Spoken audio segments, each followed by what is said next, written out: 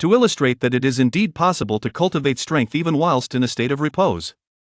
I steadfastly embarked upon a vocation bereft of merit, the leader. Luo. Book. Consequently, the instant my hand touched the job transfer crystal, it detonated. Upon witnessing this, the throng surmised that I had faltered in my career transition, condemned henceforth to labor like a beast of burden upon the assembly line. Nonetheless, I remained completely apathetic.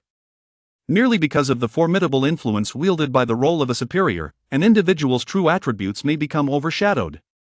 It not only facilitates the exchange of employees' characteristics and the experiences they have garnered. Moreover, as long as the funds are sufficient, there is no limit to the number of employees that can be marked. Simply lying down can lead to strength.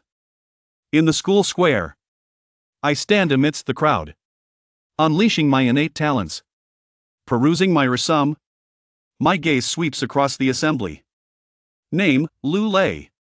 Basic information, male, 18 years old, from Dasha Qingchang, profession, archer. Potential, white, unremarkable. Life story, an inconspicuous ordinary individual since childhood, neither particularly diligent nor entirely laid back. Investment opportunity, common level profession warrior 1 point of funding. Name, Wang Yun. Basic information, male, 18 years old, from the Qingcheng of the Great Summer, profession, hunter. Potential, yellow smooth sailing. Biography, a carefree individual, indulging in a life of leisure and sloth, yet blessed with a fortunate fate since childhood, leading a life devoid of worries. Investment opportunity, elite profession dice mage 3 points of capital. After examining dozens of individuals, I discovered that the vast majority possess potential characterized by a white hue, with only a scant few exhibiting shades of blue. Some even lack proficiency in martial arts altogether. The top performing students possess potential that is, at best, mediocre. I let out a resigned sigh. I opened my personal panel. Personal panel Yi Tian. Profession, boss level 0 intern. Quality, unknown. Level, 0. Strength, 10. Agility, 10. Physique, 10. Spirit, 10. Professional talent view resume allows the inspection of any individual's resume, including biography, potential, and other pertinent information, to facilitate the accurate recruitment of talent. Professional skills recruitment investment, allocate resources to recruit talents, sign contracts, and invest in their new professions. Upon success, gain access to their complete professional capabilities and share 100 of their attributes and acquired experience. The stronger the talent's potential, the higher the quality of the professions available for investment. Upon successful recruitment, the target is automatically designated as employee. Professional passive dividend, whenever an employee achieves honor or accomplishment, they may receive a monetary dividend in special rewards. Professional passive management log, each night at midnight, the work performance of employees is assessed based on the quality of their tasks leveling up, completing dungeons, or idling, resulting in a modest financial reward. Professional skill termination, dissolving the employment contract and reclaiming the individual's professional capabilities. Initial capital, 20 points. Gazing at the panel, I found myself lost in profound contemplation. Though this profession possesses an unparalleled potential for greatness. With a mere investment of funds, one can acquire even the divine or legendary hidden professions. However, such potential careers are exceedingly rare and difficult to uncover. Moreover, the apprenticeship trial is about to commence.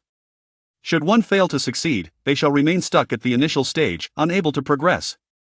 However, with my meager 10 attribute points, the secret realm offers little distinction from mere delivery. Contemplating this, I cannot help but feel a throbbing headache arise. At this moment, the scene suddenly erupted into a cacophony. Life and vocation. The florist. Alas, fate seems to conspire against the gifted. Is it possible that even the diligent efforts of a fair maiden such as Bai, the campus belle, amount to naught? At this moment, a graceful figure stands on the awakening platform. The girl, with her long hair elegantly tied up, is clad in loose-fitting school attire that cannot conceal her athletic and upright posture. Bai Qiuli. The foremost academic prodigy of Qingshan No. 2 Middle School. An epitome of beauty among schoolmates. Consistently ranking first in both martial arts and theoretical courses year after year. Numerous educators have unreservedly proclaimed that this young woman is destined to become a pillar of society in the future. However, at this moment, that exquisite face was filled with a profound sense of despair. A florist by profession, she found herself disillusioned in mere seconds, casting aside the entirety of Qiuli's existence. The principal, Ji Changlin, beside them, wore an expression of deep compassion for the child. Bai Qiuli compelled herself to straighten her back, forcing the sting in her eyes to retreat. She squeezed out a smile and said, "I am fine." The director of education sighed, as he struck through the name of Bai Qiuli from the list of candidates for direct admission to prestigious universities. Upon witnessing this scene, I cannot help but feel a deep sense of empathy. In my past life, I too exerted every ounce of my strength, yet ultimately, it all dissipated into nothingness. One can only lament the capriciousness of fate. Subsequently, my mind stirred, prompting me to examine my resume. Name, Bai Qiuli. Basic information, female, 18 years old, from Qingchang, Daxia, occupation, florist. Potential, gold hero of the mortal realm. Biography, orphaned by the hands of a foreign tribe, she is resolutely determined to eradicate them. She has consecutively secured first place in 3 high school joint examinations, swordsmanship, martial arts, and the knowledge competition on demons and foreign tribes, as well as achieving the highest score in combat simulation classes. Investment opportunity, legendary class Frost Moon Sword Master 20 investment points, epic class Ice Sorcerer 10 investment points. I was suddenly struck with inspiration. Golden potential. Isn't this the epitome of an exemplary employee? 2 hours later, the job transfer ceremony drew to a close. Principal Ji Changlin wore a troubled expression. None of the performances were of epic caliber. There were 36 sharp professionals. 12 rare professions. It seems that this year, the 2 clans' great event cannot rely on other schools. Ji Changlin shook his head helplessly. He then gazed at the students below and spoke in a solemn tone.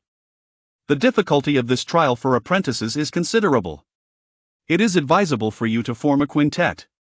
Those who are pursuing vocational paths or have encountered failures in their transitions may opt to forego the trial. After the words were spoken, the square once again erupted into a cacophony. Almost all the denizens of various trades departed from the square, their eyes brimming with tears. Only Qiuli stood alone, yet no one was willing to join her in forming a team. No one desired to have within their ranks a burdensome life profession. Abandoning is not a source of shame. Is it truly a gift to enter the trials of life and profession? Indeed, your academic performance is exemplary. Even if a combat profession is not in your future, you could certainly consider becoming a teacher at the school. Ji Changlin and the principal, along with others, stepped forward to persuade. However, Bai Qiuli is quite stubborn. Principal. This may very well be the only opportunity in my life to enter the. Please grant me this chance. Ji Changlin fell silent. However, at this moment, a voice suddenly emerged from the distant crowd. Just be genuine. A mere gardener should content himself with being a simple vase. The sound was faint yet piercing, like a sharp thorn embedded in the heart of its victim, causing Bai Qiuli to breathe with a slight urgency. Ji Changlin was instantly enraged. Who said that? Come out. His voice reverberated, shaking everyone present. Had they all forgotten the decorum of the promotion ceremony? As the words faded, a resolute young man in the front row proclaimed, "All citizens of the Great Xia are comrades and kin." Following the transfer ceremony, one must not belittle or mock the professions of others in any manner. We must unite as one to fend off external threats. Any violations will result in consequences, a warning for minor infractions, and expulsion from the institution for more serious offenses. With each word spoken by the boy, the girl, who had mocked Qiuli, turned increasingly pale. Ji Changlin suddenly stepped forward 2 paces, his voice resonating with profound anger. At present, the Great Xia faces turmoil from malevolent forces outside and the encroachment of foreign tribes within. The nation struggles to uphold its sovereignty. It is not your place to indulge in jealousy and derision towards one another. With merely a modicum of fortune's favor, how dare you mock others? Even less so should you scorn those who strive diligently. I was mistaken. The girl was frightened to the point of tears. I am of a rare profession. Speaking of rare professions. She finally summoned the courage to lift her head. Ji Changlin coldly snorted and proclaimed. A severe warning and disciplinary action. A deduction of 30 from the professional subsidy. One more infraction will result in immediate termination. A profound silence enveloped the square. No one dared to plead on her behalf. This is the century-old ironclad rule of the Great Xia. Among professionals, fierce battles may ensue, and vitriolic words may fly. Yet one must never ridicule another's origins or vocation, for such matters lie beyond individual control. I cannot help but feel a sense of admiration. It truly resembles what one might expect during a time of war in a nation. Ji Changlin glanced at the resolute Baiqiuli, his face etched with concern. "Qiuli," he said, "I respect your decision, but it is truly perilous for you to enter the trial alone. It would be wise to seek out a team." Baiqiuli shook her head and said, "No one would be willing to accompany me." With a clear and resonant voice that penetrated the crowd, I approached Baiqiuli directly to extend an invitation to form a team. Ji Changlin's face displayed astonishment. "Qin Shao. Weren't you supposed to have failed in your career transition? Why are you still here?" "There are no failures, rather, my profession is somewhat unique," I elucidated. Baiqiuli, deep in contemplation, decisively accepted the proposal to form a team, for this was indeed her sole option. Ji Changlin nodded. "It seems you can form a team. It appears that you have indeed not failed in your job transition." Baiqiuli spoke with a serious demeanor. "Since we have become teammates, I must clarify in advance that my attributes are quite low. I possess only 5 points." I waved my hand, indicating that no further words were necessary. "I trust you." The corner of my mouth twitched as the principal took heed of my words. The corner of Yan's eye twitched. The principal's eye twitched as well. This lad wouldn't be recklessly pursuing his life, would he? A resounding chime resonated, heralding the commencement of the trial of apprenticeship. As he observed the multitude being irresistibly drawn into the trial portals, Principal Ji Changlin wore a grave expression. He did not seek extraordinary achievements from this cohort, he merely hoped that the children would exercise caution above all else. As a flash of golden light illuminated the surroundings, the scene before me transformed abruptly, transporting me into the depths of a vast and majestic forest. Although we have all entered the same secret realm, the teams have landed randomly. Here, only Baiqiuli and I remain. The trial task has been issued. 1. Eliminate more than 10 ferocious beasts. The entire team will succeed in the trial. The more creatures you slay, the higher your score will be. Through the dense fog-laden jungle, we have arrived at the exit of the secret realm, marking the successful completion of our team's trial. Challenge task: locate and vanquish the trial boss Hazardous. I gazed at the task panel, my peripheral vision catching sight of Baiqiuli crouched beneath a withered tree. "What are you doing?" "Searching for withered moss." Baiqiuli gazes beneath the roots of each tree. "Our combat prowess is rather feeble. To progress, we must seek the exit to the secret realm. Applying the withered moss upon ourselves may diminish the likelihood of being ambushed by ferocious beasts. There is no need for this." With a sweeping gesture of my hand, I activated my professional skill. "Please select an investment opportunity. Legendary funds of 20. Epic funds of 10. Talents with potential." I resolutely go all in, opting to invest in legendary professions. In the next moment, a contract materialized in Baiqiuli's hand, leaving her bewildered. "What is this?" She blinked, having never heard of a contract being required for team formation. Observing the bewildered expression in Baiqiuli's eyes, I offered words of reassurance. "Do not worry. You shall not suffer by signing. Nor shall you be deceived." Suddenly, everything changed. The words lingered on the tip of my tongue. "Caution." A shadow suddenly surged forth from the mist, racing towards Baiqiuli as if propelled by a tempest. Fortunately, she reacted with remarkable swiftness, immediately executing a backward roll to evade the impending danger. The bone demon was indeed a most unfortunate creature. Baiqiuli instantly recognized this monstrosity. He swiftly drew forth the ordinary iron sword, striking the back of the savage bone ox demon with a single blow, yet it merely inflicted a superficial wound. The strength is insufficient. Although the barbarian bone ox demon is merely a low-ranking fierce beast, it is exceedingly challenging for Baiqiuli, with her mere 5 points of strength, to inflict any genuine harm upon it. "Do you desire power? A simple fingerprint will suffice." I spoke softly, suddenly feeling as though I were a devil tempting mortals. "Will it grant some kind of buff?" Baiqiuli displayed a look of confusion. Seeing the Mango Nyoyao regain its mobility from a state of rigidity, she could only swiftly press her hand seal. In an instant, a radiant golden beam ascended skyward. The formidable bone demon, startled, retreated repeatedly. I couldn't help but exclaim in astonishment. The awakening of legendary professions creates such a tremendous commotion. Henceforth, one must exercise caution. Baiqiuli's eyes, reminiscent of a tranquil ice lake, rippled with emotion. Bathed in golden light, she appeared utterly entranced. You accepted the employer's offer, as the profession of a floral artisan was supplanted. You transitioned to a legendary class, the Cold Moon Swordsman. Am I dreaming? Baiqiuli stared blankly at her own hands. This scene had often appeared in her dreams throughout a decade of diligent practice. Now, it had manifested into reality at her most desolate moment. Even as she transitioned to the role of a florist, Baiqiuli did not shed a tear at the moment her dreams were shattered. Yet at this very instant, 2 silent streams of tears glided down her cheeks. I gazed at the nostrils, preparing to charge headlong at the formidable bovine demon. Perhaps it would be wiser to strike it down first, then weep. Upon hearing these words, Baiqiuli opened her eyes once more. She raised her ordinary iron sword, unleashing a blade of sword energy that cleaved the bull demon in twain, leaving behind a frost-laden split. Telekinetic sword strike. I nodded in satisfaction. This is the demeanor that an exemplary employee ought to possess. I then proceeded to open the employee panel. Employee Baiqiuli. Occupation, Cold Moon Swordsman Rank 0 Apprentice. The investment opportunities reveal the occupation title post Rank 4 currently, it is designated as a Rank 0 profession. Quality, Legendary. Level, 0. Strength, 35.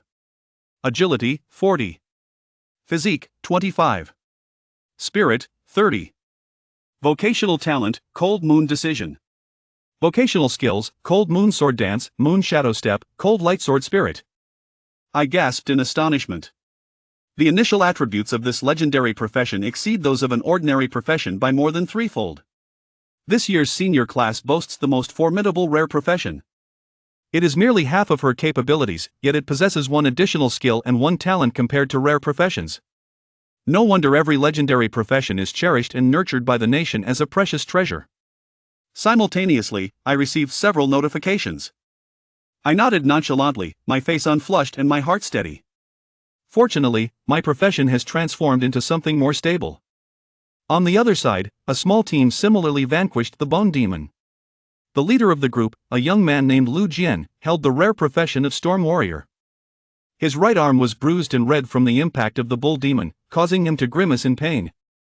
Hurry up and treat it. The summon Lin Yu is the girl who mocked Baiqiuli, a rare great priestess. The 5 of us, possessing rare tier professions, can undoubtedly be regarded as the foremost in combat prowess this time around. We aspire to shatter the record of the first trial, which would not only earn us the principal's commendation but also secure a coveted spot without the need for recommendation. Lu Chuan declared with unwavering confidence.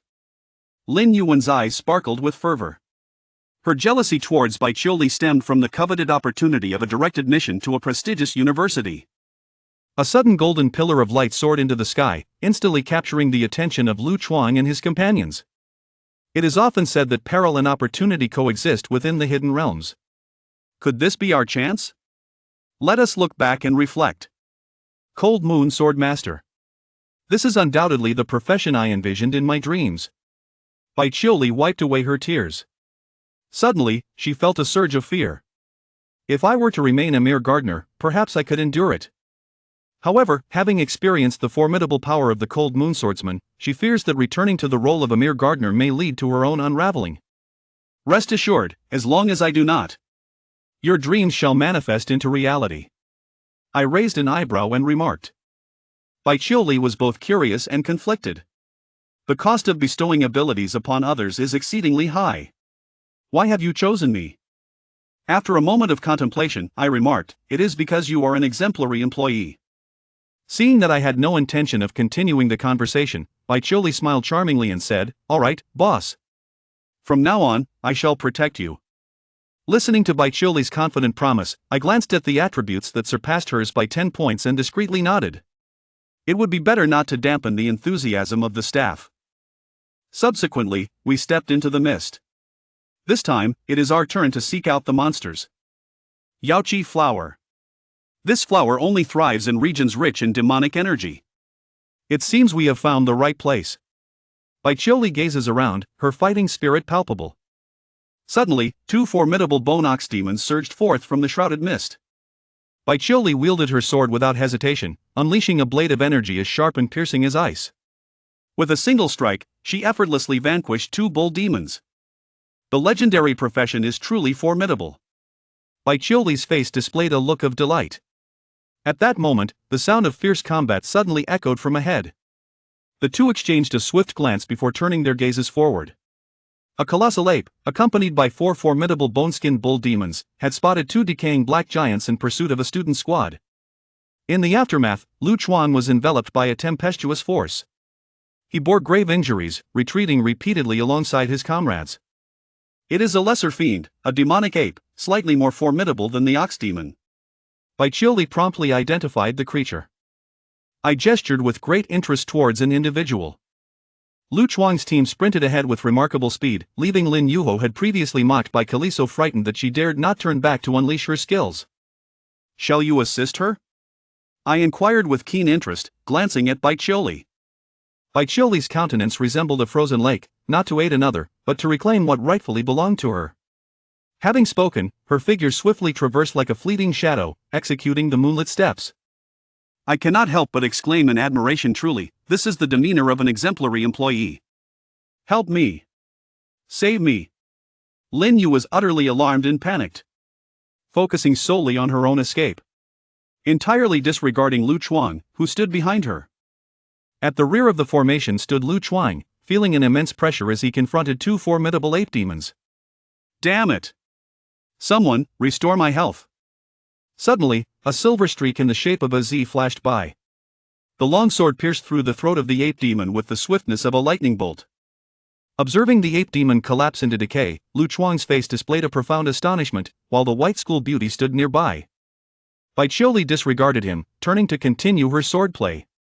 The cow demon fell to a single strike, as did the ape demon, both vanquished in an instant. Baiqiuli's swordsmanship was already formidable, and with the enhancement of the Cold Moon Swordsman, she became an unstoppable force. Lu Chuang and his companions were utterly stunned. Isn't the white school belle a mere gardener? The opportunity of the golden beam has been seized by her. Could it be that she has grasped the chance presented by the golden pillar? Upon hearing the sound from behind, Lin Yu halted in trepidation. Turning around, she was instantly engulfed by an overwhelming sense of dread. Baiqiuli, how could it be you?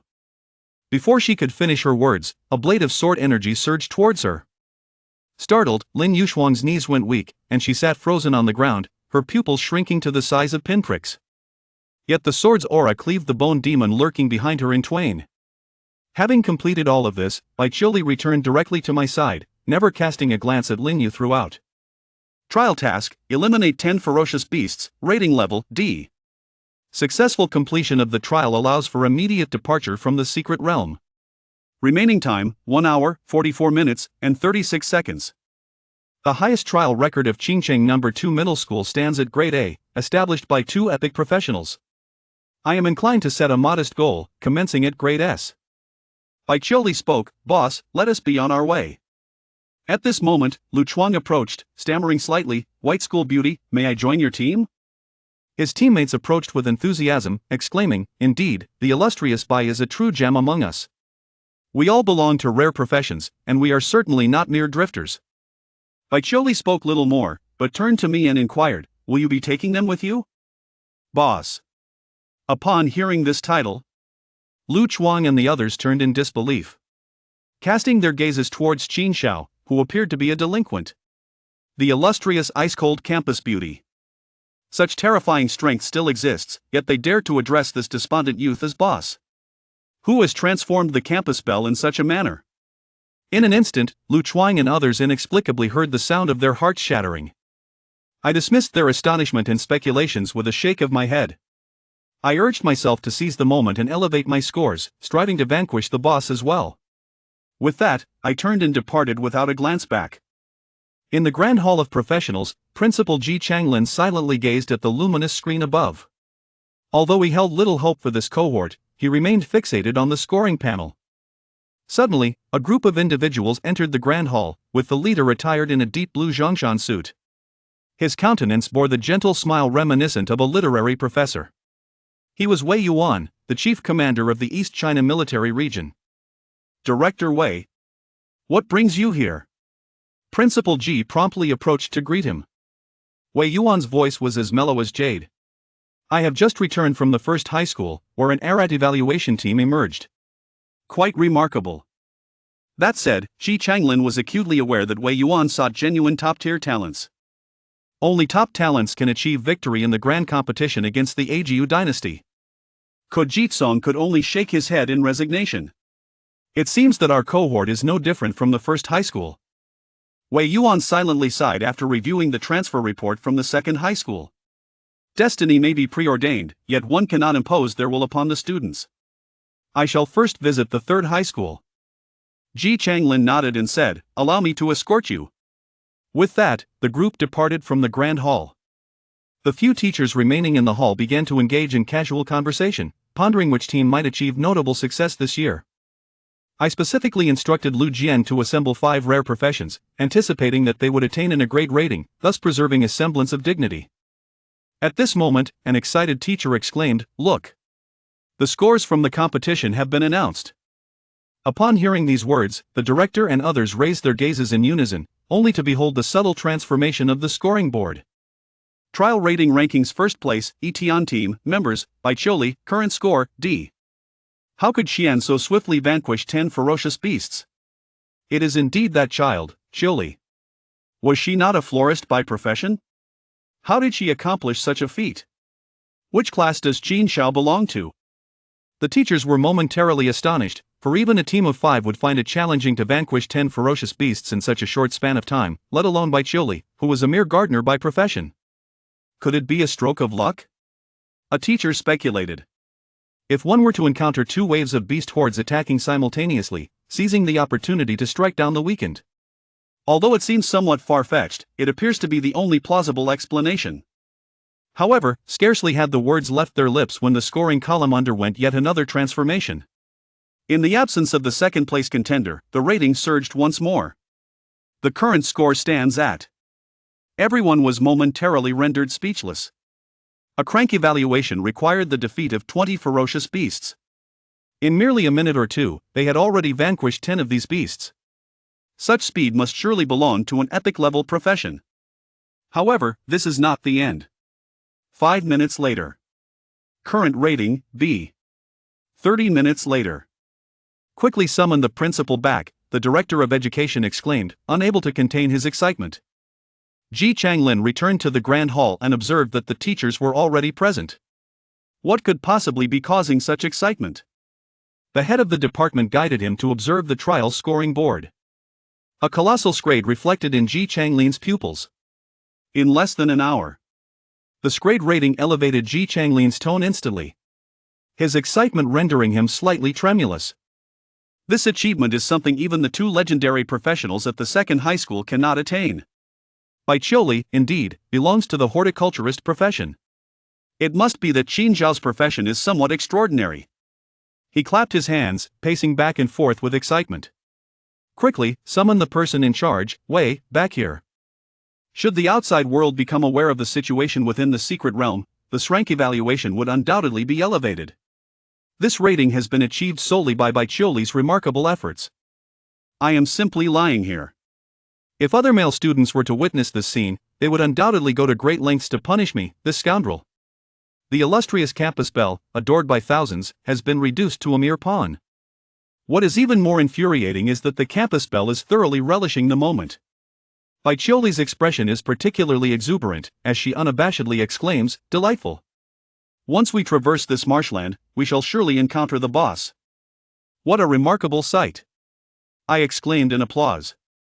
This young lady is truly a paragon of youthful exuberance. Do you truly intend for me to be the sole recipient of this experience? Throughout this journey, Bai Qiuli has been the only one to savor the fruits of knowledge. I cannot shake the feeling of guilt that accompanies this. I waved my hand nonchalantly, wearing a relaxed expression. You need only to focus on vanquishing the monsters. As the boss, he sincerely meant this statement. Regardless, the experience will undoubtedly be shared in its entirety. What a joke. Does the boss still need to work? Yet, Bai Qiuli found herself ensnared in a myriad of thoughts. What What does this mean? Does he think I am not diligent enough? Sometimes, a woman's reasoning can be elusive. Bai Qiuli raised her chin slightly, a cold glint tinged with pride in her eyes. Rest assured, I will strive harder than anyone else. Yi Tian looked puzzled. He suddenly realized how easy it was to manage this batch of employees. He had unwittingly engaged in self-manipulation. Bai Qiuli assessed the path ahead, then turned to Yi Tian earnestly. This stretch of swamp is treacherous. One could easily fall in. Allow me to carry you across. Yi Tian.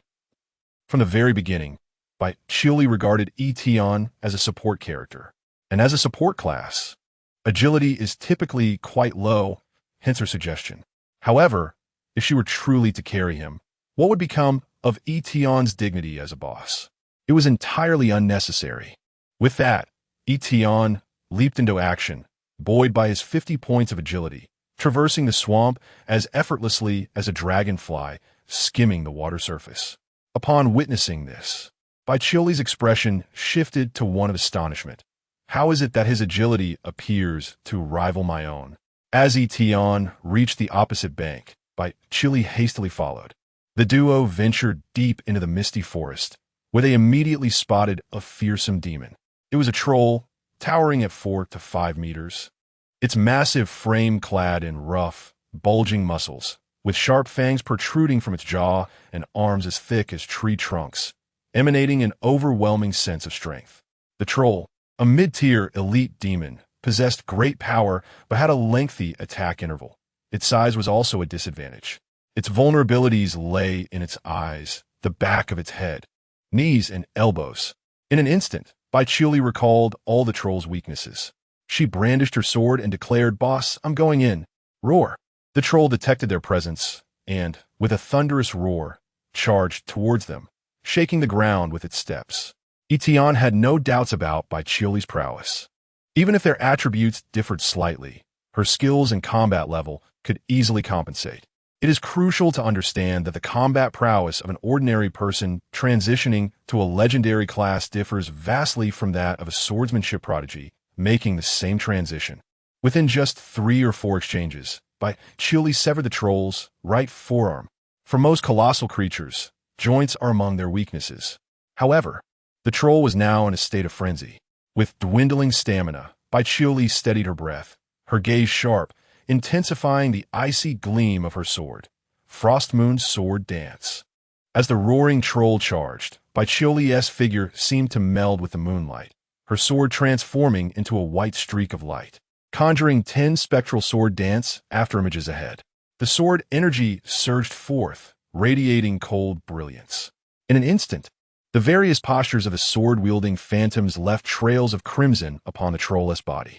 Frost Moon Sword Dance condenses sword energy into 10 sword dance afterimages that traverse and strike all enemies within 1 second, attaining an invincible state during the slashing period.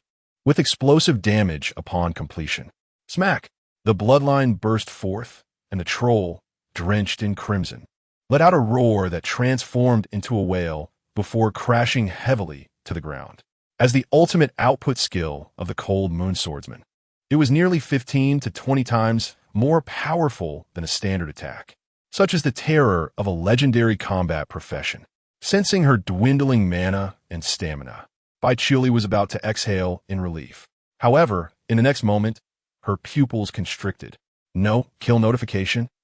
Suddenly, the fallen troll opened its blood-red eyes, expending its last ounce of strength to swing its left arm violently, sweeping across the ground and aiming to strike Bai Qiuli. The boss's health was indeed substantial. It hadn't been eliminated in an instant. As an observer, Yi Tian had already discerned this fact. Although the troll's desperate counterattack would not be lethal to Bai Qiuli, it would at the very least inflict severe injury or even fracture her bones. A sight Yi Tian was keen to avoid. It would hinder the employee's productivity. As the troll raised its arm, Yi Tian produced an iron axe dropped by a minor foe and hurled it like a javelin. Bang! Accompanied by the sound of slicing air, Bai Qiuli, prepared to withstand a blow, was astonished to see the troll behind her struck down by the axe on the spot. His strength seems to surpass mine? Bai Qiuli was momentarily bewildered. Simultaneously, A flurry of notification panels popped up before Yi Tian. You have slain the trial dungeon boss, the troll. Your party score has risen from S to SSS. You have reached the highest score and will automatically exit the dungeon. You have completed the apprentice trial. Canceling your apprentice status. Experience accumulation has been released, and your level has risen to level 6. Employee, Baichioli's level has risen to level 6. You share growth attributes. Strength 60, Agility 72, Constitution 42, Spirit 48. Employee Baichioli achieved first place in the secondary apprentice trial, and you have received a bonus. Funds 5. Employee Baichioli attained an SSS level trial score, achieving the honor. First in the history of the Qingsheng trial, and you have received a bonus. Funds 25, high-tier equipment blind box X1. Chapter 6, Wei Yuan. The Great Xia has never lacked in prodigies. Upon witnessing the score of the Yi Tian team elevate from S to SSS in the trial evaluation panel, the teachers, including Ji Chonglin, were overwhelmed with emotion. SSS. If someone were to tell me now that Yi Tian had awakened a legendary profession, I would wholeheartedly believe it. No one anticipated that this particular cohort from the second high school would achieve such remarkable results. Even less did anyone foresee that it would be the two individuals least favored before the trial who would attain the most astonishing achievements. Ding! The portal to the secret realm swung wide open, and both Yi Tian and Baichioli returned to the Hall of Professionals. The teachers welcomed them with fervor. But Ji Chonglin immediately sensed something unusual. Baichioli's current aura resembled a sharp, unyielding blade, an unmistakable transformation from her state prior to entering the trial. Realizing this extraordinary change, his expression turned serious. This is not the place for discussion. Baichioli, Yi Tian, you must come with me. In the principal's office of the second high school, Ji Chonglin employed a device to cast a shielding barrier within the room. This was not an overreaction. The current circumstances had far surpassed his, and even the entirety of Great Xia's understanding. Baichioli's profession had undergone a transformation. In the 200 years of the extraordinary era on Blue Star, this was the first occurrence. Yu, faced with these two students, the over 80-year-old principal felt a rare sense of anxiety. Baichioli acknowledged his bewilderment with a nod. Indeed, principal, my current profession is that of a legendary level, cold moon swordsman. Ji Chonglin's pupils dilated in disbelief as he lowered his voice. How is this possible? Under normal circumstances, the emergence of a legendary profession would have him jubilant enough to host a grand feast. However, at this moment, he was consumed by trepidation. The transformation of a mundane profession into a legendary one, if replicated, could undoubtedly usher in unprecedented changes for Great Xia. Upon hearing this, Baichioli merely turned her gaze towards Yi Tian. Observing this, Ji Chonglin similarly looked towards Yi Tian, incredulous. Could it be that Baichioli was suggesting whether Yi Tian should disclose this information? Meanwhile, Yi Tian was deep in contemplation. Should he reveal his abilities to the nation? Certainly, if he were to conceal his powers and strengthen himself alone, his profession would undoubtedly lead him to the pinnacle. Yet, that seemed excessively burdensome. Scouring the world for talent, safeguarding against the ever-looming threat of malevolent and foreign entities, and concealing the anomalies of each job transition. Why should he shoulder such a burden when he could simply be the boss? In a time when Great Xia faced both internal strife and external threats, the nation was in dire need of talent. Aligning his abilities with the state's interests would yield a mutually beneficial outcome. The only concern, the vastness of a nation. Could there be individuals with ulterior motives among them? That could be easily resolved. Yi Tian's resume review could scrutinize individuals thoroughly, revealing everything as if under the gaze of a discerning judge. Including Ji Chonglin before him, Yi Tian had already examined the principal's background, a retired military officer, trustworthy. Soon, Yi Tian reached a decision to disclose part of his abilities to the nation and cooperate with it. In the expectant gaze of Ji Chonglin, Yi Tian finally spoke. Principal, my professional abilities can facilitate career transitions for others. It is not arbitrary. These two brief sentences struck Ji Chonglin like thunder. leaving him momentarily speechless. Yi Tian's voice resonated again. Therefore, Principal, please get in touch with the leaders, the higher the better. At the entrance of Qingshan Third Middle School, Wei Yuan, the head of the East China region, was about to enter the school premises with his secretary and bodyguards. Recently, there had been news from Second Middle School that a team had achieved an S-level trial rating in under an hour. Would you like to take a look? The secretary reported in the car, to which Wei Yuan, calm and composed, replied, "It is worth a glance. That is indeed impressive. However, Third Middle School has just awakened an epic-level combat profession. According to their principal's report, the potential of this profession is quite high. Since we are already at Third Middle, we might as well take a look here first. We can always return to Second Middle later." The secretary nodded in understanding and scheduled the visit to Second Middle for later. At that moment, Wei Yuan felt a vibration in his pocket. Upon taking out his regular phone, he found it was a different encrypted satellite phone that was ringing. His expression grew serious. This phone could only be reached by leaders from the Daxia headquarters and a few old comrades, all of whom were involved in significant events. "Stop the car," Wei Yuan said in a low voice, soon realizing it was a call from his former squad leader, Ji Changlin. After hanging up, even with Wei Yuan's composure, he struggled to suppress his astonishment. A legendary profession. Moreover, a person capable of creating a legendary profession. Taking a deep breath, Wei Yuan understood just how crucial this information could be for Daxia. He swiftly opened the car door and exited, leaving his bewildered secretary behind. "Aren't we going to Third Middle?" the secretary asked, to which Wei Yuan waved his hand dismissively. "You all head back first." With that, he transformed into a streak of azure light, moving at a speed several times faster than the car, racing toward Second Middle School, leaving his secretary and driver in a state of confusion. Inside the principal's office of Second Middle School, Ji Changlin could hardly contain his agitation as he paced back and forth. He was acutely aware of Yi Tian's significance. If this news were to leak, it was likely that every nation around the globe would go to great lengths to compete for him. Daxia's current internal and external troubles stemmed from the fact that they had experienced the extraordinary for too short a time, with far too few legendary talents to support them. If Yi Tian's abilities were indeed genuine, the situation would be entirely transformed. Bang!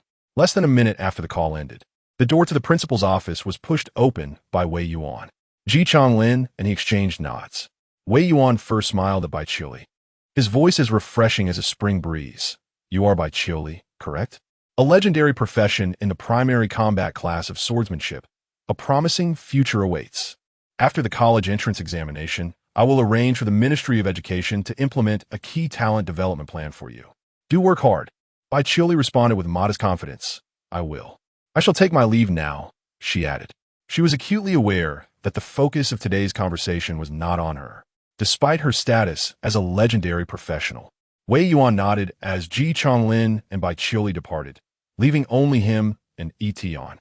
At that moment, Yi Tian had already gleaned insights about Wei Yuan through his resume. Name: Wei Yuan. Basic information: male, 58 years old, from Qingshan Daxia. Chief Executive of East China Region. Profession: Star Soul Master. Level 74. Potential: Gold, Talent of the State. Biography: Awakened as a legendary Star Soul Master at 18. Served in the military for 20 years, vanquishing monsters to become the strongest in East China. Later reached an agreement with the Yaga dynasty to retreat behind the scenes, significantly advancing East China's military and economy to this day. Investment opportunity: Legendary profession: Chess Sage, 20 points of capital. Upon reading this or sum, Yi Tian could not help but marvel. This is the true legend of Daxia, with golden potential and a legendary profession. It is truly a rarity to find someone of such caliber. In the past century, only Wei Yuan has emerged. Yi Tian contemplated recruiting Wei Yuan, yet the investment would render his original profession obsolete. Relinquishing a level 74 legendary career would likely be unacceptable to him. Simultaneously, Wei Yuan's penetrating gaze scrutinized Yi Tian, and with a gentle smile, he remarked, "Yi Tian, I have heard of your capabilities.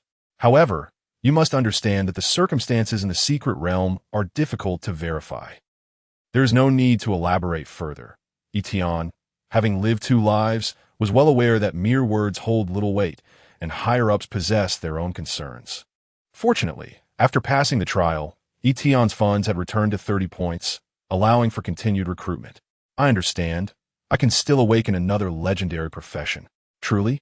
Wei Yuan's eyes sparkled, and upon receiving Yi Tian's affirmative nod, he could hardly contain his excitement. Daxia had indeed stumbled upon talent of nuclear weapon caliber. From their conversation, he could discern Yi Tian's confidence was no mere boast. Furthermore, Yi Tian proactively communicated with the state, articulating his thoughts clearly and decisively, prompting Wei Yuan to dispense with idle chatter. So, what do you now require from the state? Yi Tian, having contemplated this beforehand, replied without hesitation. I need protection. Then, please assist me in locating talent. Enlisting the state's aid in talent acquisition was one of Yi Tian's primary objectives in collaborating with them. For the efficiency of the state far surpasses his own efforts. Once suitable candidates are found, he could substantiate his capabilities. Wei Yuan, upon hearing this, smiled approvingly. You can rest assured about these matters. I will personally arrange for your protection. There is no need for concern. Subsequently, Wei Yuan's tone grew solemn. As if reminiscing, Daxia has never lacked talented individuals. What they lack is merely an opportunity. Yi Tian wholeheartedly agreed with this sentiment. Echoing the adage from his past life, exceptional steeds are abundant, yet true mentors are rare. Wei Yuan then picked up his phone and dialed a number. Is this the principal of the 3rd middle school? This is Wei Yuan. Please select some outstanding students from this session and have them wait for us in the conference room. We shall arrive shortly. Chapter 7. The Golden Potential, the Pillar of the Nation. As Wei Yuan aptly stated, he directly brought Yi Tian to Qingsha No. 3 High School. Since the objective was to seek talent, it was only natural that the senior students of this year would be the prime candidates. Yi Tian readily agreed. Given that there were no suitable candidates in No. 2 High School, it would be prudent to explore other institutions. Upon receiving Wei Yuan's call, a welcoming banner had soon been hung to greet the esteemed visitor to the school. As the overall supervisor of the East China region, Wei Yuan oversees all affairs concerning the 12 major cities within the region, making his personal visit to a high school a significant event. The principal and leaders of No. 3 High School stood at the entrance to extend their greetings. Observing that Wei Yuan was accompanied by no secretary, but rather by a young boy who walked almost in tandem with him, the crowd was filled with astonishment. Who is Wei Yuan? He is one of the 5 regional supervisors of the Great Xia, a top-tier professional on a global scale. And this boy is walking alongside him? What status does he hold? Welcome. We are honored to have you here, the principal of No. 3 High School exclaimed. It has been quite some time since your last visit. May I inquire about this young gentleman? After exchanging cordial pleasantries, the principal's curious gaze shifted towards Yi Tian. Wei Yuan, with a hint of anticipation, gently patted Yi Tian on the shoulder, bestowing upon him a new identity. Haha, this is my newly recruited special admissions officer. Special admissions? The implication was clear. Any talent he deemed worthy would be prioritized for cultivation by the Ministry of Education. This statement resonated well with Yi Tian, as he sought individuals of golden potential who would at the very least attain legendary professional status, thus deserving of focused development. Upon hearing this, the principal and the school leaders regarded Yi Tian with an intense fervor. Recognizing that this young man possessed the power to determine special admissions for the Ministry of Education, a terrifying capability indeed. It is essential to note that each special admission candidate represents a valuable asset for the school. In the next moment, the principal and the others eagerly extended their hands to Yi Tian, brimming with enthusiasm. Welcome, esteemed leader. We are at your service. I have already arranged for this year's outstanding students to be in the conference room. Please let us know if there is anything you require. Yi Tian managed a slight smile, and faced with a fervent crowd, he obliged by shaking hands one by one. Several minutes later, Wei Yuan and Yi Tian finally arrived at the conference room of No. 3 High School. 12 outstanding students, meticulously selected by the principal, have been waiting for quite some time. Yi Tian's gaze swept across the room as he reviewed their resumes. It was undeniable that those chosen exhibited notably stronger potential. with most possessing blue potential and 2 exhibiting purple potential. Unfortunately, given the current scarcity of funds, Yi Tian was in greater need of stable golden talents capable of earning honor. Moreover, the attributes and skills bestowed by legendary professions far surpassed those of epic ones. Did we find no suitable candidates this time? Wei Yuan inquired as he dismissed the students. The threshold for evaluating potential remained exceedingly high. Some students who had excelled in practical simulations had not reached the golden standard. Yi Tian shook his head. There are 2 individuals who stand out, but they still fall short of what I seek. Then let us continue our search for more candidates. As the 2 individuals exited the conference room, a cacophony of voices suddenly erupted from the nearby academic affairs office. Director, this is my application for a permanent position. How many times must I tell you? Your abilities are insufficient. Just serve as a practical course teaching assistant without any fanciful aspirations. Director, I've been interning for nearly 3 years. Enough of your nonsense. Leave. With the clamor of a man and a woman fading away, the office door closed, and a handsome young man emerged holding an application report. His short, jet black hair framed a face marked by rugged strength, exuding a potent masculinity, though overshadowed by an air of helplessness. Drawing from his past experiences, Yi Tian inquired with curiosity. 3 years of internship, and still no promotion? At this, Wei Yuan turned his gaze toward the principal of the 3rd high school, his expression unfriendly. I recall him. Wang Jiang, 3 years ago you were the top practical talent at the 3rd high, renowned throughout both Qing City and Lin City. Yet, after transitioning to a civilian role and being appointed as a practical course teaching assistant, what happened? Why are you obstructing his promotion now? Has the once esteemed practical genius become inadequate to teach a practical course? The principal's complexion changed dramatically at the interrogation, and he hastily waved his hands. No. You do not understand. His situation is somewhat unique. Before he could finish, the young man, Wang Jiang, who had just been denied his promotion, turned to see Wei Yuan and the principal, his eyes suddenly alight with recognition. He quickly approached Wei Yuan with eager steps, his expression animated. Director Wei, you are my idol. My father often spoke of you, urging me to become someone like you. Could you please sign my paper? Wang Jiang excitedly presented a piece of paper and a pen. Wei Yuan smiled kindly. Of course, no problem. Your father. But in the next moment, he noticed the folded paper Wang Jiang had handed him, and he paused in surprise. He unfolded it to reveal application for promotion. Wei Yuan interjected, Oh, Wang Jiang scratched his head, inadvertently averting his gaze, a sheepish grin adorning his face. Attempting to coerce Wei Yuan into signing the promotion application had proven too transparent. Wei Yuan collected the paper and pen, his smile shifting to one of perplexity. Is it truly so difficult for you to get promoted? Must you resort to such clever tricks? At that moment, the head of the academic affairs office, a middle-aged woman clad in professional attire, emerged. Having overheard the conversation, she awkwardly explained, Director, it's not that his promotion is difficult.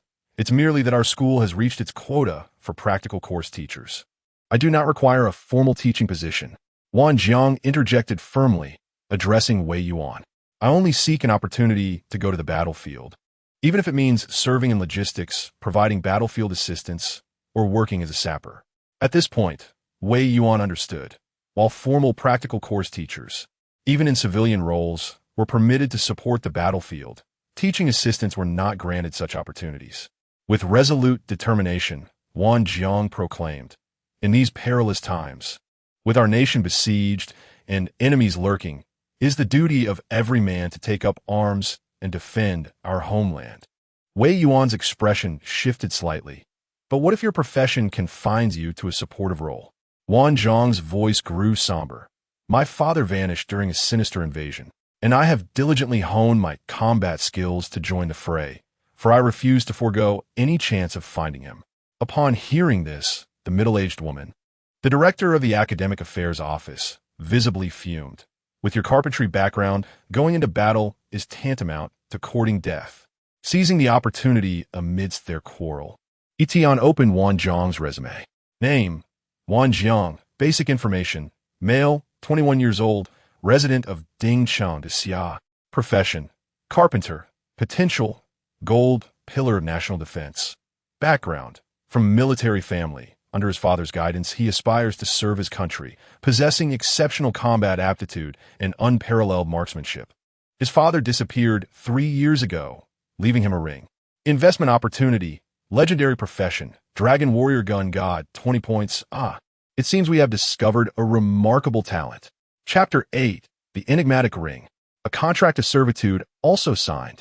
Yi Tian inhaled sharply, taken aback by Wanjiang's remarkable potential evaluation, which was nothing short of extraordinary. The pillar of the nation.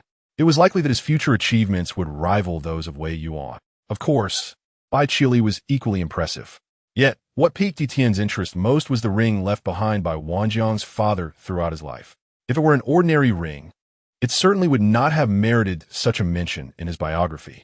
However, whether it represented an opportunity or a peril was still too difficult to ascertain. He could only await future revelations. Yi Tian subtly gestured to Wei Yuan, indicating that he had found something. "What have you found?" Wei Yuan paused, momentarily bewildered, before his eyes sparkled as they turned toward Wanjiang, elated at the discovery of talent. With this thought, he promptly dismissed the others and summoned the bewildered Wanjiang to the conference room. With a snap of his fingers, Wei Yuan conjured a shimmering barrier akin to a starry sky, enveloping the conference room instantly. Wanjiang stood in astonishment. "I merely wish to sign a regularization application. Was such a grand display truly necessary?" He looked at Wei Yuan in confusion, who gestured for him to redirect his gaze toward Yi Tian. It was then he realized that the one orchestrating the proceedings was this youth, even younger than himself. "Is your dream to enlist in the military?" Yi Tian inquired, reclining in his chair. It was not a question he deemed essential, but rather a fitting formality for the recruitment setting.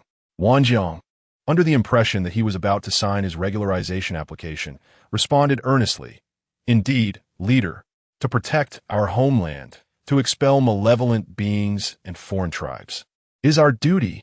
Yi Tian nodded, recognizing that the opportunities for honor in the military seemed to surpass those available in academia.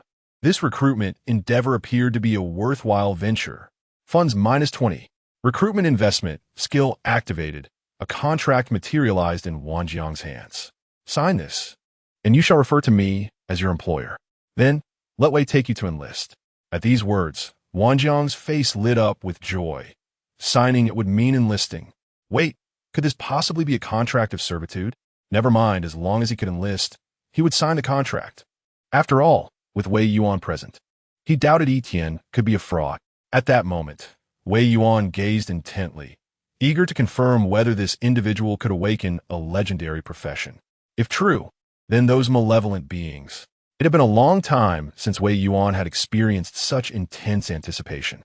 He watched as Wanjiang inscribed his name on the contract. Boom! A golden beam of light, signifying the awakening of a legend, illuminated Wanjiang. The radiance reflected in Wei Yuan's eyes, a glimmer of hope.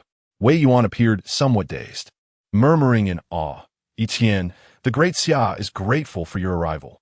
Amidst the beam, Wanjiang's eyes widened in disbelief as he witnessed the transformation occurring within himself. "My profession." Yi Tian opened employee panel, eagerly anticipating the capabilities of his new profession. Employee, Wanjiang, profession. Dragon's Bane gunfighter, rank 0. The investment opportunity displays the profession name post rank 4. The current profession name is rank 0, quality, legendary level, 0, strength, 40 agility, 35 stamina, 35 spirit, 25 professional talent. Dragon's Bane ignores fear status. For every 1 decrease in health, both agility and stamina increase by 1. For each enemy nearby, strength increases by 2. Professional skills, Dragon Soul Shield, Breaking Army. 1 man stands against all. If Bai Qili's Cold Moon Swordsman epitomizes the elegance of an assassin, then Wanjiang's Dragon's Bane gunfighter is the sovereign of the battlefield. Particularly with his talent, he is exceedingly suited for direct combat. It is certain that he will achieve great success in the military soon. With this thought, Yi Tian felt even more hopeful about recouping his investment. You have successfully recruited employee, Wanjiang, gaining attributes. Strength 40, agility 35, stamina 35, spirit 25. You have acquired talent skills: Dragon's Bane, Dragon Soul Shield, Breaking Army, one man stands against all. With the recruitment of his second employee, the terrifying potential of Yi Tian's boss profession began to reveal itself. Now, at level 6, Yi Tian simultaneously possesses the attributes and skills of two legendary professions, making him formidable. Meanwhile, after witnessing Yi Tian's capabilities firsthand, Wei Yuan profoundly recognized his significance. After a moment of contemplation, he took out a secure satellite phone and promptly sent a message to a number. Lock Yi Tian's file with the highest authority.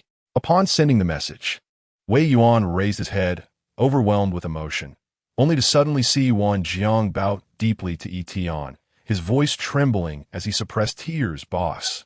Yi Tian quickly waved his hand, halting his emotional speech. No need for further words, just work hard. At that moment, Wang Jiang finally understood why Wei Yuan held this young man in such high regard. Boss, I will surely repay your kindness. Yi Tian casually nodded and then reminded him. Remember to keep safe the ring your father left you. Wang Jiang paused for a moment. I will. His voice began to tremble slightly. I finally have the capability to step onto the battlefield. I can finally seek my father. Wei Yuan dispelled the barriers of the conference room and approached him. Gently patting his shoulder, I will take you to the military base at the eastern border. It will be a splendid place for you to showcase your abilities. Wait, Commander, I have one last thing to do before I leave. Wang Jiang dashed out of the conference room and arrived at the door of the Academic Affairs office. The principal of the 3rd Middle School glanced over with curiosity, wondering what was happening. Due to Wei Yuan's barrier, the light beam from Wang Jiang's second job transition had gone unseen by others. Wei Yuan emerged to inform, Wang Jiang has been specially recruited. I will escort him to the border military. The principal of the 3rd Middle School expressed great relief upon hearing this. Good. Splendid. As Wang Jiang pushed open the door to the Academic Affairs office, he lost count of how many times he had visited this place over the past 3 years in pursuit of his formal appointment. The director of the office, a middle-aged woman, was engrossed in composing some report, seemingly oblivious to his presence. Wang Jiang approached with soft steps, gazing at the woman who had, under various pretexts, obstructed his application for 3 long years. This was the woman who had relentlessly berated him for his perceived professional inadequacies, urging him to accept his role as an educator. The same woman who had repeatedly warned him that venturing onto the battlefield was akin to courting death. Yet, she was also the one who had nurtured him for 21 years, the woman who had held the utmost confidence in him before he embarked on his career. Mother, I am leaving. A tumult of emotions swirled within him, yet his resolve remained unwavering. Mother, I have always understood that your reluctance to approve my formal appointment stemmed from your fear of me seizing the opportunity to enlist. You worry for my safety, fearing that I might act impulsively and meet my demise on the battlefield. The pen in his mother's hand continued its relentless motion, as if she were unaware of his words. However, her eyes, adorned with delicate crow's feet, glistened with unshed tears. Mother, I am capable now. I will not perish. I shall enlist, grow stronger, defend our homeland, and protect countless families from the ravages of foreign adversaries and malevolent forces. And I will bring father back. As he spoke, his throat tightened, rendering him momentarily speechless. He knelt before her and bowed his head 3 times in reverence. Mother, take care. Mother, I am departing. Chapter 9. The Agu Dynasty. A surprise for the other races. In the evening, a military off-road vehicle departed from Qingcheng, heading towards the eastern border of Huadong, Dingxing. Wei Yuan personally drove the car, accompanied by Yi Tian, as they escorted Wang Jiang to the border military camp. Should anyone witness the head of Huadong personally driving 2 young men, they would undoubtedly be taken aback. Dingxing, though termed a city, resembled more of a fortress prepared for war. Its ironclad walls were fortified with rune cannons and metallic storms, forming a formidable external defense. At night, fighting eagles patrolled the skies, monitoring the borders to prevent enemy incursions. Upon entering Dingxing, the city exuded an eerie absence of life. What astonished Yi Tian even more was the sight of not vendors or returning residents on the streets of Dingxing, but rather several beings of foreign races.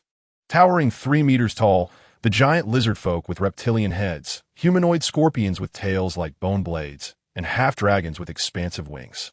How could there be foreign races in a city belonging to the Great Xia? Perceiving Yi Tian's confusion, Wang Jiang, a resident of Dingcheng, sighed and explained. Dingcheng no longer harbors any Great Xia inhabitants. 25 years ago, the malevolent forces launched a full-scale invasion of Blue Star, facing adversaries on all fronts. Consequently, some foreign races seized the opportunity through interdimensional passages, invading Blue Star and plundering its resources, leading to the annihilation of several smaller nations. Dingcheng was overtaken by the Aegea dynasty during that time. The Aegea dynasty? Indeed, the interdimensional passage that appeared in Dingcheng connected to a realm far larger than Blue Star. With the Aegea dynasty reigning supreme over that world, they are ruled by the Aegea dragon lineage and govern dozens of foreign races. Their power is truly formidable. The beings before us are subjects of the Aegea dynasty. Recalling the interdimensional passage, Yi Tian remembered. Initially, when the passage first emerged, the practitioners believed it was akin to a dungeon entrance. It was only upon entry that they realized it was a bidirectional passage. Other races from the foreign realm could descend upon Blue Star, while Blue Star practitioners could venture into the foreign world. Some amicable foreign races, such as elves, dwarves, and mechanized beings, coexisted peacefully with humanity, engaging in trade and resource exchange. However, the majority were dangerous and belligerent foreign races. They employed various means to seize Blue Star as territory and plunder its resources, with the Aegea dynasty being among them. They regarded Blue Star as a delectable wilderness, eager to take a bite. Given that Dingcheng has already been occupied, why establish the border here? Yi Tian pondered, somewhat perplexed, as he noticed numerous foreign figures outside the vehicle. Yet, he felt no fear, for Wei Yuan was present. As a level 74 legendary profession Star Soul Master, Wei Yuan's combat prowess was deemed one of the strongest in Blue Star. Upon hearing this, Wang Jiang grew even more animated. I heard that the then captain of a special team, Commander Wei Yuan, charged into the Aegea dynasty to reclaim Dingcheng. He fought from the south of Dingcheng to the Aegea royal city, battling for 3 days and nights, slaying 300 members of the royal dragon lineage. Stop! Stop! Stop! As Wei Yuan, who was driving, promptly interrupted him, he asserted the importance of facing history without exaggeration. The 300 royal dragon descendants were certainly capable of conquering all 22 nations across the globe. Wang Jiang, somewhat disheartened, fell silent, though it was evident that he harbored a degree of admiration for Wei Yuan. Subsequently, Wei Yuan, as if lost in reminiscence, spoke earnestly. Ding City is a strategic stronghold in East China, easily defensible yet difficult to assault. To ensure the safety of more cities in our rear, it must be reclaimed. The foreign races seek to exploit our battle against the demons to gain advantages and occupy our territory. They must be made to understand. If we are to suffer, then none shall thrive. At that time, the Great Xia had voluntarily relinquished the 12 defensive lines of East China, ceased its resistance against the malevolent forces, and launched a full-scale offensive against the Yaga dynasty, targeting the royal lineage, even if it meant inflicting 800 casualties upon ourselves to slay 1,000 enemies. We aim to instill fear in the foreign races to deter them from encroaching upon our lands. Ultimately, after I eliminated the 3rd royal dragon descendant, a peace agreement was reached between our 2 races, with the Yaga dynasty conceding Ding City. Wei Yuan's tone was remarkably relaxed and carefree. Yet, Yi Tian could discern that under the dual threat of demons and foreign races, every step was perilous for the Great Xia. A single misstep could lead to total ruin. Nevertheless, in comparison to the plight of nations worldwide, it was evident that the Great Xia had made the right gamble. A century ago, faced with the encroachment of foreign races upon nations across the globe, some countries capitulated, ceding territory in hopes of forming alliances. Others even willingly submitted, seeking the protection of these formidable races. In every instance, these nations have nearly vanished from history. Peace achieved through struggle endures, while peace sought through compromise fades. Yet, even so, the threat posed by the Yaga dynasty remains formidable. After all, foreign races still tread upon the land of the Great Xia. Had the nation been robust enough, no citizen of the Great Xia would have allowed foreigners to dwell within its cities. At that time, the Great Xia and Wei Yuan had undoubtedly exerted their utmost efforts. The off-road vehicle traversed the urban landscape, arriving at a formidable military camp, where 2 rows of Great Xia border forces signaled for a stop and inspection. Upon recognizing Wei Yuan's identity, the border soldiers saluted respectfully and allowed passage.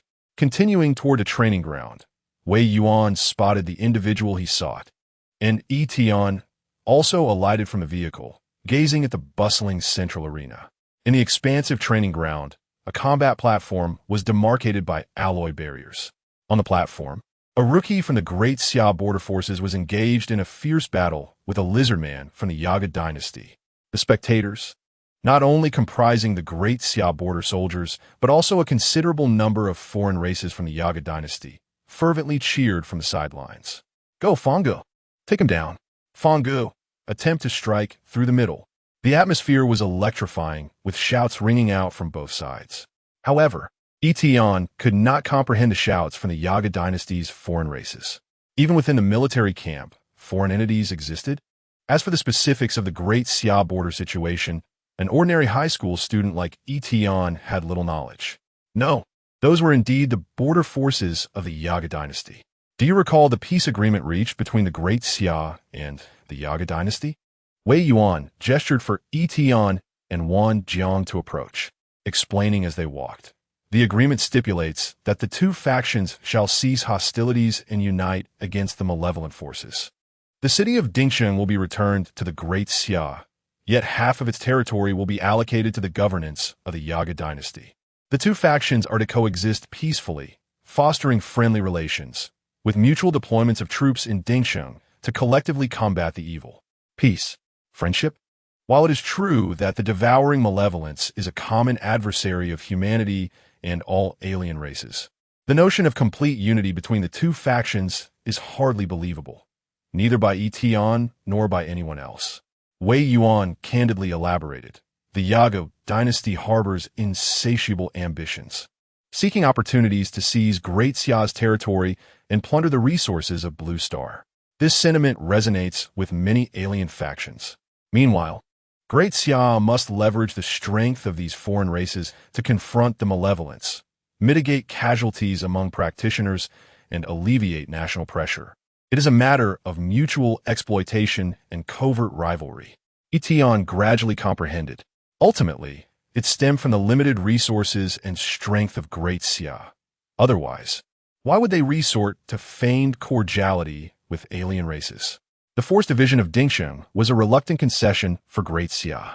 Enlightened, Yi Tian recognized that the border forces of both factions being stationed within the same city would inevitably lead to friction and clandestine competition.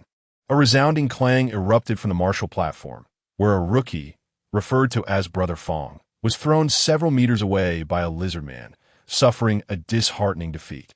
Damn, this wretched lizard man is as foul and unyielding as a lump of dung. The new recruits, filled with dismay, wondered if they could ever claim victory.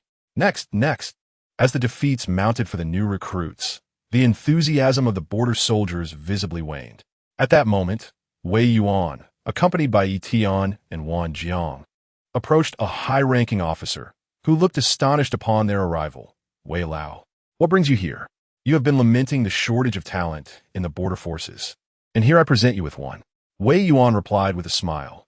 Wang Jiang, you shall remain in the Vanguard Corps from now on. Yes. Wang Jiang gazed at the border camp with aspirations, his heart brimming with excitement. After 3 years of arduous pursuit, his dream was finally within reach. Greetings, Commander. The eyes of the Vanguard Corps commander sparkled. To be recognized as a talent by Wei Yuan was indeed exceptional. Excellent. We are currently in the midst of a martial competition against the new recruits of the Yaga dynasty. On the martial platform, all participants are level-locked at 1, purely assessing practical combat skills and the application of innate abilities. Victory is claimed after 5 consecutive wins. Do you dare to step up and try? Wang Jiang, having observed the platform for a considerable time, could hardly contain his eagerness. Why would I hesitate? Commander, I shall go. Yi Tian nodded, pondering whether this martial competition for the new recruits could be deemed an honor. Upon hearing Wang Jiang's words, the Vanguard Corps commander cast a dubious glance at Yi Tian. Boss, Wei Yuan chuckled beside them, clarifying and introducing. I am merely responsible for bringing Wang Jiang to the camp. This talented individual was discovered by Yi Tian. It would not be an exaggeration to say he is among his cadre. Classmate. The Vanguard Corps commander was momentarily taken aback. He was unaware of Yi Tian's status, but it seemed rather absurd to have a student recommend talent for the military. In an instant, his optimism towards Wang Jiang transformed into anger, furrowing his brow as he exclaimed, "Old Wei this." Before he could finish, an uproar of fervent cheers erupted from the arena. On the stage, the lizardman's claws sliced through the air, only to be deftly evaded by Wang Jiang with a swift sidestep. A powerful strike landed on its knee joint, and, as the lizardman lost its balance, Wang Jiang unleashed a ferocious blow. Breaking Army, a highly destructive single-target skill, channeling the power to shatter tendons and bones into weapons or fists and feet, inflicting tremendous damage that disregards defenses while instilling fear in surrounding foes. This legendary skill wrought exaggerated devastation with a thunderous crash. Akin to a boulder striking a bird in flight, the lizard man was driven into the ground by Wang Jiang's punch, failing to rise for an extended period. The skirmish concluded in merely 2 seconds. What an elegant display. Where did this new recruit come from? Whose vassal is this, exhibiting such valor? This time, without needing to comprehend the language of the other races, Yi Tian understood that the spectators below were likely cursing. The commander of the Vanguard Brigade had his eyes wide open like saucers, frequently facing other races. He was well aware that the creatures from the Yaga dynasty possessed a diluted draconic lineage, endowing them with a naturally robust physique that far surpassed that of humans. Yet, at this moment, Wang Jiang had effortlessly dispatched one. With a wealth of battlefield experience, he observed the graceful sidestep, the knee kick, culminating in that final heavy punch. Undoubtedly, this was a talent with formidable combat skills and professional prowess. What a fortunate discovery. The Vanguard commander's expression shifted from fury to delight, even tinged with a hint of flattery as he remarked, "Ah, Yi Tian, do you have any other talents under your command? Do send a few more to our Vanguard Brigade. You see, we're not only defending against demons, but also have to guard against other races. Times are tough." Yi Tian. The martial arts competition required 5 consecutive matches, yet after witnessing the first bout, Wei Yuan and Yi Tian departed. With the stats of a legendary profession coupled with Wang Jiang's combat experience, Yi Tian held great confidence in him. Moreover, the other races dispatched to the border military were limited in both lineage and skill. It was the royal dragon-blooded individuals of the Yaga dynasty who truly warranted caution. As night deepened, the clock struck 12, signaling a refresh of the management log. Once again, it was Wei Yuan driving Yi Tian home. During this journey, Wei Yuan seemed intent on enlightening Yi Tian about more matters concerning the other races' conflicts. Today's border military martial arts competition was, in fact, a microcosm of the strategic contest between the Great Xia and the Yaga dynasty. As he drove, he spoke. The peace agreement includes a second clause, survival of the fittest. Every 5 years, the two races engage in a grand competition for new talents. The contest consists of 5 one-on-one duels and 1 team battle in a secret realm. The outcome holds significant implications for the ownership of the resource-rich secret realms in Huadong for the next 5 years, and even territorial control. Upon hearing this, Yi Tian was taken aback. So, if we emerge victorious, we could reclaim the other half of Dingqing's territory. Not only that, but theoretically, one could even acquire dominion over the native world of the Aegle Empire. Wei Yuan sighed with a wry smile. Unfortunately, we have never triumphed.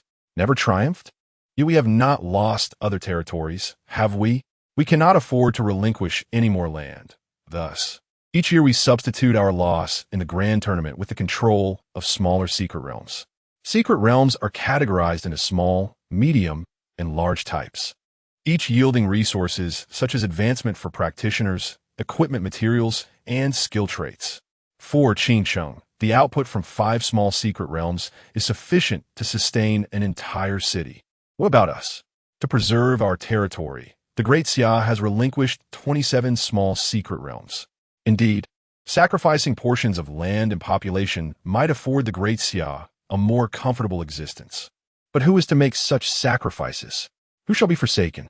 These are all subjects of the Great Xia. 17 small secret realms signify that continued losses could very well undermine the foundation of the Great Xia. Yi Tian was quite curious. Is the Aegle Empire truly that formidable? The Great Xia boasts merely 2 centuries of extraordinary history, while the Aegle Empire has thrived for at least several millennia, steeped in profound heritage. Moreover, the lineage of the Aegle dragons determines their prowess, with royal kin often marrying within the family, and it is not uncommon for fathers to sire children with daughters or grandfathers with granddaughters. This practice has fortified the bloodline of each generation of royalty. For humanity to strengthen, it requires years of toil and sweat, honing skills, accumulating attributes, and relying on luck during the promotion ceremony. In contrast, the Aegle dragon's method of inbreeding appears remarkably simpler. It is indeed challenging not to fall short. Wei Yuan expressed a sense of relief. Thankfully, you have emerged this year, bringing a glimmer of hope to Huadong. Otherwise, we might have had to contend with the Aegle Empire's national fortune once more. Yet Yi Tian sought more than just a glimmer of hope. His ambitions were bolder. I wonder, if we were to triumph in the racial tournament against the Aegle royalty, what sort of rewards might we reap? If we were to subsequently drive back or counterattack the Aegle Empire, the honor and spoils. The car returned to Qingcheng, stopping beneath a building marked Xingshan apartment. This was the new residence Wei Yuan had arranged for Yi Tian, with a living environment and security measures significantly superior to his previous abode. By the way, take this. Wei Yuan handed Yi Tian several spherical objects. Barrier sphere, epic item. Upon use, it unfolds a 5/5/5 M-shielded barrier, isolating external entry and probing methods. If you awaken again, you could deploy the barrier to obscure the awakening light beam. Should alien races, extremist organizations, or hostile nations discover a high-quality practitioner awakening, unnecessary dangers may arise. Yi Tian gladly accepted, well aware from his previous life's education of the wisdom in keeping a low profile. A hint of a smile graced Wei Yuan's cultured face. I hope the racial tournament in half a month brings a surprise to the alien races. The two exchanged knowing glances, both revealing a tacit smile. Chapter 10, Management Log. Advanced Task. Apartment 502, Qingshan. Despite its designation as an apartment, the interior exudes an air of grandeur. The residence assigned to Yi Tian by Wei Yuan boasts over 100 square meters of spaciousness, complete with a balcony. Within the rooms, there exists a one-button activation for a defensive barrier and an emergency support call button, both specially crafted by the state. Furthermore, Wei Yuan resides nearby, providing an immense sense of security. As for Yi Tian's previous dwelling, there was little worth longing for.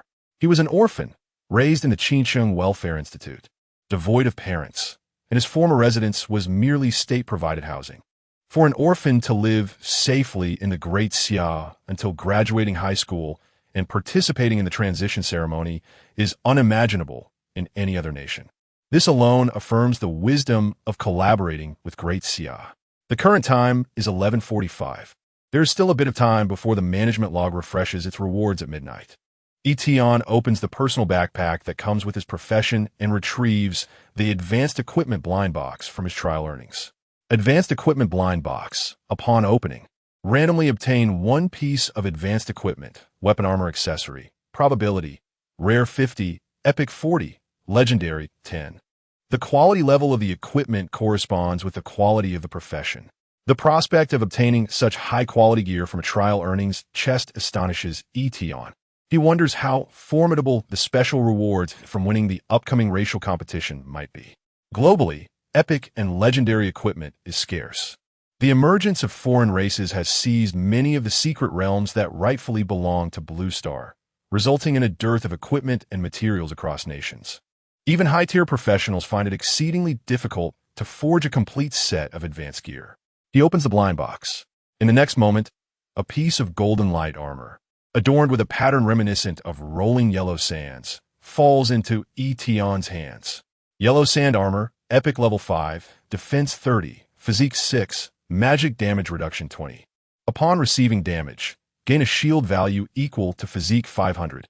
For most professionals, epic grade armor is already top-tier equipment. Yi Tian immediately dons it. Even with protection from others, personal defensive gear is indispensable.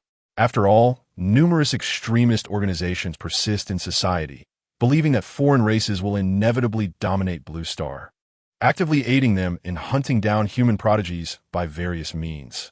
The number of such traitorous organizations is not insignificant, as many foreign races boast a history of thousands of years, with numerous factions and formidable strength, some even rumored to possess divine beings.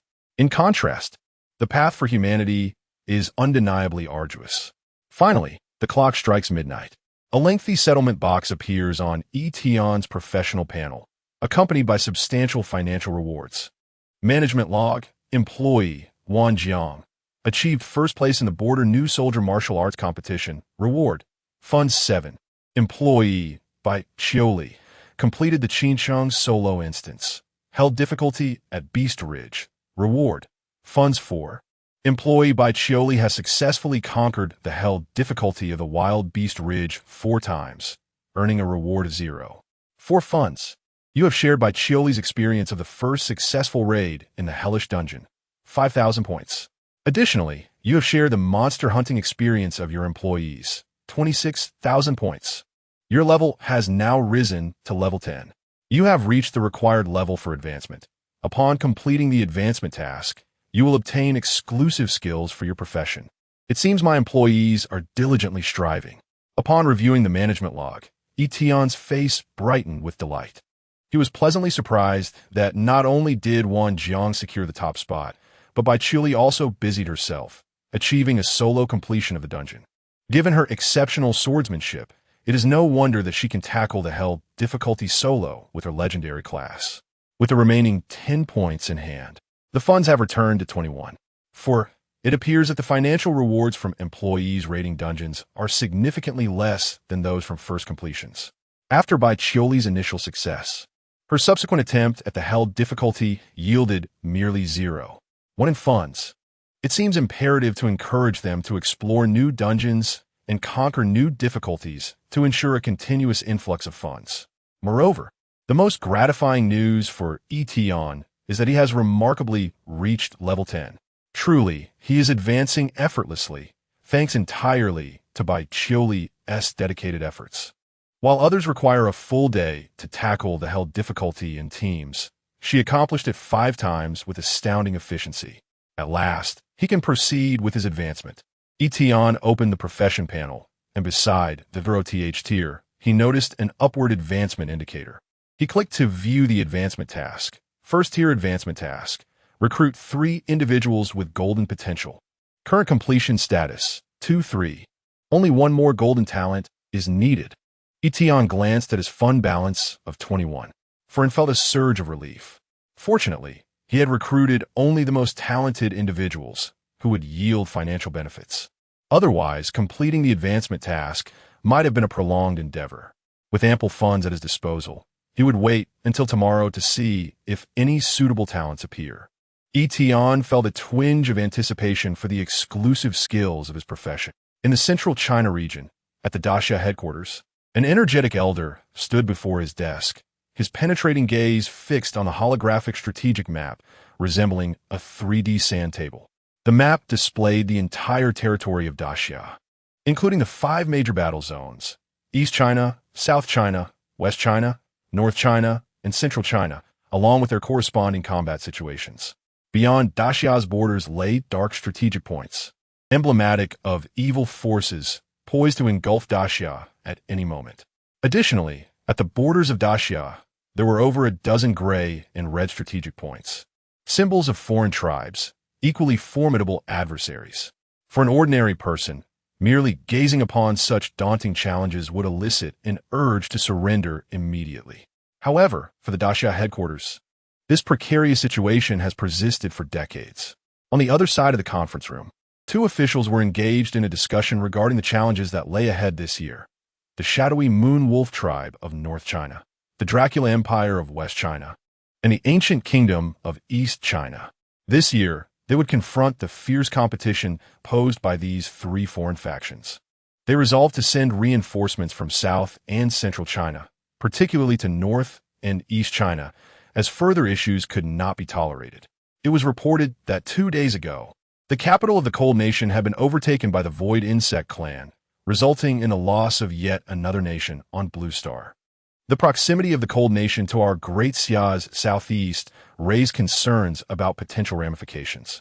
The officials, growing increasingly helpless, continued their discourse. At that moment, the elderly man seated at the desk suddenly interjected, "There is no need to concern ourselves with East China this year." Upon hearing this, the others in the conference room were taken aback. "No, we won't address it? East China? Are we truly abandoning East China?" The elder glanced at several messages received on his satellite phone, a flicker of anticipation stirring within him. It was Wei Yuan who asserted that they might possess the capacity to resolve their own issues this year. Let us redirect the support from Central and South China to other regions. Instantly, the somber atmosphere shifted to one of joy and astonishment. East China's ancient kingdom, a formidable contender among the foreign tribes, and yet Wei Yuan exhibited such confidence? Perhaps we should trust him.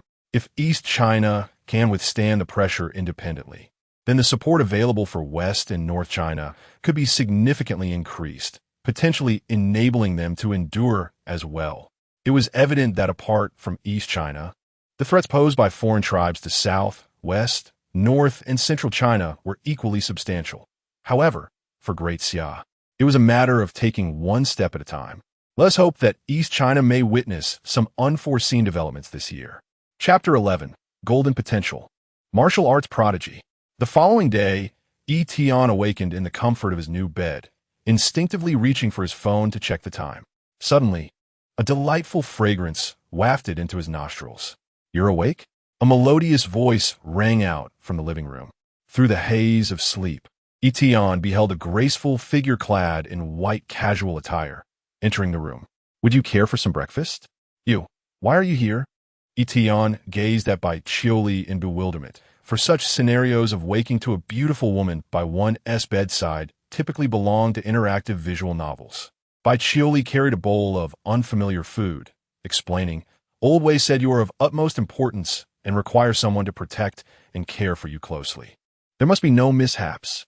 I promise to guard you, so here I am." Yi Tian fell into contemplation, pondering the irony of who was truly safeguarding whom. However, given that this arrangement was made by Wei Yuan, he presumed that Wei Yuan would take full responsibility. Feeling a twinge of hunger, he glanced expectantly at the food Bai Qiuli had brought, only to hesitate as he remarked, "Is this fodder?" "It's salad," Bai Qiuli asserted with conviction. "It's nutritionally balanced, meeting the daily requirements of a professional." Yi Tian's expression darkened as he wrestled with the dilemma between consuming pure greens and wasting food. Old Wei mentioned that today a team of professionals has been arranged for you, specifically to aid in your leveling up, striving for your early advancement in your career. Not only Bai Qiuli, but even Wei Yuan believed that Yi Tian should possess some kind of auxiliary profession, implying that his personal advancement would be slow. After all, being able to facilitate others' class transitions was already impressive. Surely, his own combat prowess could not be exceedingly formidable? Power leveling? Yi Tian shook his head. "There's no need for that. I'm already at level 10. Already?" Bai Qiuli's eyes widened in astonishment. "I completed 5 hell-level dungeons yesterday and just reached level 10. Indeed, it's thanks to you." Yi Tian silently expressed his gratitude before clearing his throat and inquiring, "By the way, what is your first-tier advancement task?" The advancement tasks varied across professions, with higher quality professions presenting greater challenges. "My task is to clear a dungeon that no one has conquered before, truly befitting a legendary profession." The difficulty of her task was indeed formidable. For 2 centuries, The Great Xia had entered an extraordinary era, where each new dungeon offered immense rewards to professionals, prompting guilds and teams of professionals to eagerly take on the challenges. A dungeon remaining unconquered could only signify one thing. It was exceedingly difficult. Nevertheless, Chili remained spirited, and Yi Tian, too, felt a surge of anticipation. The first completion of a dungeon would undoubtedly yield substantial financial gains. Why don't we find a team and see if there's a suitable dungeon we can conquer? At Qingsha No. 2 Middle School, the entire campus was now imbued with an atmosphere of determination, and for good reason. The college entrance examination was merely 6 days away. For most students, this examination dictated the quality of their university education, shaping their futures, and was a significant event in their lives. In a fleeting moment, the low-level dungeons at Qingsha No. 2 High School were fully booked by students eager to level up. Those from affluent families often sought professional boosters for their children. Meanwhile, at the school gate, a trio consisting of 2 young men and a woman repeatedly declined one offer after another. Brother, other teams have completed several rounds of dungeons already. Why hasn't our employer arrived yet? One of the young men leaned against the wall, expressing his frustration. We've even made to wait for so long. Even if the king himself were to come today, he'd have to pay extra. The older youth, appearing to be the leader of the trio, admonished him sternly. Jiangche, you need to behave. Our current employer is of great importance. Haven't we already signed a non-disclosure agreement? If we successfully complete this task, the rewards will be substantial. No more grumbling. Jiangche muttered under his breath. They should still pay us more. At that moment, Yi Tian and Chili approached. All along the way, Yi Tian had been on the lookout for suitable talent. But the need to examine resumes one by one slowed his pace considerably. After all, he was just one golden potential away from leveling up, and his impatience was palpable. Upon seeing Yi Tian, the older youth's eyes brightened. You must be Mr. Yi, greetings. We are the booster team from Xingho Martial Arts School. My name is Jiang Xing, a level 25 epic dual gun ranger. Yi Tian stepped forward eagerly to shake his hand. Realizing that this was the team Wei Yuan had arranged to assist him in leveling up, but he found himself not in need of their services. Instinctively checking the resume, he was surprised to discover that Jiang Xing possessed purple potential, an epic class profession, purple potential, and yet he had only reached level 25 after 2 years of class advancement. When Yi Tian inquired about this discrepancy, Jiang Xing offered a slightly resigned smile. My abilities are limited. Reaching higher tiers is challenging, so I've chosen to earn some money as a booster instead. Due to the restrictions on teaming for professions above level 1, many boosters opted to halt their advancement, keeping their levels below 25 to assist newcomers in leveling up. Jiang Xing then introduced the others. This is my sister, Jiang Han, a level 25 sword and shield warrior. The petite Jiang Han nodded in acknowledgement towards Yi Tian. Although Yi Tian did not require their assistance, he recognized the potential prowess of the trio, considering they might be suitable for exploring new dungeons alongside Chili. Finally, Jiang Xing gestured towards the last young man. This is my brother, get up. Jiang Che, a level 25 elven priest. He playfully kicked the seated Jiang Che to his feet, standing at approximately 178 meters. Jiang Che appeared somewhat undernourished from his childhood, possessing a slender physique and fair skin, with a youthful appearance that belied his evident martial arts foundation.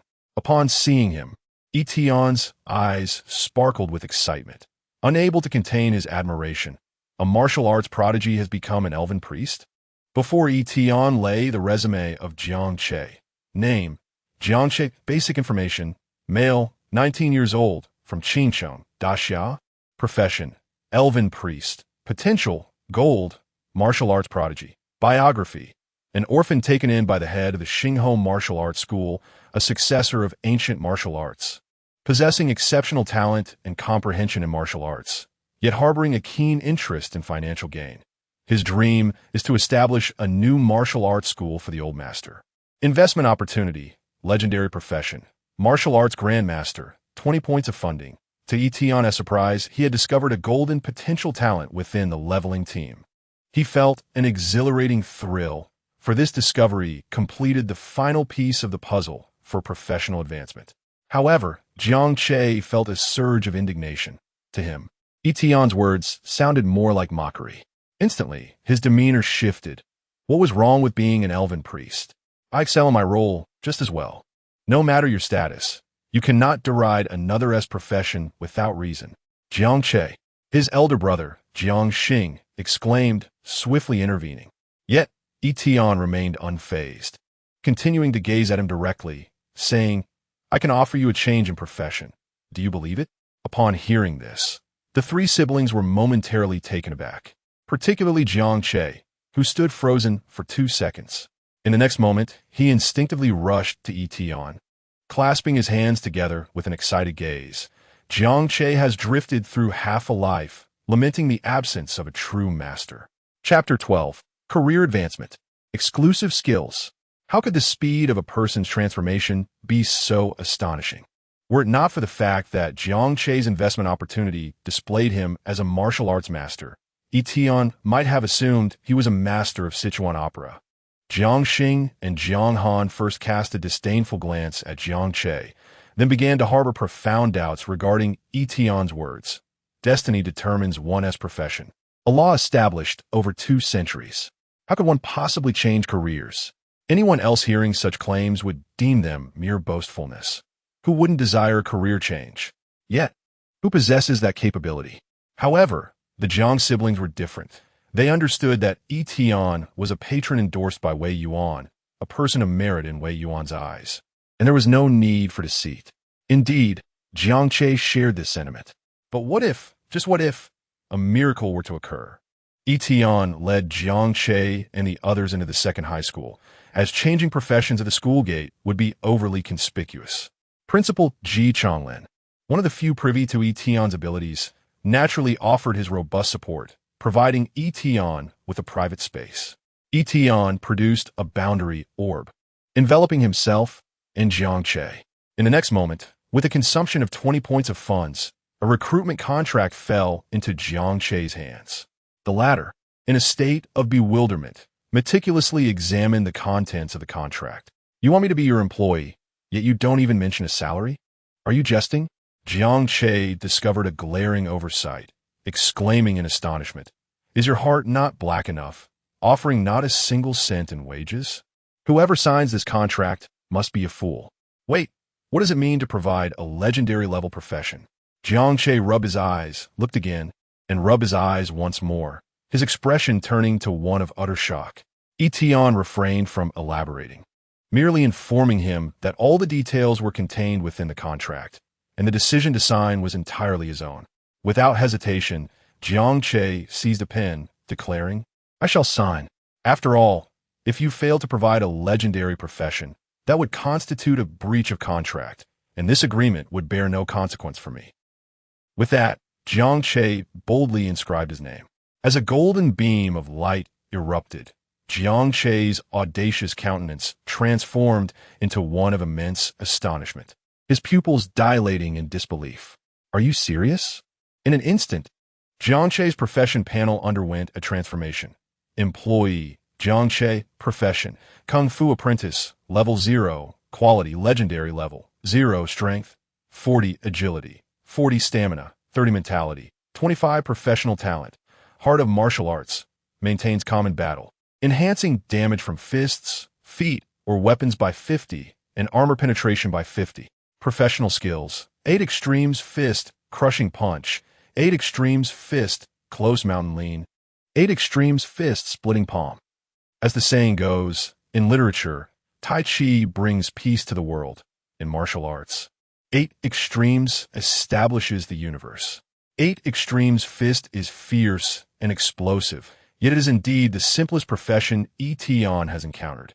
The entire set comprises 7 skills, all derived from the 8 extremes fist techniques.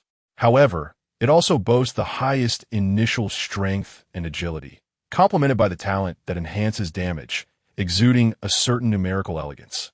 Subsequently, a prompt resounded, confirming that the career advancement had finally been achieved. You have successfully recruited employee Jiang Che, gaining attributes, strength 40, agility 40, stamina 30, mentality 25.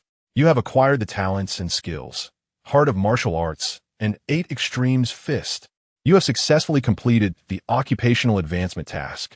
Your professional rank has risen from level 0 to level 1. Henceforth, all employees you recruit will commence with an initial professional rank of level 1. The occupational skill, Resume Review, has been upgraded. You have obtained the exclusive professional skill for boss meeting. Although the effect of the Heart of Martial Arts was formidable, its limited skill set was a notable flaw. Now, with the shared benefits of Yi Tian, the available skills have multiplied significantly. This enhancement proves to be even more potent for Yi Tian. Furthermore, newly recruited talents awakening their professions will no longer start at level 0, but rather at level 1, seemingly aligning with the professional rank of the boss. Subsequently, he examined the details of the resume upgrade. Resume Review upgrade automatically detects talents with golden potential or higher in the vicinity. Upon witnessing this capability, Yi Tian felt an immense sense of relief. Otherwise, each time he sought a talent, he would have to painstakingly review each individual's resume, which was quite exhausting. Now, with the upgrade, as long as there are individuals with golden potential nearby, Yi Tian will be automatically notified. Lastly, to his utter astonishment, he discovered that convening a meeting was, in fact, also a skill. Meeting, ignoring distance limitations, summon all employees to a special space to conduct a meeting. There are 2 types of meetings: strategic meeting and tactical meeting. Strategic meeting. After its conclusion, all participants receive a 40 increase in experience, lasting for 3 hours. If employee benefits is utilized, the experience increase rises to 120. Tactical meeting. Upon conclusion, all participants enjoy a 30 boost in their 4-dimensional attributes, lasting for 3 hours. If employee benefits is employed, the attribute increase escalates to 80. Employee benefits. Allocating funds to distribute special rewards to all employees. The 2 modes of meetings resemble a collective buff of sorts. Nevertheless, the effects are remarkably substantial. Akin to a legendary level passive skill, it seems prudent to test the results prior to leveling up or embarking on a new dungeon expedition. At this moment, having just perused the new skills, Jiang Che finally began to recover from his prolonged astonishment. A tinge of bitterness filled Jiang Che's heart. As the youngest among his siblings, he had always been cared for by his elder brother and sister, especially after his transition to an elven priest, where he felt like a burden. However, everything had finally changed. Eagerly, Jiang Che threw a couple of punches into the air, the force of his strikes swirling around him. This is the true profession for a man. An elven priest is simply beneath consideration. With that, he turned to Yi Tian, filled with excitement. Boss, what is it that I need to do now? He understood that these changes were all brought about by Yi Tian, who had granted him newfound hope. Yi Tian, well aware that each talent with golden potential has a unique path to tread, recognized that imposing rigid directives upon them would be less effective than allowing them the freedom to excel. Thus, he refrained from assigning Jiang Che any specific tasks, merely informing him that when he had matters to attend to, he must follow directives. At this point, Yi Tian had intended to invite him to explore a new dungeon together, but suddenly felt a strong inclination to test the effects of meeting. Regardless, the buff lasts a full 3 hours, sufficient to sustain until the forthcoming expedition into the new dungeon. With this thought in mind, Yi Tian promptly activated his skill, Conference. In that instant, his form became ethereal, and the surrounding scenery morphed like a holographic image, as if he had transcended into another dimension. Before him lay a unique virtual space, resembling a celestial expanse, enveloped in a soft interplay of light and shadow, unmistakably resembling a conference room. At the center stood a crystal-long table, with Yi Tian seated in a commanding chair, the high back reminiscent of a throne, exuding an air of authority as if surveying the vast cosmos. Simultaneously, an intangible will enveloped the atmosphere. Boss, where is everyone? Jiang Duque inquired, witnessing Yi Tian's sudden disappearance. In the next moment, a conference invitation prompt appeared before him, and he clicked to accept. Outside, Jiang Xing and Jiang Han wore expressions of anxious anticipation, uncertain whether the profession change would be successful. Bai Qiuli, standing beside them, maintained a calm demeanor until she received the conference invitation. A flicker of intrigue ignited within her, and she promptly vanished from sight. "Hey, where did she go? Has she gone invisible?" Jiang Han exclaimed, scratching his head in bewilderment. In the city of Dingsheng, at the border defense zone, the vanguard team was about to commence a practical drill. At this moment, a prompt appeared before Wan Jiang. "Boss invites you to join the conference. If there are no significant events, please click to accept or silently affirm your participation." "Is the boss looking for me?"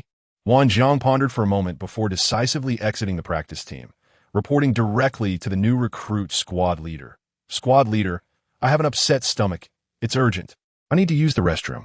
Given that Wan Jiang had recently led the team to victory against alien forces 5 times in a row and secured first place in the new recruit martial arts competition, the officers of the vanguard team were quite lenient. "The drill will start shortly. You may go." "Yes."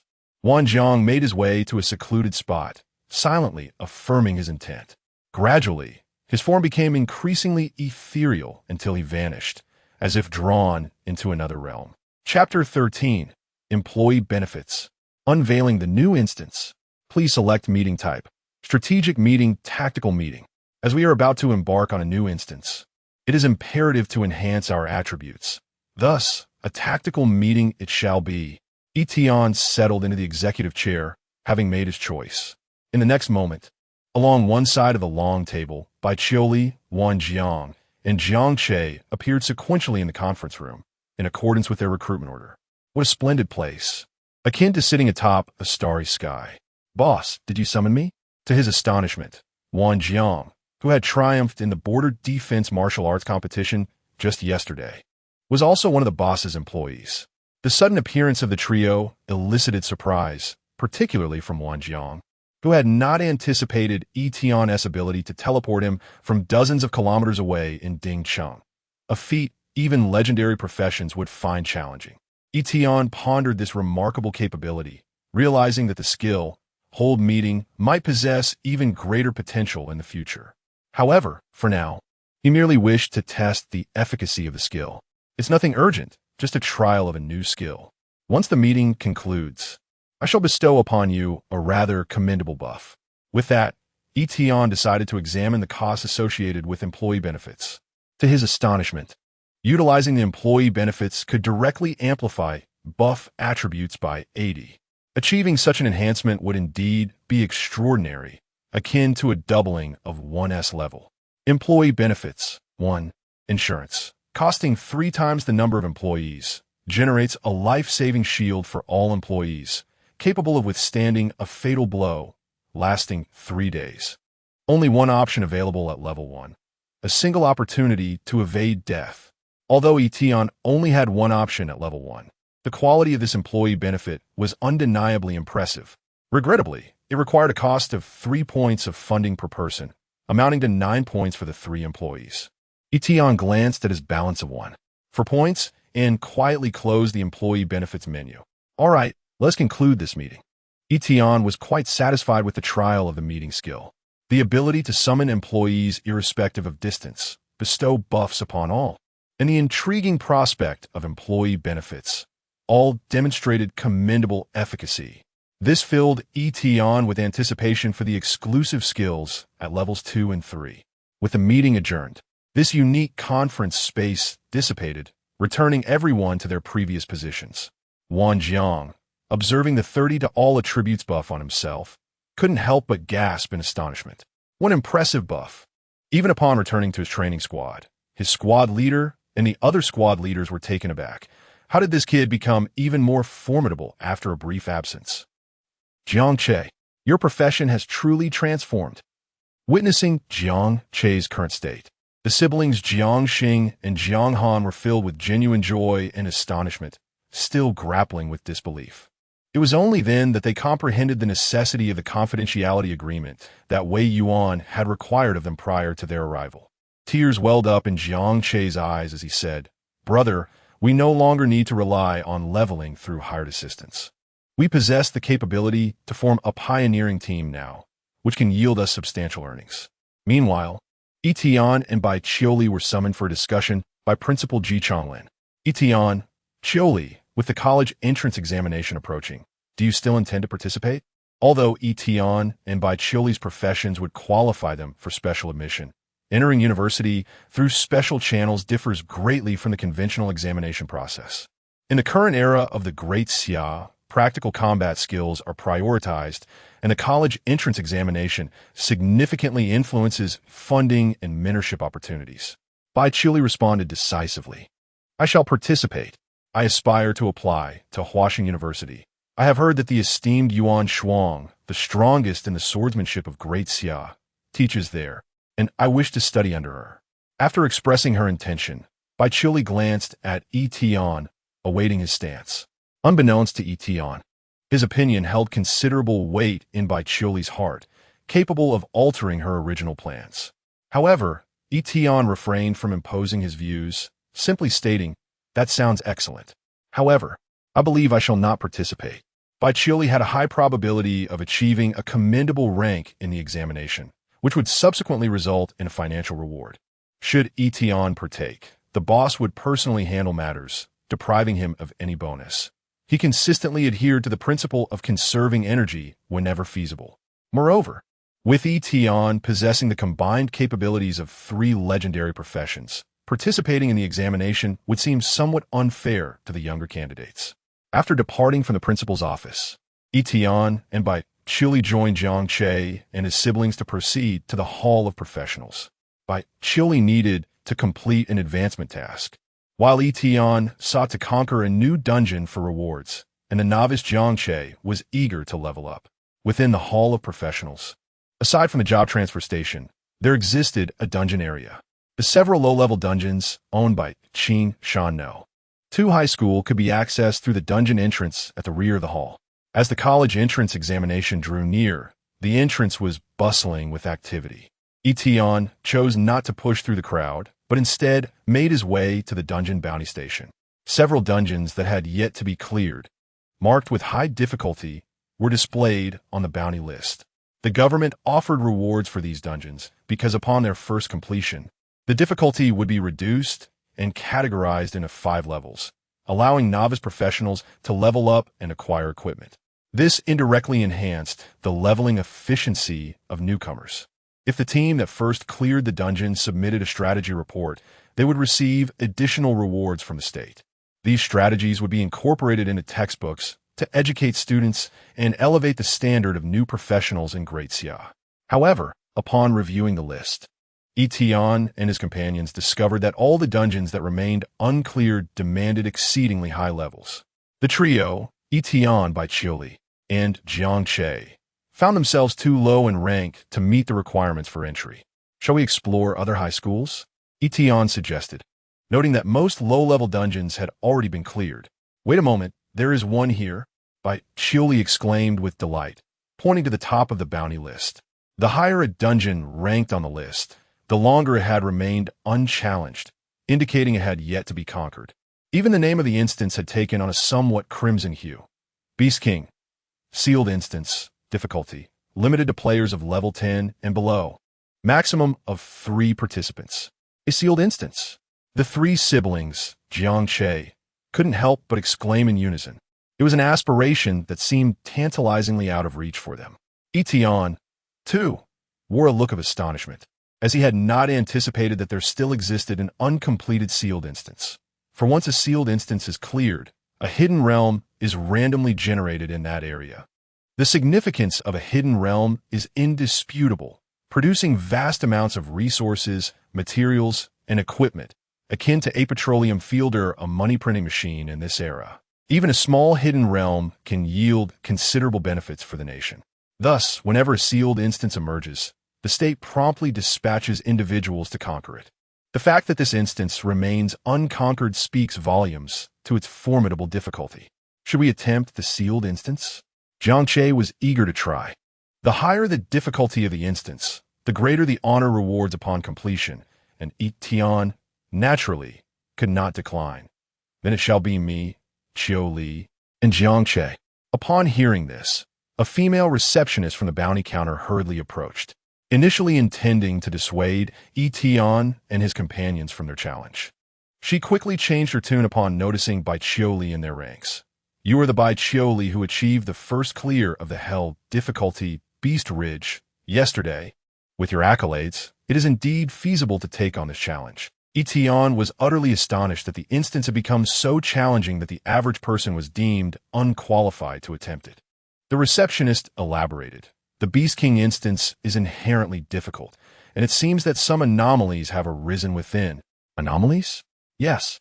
It could be a mutation or corruption of the instance boss, or perhaps the emergence of other unknown entities. The reasons remain a mystery to all. Hearing the receptionist's warning, Yi Tian became even more exhilarated. Possessing the abilities and attributes of 3 legendary professions, alongside 2 legendary class companions, and bolstered by the attributes gained from meeting, their lineup was nothing short of magnificent. As the saying goes, the source of all fear stems from insufficient power. Ultimately, the receptionist provided each of the trio with an instance escape talisman, cautioning them to depart promptly should any danger arise. Meanwhile, the onlookers by the entrance of the instance were taken aback to witness Yi Tian and his companions daring to challenge the sealed instance. Truly courageous. This sealed instance has remained unconquered for over a decade.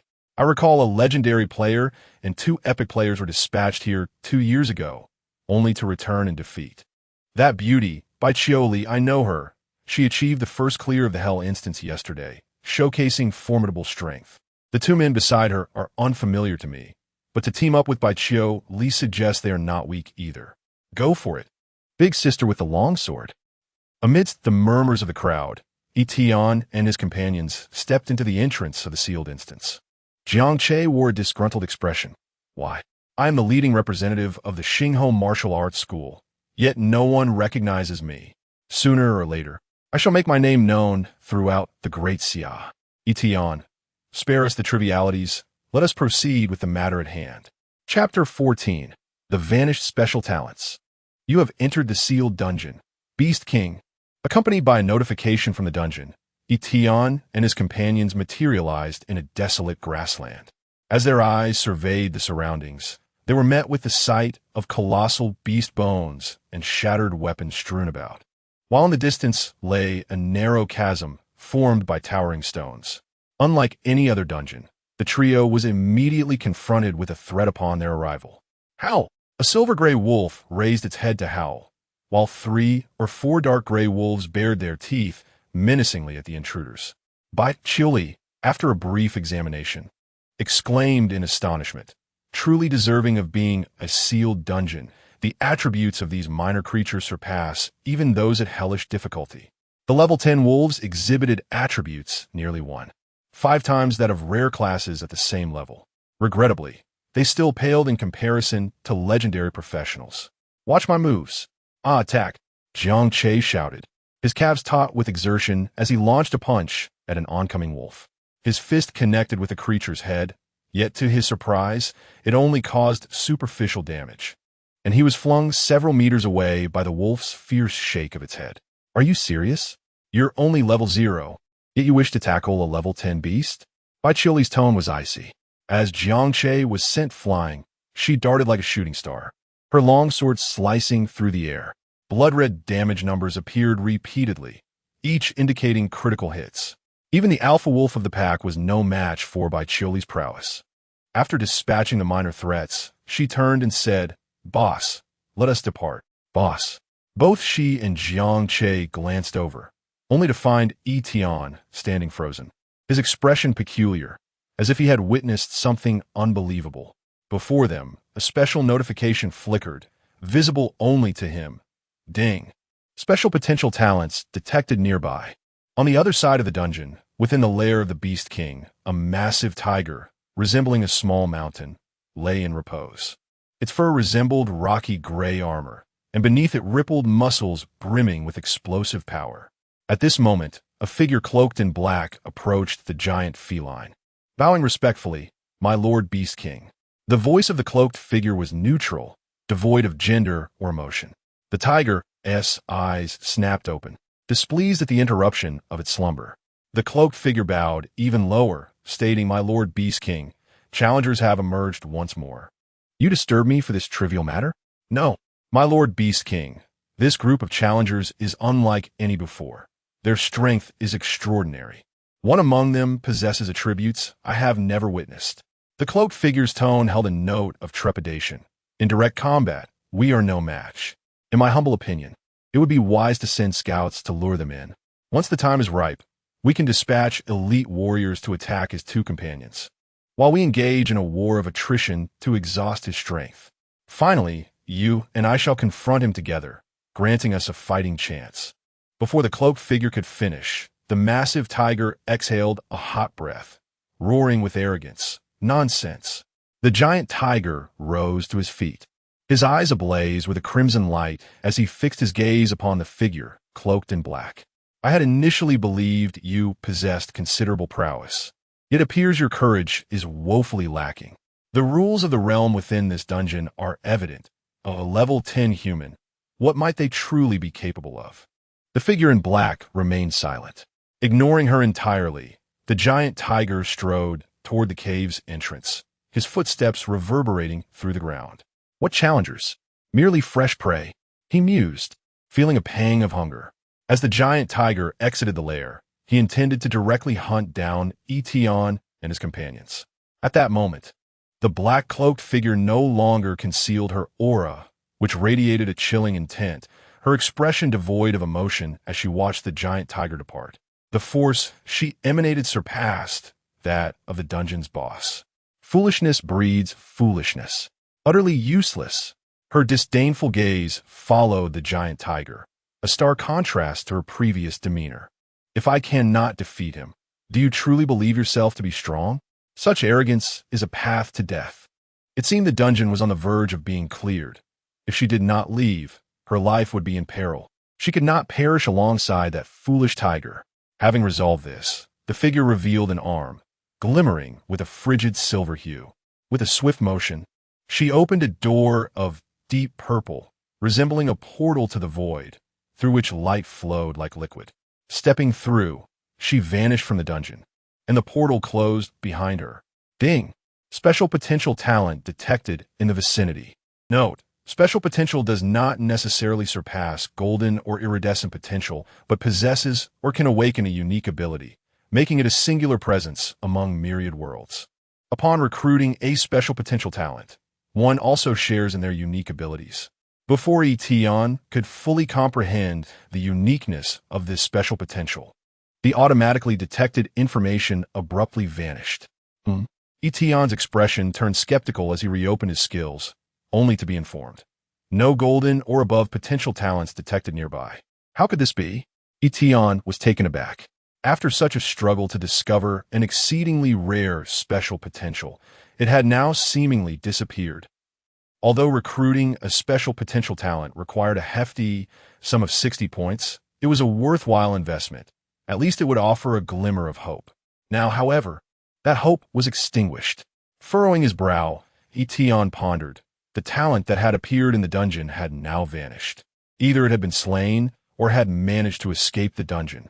Determined, Yi Tian urged by Chioli and Jiang Che, "Quickly, let's expedite our progress through the dungeon." He then began a meticulous search for any hidden chambers or special passages leading to other areas within the dungeon. Yi Tian had not intended to take matters into his own hands, but the desire to locate the vanished special potential talent compelled him to act. "Search thoroughly," Yi Tian commanded. Unleashing his full strength, the elite monsters encountered along the way fell like mere chickens before a storm. Even the formidable Bai Chioli must strike at a precise weakness to vanquish a foe, yet Yi Tian effortlessly dispatches them with a mere punch, showcasing his numerical prowess. Jiang Che, standing nearby, watches in astonishment. Could it be that the boss possesses the combat prowess of a legendary class? Just as the dungeon progresses to its midpoint, the ground begins to tremble. Before Yi Tian and his companions appears a fearsome giant tiger, its size akin to a moving mountain, accompanied by a deep, resounding roar. A boss. How could the dungeon's boss manifest here? Beast King, level 18 epic boss. Upon seeing the information regarding the giant tiger, both Bai Chioli and Jiang Che could not help but express a measure of trepidation. The 18-level epic boss possesses attributes that surpass those of Bai Chioli. a level 10 legendary class, compelling her to approach with utmost caution. At that moment, the giant tiger roared, shaking the heavens, its savage gaze fixed upon Yi Tian and his companions. Ha! Humans, are you already afraid? Yi Tian paid no heed, primarily due to his lack of proficiency in universal beast language, rendering him unable to comprehend the words. Yet, he had no intention of wasting time on an obstruction. If one is not a special talent, do not impede my path. With that, Yi Tian unleashed a straightforward punch, striking it like a cannonball. Enhanced by the martial heart damage bonus, Yi Tian's right fist glowed with a blood-red hue. The fusion of two distinct legendary class abilities erupted with devastating force. The Tiger King's enormous pupils constricted as Yi Tian approached. As the Beast King, it could hardly fathom that a human could unleash such terrifying power. Compared to previous human practitioners, there was no comparison whatsoever. It was akin to a tyrannical elementary school bully suddenly encountering an adult, an insurmountable chasm of disparity.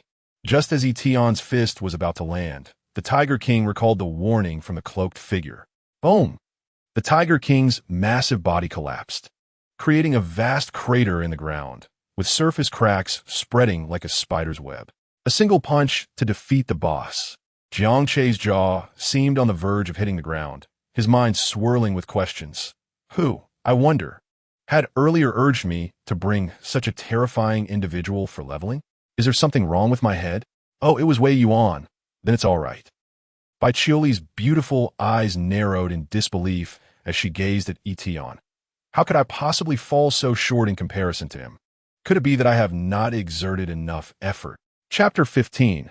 The medium-sized secret realm. After gathering intelligence, do you still wish to depart? Alas, there seems to be nothing of the sort. Boss, there are no hidden chambers, nor any pathways leading to other areas.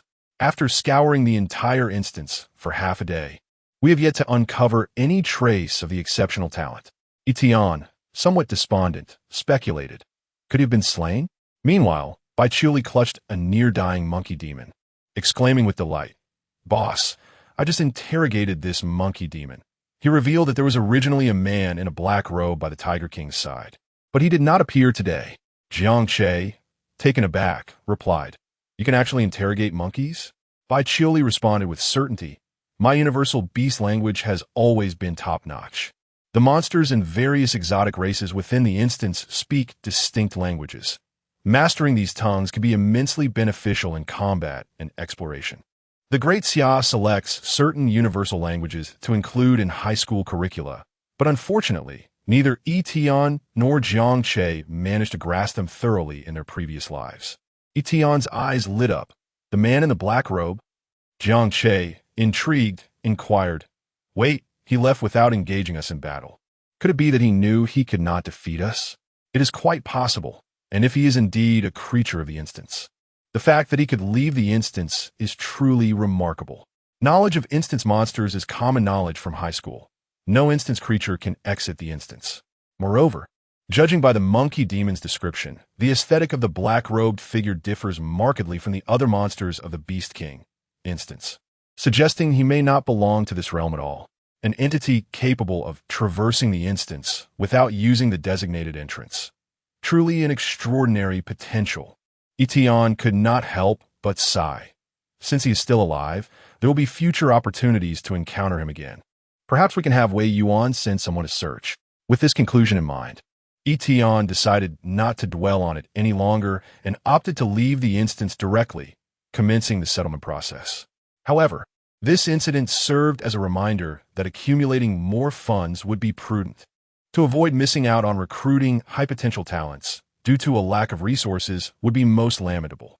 Departing the instance, you have successfully completed the unsealed instance. Beast King, a medium-sized secret realm, will randomly generate in the surrounding area. Staffed by Qiuli and Jiang Che have cleared the unsealed instance. You receive a bonus, funds 15-2. Bai Qiuli has completed her advancement task. Evolving into Cold Moon Sword Master, you share a first-tier exclusive skill, Frozen Severing Slash. Bai Qiuli's level has risen to 12. You share growth attributes, Strength 26, Agility 30, Constitution 20, Spirit 22. Jiangche's level has risen to 8. You share attributes. Strength 96, Agility 96, Constitution 64, Spirit 56. Your level has risen to 14. Secret Realm Unsealed.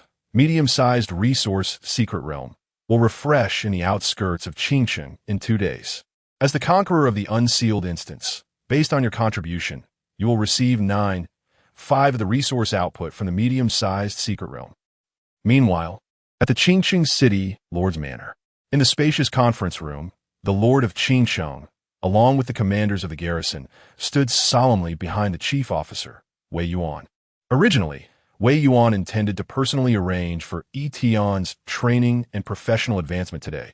However, circumstances took an unforeseen turn.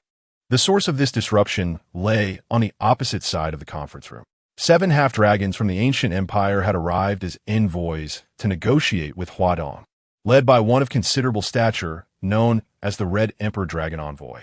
Esteemed Lord Wei Yuan, we need not revisit the rewards and punishments of this year's interclan competition. Should your great Xia face defeat again, it would be prudent to cede both Dingcheng and Qingcheng to our empire, benefiting both parties, the Red Emperor Dragon Envoy declared, his voice hoarse yet brimming with confidence.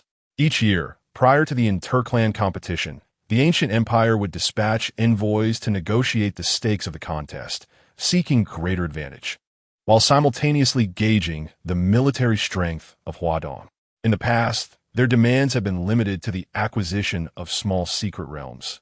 However, this year, they audaciously sought to claim 2 cities from Great Xia. Upon the division of these cities, our clan shall assist Great Xia in defending against malevolent forces, thereby alleviating your military and economic pressures. Wouldn't you agree, Lord Wei Yuan? Such a grandiose scheme to annex Great Xia's territory incited outrage among the officers, including the Lord of Qingcheng and the garrison commander, whose eyes burned with disdain towards the Red Emperor Dragon Envoy. In contrast, Wei Yuan remained unfazed, reclining leisurely in his chair, his tone laced with amusement. If you were to make such lofty demands, should you not have the Red Emperor himself present? The Red Emperor, one of the ruling class of the ancient empire and a paragon of draconic prowess, had once clashed with Wei Yuan in the past, resulting in a stalemate. The Red Emperor Dragon Envoy retorted, somewhat begrudgingly, "You are indeed correct, Lord Wei Yuan. But whether the Red Emperor comes or not will not alter the outcome of the competition. You, in Great Xia, should prepare accordingly." While the envoy harbored some trepidation towards Wei Yuan, he remained confident in the eventual results of the interclan competition, his gaze laced with mockery. After all, no matter how formidable Wei Yuan might be, he was but a single individual. One man could not alter the fate of an entire race. Just then, both Wei Yuan and the Dragon Envoy received word. The sealed secret realm in Qingcheng had been breached. A medium-sized secret realm was to emerge in Qingcheng. Both Wei Yuan and the Red Emperor Dragon Envoy were taken aback. The sealed instance had been a venture Wei Yuan personally oversaw 2 years prior from Central Huazhong. Yet it had met with failure. Who could have accomplished this now? A sudden thought crossed Wei Yuan's mind. Meanwhile, the Red Emperor Dragon Envoy was astonished to learn that a medium-sized secret realm had indeed been spawned. It was well known that the resource yield from a medium-sized secret realm equated to that of 10 small ones, sufficient to sustain 2 or 3 cities. Even for a powerful foreign race like the ancient empire, a medium-sized secret realm was an enticing prospect. Across all of Huadong, there was but a solitary medium-sized secret realm. Congratulations, Lord Wei Yuan. The Red Emperor Dragon Envoy feigned a smile, curiosity piqued. Might we be permitted to pay a visit? Wei Yuan's expression remained composed as he paused for a brief moment, then replied, "Very well." In the Grand Hall of Qingshan No. 2 Middle School, the announcement of the completion of the dungeon brought forth an overwhelming wave of cheers from the crowd. The excitement stemmed not only from Yi Tian and his companions overcoming a challenging puzzle within Qingshan, but also from the emergence of a medium-sized secret realm. Should they succeed in conquering it, the advantages for the practitioners of Qingshan would be manifold. Principal Ji Chonglin, intrigued, arrived at the scene. But upon realizing that the achievers were Yi Tian and Bai Qiuli, he felt a sense of inevitability. After all, Two prodigies from Qingshan no. Two might well aspire to secure the top spot in the Eastern China College entrance examination. No, I was thinking too small. It seems there is hope for triumph in this year's intertribal competition as well. Amidst the astonishment and cheers, Yi Tian and his companions emerged from the dungeon. Jiangche initially wanted to stand tall to embrace the accolades, but the thought of having done nothing during the dungeon, merely coasting along as a legendary practitioner, left him feeling despondent. It seems I must strengthen myself soon. I cannot afford to fall behind my boss. No, I should at least not lag behind by Qiuli. After reuniting with Jiang Xing and Jiang Han, the receptionist, equally astonished, gasped in disbelief. Unable to fathom that these individuals actually achieved such a feat, she quickly interjected, "Wait, I need to register your information for the subsequent reward distribution." Meanwhile, in the distance outside the hall, Wei Yuan and the Crimson Emperor's Dragon Envoy did not enter the Grand Hall. With keen eyesight, they spotted Yi Tian and the others from afar. Yi Tian and Bai Qiuli. Indeed, it was them. Wei Yuan mused, although he was unsure of Yi Tian's combat capabilities. He had always felt a sense of miracles unfolding whenever Yi Tian was involved. Jiangche's profession had also changed from before, likely influenced by Yi Tian. It is exceedingly rare for detection skills to uncover the abilities of legendary professions. Yet discerning a person's professional changes and qualities through high mental acuity is certainly feasible.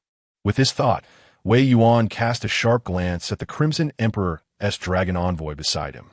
The envoy, still immersed in his realization, pondered, a medium-sized secret realm. Indeed, it is generating. Wait, legendary level. 2 legendary level newcomers. Damn it, how did the great Xia have such fortune this year? Why did none of the scouts discover this? The envoy's expression darkened, yet he felt a flicker of relief. Thankfully, I noticed. These 2 legendary newcomers might pose a threat to the Yaga dynasty in the upcoming intertribal competition. Moreover, having cleared the dungeon, their practical abilities are evidently formidable. A highly capable individual transitioning to a legendary profession could potentially yield another Wei Yuan for Great Xia's future. This is something the foreign tribes would undoubtedly dread. The Crimson Emperor's Dragon Envoy resolved. Upon returning to the court, I must inform Lord Crimson Emperor to eliminate these 2 legendary newcomers at their inception. As for the third individual who cleared the dungeon, the professional rank is indiscernible. Yi Tian's professional rank remains unknown, and even the data panel cannot reveal it. Others' high mental acuity is of no use. The envoy furrowed his brow and decisively concluded, "Very well, it is best to eliminate them all." In addition, there exists a medium-sized secret realm, which remains unclaimed since its inception. Whoever conquers the realm shall rightfully claim it. My clan certainly has the potential to seize it. However, the immediate priority is to hastily depart and relay the information back, lest we alert Wei Yuan. The Red Emperor Dragon Envoy pondered for a considerable time, preparing to don a fade of feigned cordiality to steady Wei Yuan. Yet, in the next moment, Wei Yuan swiftly gestured, starry net of the heavens. Brilliant chains of starlight surged from all directions, ensnaring the Red Emperor Dragon Envoy and the other 6 foreign beings completely. The swiftness of the assault left the Red Emperor Dragon Envoy utterly unprepared. Wei Yuan, you are not honorable. The grip of the starry net tightened inexorably, rendering the Red Emperor Dragon Envoy increasingly speechless, unable to convey any messages, while their strength waned until they succumbed to unconsciousness. Seclusion, confinement, silence, disarmament, and dizziness. Although the combat prowess of a Star Soul Master may not be the most formidable among legendary professions, their control capabilities are undeniably unparalleled. Wei Yuan cast a dispassionate glance at the 7 captured foreign beings sprawled upon the ground, his eyes glinting with a cold indifference. Did you think you could gather intelligence and simply depart? Such fortune does not come so easily. Chapter 16. The Onslaught of the Demon Tide. The Mysterious Ring Unleashed. Wei Yuan dispatched individuals to take away the 7 locked-up representatives of the Chitty Dragon clan, confining them. Should they eliminate the emissaries, the Yaga dynasty would undoubtedly sense it, and given the current overall level of practitioners in East China, Engaging the Yaga dynasty head-on would prove challenging. It is preferable to seal their powers and confine them indefinitely. As Wei Yuan took action, Yi Tian noticed something amiss. Thus, Wei Yuan signaled him to join, and the two sought a secluded office to converse. Well done. Even I did not anticipate that you would clear the unlocking dungeon. I have arranged for the logistics department to equip you with some gear. Next time you enter a dungeon, do inform me beforehand. It is rather reckless to enter without any equipment. Wei Yuan observed Yi Tian, who possessed scant gear, yet managed to surpass a dungeon that had troubled East China for over a decade, and he could not help but smile wryly. He would rather the dungeon remain unconquered than see Yi Tian come to harm. The latter nodded appreciatively, and then spoke of the figure in a black robe he had encountered in the Beast King dungeon. Yi Tian shared the characteristics of the mysterious figure gleaned from interrogating the monkey demon, and he remained particularly fixated on this uniquely promising talent, despite currently lacking the funds to recruit. Upon hearing this, Wei Yuan furrowed his brow and replied, "A creature capable of leaving the dungeon freely is something I have never witnessed. I shall issue a bounty through the military and the Practitioners Guild. Once it is discovered, I will inform you of its location directly." "Thank you, Elder Wei." The two exchanged a few casual remarks and spoke of Jiang Che, who had recently transitioned to a new profession. Wei Yuan held great expectations for the talent Yi Tian had unearthed. However, Jiang Che intended to team up with Jiang Xing and Jiang Han to form a professional dungeon raiding team, specializing in clearing dungeons and mysterious realms. Opting not to enlist in the military or pursue further education like Wang Jiang, Wei Yuan, like Yi Tian, expressed his non-interference in the matter. "All right, you may return now." Wei Yuan rose, seemingly with matters to attend to. "Try not to leave the city today. The city is under martial law." Martial law? The declaration meant that the city would enter a state of readiness, typically an ominous sign. Wei Yuan nodded, his tone tinged with resignation. "The demon tide has arrived. Since the red meteor fell to Blue Star 2 centuries ago, demonic entities have incessantly invaded various nations. To this day, no one has comprehended the origins of these demons. It is only known that they are frenzied, bloodthirsty, and seek to consume living beings. Notably, these demons exhibit no discrimination between humans and other races. All beings are indiscriminately hostile. Even many other worlds face incursions from these demons. Scholars in the Great Xia have posited that periodically, these demons are drawn by some force, becoming particularly agitated and triggering large-scale demonic assaults, a phenomenon referred to as the demon tide.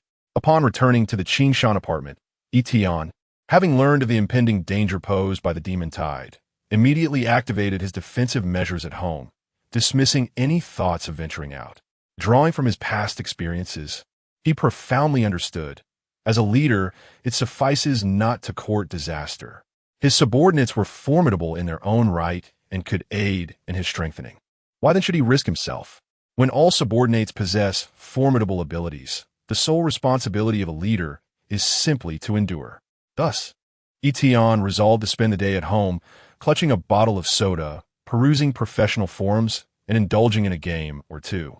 However, before he could immerse himself in leisure, a message from Wang Jiang illuminated his phone. "Wang Jiang, boss, are you there? Wang Jiang, could we have that meeting buff again? Wang Jiang, the demonic tide is approaching, but the squad leader insists that new recruits cannot enter the battlefield unless their attributes reach 150 points. I am just shy of that threshold." As the demonic tide loomed, the first line of defense was the fortified city. The city's defenses were constructed akin to a war fortress, bolstered by the constant presence of border troops, all designed to confront the malevolent forces. Yi Tian never anticipated that Wang Jiang would seek to create conditions to enter the battlefield despite the prohibitions. The enthusiasm of his employees was rather excessive. Nevertheless, as a leader, he could not simply disregard their fervor. Given the imminent threat of the demonic tide, perhaps Wang Jiang could distinguish himself in battle. With this thought, Yi Tian glanced at the skill limitation for meeting, limited to 2 uses within 24 hours. After 2 uses, there will be no attribute enhancement. This indicated that he could hold meetings indefinitely, albeit without benefits after the second use. Fortunately, This was merely the second occasion. Yi Tian promptly utilized the skill, convening a tactical meeting. Meanwhile, in the border defense zone of the fortified city, Wang Jiang emerged from the restroom. Observing the tactical meeting buff bestowed upon him, he beamed with excitement. At last, he could enter the fray. Wang Jiang, class, Dragon's Lance Duelist quality, legendary level, 9 strength, 148-44, agility, 125-38, stamina, 125-38, spirit, 88-26. The values in parentheses indicate buff enhancements. With the meeting buff, his primary combat attributes soared above 150, with strength peaking an astounding 192 points. The attributes of a rare 25-level class were achieved by Wang Jiang at level 9, thanks to the buff. At that moment, numerous border troops were assembling, preparing to march to the front lines. The squad leader of the vanguard approached, and, upon seeing Wang Jiang, urgently commanded, "Wang Jiang, quickly return to the new recruit camp for training. I understand your eagerness to enter battle, but without sufficient strength, it would be tantamount to courting death. Return at once." With a radiant smile, Wang Jiang replied, "Squad leader, my attributes have reached the required level." "What do you mean?" "Huh, goodness. Where did you acquire such impressive attributes?" Wang Jiang displayed his 4 attributes, leaving the squad leader momentarily speechless. "Is this really a level 9? Then, squad leader, to which team should I report?" The squad leader hesitated, his advice caught in his throat, ultimately conceding, "You may join the 5th reserve team." "Yes." Watching Wang Jiang eagerly depart, the squad leader fell into deep contemplation. Shortly thereafter, he approached the commander of the vanguard and solemnly reported the situation. "Commander, have you noticed that every time Wang Jiang emerges from the restroom, he seems to grow stronger?" The vanguard commander pondered for a moment, responding, "It is merely human nature." Dingsheng, as a fortified stronghold along the border, is not only protected by formidable steel walls, but also boasts 2 additional defensive lines located 5 to 6 kilometers beyond its gates. In the event of a minor demon tide, the border guards engage in small-scale skirmishes, employing ambush tactics and harassment to preemptively suppress the demonic surge outside the city. This strategy serves a dual purpose. It conserves the city's defensive equipment while simultaneously training soldiers and enriching their combat experience. During this particular minor demon tide, our 5th squad is tasked with guerrilla operations in the eastern sector, Zone 12, responsible for eliminating the remnants of the malevolent entities behind the main force. "Do not overextend yourselves," cautioned the squad leader to his 5 comrades stationed at the 2nd defensive line outside the city. The operational forces are divided into the main contingent and a reserve unit, the latter primarily responsible for hunting down the low-level demons left behind by the larger troop. Wang Jiang, albeit relegated to the role of a reserve, felt immense satisfaction as he followed the main force. He gripped the rare-grade long spear, imbued with a bluish glow, a weapon specially allocated to him by the commander upon meeting the battlefield prerequisites. Resources within the military are scarce, reflecting the overall scarcity throughout the Great Xia. This rare-grade long spear was a reward bestowed upon him for his victory in the rookie martial arts competition. As the howling winds swept through, the air was thick with the stench of decaying demonic energy. Suddenly, a bolt of lightning cascaded from the heavens, akin to a silver dragon in a frenzied dance, striking the distant swarms of demonic creatures, which were led by high-ranking professionals. At the edge of the battlefield, illuminated by the lightning, the 5th squad leader raised his hand, signaling the discovery of 3 ghost children, low-level demons resembling sickly gray-black children, their bodies marred with cracks, comparable in strength to elite-level warriors. The squad leader gestured a tactical signal, prompting the team to spring into action according to their respective roles. The shield-bearer initiated the attack, drawing the wrath of the 3 ghost children. The first wave of provocation aimed to concentrate their firepower for a swift kill. However, before the others could engage, Wang Jiang timed his move perfectly, leaping into the fray as the spear tip glowed with a sanguine radiance. "Break the army," he cried out, a thunderous impact resounding as he obliterated one of the demons with a single strike. The squad leader was momentarily taken aback by the sheer force of the new recruit's attack. Yet, Unbeknownst to all, as Wan Jiang vanquished the demon, wisps of faint gray-black magical energy emanated from the vanquished foe, flowing into the ring left to him by his father, which suddenly illuminated with an ethereal glow. Chapter 17. The Demon Sealing Tower. 1,000 Junes tempering the body. "Well done, Wanjiang," exclaimed the captain of Team 5, filled with excitement. As Wanjiang's breakthrough soldier vanquished a ghostly child, the remaining two fell into a state of petrified fear, like sheep awaiting slaughter. Consequently, the pace of slaying the malevolent spirits quickened significantly. The team members were exhilarated. Should this efficiency persist, they might find themselves among the top ranks of the various vanguard teams. During each demon tide, the reserve teams of the vanguard would be rewarded and ranked according to the number of demons slain, with higher-ranked teams receiving additional rewards and promotion opportunities. No one anticipated that a new recruit would possess such formidable combat prowess. However, their jubilation was short-lived. In the next moment, a ring on Wanjiang's hand glimmered with an ethereal blue light, enveloping him entirely. Subsequently, Wanjiang vanished from his spot. Where did he go? What was happening? The team was momentarily dumbfounded, glancing about but finding no trace of Wanjiang. He had truly disappeared in a shadowy, dark crimson space. Gray-white stones inscribed with intricate runes adorned the ground, and a dim atmosphere enveloped the surroundings. A faintly glowing path led to a central space resembling a prison cage. "Where am I?" Wanjiang's face reflected confusion. He had been on the battlefield slaying demons just a moment ago, and now he found himself in this peculiar realm. Suddenly, a cold, indifferent voice reverberated in Wanjiang's ears from above. "You have met the unsealing conditions for the first layer of the Demon Sealing Tower. Slay a malevolent level demon, automatically commencing the trial of the first layer of the Demon Sealing Tower." Instinctively, Wanjiang looked up, discovering a faintly visible phantom of a ring floating at the apex of the space. It was identical to the ring on his finger. "Is this the ring left by my father? Wait, could this be more than an ordinary ring?" Combining the recent prompt with his current predicament, Wanjiang surmised a possibility. "Am I inside the ring? Demon Sealing Tower." Wanjiang meticulously recalled the recent prompt, his emotions surging wildly.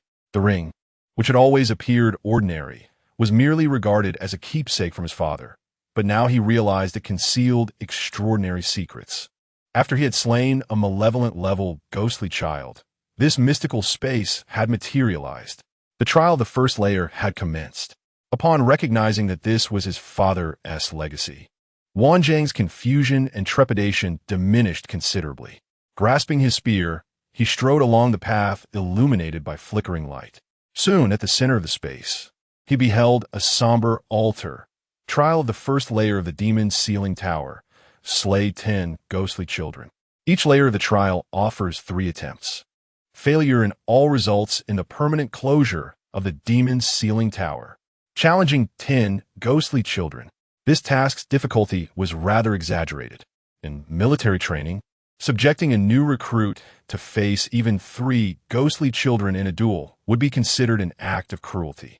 The attacks of the ghost child bestow formidable negative debuffs, slowing, bleeding, and corrosion. Without a shield bearer at the forefront, once ensnared by their strikes, escape becomes exceedingly difficult. Even seasoned veterans approach with trepidation, let alone Wanjiang, who is merely at level 9.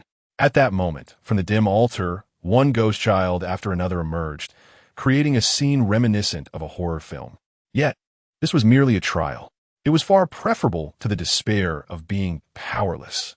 Wanjiang inhaled deeply. In the next instant, with resolute determination, he inflicted wounds upon himself, driving his health below 40.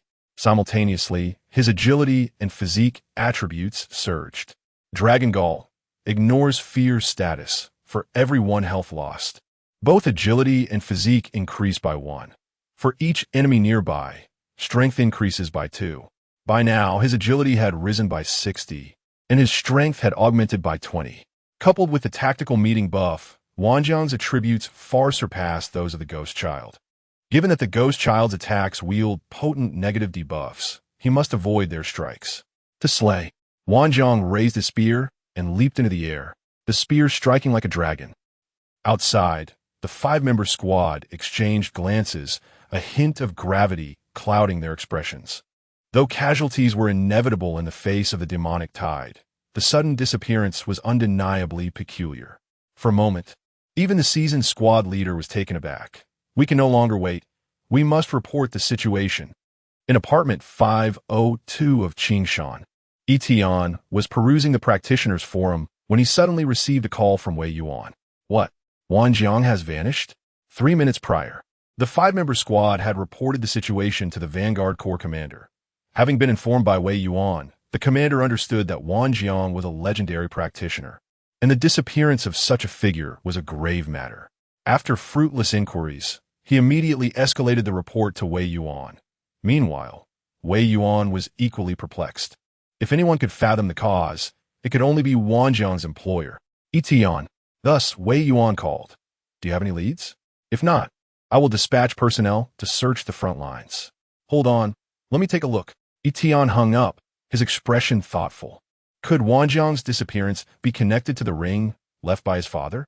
In his previous life, he often read web novels during university, and a possibility sprang to mind. He opened the employee panel. The work status of employees, if not examined in detail, would only be collectively settled at midnight, but proactive checks were permissible.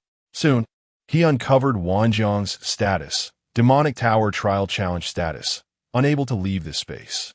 The Demonic Tower? Yi Tian felt nearly certain that this was some form of golden finger. With this revelation, he felt a flicker of anticipation. After all, an employee's growth would also reflect upon the employer. Simultaneously, several kill notifications popped up. Employee: Wang Jiang has slain a malevolent spirit-level demon. Ghost Child. You have shared experience 400. Until the 10th kill notification appeared. Wang Jiang's status finally underwent a transformation. Employee Wang Jiang has successfully cleared the first trial of the Demon Sealing Tower, earning a reward. Funds 5. Wang Jiang received a trial reward. Talent advancement. You share the talent advancement. Dragon Gallbladder Unmatched. Wang Jiang received a trial reward. 1000 Forces Body Refinement, currently undergoing body refinement. Body refinement? Upon realizing this effect, Yi Tian was astonished. He never anticipated that the first layer of the Demon Sealing Tower would contain such an extraordinary phenomenon, one that only existed in legends. 1000 Forces Body Refinement. Utilizing the utmost gravity of 1000 June to temper the flesh, profoundly enhancing the body and laying the foundation for refining an extraordinary physique. This signifies that there exists a future opportunity to cultivate an extraordinary physique. What is an extraordinary physique? It is a constitution endowed with innate superior attributes and unique abilities, predominantly found among foreign races. For instance, the dragon body of the dragon clan, the elemental spirit body of the spirit clan, and so forth. Or it may manifest as an inherently robust physique, divine strength, or the innate mastery of a particular special ability. The formidable nature of the royal lineage of the Yaga dynasty, descendants of dragons, stems from their innate dragon body, with initial attribute values that are dozens, even hundreds of times greater than those of the human race. Yet, the human race has never produced an extraordinary physique. It has only been spoken of in the legends of certain foreign races. Now, however, an opportunity to cultivate an extraordinary physique has unexpectedly emerged. Although body refinement merely lays the groundwork for an extraordinary physique, it undoubtedly offers a glimmer of hope. Chapter 18.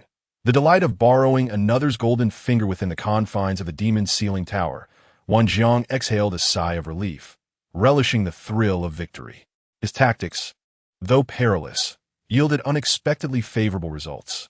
The significant boost in agility, purchased at the cost of his own well-being, rendered him untouchable by the 10 ghostly children. And with the extended reach of his spear, he navigated through the trials unscathed. Moreover, the rewards for his endeavors included a coveted class advancement card, enabling him to transcend to the first tier upon reaching level 10. Class: Dragon's Bold Gunfighter Dragon's Shadow Gun Spirit. First tier. New skill acquired: Shadow Spear Formation. What thrilled Wang Jiang even more was the progression of his innate talent.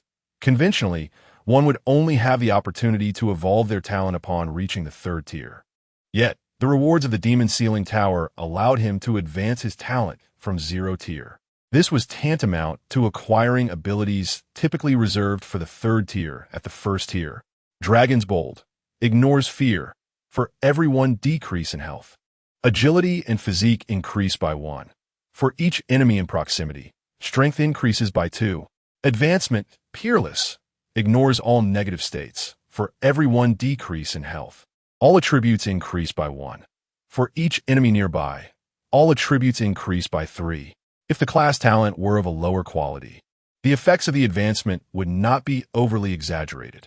However, Wan Zhong's talent was of legendary caliber, and its enhanced effects were nothing short of terrifying. The body tempering process is about to commence. Challengers, prepare to endure the baptism of gravity. The baptism can be conducted up to 3 times.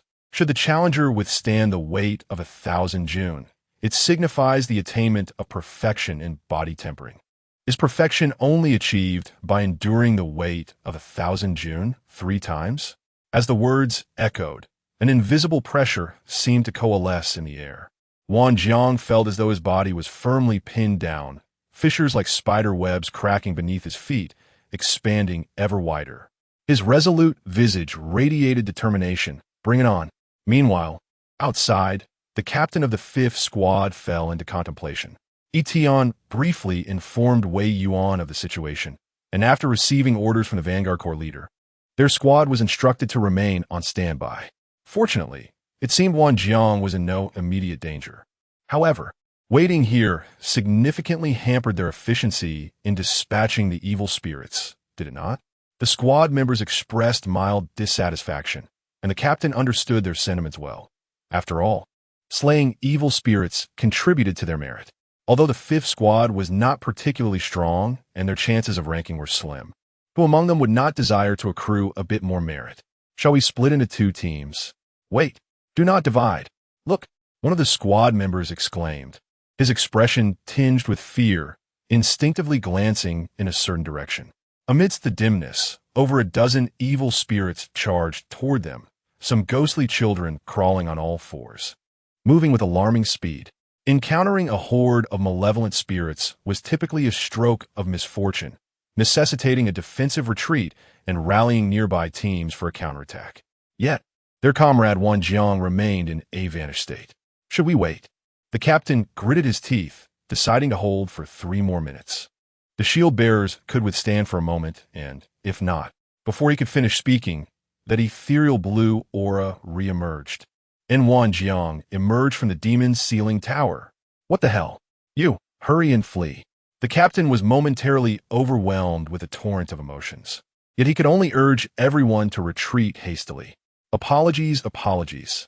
Wan Jing scratched his head, feeling somewhat embarrassed, as he had not anticipated the emergence of the Demon Sealing Tower. Turning his gaze, he beheld over a dozen ferocious demons charging towards him, and his expression transformed into one of calm resolve. Gun shadow formation. He thrust his spear forcefully into the ground, unleashing a brilliant golden light that radiated in a grand array with a diameter of 10 meters centered around him. Countless phantoms of long spears materialized, shimmering with a piercing glint. The moment the demons rushed in, the spectral spears, akin to vigilant soldiers, danced and intertwined with agility, relentlessly dispatching their foes. With a single skill, the entire swarm of demons was annihilated. The members of Team 5 exchanged bewildered glances, their faces reflecting sheer confusion, as they questioned in the depths of their souls, is this person truly our ally? Meanwhile, Wan Jing, observing the effects of his body tempering, was filled with exhilaration. Body tempering level, 270 June. Talent effect, strength 50, constitution 50, spirit 20. During his initial body tempering, he had only managed to reach 270, still a considerable distance from the 1,000 June threshold, requiring further effort. However, his current combat prowess was already double that of before he entered the Demon Tide. With 2 more opportunities for body tempering remaining, he anticipated that upon reaching the 1,000 June level, the effects would be even more formidable. Additionally, He had gleaned the conditions for the next trial of the demon sealing tower within its confines. Defeat demon-class evil spirits. This revelation plunged Wan Jing into contemplation. Currently, the known classifications of demons in the Great Xia were 5 tiers: malevolent spirits, demon beasts, demon spirits, demon lords, and demon kings. The appearances of demon lords and demon kings brought catastrophic disasters to Blue Star, possessing the capacity to annihilate cities and even nations. If this continued, the challenges to unlock the 4th and 5th layers of the demon sealing tower seemed exceedingly daunting. Yet, more alarmingly, Wan Jing noticed a miniature tower emblem etched onto his ring, which evidently had 9 layers. Where on earth did his father acquire such an artifact? After much pondering, he could not arrive at an answer. Resolutely, he decided to focus on the present, taking each step as it came. He turned to his teammates in Team 5, flashing a radiant smile. "Let us go. I'll lead everyone to secure the top merit." Meanwhile, after Wan Jing completed his body tempering, Yi Tian similarly shared the 1000 June body tempering talent effect. Although he had only reached 270 June, Yi Tian remained confident in Wan Jing, believing that the 1000 June mark was not far off. The extraordinary physique. Yi Tian was quite intrigued by this ability that could elevate a professional's limits. Should he procure some attribute-enhancing items for Wan Jing? The higher the attributes, the sooner Wan Jing would achieve the 1000 June level, benefiting Yi Tian as well. Furthermore, it would assist in the trials of the higher tiers of the Demon Sealing Tower. Given that the reward for the first layer of the trial was body tempering, it stood to reason that the rewards for the subsequent layers would pertain to the extraordinary physique, right? One must admit, this sensation of borrowing another's golden finger was rather delightful. Yi Tian reclined in his computer chair, browsing the forum as he awaited the approach of midnight. Today, he was the sole occupant of the house. After unsealing the copy, Baichioli embarked on a solitary quest mode and has yet to return. It seems that Yi Tian's previous swift defeat of the boss has spurred her on. With only 6 days remaining until the college entrance examination, the desire to strengthen oneself is undoubtedly a shared aspiration among all third-year students. Furthermore, the prestige associated with the examination is undeniably significant, and rewards along with special incentives are certainly to be expected, which Yi Tian eagerly anticipates. The night deepens further. The tide of darkness appears to have subsided, and the ominous gray mist that once shrouded the eastern border continues to dissipate. As the clock strikes midnight, the settlement list for the management logs begins to refresh. Chapter 19. The Secret Realm Awaits. Prismatic Potential. Upon conquering the Sealing Dungeon and successfully navigating the first layer of the Demon Tower, Yi Tian's funds surged to 36. Although it remained a distance from recruiting exceptional talents, the amount was nevertheless considerable. Curiosity piqued, Yi Tian began to peruse the management log from the previous day. Management log. Wan Jing achieved first place in new recruit training. Reward. Funds 2. Wan Jing secured first in the Vanguard Corps Demon Tide Reserve Team. Reward. Funds 5. Baichioli completed the solo dungeon. Ghost Valley at held difficulty for the first time. Reward. Funds 4. Baichioli completed the solo dungeon. Blood Fury at held difficulty for the first time. Reward. Funds 4. Baichioli cleared Blood Fury at held difficulty 3 times. Reward. Funds 0. 3. You share the experience gained by your employees. Monster farming, training, first clear. 84,000. Your level has risen to level 16. Rewards from the Sealing Dungeon and the first layer of the Demon Tower had already been collected by Yi Tian, hence they would not appear in the management log. Thus far, the influx of funds remained quite impressive. Yi Tian's financial resources further escalated to 51. 7. Experience points also surged. However, with the elevation in level, the experience required for subsequent levels escalated exponentially, thus the rate of advancement was not as rapid. Yet, Yi Tian discerned an anomaly. What on earth was Jiang Che up to? Typically, any exploration, first-time dungeon completion, or leveling through dungeons would count as achievements, yielding a return of funds. Yet Jiang Che exhibited no such returns. Had he squandered an entire day? No, his experience had evidently increased significantly. Jiang Che had now reached level 10, stage 1, with his profession evolving from martial artist to chi master. Paradoxically, the settlement panel indicated he had not engaged in any dungeon runs. The Jiang siblings, Jiang Xing, Jiang Han, and Jiang Che, initially aimed to transition from a power leveling team to an exploration team, seeking to earn through dungeon exploration and selling strategies or materials. Presumably, their early development might not be smooth. Perhaps a discussion tomorrow would shed light on this. In contrast, Bai Chili brought Yi Tian great solace, as she consistently challenged hell difficulty dungeons nearly every day. Her profession as a sword master of the Cold Moon endowed her with high damage and agility, making her particularly suited for solo runs. Lost in thought, a message from Bai Chili suddenly appeared. Bai Chili has transferred 0.5 ownership of the Secret Realm's output to you. You now possess 10 of the Secret Realm's output rights. It dawned on Yi Tian that upon clearing the ceiling dungeon, all members would divide 10 of the Secret Realm's output rights based on their contributions, a reward for those who had sealed the realm. Initially, Yi Tian acquired 9.5 of the rights, while Bai Chili obtained 0.5, which she had now graciously transferred to him. The remaining 90 belonged to the rewards of those who had conquered the Secret Realm, held by the first team to achieve this feat. Upon the emergence of the unsealed Secret Realm and its subsequent conquest, those who possessed the rights to it can ceaselessly extract equipment, materials, and other resources from the realm. Securing the rights to the output of a secret realm is akin to discovering a gold mine. Even if such wealth is surrendered to the state, it would yield a fortune sufficient to ensure a lifetime of prosperity. Consequently, the competition for the first conquest of a secret realm is far more intense than that for ordinary dungeons. Not only will the nation dispatch talents from various regions to form exploration teams, but guilds of professionals and even foreign races will seek ways to participate in this contest. All teams will enter the secret realm simultaneously, and the first team to achieve victory will be regarded as the master of the realm. Yi Tian remains keenly interested, for conquering a medium-sized secret realm undoubtedly brings honor, and the rewards are sure to be substantial. A day later, the medium-sized secret realm refreshes. In the ancient empire, at the Crimson Emperor City, a magnificent edifice rises at the pinnacle of the world, connected through an interdimensional portal in the northern part of the city. At the heart of Crimson Emperor City stands a dragon-shaped palace, resembling a colossal dragon poised for flight, with each scale crafted from epic-grade crystalline material. Within the palace, upon the throne, sits the Dragon King adorned in dark red scales, his eyes radiant as the blazing sun, his voice commanding and deep. Where's the envoy? Returning to the great lord. The dragon envoy has yet to return.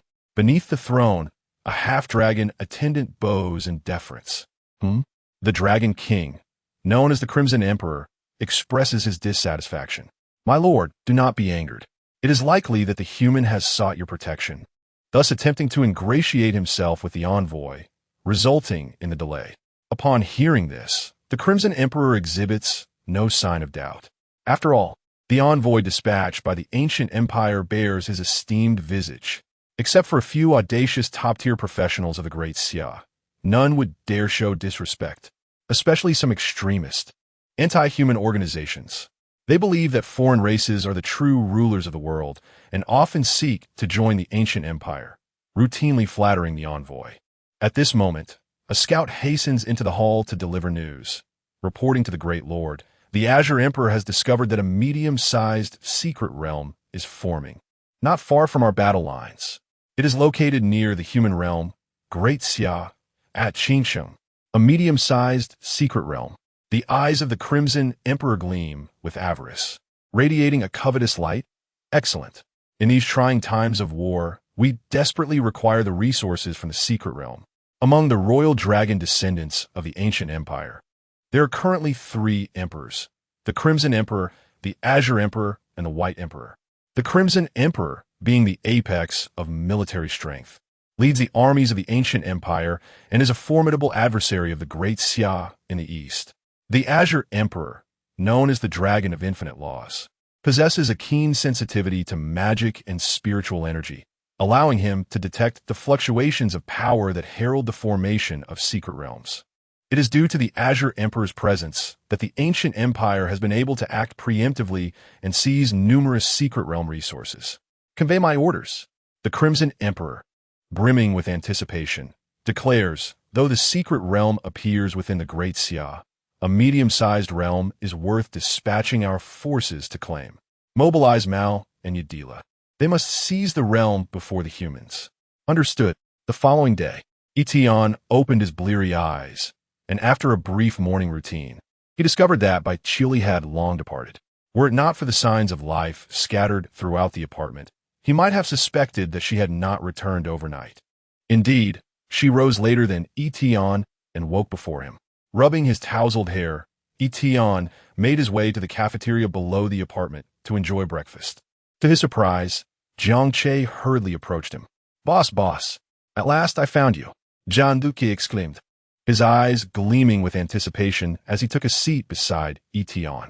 Yi Tian had intended to inquire about his whereabouts the previous day, but upon witnessing Jiang Che's urgency, he altered his question. What's the matter? Boss, could you possibly allow Chili to join our team? Jiang Che implored. Facing Yi Tian's puzzled gaze, he elaborated, my brother, my sister, and I have transitioned from a practice team to an exploration team. But most exploration dungeons require 5 players, and we simply cannot recruit teammates. How could you struggle to find teammates when all 3 of you possess formidable skills? Yi Tian questioned. Isn't the medium-sized dungeon about to be released? All the major guilds are frantically recruiting, preparing to assemble elite forces to conquer it. Their salaries are increasingly generous. Naturally, no one is inclined to join our small team. It dawned on Yi Tian that the allure of the medium-sized dungeon was even greater than he had imagined. For various organizations, it was a gamble. If they succeeded, it could lead to a lifetime of prosperity. Consequently, the value of skilled players was continuously escalating. No wonder Jiang Che found it difficult to secure teammates. At that moment, Jiang Che recalled something and expressed his frustration. Boss, yesterday we encountered a minor dungeon that had just refreshed. We were among the first to attempt to conquer it. Yet a mediocre 5-player team snatched the first completion from us. At last, Yi Tian understood why Jiang Che had only leveled up without any record of completing the dungeon. It turned out they had stumbled upon the dungeon, but were preempted in their attempt. In dungeons, once the first team achieves completion, all subsequent teams automatically fail. Minor dungeons, while less challenging than small dungeons, still boasted numerous records of successful attempts by random teams. Given Jiang Che and Jiang Xing's capabilities, they should not have been outpaced by a team of average skill. How could a mediocre team have stolen your first completion? Yi Tian inwitted, finishing the last bite of his youtiao. Jiang Che, though somewhat disgruntled, replied earnestly. The team leader had some tactical prowess, even with 4 average teammates. They managed to complete it quickly as he spoke. Jiang Che clenched his fist, his indignation rising. Had he not snatched our minor dungeon, we could have afforded to upgrade our gear or even repair our master's dojo. While a minor dungeon may not match the scale of a small dungeon, possessing the rights to it was still immensely valuable. After pondering for a moment, Yi Tian acquiesced to Jiang Che's request. Very well, I will ask Xiuli for her opinion. Jiang Che followed closely behind Yi Tian, a spark of vengeful determination igniting in his eyes. Had Xiuli been with us yesterday, they would never have secured the dungeon. The next time we encounter that team leader, let him witness our true prowess. Jiang Che followed Yi Tian out of the cafeteria. In the next moment, he caught sight of a figure strolling down the street, his eyes widening in shock, as if he had discovered an adversary. By heavens, it is he! Yi Tian, equally intrigued, lifted his gaze to find a somewhat disheveled, slender silhouette. Jiang Che's gaze was intense. Indeed, I remember him. He is the leader who attempted to seize my secret realm yesterday. Yi Shiyu. Ding. Potential talent of prismatic level detected in the vicinity. Chapter 20. Night Training. The prodigy driven away by the guild. Potential of the illusory grade. At the moment he heard the skill notification, Yi Tian almost thought he had misheard. In this small town of Qingcheng, hidden talents abound. It truly echoed Wei Yuan's words. The Great Xia has never lacked for talent. At this moment, the slender youth, Yi Xiao, also heard Jiang Che's voice. He paused, turned around, and revealed a natural smile. Oh, it's the young man from the martial arts hall yesterday? Seeing Jiang Che's determined expression of vengeance, Yi Xiao, with great interest, remarked, "You're not still upset about me being the first to unlock the secret realm, are you?" Jiang Che scoffed. "If it weren't for the fact that there were only 3 of us yesterday, you certainly wouldn't have secured the first access to the secret realm. Just wait for my revenge today." In response, Yi Xiao did not contradict him, readily admitting, "Of course, I've seen your damage output. Your professional quality is probably astonishing. However," he continued, spreading his hands with a smile, "but if you seek revenge, don't look for me. I've already left the Shurjia Guild." Huh? Jiang Che was momentarily taken aback, momentarily lost for words. Didn't you just lead the team to secure a secondary secret realm yesterday? Why?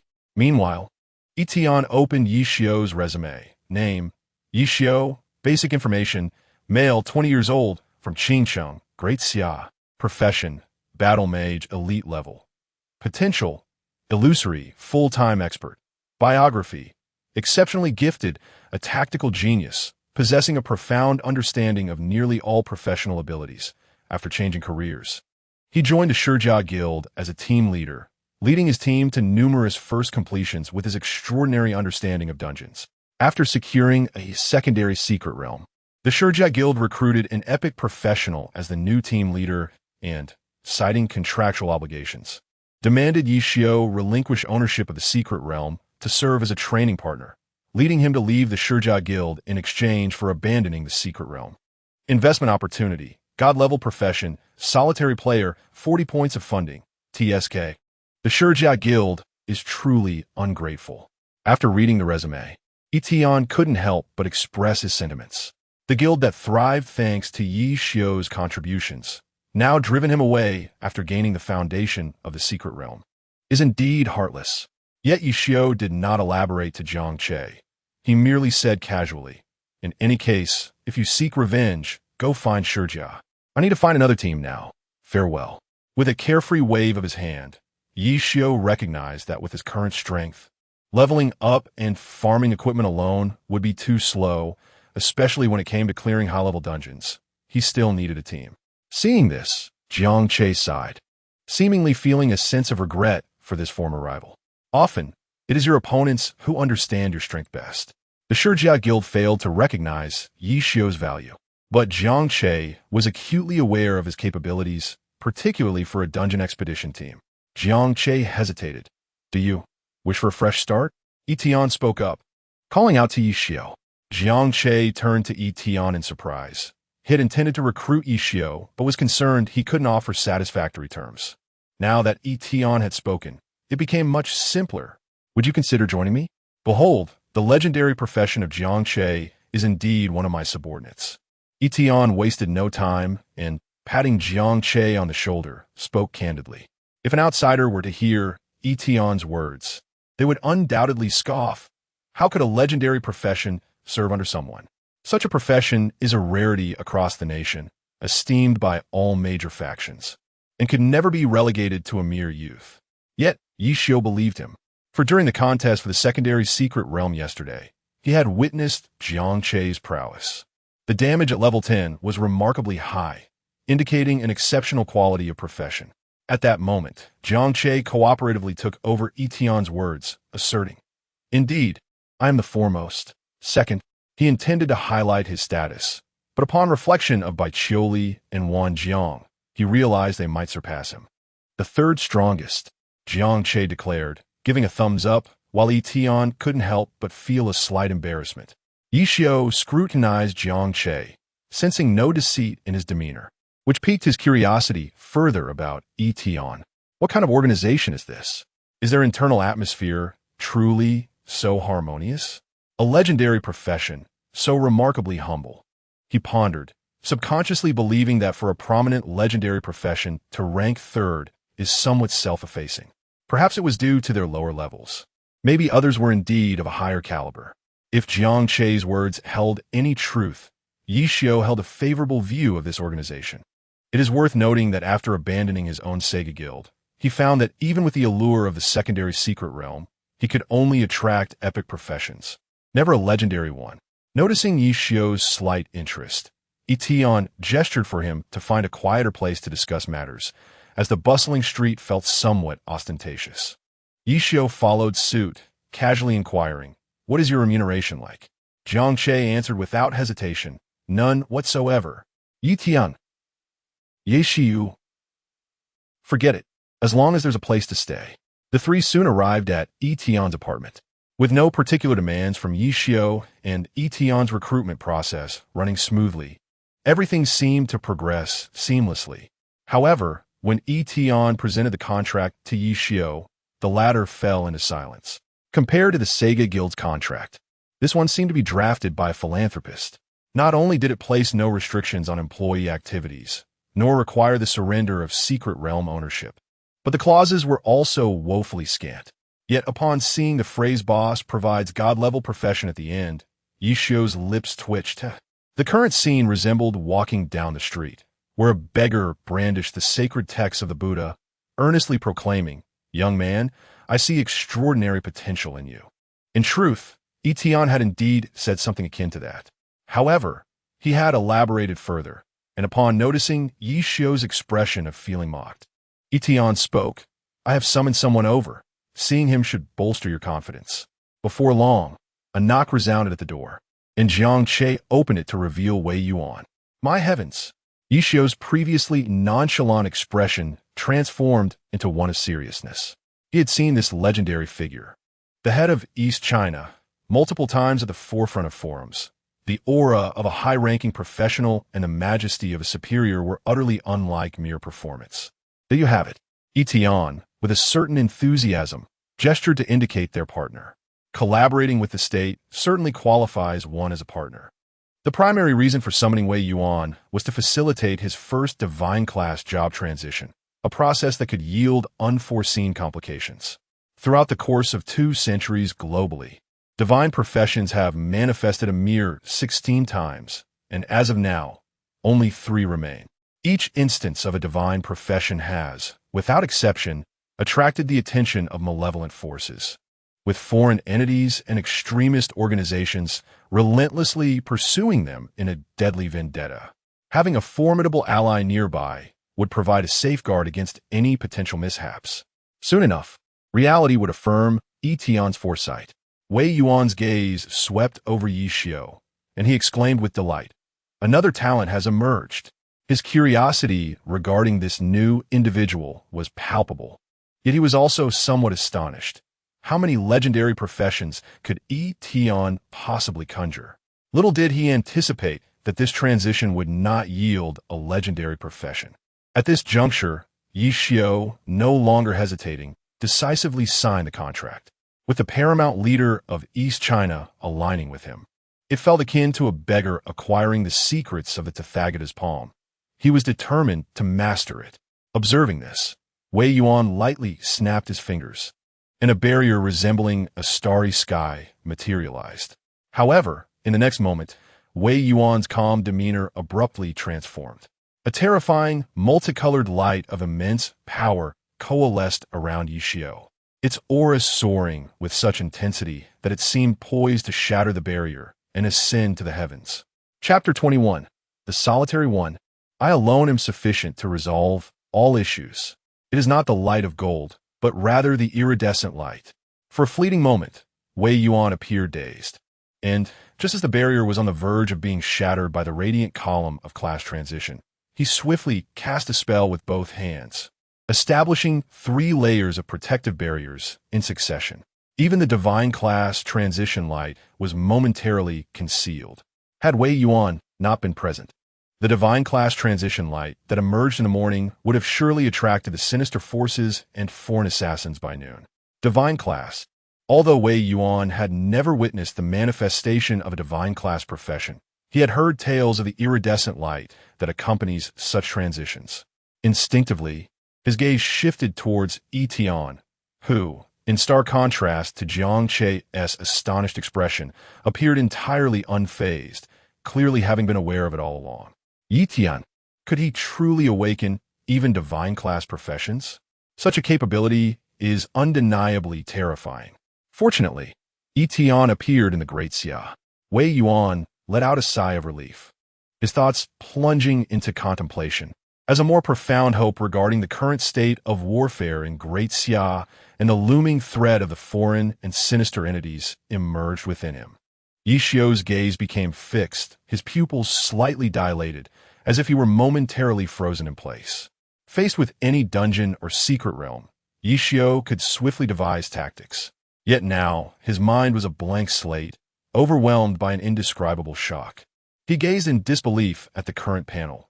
Yi Xiu, profession, solitary 1, tier 1, quality, divine class level, 10 strength, 170 agility, 170 constitution, 170 mentality, 170 professional talent, 1000 machine umbrella, exclusive weapon for solitary 1.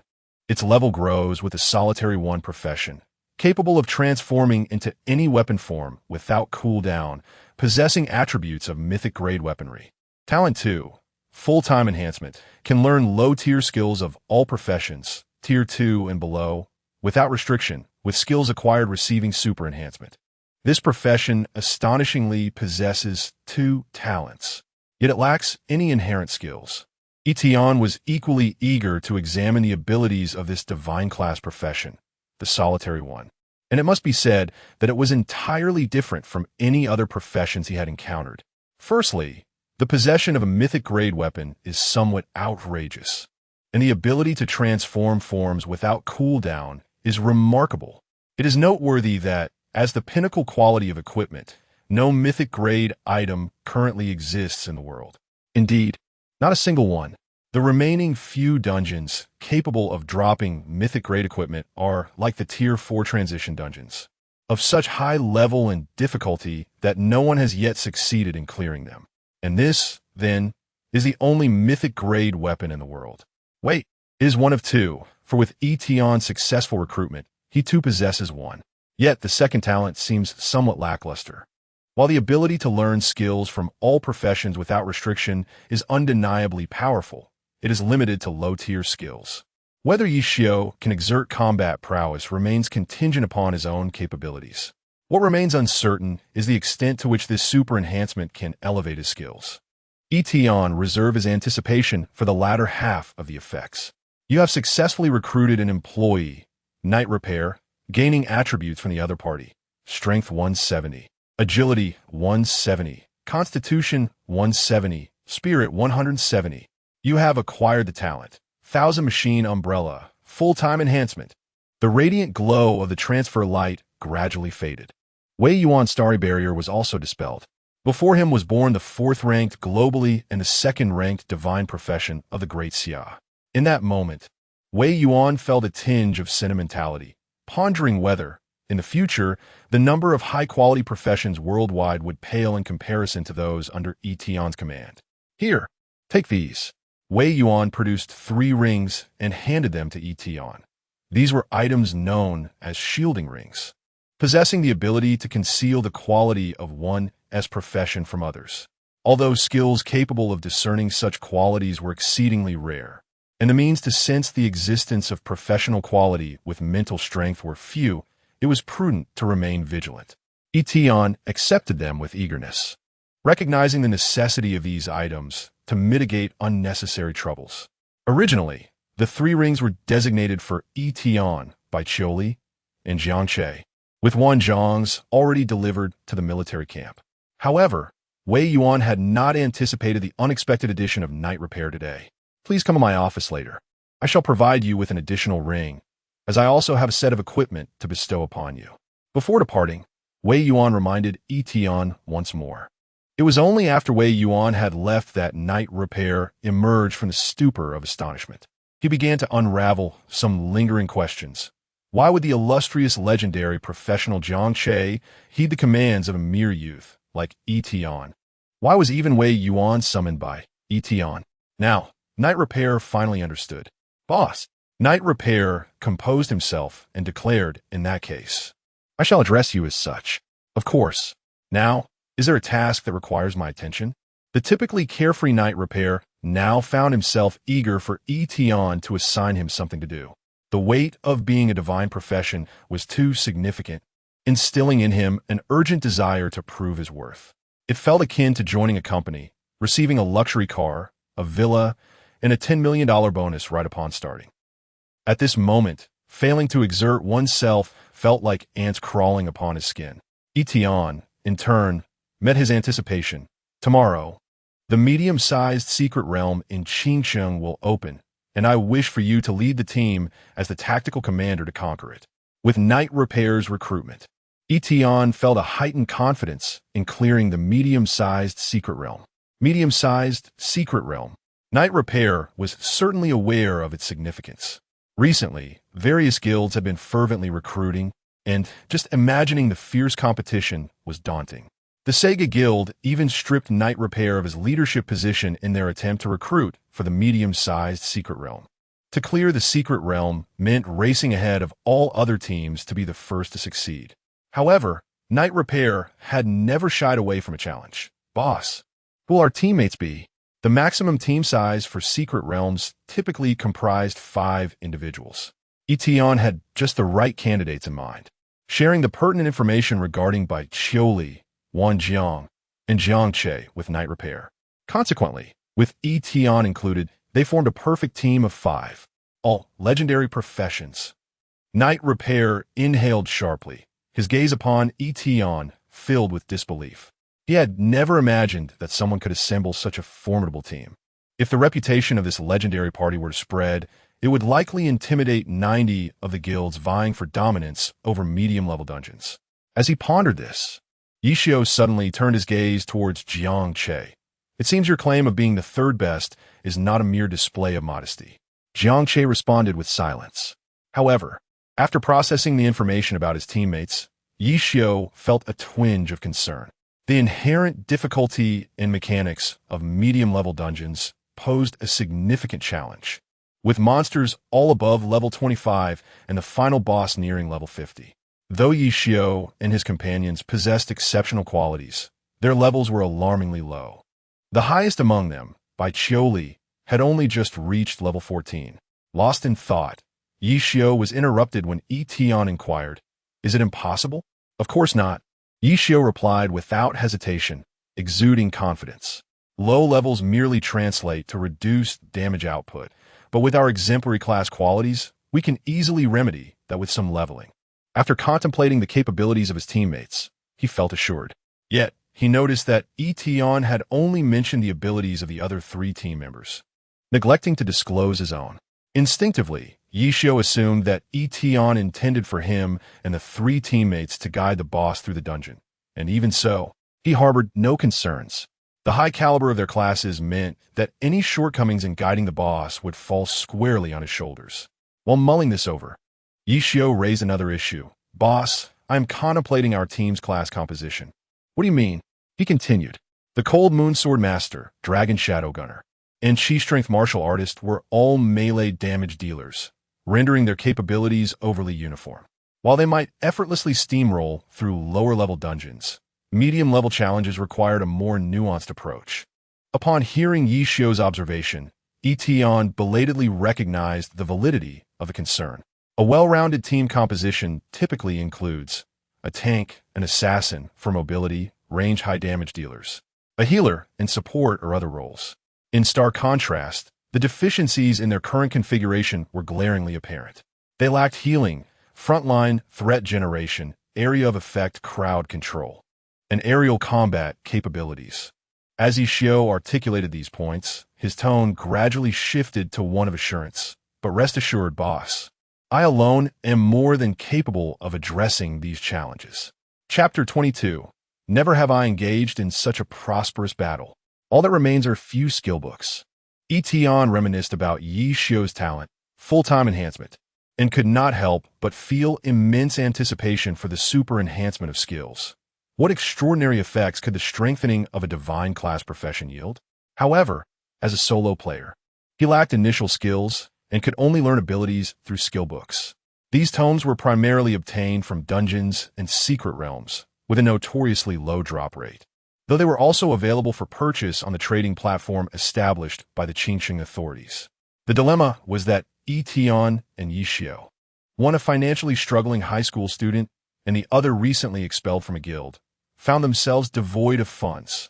Not to worry, I shall seek out Wei Yuan, Yi Tian thought without hesitation, considering the nation's resource reserves.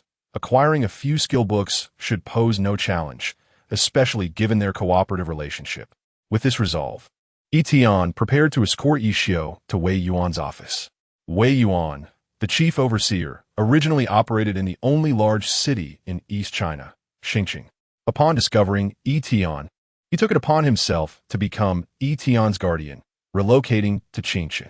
Coincidentally, with the opening of a medium-sized secret realm, his office was situated in the Qingshang Lord's Mansion, merely a few hundred meters from the Qingshan apartments.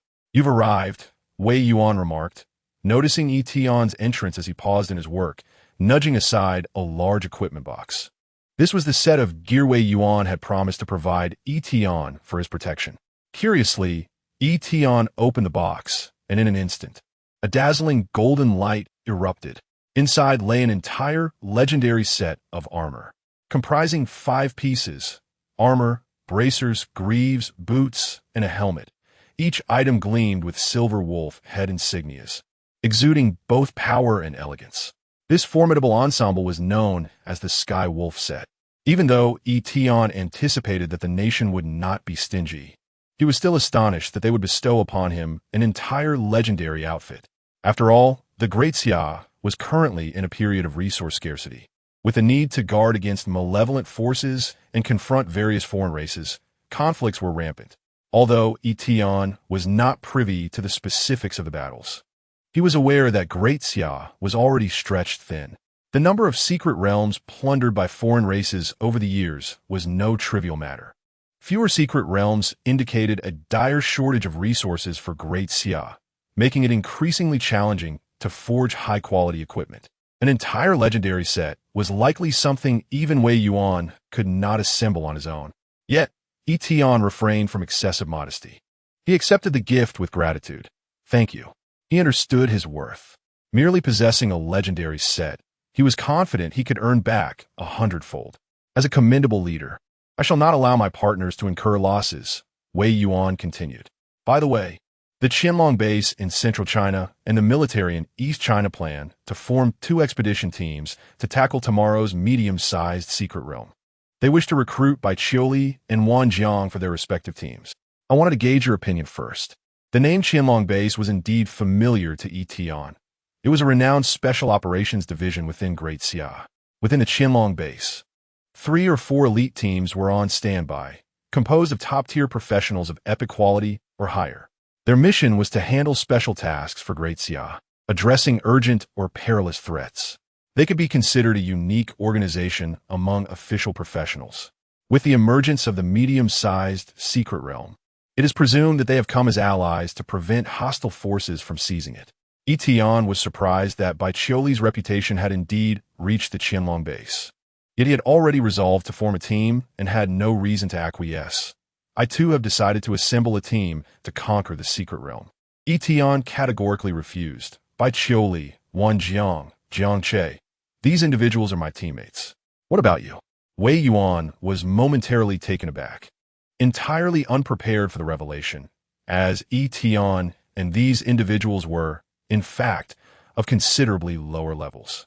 At such levels, it was unlikely that any of them could withstand the damage inflicted by the creatures within the secret realm. However, seeing Yi Tian's resolute expression, he did not seek to discourage him but rather inquired, "Have you made your decision?" "Indeed," Yi Tian affirmed. "Ah, to be young is truly wonderful," Wei Yuan remarked enviously, reflecting on his own experience of never having attempted the challenge of a medium-sized secret realm nearing the difficulty of Tier 2 to Tier 3 at such a young level. Of course, this was primarily due to the fact that in his youth, he could not muster a sufficient number of legendary-level companions to form a team. "Very well, then I shall decline their offer." Wei Yuan respected Yi Tian's decision, even though he held reservations. After all, with the secret realm opening in just a day, the disparity in levels was exceedingly difficult to bridge. At that moment, Yi Tian articulated his main objective, to acquire some low-tier skill books.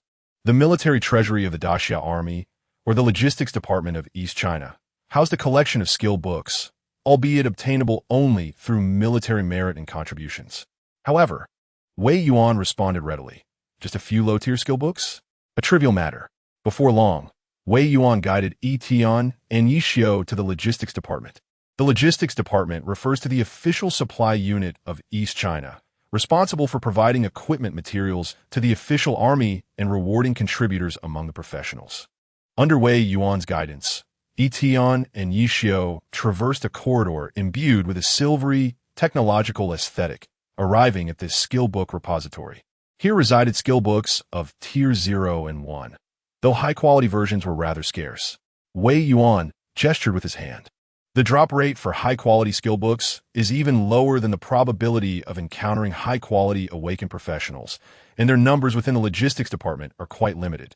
Yi Xiao, displaying his insight, calmly stated, "I only require the most basic skill books." After all, every skill would receive enhancement, and low-tier skills in his hands would still possess formidable power. His anticipation grew, and he soon discovered a foundational skill book on the shelves of the repository. Basic healing restores a small amount of health to a single ally, limited to priests. Upon witnessing Yi Xiao procure what was arguably the weakest skill, Wei Yuan's expression turned perplexed. He initially assumed that Yi Xiao felt embarrassed about taking it, and thus turned his gaze away. Having already promised Yi Tian he would not be stingy. However, neither Yi Xiao nor Yi Tian thought too much of it. Both were exceedingly eager to see just how far full-time enhancement could elevate the effectiveness of a skill. Yi Xiao promptly utilized the skill book, which transformed into a faint grayish-white light that integrated into his being. In the next moment, the skill underwent a dramatic transformation. Full-time enhancement. Skill healing transformed into Divine Oracle's Revelation. The Holy Healing Revelation instantly restores a substantial amount of health to all nearby allies and eradicates all negative statuses, while bestowing a layer of life, shield, and divine blessing. Life Shield, equivalent to 50 of maximum health as a protective barrier. Health will remain unchanged until the shield is breached. Divine Blessing, increases attack power and speed by 20, lasting for 2 minutes. What an astonishing revelation. Both Yi Tian and Yi Xiao felt a surge of excitement, struggling to contain their emotions. A skill of ordinary quality, when fully enhanced, appears to surpass even legendary-level abilities. With this single skill, Yi Xiao could nearly ascend to the position of the foremost healer in Qingqing. Gazing at the shelves before him, filled to the brim with skill books, Yi Xiao was momentarily taken aback, lost in a daze. He had never engaged in such a prosperous battle before. Chapter 23. The First Team Operation. At this moment, the library brimming with skill books appeared to Yi Xiao as a treasure trove. Concurrently, the skills enhanced by his talents were also shared with Yi Tian. You have shared the skill of employee Yi Xiao, Divine Mandate Revelation. The issue of team healing had been resolved, yet this was merely the beginning. Yi Xiao continued his search and soon discovered the next target. Gatling Gun inflicts rapid-fire damage upon enemies, exclusive to Gunner class. The Gunner's skills significantly bolstered long-range output. The strength of the freeform class was becoming evident at this juncture, as Yi Xiao was free to select skills without regard for class restrictions. He sought to amalgamate the strengths of various disciplines. Furthermore, the Thousand Machine Umbrella could transform into a mythic weapon of any class, coupled with a full-time enhancement talent, allowing for the flawless application of all class abilities. Yi Xiao was exceedingly pleased. This class ability seemed tailor-made for him. With that, he utilized the skill book for the Gatling Gun. Full-time enhancement. Skill Gatling Gun enhanced to Metal Storm. Metal Storm increases firing rate to its limit, instantaneously releasing 500 to 800 rounds, creating a dense barrage that reduces enemy defense and movement speed by 5 per bullet. Now, a long-range output skill seemed capable of functioning as both an armor-piercing and control ability. Yi Xiao felt a surge of satisfaction, his gaze sweeping across the other shelves of skill books. He pondered acquiring another long-range output skill, as the complexity of the mid-sized Dungeon's Guardian required additional aerial support. After a moment's contemplation, he reached for a book. Electro Ball inflicts ricochet damage on target enemies, with a chance to induce paralysis. Learning, enhanced divine punishment thunder domain, creates a vast domain of thunder, inflicting immense chain-jumping lightning damage on enemies within, guaranteed to cause paralysis upon conclusion. It generates thunder calamity, inflicting execution damage. Paralysis significantly reduces movement speed, with a chance of inducing brief disorientation. Yi Xiu's objectives were particularly clear, as he methodically acquired one skill book after another. As a result, Yi Xiu's abilities became increasingly comprehensive. Taunt enhanced chaos domain roll, enhanced triple instant movement, illusory clone, enhanced multiple shadow clones, wave slash enhanced soul, rending slash.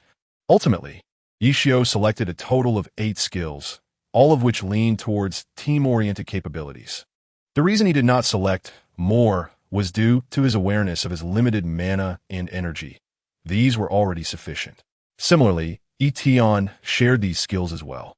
Subsequently, the two bid farewell to Wei Yuan and departed from the logistics department. With the issue of team capability configuration resolved, Yi Xiu's confidence in conquering the mid-sized dungeon soared once more. He inquired of Yi Tian, "Boss, now we only need to elevate the levels of our team members. Following my leveling strategy today, we should be able to attain an average level of 17, which would significantly enhance our chances of securing the dungeon." Yi Tian nodded thoughtfully. "Perhaps we can even reach a higher level. Night repair, it seems improbable. I've already calculated the fastest dungeon clearing efficiency." Yi Tian remained silent, merely escorting night repair back to the apartment to prepare for the meeting. It is worth mentioning that this is indeed the first formal meeting since acquiring the meeting skill, intended to announce the commencement of the inaugural team operation. Please select meeting type. Yi Tian, strategic meeting. Strategic meeting. Upon conclusion, all participants will receive a 40 experience boost for 3 hours, if the employee benefits option is utilized. The experience gain will soar to 120. As his words resonated, the surrounding scene swiftly distorted and reformed like a holographic image. Once more, a luminous meeting room, seemingly suspended among the stars, illuminated the space. One extraordinary ability. Night Repair found himself seated at the second row of the crystalline long table, curiously observing his surroundings. With Jiang Che sitting directly opposite him, Bai Qiuli and Wan Jiang occupied the first row, intrigued by the newcomer, Night Repair. With a medium-sized secret realm in Qingsheng set to emerge tomorrow, we will strike as a team, securing victory in the secret realm. This Night Repair will assume the role of the team commander. Yi Tian, straightforward and to the point, introduced Night Repair to the others without unnecessary embellishment. In this meeting, no one would dare to challenge Yi Tian's directives. Yet, Bai Qiuli scrutinized Night Repair, internally questioning whether he could shoulder the responsibility of command. Wan Jiang, amidst his excitement, expressed a concern. The medium-sized secret realm. "Wait a moment, boss, isn't our level a tad low?" At this juncture, Night Repair spoke calmly. "I have already devised a leveling plan. If we tackle dungeons together today, we can elevate our levels to at least 17. The higher one S level, the more challenging it becomes to progress. It is not uncommon to gain but a single level over the span of a month at elevated levels." The efficiency of Night Repair's leveling plan was already commendably high. This efficiency is indeed remarkable. Wan Jiang was not surprised by the talent within Yi Tian's ranks. However, including Night Repair, the others present remained unaware of the additional benefits of this meeting. Yi Tian then activated the employee benefits option. 1. Insurance. Invest 3 times the number of employees to generate protective shields for all employees, capable of withstanding a single fatal blow, lasting 3 days. Should the employee benefits be utilized, the strategic meetings experience buff could be amplified to 120. However, with 4 employees, this meant an expenditure of 12 points of funding. It is no exaggeration to say that this is a considerable sum.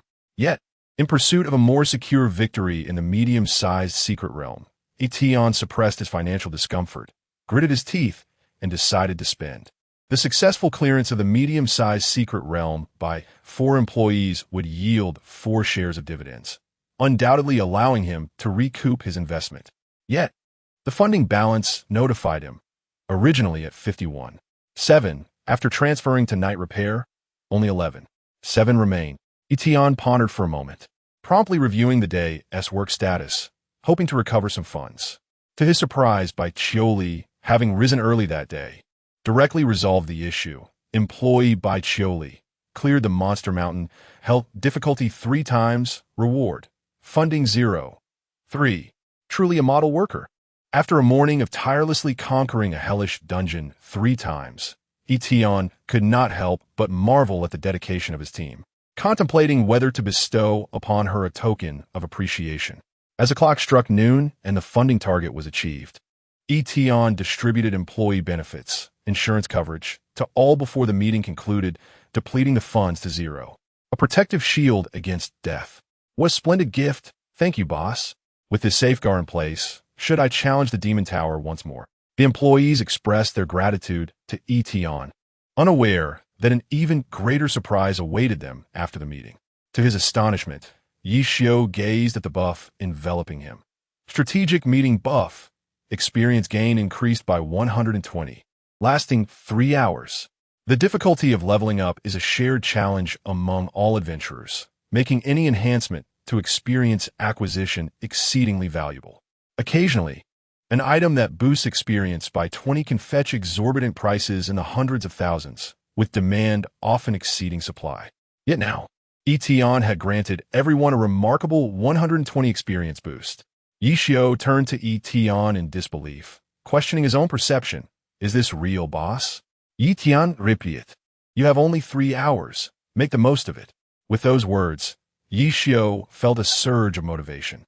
Armed with this buff and his leveling plan, they would finally rectify their disadvantage in levels. If they failed to capitalize on this opportunity, it would truly reflect poorly on his leadership. Rest assured, boss. Meanwhile, at Qingshan No. 2 High School, a fleet of maglev trains halted at the school gates, where the senior students lined up to board. On the 4th day before the college entrance examination, organized by the Ministry of Education, all third-year students were granted the chance to partake in a large-scale team dungeon trial. This team dungeon was designed to enhance the candidates' practical and teamwork abilities while providing them with valuable equipment and skill books, making it a pivotal event before the exams. The students eagerly boarded the trains. Just then, Bai Qiuli emerged from a secluded corner of the school, surprised by the recently concluded meeting buff. Qiuli, where have you been? Asked Principal Ji Chonglin, raising his hand to signal. The team dungeon train is about to depart. Hurry and get on. Upon learning that Yi Tian was preparing to tackle the secret realm, Bai Qiuli had already shifted her perspective. I apologize, Principal, but something urgent has come up. I will not be joining the team dungeon. I hope for your understanding. What could possibly be more important than the team dungeon? Principal Ji furrowed his brow and implored. Qiuli, this large-scale dungeon could address some of the deficiencies in your equipment. This opportunity is singular. Having lost both parents, Bai Qiuli relied solely on the scholarship from the school, and her resources for equipment were limited. In comparison to some privileged students backed by prominent guilds, she inherently lagged in terms of gear, skills, and items, which could adversely affect her ranking in the entrance examination. Bai Qiuli was acutely aware of Principal Ji's intentions and the implications therein. The notion of conquering a medium-level secret realm is utterly preposterous. It is certainly beyond the capabilities of a senior high school student. Thus, I opted for a different approach. Rest assured, Principal, I fully comprehend the situation. Bai Qiuli's gaze exuded confidence, and her tone was earnest. I am determined to secure the top position in the East China region for this year's college entrance examination. Ji Chonglin, initially inclined to offer further counsel, found himself somewhat moved. Words lingered on the tip of his tongue before he eventually nodded and said, Very well. I shall grant you special permission regarding the team activities. You may act freely before the examination. Thank you, Principal. Chapter 24. A Surge. The terrifying efficiency of dungeon runs. At the heart of Qingshan, there exists a designated location for dungeon excursions, much like those found in every city of the Great Xia.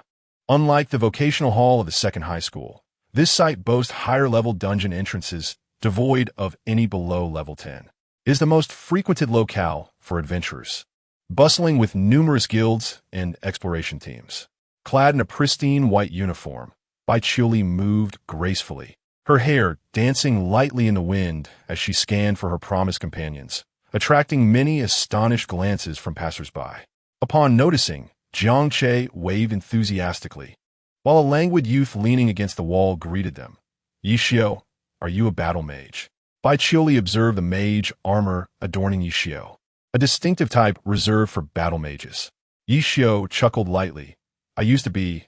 Now I possess a smattering of various abilities. Wan Jiang will join us shortly. Let us commence our dungeon run. All right. As the trio prepared to enter the dungeon, a figure amidst the throng at the dungeon center fixated on Yi Xiao. Adorned in guild-customized attire emblazoned with the name Shijia, the individual was unmistakable. Wait, could that be Yi Xiao? At this remark, several members of the Shijia Guild turned their gazes toward him. From just his silhouette, they recognized him, having often admired Yi Xiao's back in previous dungeons. Leading them was the guild leader, Ma Xiang, who, upon seeing Yi Xiao's companions, wore a look of disdain. Having left Shijia, it seems Yi Xiao is nothing without us, reduced to teaming up with novices who just transitioned to their roles. It appears our former captain has become irrelevant. While we are on the brink of conquering a medium-level secret realm, Yi Xiao's path diverges from ours henceforth. Meanwhile, Yi Tian approached Wei Yuan, requesting assistance in recalling Wan Jiang. Military regulations strictly prohibit leaving the barracks, yet with Wei Yuan's intervention, matters became considerably simpler. In mere moments, Wan Jiang boarded a dedicated vehicle back to Qingchen. Seated behind a grand wooden desk, Wei Yuan observed Yi Tian on the sofa and cautioned, "Your team differs from others. The level disparity is significant, and you risk injury in the secret realm. Do not act recklessly. Both dungeons and secret realms are not mere games. A 0 health bar signifies true death. In Yi Tian's team, with 1 divine and 3 legendary members, the loss of any individual would be a monumental setback." Understood. Wei Ge. As Yi Tian grew adept at soliciting Wei Yuan's assistance, his address transitioned from Wei Lao to Wei Ge seamlessly. In the 25-level Hell difficulty dungeon, Withering Wind Gorge, Baiqiuli inquired with curiosity, "Is your planned leveling efficiency truly as swift as you claim?" The trio braved the fierce winds at the gorge's entrance, and Baiqiuli, intrigued, pressed on. Typically, a Hell dungeon run requires a minimum of an hour, yet Yi Xiao asserted it could be completed in a mere 5 minutes. Indeed, Yi Xiao replied with calm assurance, "You all need only wait for me here." With that, Yi Xiao executed 3-step instant movement, vanishing from sight in an instant. Hundreds of meters away, Jiang Che, puzzled, remarked, "Is he going alone to lure the monsters?" The method of drawing monsters proved to be inefficient, as an individual could only attract a limited amount of aggro, resulting in the inability to lure more than a few creatures at a time. This strategy quickly became obsolete. After a couple of minutes, Baiqiuli and Jiang Che, filled with curiosity, were suddenly shaken by a tremor that reverberated through the ground. What on earth? Jiang Che turned to the other side of the canyon, utterly dumbfounded. He beheld 10 night reapers rushing towards them, followed by an uncountable horde of monsters, the commotion causing the canyon to tremble. Jiang Che was astonished. Had he drawn every monster in the dungeon? Baiqiuli was equally taken aback, utilizing the technique of shadow clones to lure monsters, yet managing to split into so many clones while precisely controlling each to hold the monster's aggro. Such remarkable micromanagement. Indeed, the Night Reaper employed multiple shadow clones, effectively controlling 10 perspectives to draw monster aggro. The number of clones created by multiple shadow clones varies with level. Currently, at level 10, one could only create 10, but they were unable to use the original skills, limited to attacking or defending. The Night Reaper instantly recognized this as a divine technique for drawing aggro. With a resounding rumble, the entire dungeon's monsters, under the Night Reaper's exquisite manipulation of aggro, were drawn into the canyon. He used 3-step instant movement to return to his teammates, advising, "The terrain in the canyon is confined. Let us unleash our most powerful area of effect skills to eliminate the monsters." Their levels were generally over 10 levels lower than those of the dungeon monsters, making the standard pace of progressing through the dungeon exceedingly slow. Fortunately, their advantage lay in their exceptionally high skill damage. By gathering a wave of the most potent AoE damage and unleashing it at the moment when the monsters clustered, their efficiency surged. Divine Punishment, Thunder Domain, Metal Storm, Icy Execution, Slash, 8 Extremes, Fist, Collapse Fist. The cacophony of destruction and the surging waves of power intertwined, nearly tearing the canyon asunder, as the searing tide swept away all vitality. Mere seconds after expending their skills, the notification of clearing the dungeon resonated. Level 11. After being teleported out of the dungeon, the Night Reaper glanced at his level, thoroughly satisfied with this efficiency. It appeared that the flow strategy had been remarkably successful. Bai Qiuli and Jiang Che nodded in agreement.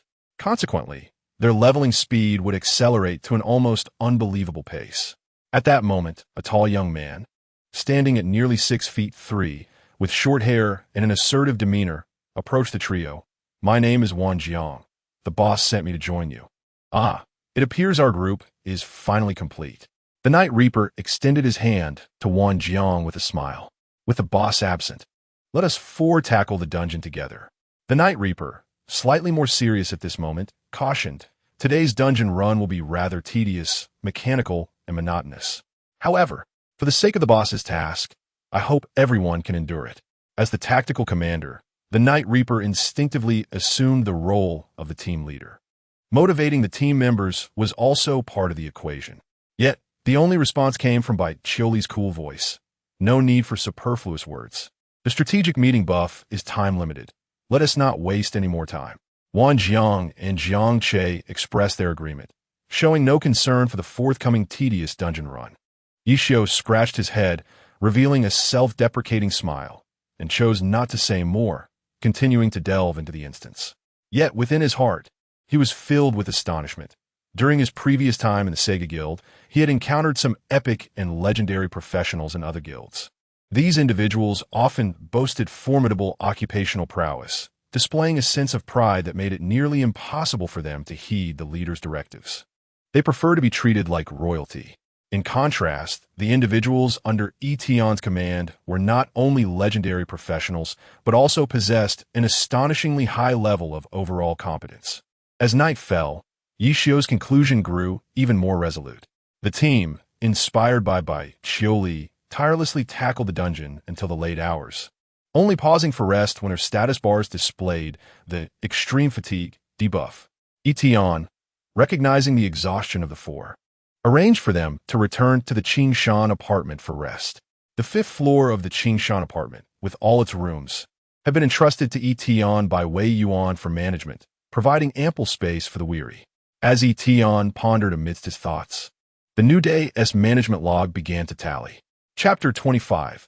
Employees are incredibly reliable. A gathering of heroes. Management log by Qiuli. Cleared the hell difficulty dungeon. Kufu gorged 36 times. Funds 3, 6. Wan Jian. Clear the hell difficulty dungeon. Kufu gorged 35 times. Funds 3, 5. Jiang Che. Clear the hell difficulty dungeon. Kufu gorged 36 times. Funds 3, 6. Yi Xiu. Clear the hell difficulty dungeon. Kufu gorged 36 times. Funds 3, 6. You shared employee dungeon monster experience. Level increased. 1624. After a 3-hour strategic meeting buff enhancement, Yi Tian employed the strategic meeting once more, although the second experience boost was only 40. Nonetheless, the efficiency of the 4 in dungeon runs remained remarkably high. Among them, Bai Qiuli, the highest level, ascended from level 14 to level 20.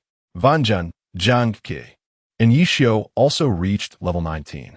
It is worth noting that the experience bar for levels above 15 increases exponentially. Historically, the fastest individual to reach level 20, a wealthy heir, employed 2 shifts of professional leveling teams and took nearly 10 days to achieve this.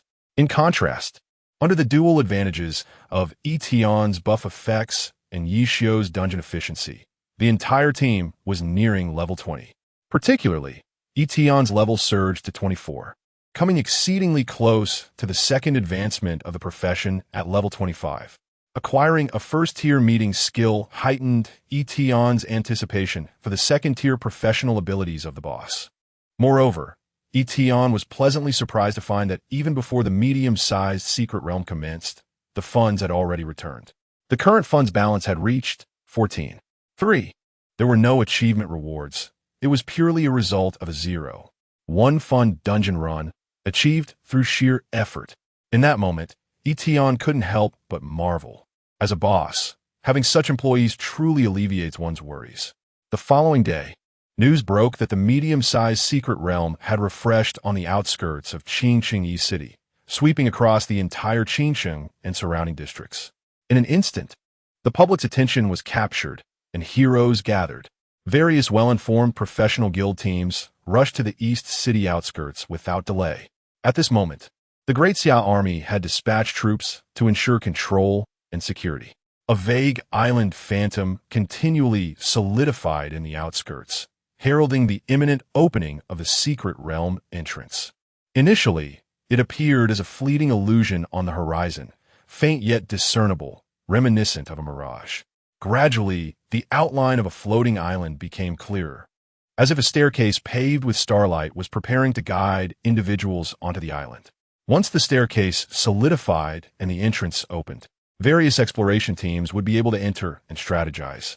Upon successful completion, the secret realm would remain in this location in the form of a resource-rich area, continuously producing resource materials.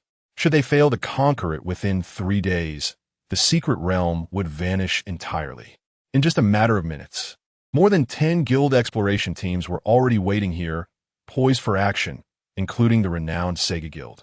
The guild leader, Ma Xiang, brimming with confidence, was accompanied by 3 newly recruited epic tier teammates. Look, leader, that should be the official exploration team from East China.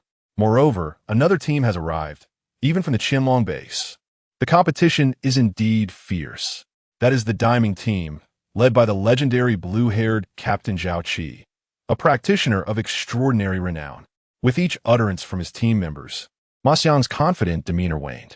The 3 epic-level allies he had painstakingly recruited seemed insufficient in this intense environment. Ma Xiang's expression darkened with indignation. Damn it. So this is the level of competition for a medium-sized secret realm? Had it not been for Yi Xiu assisting him in securing a secondary secret realm, enabling him to recruit epic-level teammates, the Sega Guild would have lacked the capability to vie for a medium-sized secret realm in the first place. His confidence was indeed misplaced. At that moment, another guild leader remarked, "The resources yielded by medium-sized secret realms are abundant, and the profits immense.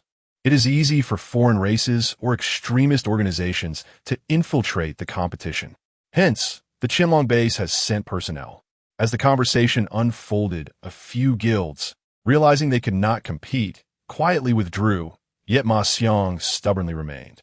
Meanwhile, the tall, slender Zhao Qi, captain of the special team Diming, was closely following Wei Yuan alongside his teammates. As the leader of a special team, he felt a deep sense of reverence in Wei Yuan's presence.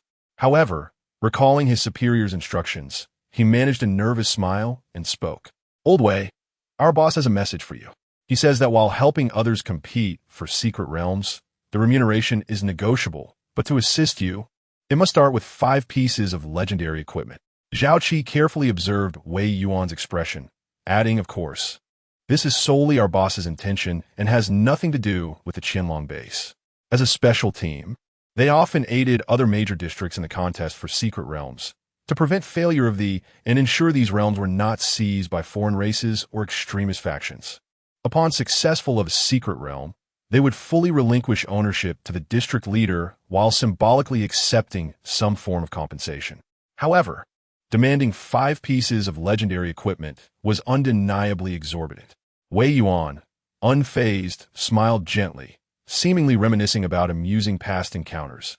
"Haha, your boss Ling Luo has been seeking trouble since his military days, always getting beaten, yet he has demonstrated remarkable tenacity over the decades." Zhao Qi pressed his lips together, bowing his head respectfully, reluctant to interject. After all, it was wise not to offend anyone. "Fear not," Wei Yuan said soothingly. "If you truly manage to secure the secret realm first, I shall personally deliver the 5 pieces of legendary equipment as promised." Upon hearing this, Zhao Qi straightened his posture, assuring, "Rest assured, Wei Lao, our diming team is determined to succeed and shall not afford our enemies any opportunity." The other members of Diming enthusiastically echoed their commitment. Although they were the most recently established special team, they were confident in their ability to overpower others, including rival teams and guilds. Meanwhile, Wei Yuan surveyed the surroundings, pondering with mild concern. Where has Yi Tian's team gone? In truth, Yi Tian's team was diligently managing their time before the secret realm's emergence, preparing to tackle another round of dungeons. As they awaited at the entrance of the secret realm, they deemed it more prudent to level up further. A sentiment echoed in by Chioli's own words. As the night fell, the few who had ventured out from the Withered Wind Gorge found themselves elevated to level 20, while Bai Chioli ascended to level 21, marking an average increase of 1 level. Meanwhile, Yi Tian's experience bar for reaching level 25 surged to 80. The medium-sized secret realm had a restriction for entry set at level 2 or below, and nearly all competing teams, including the Earthquake Squad, had attained level 25 within the first tier. The disparity between their team and the others had diminished significantly from what Yi Xiao had initially anticipated. Furthermore, when considering the quality of their professions, they found themselves far ahead in terms of configuration compared to the other teams. In addition, Yi Tian once again applied the tactical meeting buff, enhancing the attributes of all members by 30. As for the question of why he did not expend an additional 12 funds to elevate the boost to 80, the answer was simple. There was no necessity for it. At this juncture, Yi Tian simply preferred to refrain from engaging in combat, though he was certainly capable of doing so. In the eastern outskirts of Qingcheng, the entrance to the medium-sized secret realm was on the verge of opening. Wei Yuan, the Earthquake Squad, the Eastern Military's pioneering team, along with various guilds' exploration teams, gathered in anticipation. Suddenly, the sky fell into an eerie silence, overshadowed by a menacing figure. The crowd instinctively looked up, and a wave of tension, anxiety, and fear rippled through them. It was a figure exuding immense pressure, a colossal dragon with an imposing presence, its wings casting shadows that obscured the sun. Its scales burned like eternal flames, and a deafening roar heralded its arrival. It was the Red Emperor of the Yaga dynasty. Following him were 5 half-draconic beings of various forms, all bearing the bloodline of the Yaga royal family. It was evident that they had come to contest for the secret realm. Damn it, these foreign beings are here to seize it again. The Eastern military personnel glared with resentment, while the members of the Earthquake Squad furrowed their brows, acknowledging the pressure now placed upon them.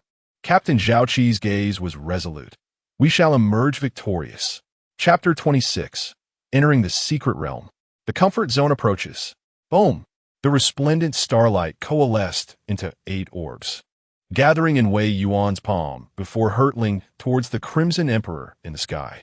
The seemingly unremarkable spheres erupted upon contact with the Crimson Emperor, producing a thunderous roar that compelled those on the ground to cover their ears.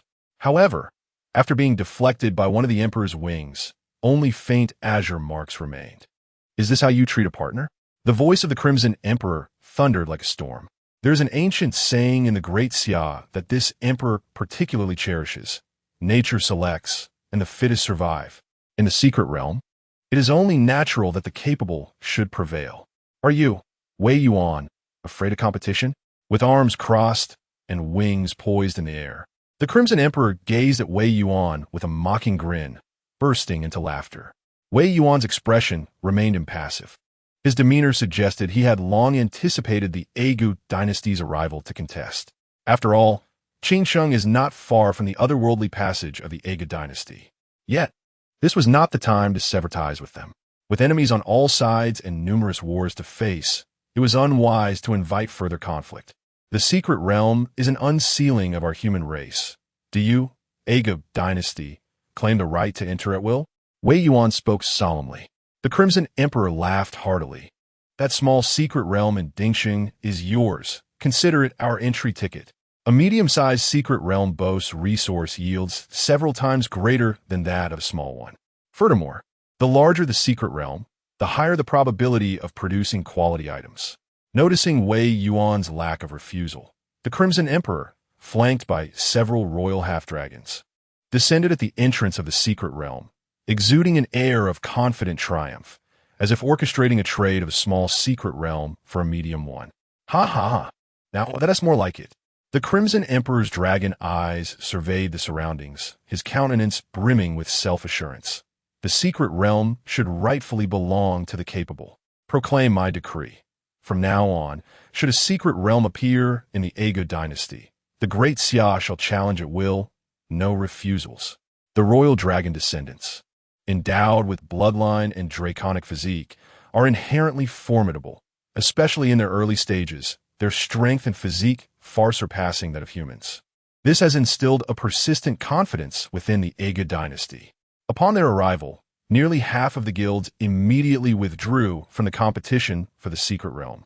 These half-dragons are each nearly comparable to legendary warriors. There is no contest, no time to waste.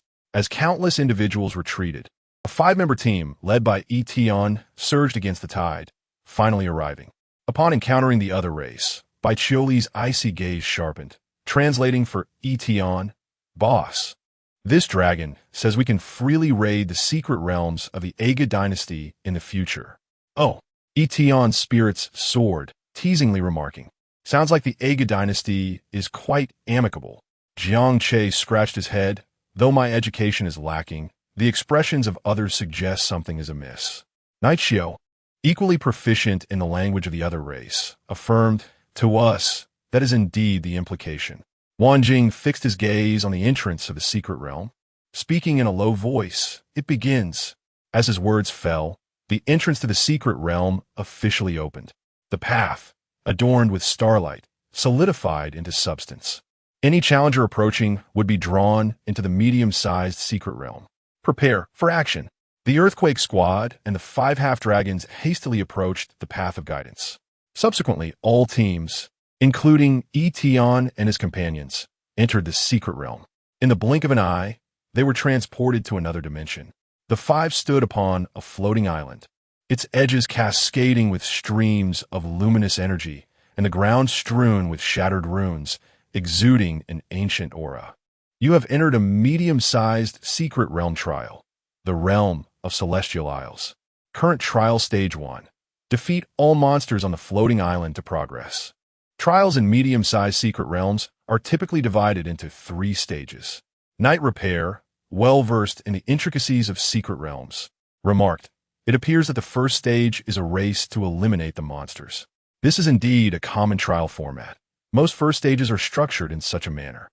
However, following last night's intense grind, Knight Repair, Baiqiuli, and the others were exceptionally familiar with monster-clearing tactics.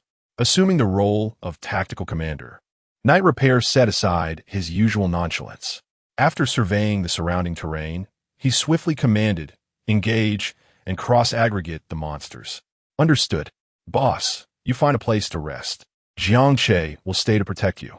All right, Jiang Ke.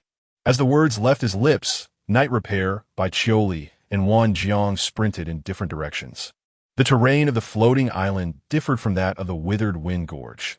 There were no natural ravines to funnel the monsters, necessitating that each team member draw aggro individually to converge the monsters. Knight Repair's multiple shadow clones, having reached level 20, could now produce 20 clones. The majority of the aggro tasks would still fall to him. Simultaneously controlling 20 clones was no trivial feat, yet for Knight Repair, such micromanagement was his comfort zone. With a rumble, from all directions of the circular floating island, dozens of Knight Repair's clones, along with Wan Jiang and Baiqiuli, drew the monsters toward the center. This was the essence of Knight Repair's cross-aggregation strategy, to concentrate all monsters' movement trajectories to a single intersection for optimal firepower coverage. Divine Punishment Thunder Domain. Knight Repair's 1,000 mechanisms umbrella transformed into a mythic staff, and a terrifying force of thunder rained down, akin to celestial might. Boom! In an instant, nearly half of the monsters at the intersection were obliterated. With Knight Repair's level escalating from 10 to 20, his attributes more than doubled and enhanced by buffs. His combat prowess surged. Cold Moon Sword Dance, Gun Shadow Array. Following the grueling practice from the previous night, Bai Qiuli and Wan Jiang had become adept at timing their strikes. In a heartbeat, 3 waves of AoE skills were unleashed, completely clearing the monsters of the first stage. For the first time, Yi Tian witnessed Knight Repair's one-wave flow technique and couldn't help but marvel. Compared to other teams' overwhelming push strategies, Knight Repair's approach was nothing short of a dimensional strike. Of course, this was also due to the overwhelming strength of his skills. With efficiency at its peak, Knight Repair declared without hesitation, second stage. As the secret realm opened, the ethereal floating island transformed into a formation composed of holographic images. The racing status of each team was presented in the form of a progress bar. Those who had opted out of participating in the secret realm mostly lingered here, eager to witness the fierce competition of this medium-sized secret realm. Goodness! The half-dragons of the Aegis dynasty and the Groundquake team are clearing monsters at an astonishing speed, someone exclaimed, drawing the attention of those around. Wei Yuan and the Crimson Emperor, standing at the forefront, also noted this phenomenon. The Aegis dynasty and the Groundquake team swiftly cleared monsters upon reaching the first level, with the progress bar soaring to over 30%. This was not unexpected for the 2 formidable individuals. However, what puzzled Wei Yuan was the fact that the progress bar for the Yi Tian team remained at a standstill at 0. Just as he was about to voice his thoughts, the progress bar for the Yi Tian team surged dramatically. In a matter of seconds, it escalated from 0 to 98, then 99, and finally 100. What? A look of astonishment flickered in Wei Yuan's eyes. Likewise, all the onlookers, including the Crimson Emperor, were wide-eyed in disbelief. No way. Have they activated some sort of cheat? Is this the efficiency of a hack? Which team is this so formidable? How come I've never heard of them before? The air was filled with continuous gasps of admiration among the spectators. In contrast, the expression of the Crimson Emperor darkened slightly. However, the next moment, as the Yi Tian team cleared the first level, the scene for the second level was unlocked. Before them appeared 5 small floating islands, each hosting a diminutive boss. This signified that all 5 bosses on the different islands needed to be defeated to complete the stage.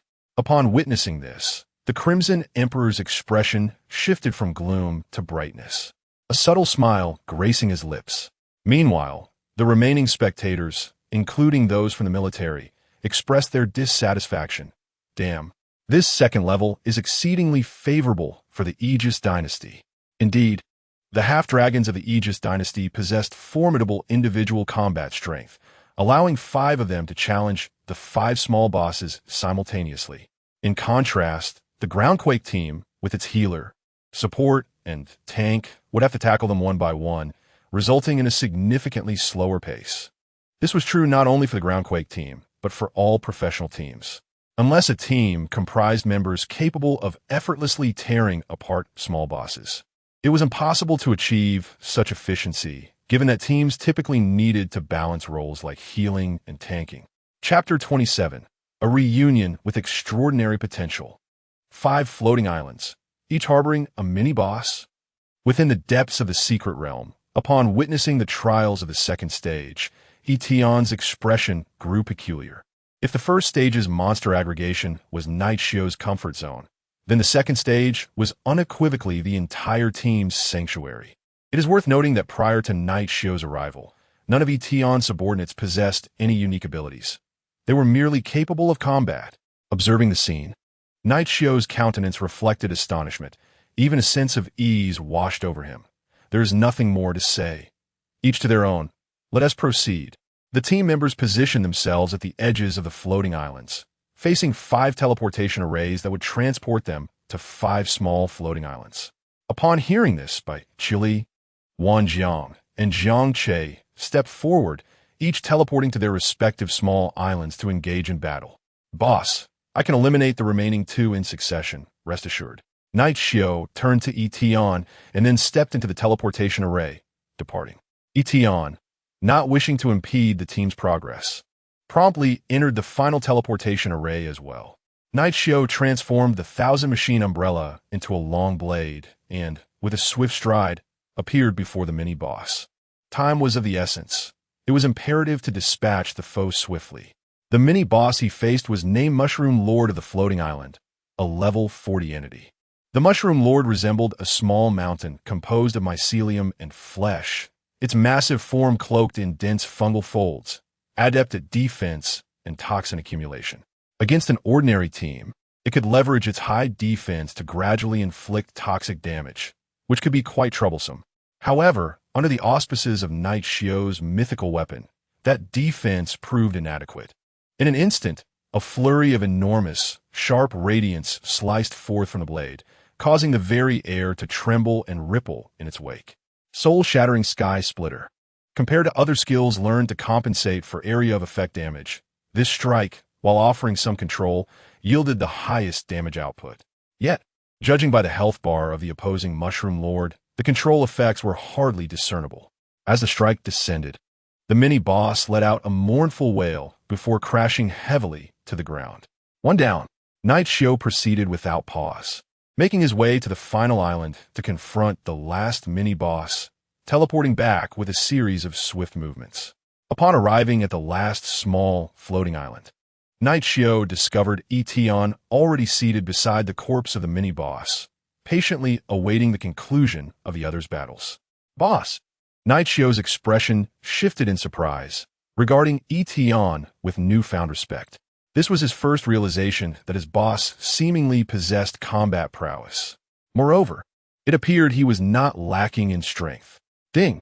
With all 5 mini-bosses vanquished, 5 glowing golden, floating rune stone slabs formed a bridge-like connection, guiding the team towards the final challenge. Let us proceed, Yi Tian beckoned as he rose. Night Shio, no longer dwelling on his thoughts, followed suit. In comparison to the speed of other teams, Yi Tian's group was extraordinarily ahead. Even the teams from the Yaga Dynasty and Earthquake Squad, trailing behind, had only just reached the second stage. This remarkable lead was indeed formidable. The 5 members of Yi Tian arrived at the final colossal floating island, surrounded by storms. Lightning wove intricate patterns within the cloud layers, while dense mist seemed to form a gateway, welcoming their arrival. Meanwhile, beyond this fog-laden threshold, a figure cloaked in black constantly flitted about, its presence contrasting starkly with the other creatures inhabiting this secret realm. The rock guardians were targeted by this enigmatic figure, who unleashed 2 violet flying daggers from beneath the cloak, silently dispatching the guardians and absorbing their experience points. Should there have been any witnesses, they would have been utterly astonished, for no dungeon creature had ever acquired experience by slaying others. The evolution to an elite creature was not far off. The black-cloaked figure mused that as long as it did not encounter that previous freak, the second-tier dungeons posed no threat. However, at that moment, 5 individuals emerged from the mist barrier nearby. Had they reached the 3rd level so swiftly? The cloaked figure turned instinctively, stunned. In the next instant, it locked eyes with the leader of the group, and a wave of terror washed over its face. Yi Tian, upon recognizing the black-cloaked figure, was filled with uncontainable joy. Ding! A special talent with potential has been detected nearby. It's you. It's him. Since leaving the sealed secret realm, Yi Tian had implored Wei Yuan to search for this individual, but news had been elusive. Who would have imagined encountering them again in this realm? The cloaked figure met Yi Tian's gaze, and, without a moment's hesitation, thought, run. Damn it, why must I encounter this calamity again? It was clear to her that she was no match for Yi Tian. As a dungeon creature, facing an adversary she could not defeat, there was no reason to linger. Don't run. I do not wish to harm you. Yi Tian swiftly pursued, leaving his 4 companions bewildered. Night Repair was momentarily taken aback by Yi Tian's speed, but quickly regained composure, urging, forget the boss. We must focus on the dungeon. After all, my strategy for the boss did not even account for Yi Tian. The group hurried to the center of the colossal floating island, where they encountered the final boss, the sovereign of the sky. It was a 3-meter-tall elemental being, its body woven from starlight and storms, resembling a seahorse with 6 wings. I'll distract it first. I'll break its defenses. Knight Repair exclaimed, as his 1,000 mechanisms umbrella transformed into a magnificent, mechanical firearm over 2 meters long, crafted from dark gray alloys.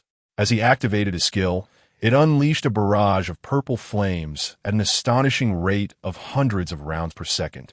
Meanwhile, on the opposite side of the colossal floating island, the cloaked figure realized that no matter how desperately she tried, she could not evade Yi Tian. A profound sense of helplessness surged within her, mingled with great ire. As for Yi Tian's assertion that he did not intend to kill her, who would believe such a claim? She was acutely aware that those professionals, upon encountering a copy monster, particularly one as unique as her own, were consumed by a singular thought: would killing it yield valuable loot? In her weaker days, she had suffered countless defeats at the hands of such hunters, each moment of agony etched vividly in her memory. Should she fall again, although she could revive, all her painstakingly accumulated experience and levels would vanish. In an instant, the figure in the black robe donned a resolute expression. No more deaths. The void gate, with a swift motion of her hand, akin to the moment she first unlocked the dungeon, a vast door materialized before her, leading to an unknown destination. The black-robed figure darted into it, disappearing from sight. Yi Tian halted, his expression one of resignation.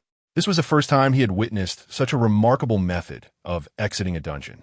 The void gate emanated an aura of unknown peril, and he had no intention of risking a venture inside. The ability to traverse freely between dungeons and secret realms, a most advantageous exploit. If he were to acquire such power, wouldn't he be able to intrude upon others during their explorations? Yi Tian furrowed his brow, lost in thought. He was quite eager to recruit this unique talent he had encountered, but without addressing her capacity to traverse the dungeon space at will, even the opportunity for dialogue would be lost. Though his experience was still limited, he had not anticipated such a countermeasure. Yet, inexplicably, he resolved to reach for his phone and inquire with the enigmatic Wei Yuan. Was there a way to counter spatial teleportation? In the outside world, Wei Yuan, intensely focused on the progress of the dungeon challenge, suddenly felt his phone vibrate slightly. Upon seeing the message from Yi Tian, even the composed Wei Yuan fell into a prolonged silence. Aren't you racing through the dungeon? When do you have time to send messages? He let out an ambiguous chuckle and replied, yes.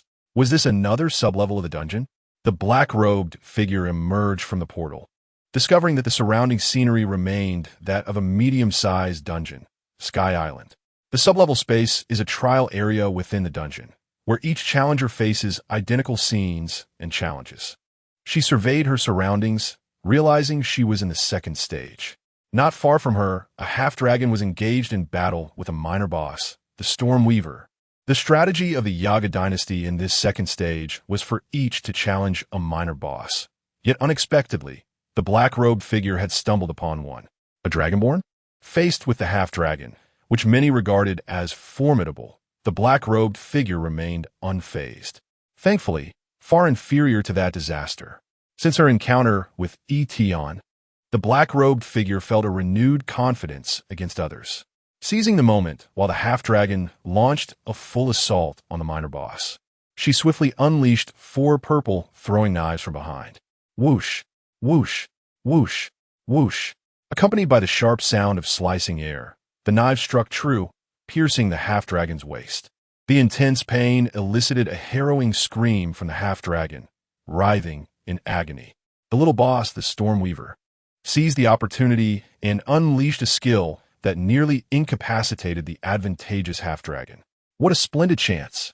Observing this, the cloaked figure swiftly drew forth dual blades and leaped into action, executing a precise and lethal technique that swiftly dispatched the wounded half-dragon. Subsequently, she did not spare the small boss, who had also been severely injured by the half-dragon. With the defeat of these 2 formidable adversaries, the surge of experience transformed her title into something extraordinary. Elite Creature. Chapter 28. Substantial Funds. Second-tier mission.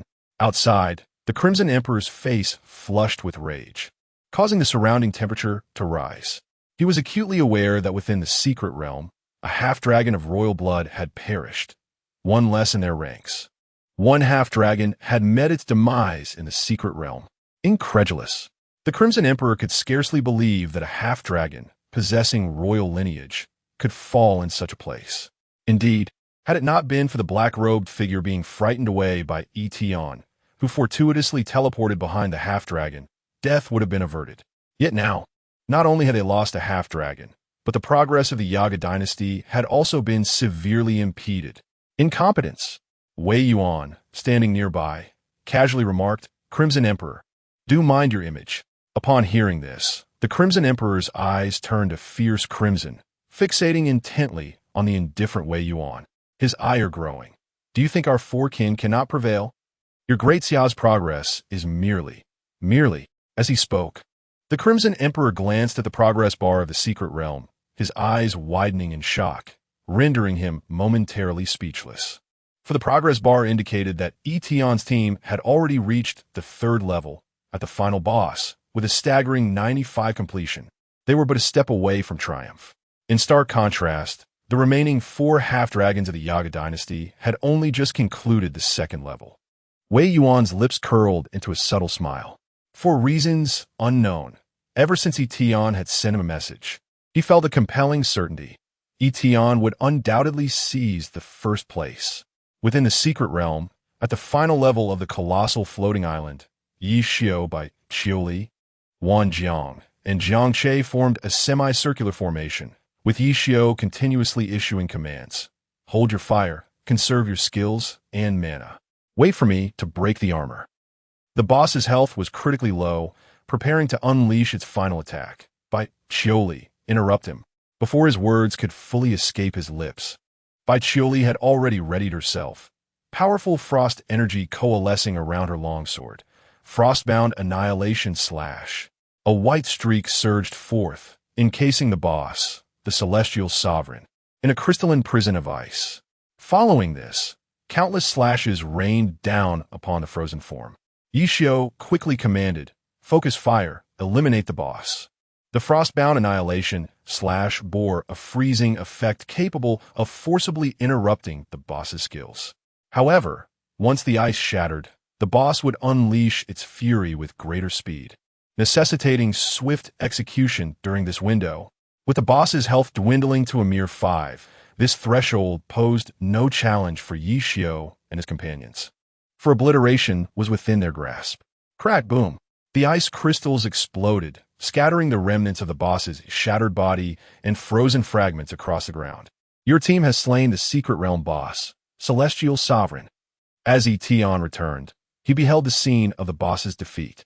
He had scarcely lifted a finger, yet had been carried through the medium-sized secret realm, marking him as the first in history to achieve such a feat. Nice.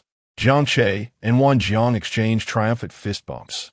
It was their first successful completion of a medium-sized secret realm, yet only Yi Xiao felt a profound sense of reflection. For after 2 years in the Sega Guild, he had only just conquered his first minor secret realm.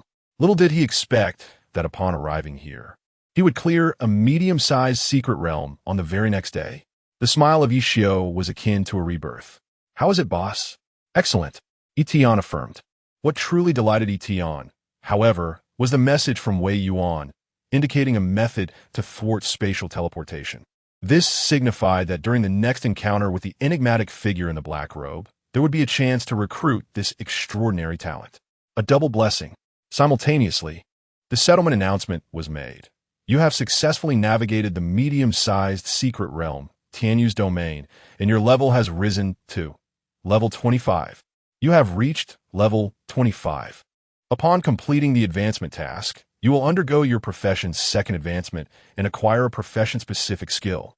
Employees, by Qiuli, Wan Jiang, Jiang Che, Yi Xiao, have achieved the first completion of the medium-sized secret realm, earning a bonus. Funds 24, legendary equipment blind boxes 4. The rewards this time were nothing short of extravagant. With 4 individuals conquering the medium-sized secret realm, there were 4 shares of the bonus, totaling an influx of 80 points in funds. This marked Yi Tian's first substantial gain, and combined with the existing balance, the total funds now amounted to 94. 3. Even after hiring a uniquely talented individual, there would still be ample funds remaining.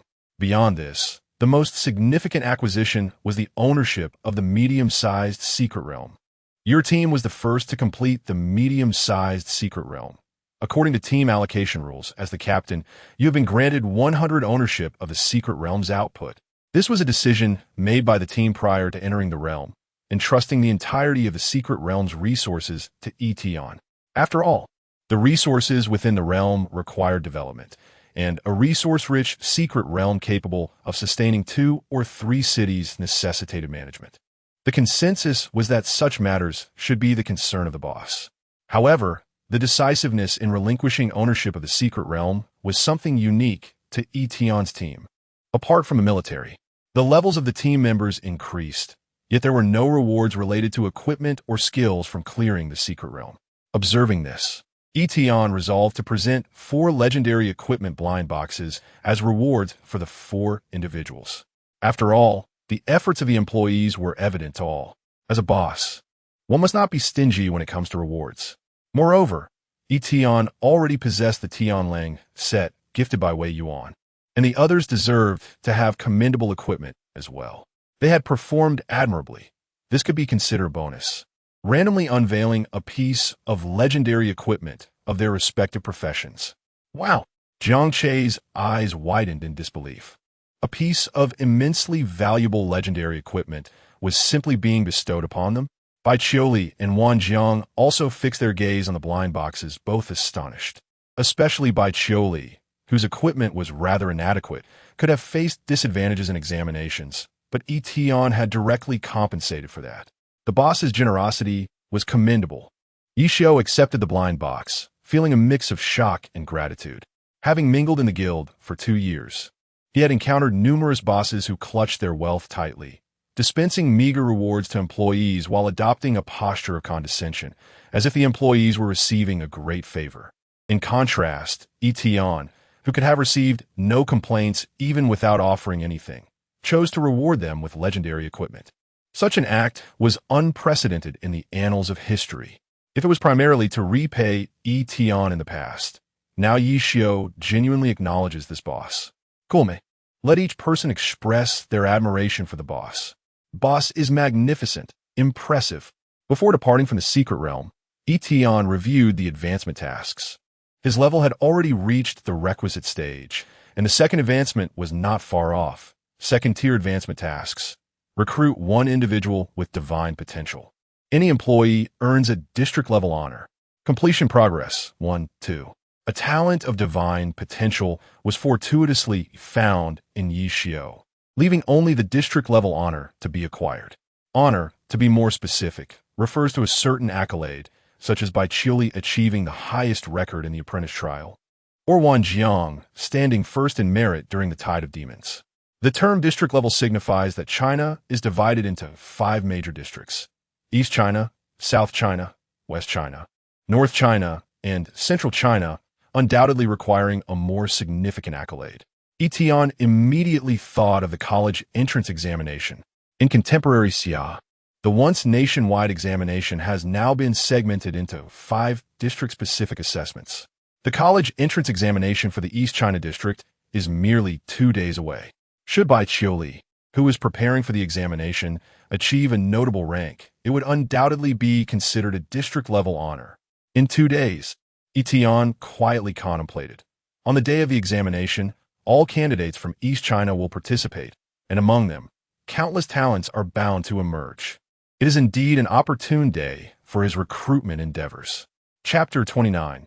The means of recruiting exceptional talent as the Yi Tian team successfully navigated the secret realm.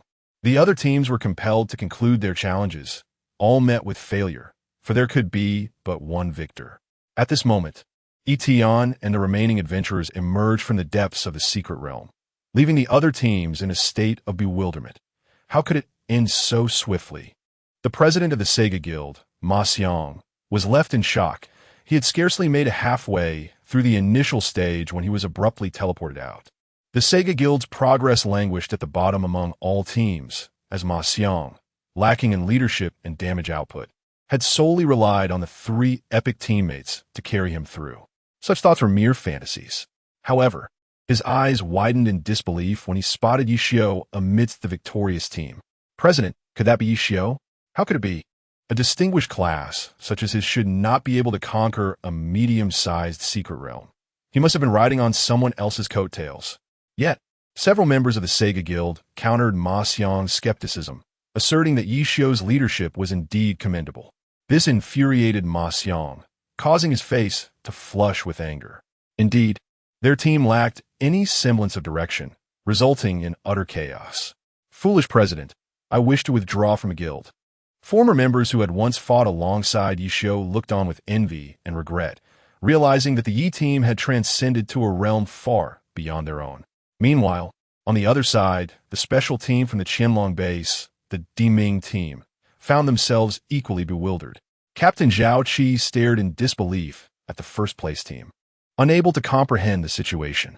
Despite the intervention of the Yaga dynasty, they had unleashed their full offensive capabilities, yet had only just completed the second stage.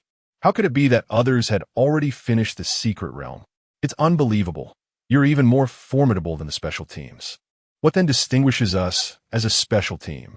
The only solace was that the secret realm had not fallen into the hands of the alien races, resulting in an overall favorable outcome for the Great Xia. Nevertheless, Zhao Qi felt disheartened, as the reinforcements they had called for assistance had now become mere bystanders.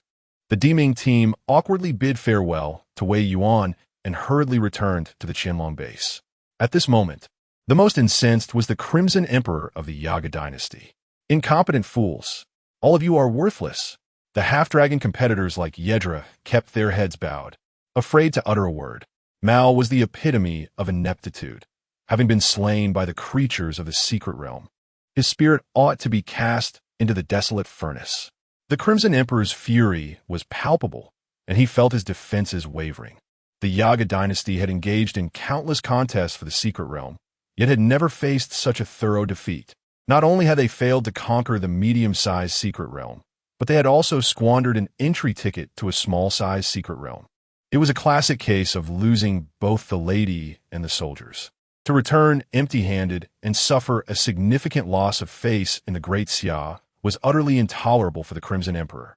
Meanwhile, Wei Yuan observed the Crimson Emperor with an impassive expression, as if watching a performance. This only served to exacerbate the Crimson Emperor's rage, prompting him to roar, Wei Yuan.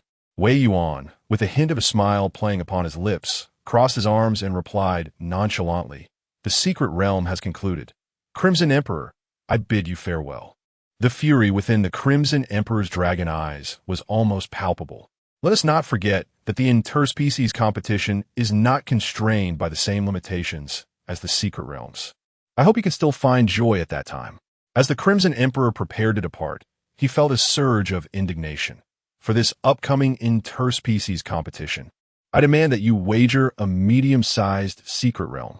Wei Yuan chose not to respond, casually inquiring whether the Crimson Emperor's earlier statement regarding the Great Xia's freedom to challenge the Yaga dynasty's secret realms still held true. The Crimson Emperor remained silent, unfurling his wings to take flight. The remaining half-dragons hastily followed him back to the Yaga dynasty. Ha ha ha! Who would have thought that this ancient dragon would experience such embarrassment? This team led by Yi Tian performed splendidly, regardless of who emerged victorious among the foreign races. I shall remain a devoted admirer. Among the onlookers, many who had forsaken entering the secret realm felt a surge of satisfaction after witnessing this competition. The Yaga dynasty had seized numerous secret realms from the Great Xia over the years, and now they finally reclaimed a victory, allowing the people to breathe easier. As the secret realm concluded, Yi Tian and his companions were escorted away by Wei Yuan. Particularly, Yi Tian was taken aside for a private discussion in the conference room. I truly did not anticipate that you would manage to conquer the secret realm. At that moment, Wei Yuan could not help but admire Yi Tian, who had indeed wrought a miracle. As partners, their collaboration could undoubtedly yield results. Yi Tian wasted no time and directly discussed the arrangement for transferring the rights to the resource output of the medium-sized secret realm to Huadong. After all, developing resources within a medium-sized secret realm requires substantial manpower, as well as ongoing management and protection, making it exceedingly difficult for an individual to operate alone. Moreover, the abundance of resources within the medium-sized secret realm was simply too vast for Yi Tian to consume alone. Entrusting them to the state would facilitate their optimal utilization. A glimmer of appreciation appeared in Wei Yuan's eyes. The fact that Yi Tian did not seize the opportunity to impose conditions demonstrated his farsightedness. In that moment, as the head of Huadong, Wei Yuan began to seriously contemplate the nature of his partnership with Yi Tian. Very well, since that is the case, I shall not say much more. Wei Yuan replied readily. Should you require anything in the future, do not hesitate to seek me out. I will also reserve a portion of the resources from the secret realm specifically for your use. Yi Tian promptly articulated his needs. There is indeed something I require. What was that ability you mentioned? The one capable of preventing spatial teleportation. Although Wei Yuan was uncertain of Yi Tian's intentions, he chose not to withhold information. Given the latter's eagerness, he produced a square object, each of its four sides composed of an ethereal, transparent grid, resembling a diminutive prison. This is the deathmatch prison. Upon activation, it creates a space from which no one can escape by any means, unless the holder of the item perishes. Upon hearing this, Yi Tian's expression brightened. What a remarkable artifact. He took possession of the deathmatch prison, discovering it to be a legendary level item. With this, the next time he encounters the figure in the black cloak, he need not fear her escape. Wei Yuan elaborated. This was developed by a legendary level profession, an inventor from the Great Xia, and currently, only a handful exist within the official possession of the Great Xia. This exemplifies one of the benefits of collaborating with the state. This peculiar artifact, were it not for Wei Yuan's revelation, would have proven exceedingly difficult for Yi Tian to locate on his own. In summary, the collaboration has been quite pleasant. However, where there is joy, there is also ire. Meanwhile, within the Crimson Emperor's palace of the Yaga dynasty, chaos reigned. The throne room lay in disarray, with various rare treasures overturned on the floor, and even the stone pillars within the hall lay shattered. The royal dragon descendants present dared not utter a word. Upon his return, the Crimson Emperor erupted in fury. It was the first time in over 20 years that he had endured such a humiliating defeat. Your Excellency, please calm your anger. One of the dragon mage advisors ventured to console after a prolonged silence. This is merely a minor setback in the secret realm. The princes have now returned from the ancestral dragon's domain. Their bloodlines far surpass that of mere half-dragons, and they will undoubtedly crush the Great Xia. When the two clans compete, we shall demand retribution for the blood debt owed to us. These words somewhat assuaged the Crimson Emperor's wrath. The princes of the Yaga dynasty represented the purest lineage of the new dragon offspring, and according to the dragon bloodline theory, they were indeed the most formidable. In terms of rank, they had already surpassed the second tier. Resuming his place upon the throne, the emperor emitted a thunderous grunt. For the upcoming competition between our two clans, I shall raise the stakes. I demand that the Great Xia present not one, but two medium-sized secret realms. His half-dragon advisor chimed in. Your wisdom is unparalleled, Your Excellency. Let the Great Xia repay what they have gained today double. Just as the emperor's expression had begun to soften, a soldier burst into the hall with urgent news. Your Excellency, the border forces of the Great Xia intend to take possession of one of our small secret realms, claiming it was permitted by you. Ah, damn it. The emperor's countenance, which had just begun to ease, grew even more furious. He slammed his fist down upon the armrest of the throne, thankful for its sturdy construction. To lose a small secret realm during a mere outing. The word resentment seemed etched upon the emperor's face. They wish to claim my secret realm? I shall see from whence the Great Xia draws its audacity. With a cold snort, the emperor commanded his advisor, go to the border of the Great Xia and stir the malevolent energies. Let us see if they still have the leisure to seize my secret realm. Chapter 30. The Perfect Body Tempering. A sudden tide of magic. After departing from the Lord's residence, Yi Tian joined by Qiuli, Yi Xiu, and Jiang Che for a delightful hot pot feast at their apartment, celebrating their first collaborative endeavor. They had pushed their limits in the secret realm, and now that they had successfully conquered it, a moment of relaxation was well deserved. Thus, upon Yi Tian's suggestion, the group took a brief afternoon respite to enjoy a sumptuous meal. However, Wang Jiang was absent. His time with the military was limited to a mere 2 days. Grateful to return to Qingsheng, he hurried home after the conclusion of the secret realm to visit his mother. After achieving success, a child yearns most for their parents' approval. Alas, with Wang Jiang's father missing, he could only share this moment with his mother. When would they ever find his father?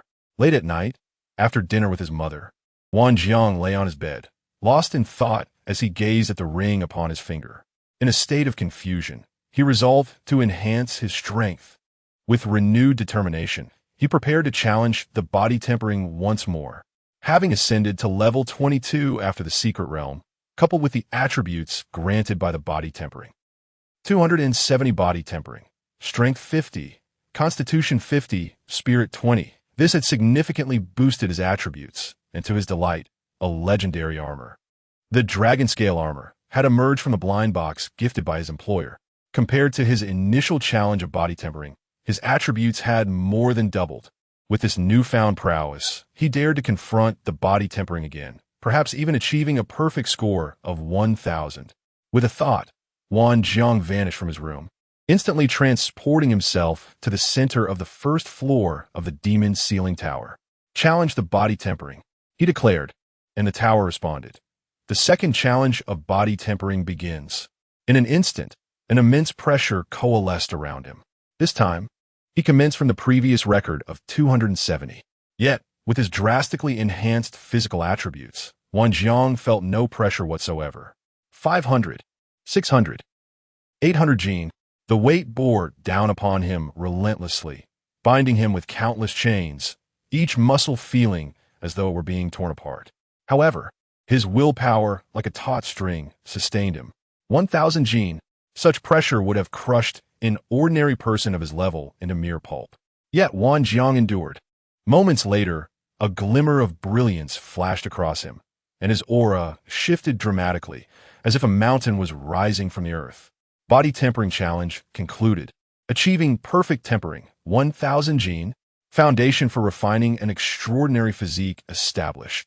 Perfect body tempering, strength 150, constitution 150, spirit 50, agility 50. A significant enhancement in physical prowess, vitality surging like a dragon, with greatly improved recovery, allowing him to heal from severe injuries in a short time. He had succeeded. Wang Jiang's clothes were drenched in sweat as he gasped for air, revitalizing his body. With a sigh of relief, his strength and constitution had both been augmented by 100, accumulating a total of 280 attribute points across all dimensions. Currently, the attributes of level 22 have surpassed those of level 40 epic professionals. Wang Jiang is increasingly eager for the subsequent developments of the demon ceiling tower. The conditions for unlocking the second layer, defeating monsters of the demonic kind. Striving to achieve this as soon as possible. In apartment 502 of Qingshan, Yi Tian and others, having dined, reclined on the spacious sofa in the living room, engaging in casual conversation. Yi Xiu has already decided to form a pioneering team with the Jiang siblings, perfectly resolving the issues of Yi Xiu being alone and the lack of experts within Jiang's team. At that moment, a notification suddenly popped up before Yi Tian. You have shared the talent of employee Wang Jiang. Qingquan tempering, perfect. Instantly, his physical prowess was enhanced, and merely sitting there, his vitality surged like a blazing furnace. Who turned on the heating?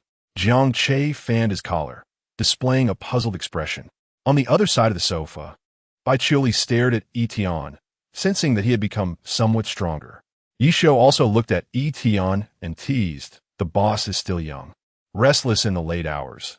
I usually feel this way only in the morning. Yi Tian did not expect the perfect effect of Wang Jiang's Qingquan tempering to be so remarkable.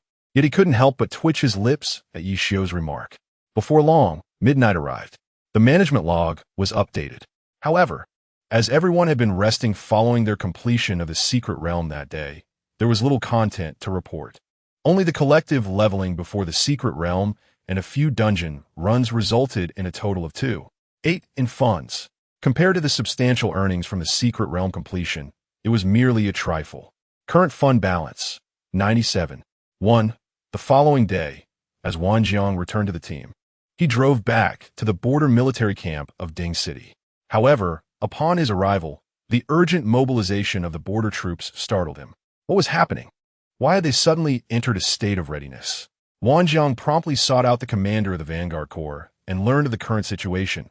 A new wave of demonic energy had emerged. Moreover, it was larger than the last, at least a medium-sized wave. Why was this so sudden? The last wave had just passed not long ago. The source energy. Someone had provoked the demonic source energy, causing the demons to rapidly gather, resulting in the wave. Commander Chang Wei of the Vanguard Corps snorted coldly. It must be those rascals from the Yaga dynasty. The demonic source energy is a unique item, akin to a stimulant for demons. Once triggered, it will inevitably lead to a wave. Wang Jiang's expression turned furious.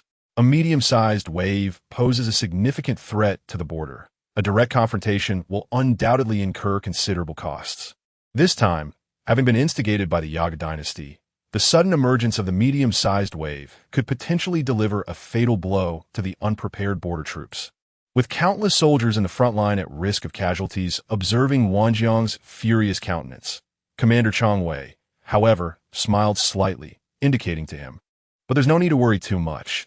The person in charge issued a warning yesterday." Wang Jiang was taken aback. "Old Wei?" "Yesterday, a warning was issued." Commander Chang Wei reflected on the orders given by Wei Yuan the previous day, feeling a sense of admiration. The Red Emperor, known for his volatile temperament and unwillingness to suffer losses, undoubtedly possesses a ruthless strategy, prompting the border defense to immediately enter a state of combat readiness. Following the conclusion of the secret realm yesterday, Elder Wei had already issued a military order for preparedness. Thus the city had long been on alert. Wang Jiang's expression shifted, emotions swirling within him. Captain Chang Wei extended a finger, gesturing for him to look skyward. There a figure hovered in midair, surveying the borderlands. It was Wei Yuan, surrounded by a faint glow of starlight, his robes billowing in the gusts of wind, exuding an air of elegance and composure akin to the steadfastness of mountains. The foreign entities, initially intending to exploit the medium-sized magic tide for their own gains, immediately retracted their intentions upon Wei Yuan's arrival. If Yi Tian were present, he would undoubtedly exclaim, "This is the true talent for the state." It's no wonder he can assume such a significant role. Captain Chang Wei, with a sense of admiration, patted Wang Jiang on the shoulder, advising him to take note for the future. Wang Jiang nodded silently in agreement. Subsequently, Chang Wei assigned him a task. Although Wei Yuan had anticipated this, the threat posed by the medium-sized magic tide remained substantial, necessitating cautious measures from the border defense forces, leaving no room for complacency. "You will no longer be part of the reserve team. Instead, join the guerrilla squad." "Yes, Captain." Chapter 31. Connecting the Demon's Ceiling Tower. A choice of 3 extraordinary bodies. Due to the previous performance of the Demon Tide, Wang Jiang found himself somewhat underutilized in the reserve team and lacking in experience within the main force. Hence, the guerrilla squad, a flexible and dynamic unit, seemed more suited to his capabilities. Contemplating the unlocking conditions for the second layer of the Demon's Ceiling Tower, Wang Jiang, armed with his spear, moved swiftly, eager to engage the enemy at the front line. The medium-sized Demon Tide presented a significant number of fiends, including the appearance of demon lords, prompting the border guards to abandon the first line of defense outside the city and instead retreat to the second line, coordinating with the city's defensive machinery to repel the invaders. As Wang Jiang vanquished foes, he also provided cover for his comrades to withdraw. At present, his strength allowed him to handle low-level fiends with considerable ease. Indeed, the medium-sized Demon Tide proved to be even more ferocious and larger in scale than the previous small tide. Then he spotted it, a fiend of the monster class. After slaying several fiends, Wang Jiang's eyes brightened as he identified his target. It was a grotesque creature exceeding 2 meters in height. Its surface contorted and covered in a flowing layer of blood, resembling a flesh-ravaged monster stripped of its skin. Blood Demon, Monster Class, Level 30 Epic Tier Combatant. Wang Jiang recalled the military's records on fiends, noting that the blood demon was considered a formidable entity among its kind. Yet, for Wang Jiang at this moment, it was merely a foe to be dispatched with ease. Break the army. With a spear that struck like a dragon, Wang Jiang unleashed destructive power that effortlessly crushed the blood demon. In the next instant, he vanished. You have fulfilled the unlocking conditions for the second layer of the Demon's Sealing Tower. Slay a monster-class fiend. The second layer trial of the Demon's Sealing Tower is now automatically initiated. While the Demon's Sealing Tower had its merits, the abrupt teleportation was somewhat exasperating. Wang Jiang muttered a complaint as he found himself in the trial space. Second layer trial of the Demon's Sealing Tower. Slay 10 blood demons. Unlike his initial bewilderment upon entering the tower, Wang Jiang now brimmed with confidence. As 10 blood demons emerged from the darkness of the trial space, he firmly planted his spear into the ground, initiating a radiant array of golden light beneath him. Spear Shadow Array. It is noteworthy that the 10 blood demons before him granted Wang Jiang a 30 attribute enhancement, greatly expediting their demise. The second layer trial has been cleared, and you have received the reward talent, Spiritual Convergence. Spiritual Convergence, purifying the body with spirit, shaping an extraordinary physique. As the trial concluded, the second layer of the Demon's Sealing Tower radiated with brilliance, an intangible essence of clarity merging into Wang Jiang's being. Unlike the overwhelming pressure experienced during body tempering, Spiritual Convergence provided an unparalleled sense of refreshment, as if every limb and sinew had been purified. What a delightful sensation! At this moment, all of Wang Jiang's senses were significantly enhanced. Vision, hearing, smell, and touch were all greatly amplified, even enabling him to perceive spiritual fluctuations, allowing him to anticipate danger or enemy movements. Talent, 1000 gene body tempering, perfect, has fused with talent, Spiritual Convergence, achieving the prerequisites for an extraordinary physique. Upon seeing this new notification, a smile illuminated Wang Jiang's face. He had never imagined that the legendary extraordinary physique was now beckoning him. In his talent panel, a new attribute had emerged, Transcendent Physique. None. The prerequisite for activating the physique has been met, requiring activation of the physique. In simpler terms, Wang Jiang had attained the qualification for possessing a transcendent physique, yet had not yet secured it. However, from the information within the Demon's Sealing Tower, Wang Jiang received an enticing hint. The reward for the third-level trial would directly grant him the transcendent physique. The conditions for unlocking the third level. Slay a demon lord-level evil spirit. At this moment, Wang Jiang was overwhelmed with excitement. A demon lord-level foe. Perhaps there was a glimmer of hope, with the boss bestowing upon him a legendary profession and rewarding him with legendary equipment. How could he not strive to grow stronger and live up to the boss's expectations? He was resolute. After much contemplation, Wang Jiang ultimately made the decision to attempt the challenge against the demon lord level. The thought of a rookie confronting a demon lord level evil spirit would surely astonish the team leader. Yet Wang Jiang intended to challenge more than just one. With an indomitable spirit, Wang Jiang stepped away from the Demon's Sealing Tower, only to be taken aback the moment he emerged. Countless pairs of crimson eyes suddenly fixated upon him. Surrounding him were nothing but evil spirits. At the city's border defense command post, all the team leaders, including Chong Wei, were left dumbfounded. Hadn't it been confirmed that everyone had retreated from the first defense line? How was there still a person fighting behind the lines of evil spirits? The Allied forces were bewildered, and the 2 battalion leaders responsible for the evacuation were equally perplexed. Indeed, everyone had just evacuated. Faced with a medium-sized demon tide, the original battle plan dictated a retreat to the second defense line, with all soldiers from the first line pulling back. Little did they expect that someone would suddenly appear amidst the encirclement of evil spirits. Above the city, Wei Yuan maintained an indifferent demeanor, surveying the battlefield until he spotted Wang Jiang among the throngs of evil spirits. It was a member of Yi Tian's team. What was he doing? In that instant, realizing he had fallen into the encirclement of evil spirits, Wang Jiang felt no fear or trepidation, only exhilaration. For he was now terrifyingly powerful. Peerless, ignores all negative states.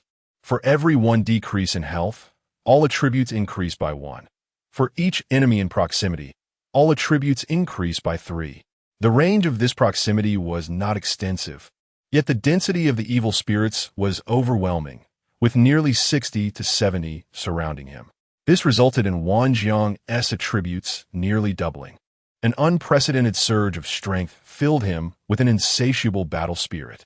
With a sweeping strike of his spear, he effortlessly dispatched nearly 10 evil spirits in an instant. What a thrill! A wave of exhilaration coursed through his body, yet Wang Jiang did not act recklessly. He was no fool and was acutely aware of the present circumstances. The medium-sized demon tide, featuring demon lord-level evil spirits, posed an entirely different caliber of adversary, one that could spell death with a single encounter. The immediate priority was to seize the opportunity to unlock the 3rd level of the Demon Ceiling Tower trial. Having experienced the previous 2 trial challenges, he realized that the monsters encountered within the trials were akin to the evil spirits he had slain to activate the trials. Given the formidable power of the demon lord-level evil spirits, comparable to epic-level professionals of levels 50 to 60, they were no easy foes. It would be best to select an opponent he could counter effectively. He had it. Wang Jiang's gaze was fixated on a diminutive, grotesque creature, enveloped by a miasma of virulent black energy. Plague Roar, Demon Spirit. Level 55, Attributes, Strength 565, Agility 565, Constitution 600, Spirit 595. Description: releases a copious amount of virus, inflicting numerous negative statuses. Contact leads to a lethal infection. The Plague Roar posed a significant challenge to the border defense forces, and many adventurers were reluctant to confront it. The repulsiveness of the virus it emitted was overwhelming. Once infected, the agony was excruciating, and post-battle recuperation required extensive time. However, for Wang Jiang, it was a veritable reward. His talent, unparalleled, which negated all negative statuses, rendered him immune to the virus and disease. With a decisive thought, Wang Jiang surged forward without hesitation, swiftly closing the distance to the Plague Roar. His spear rent the foul creature's form, and under the substantial enhancement of his unparalleled attributes, the demon's spirit shattered upon contact. In the next instant, Wang Jiang vanished once more. How had he become so formidable? In the command center, the vanguard leader, Chong Wei, was taken aback, soon falling into a state of confusion. Where had he gone again?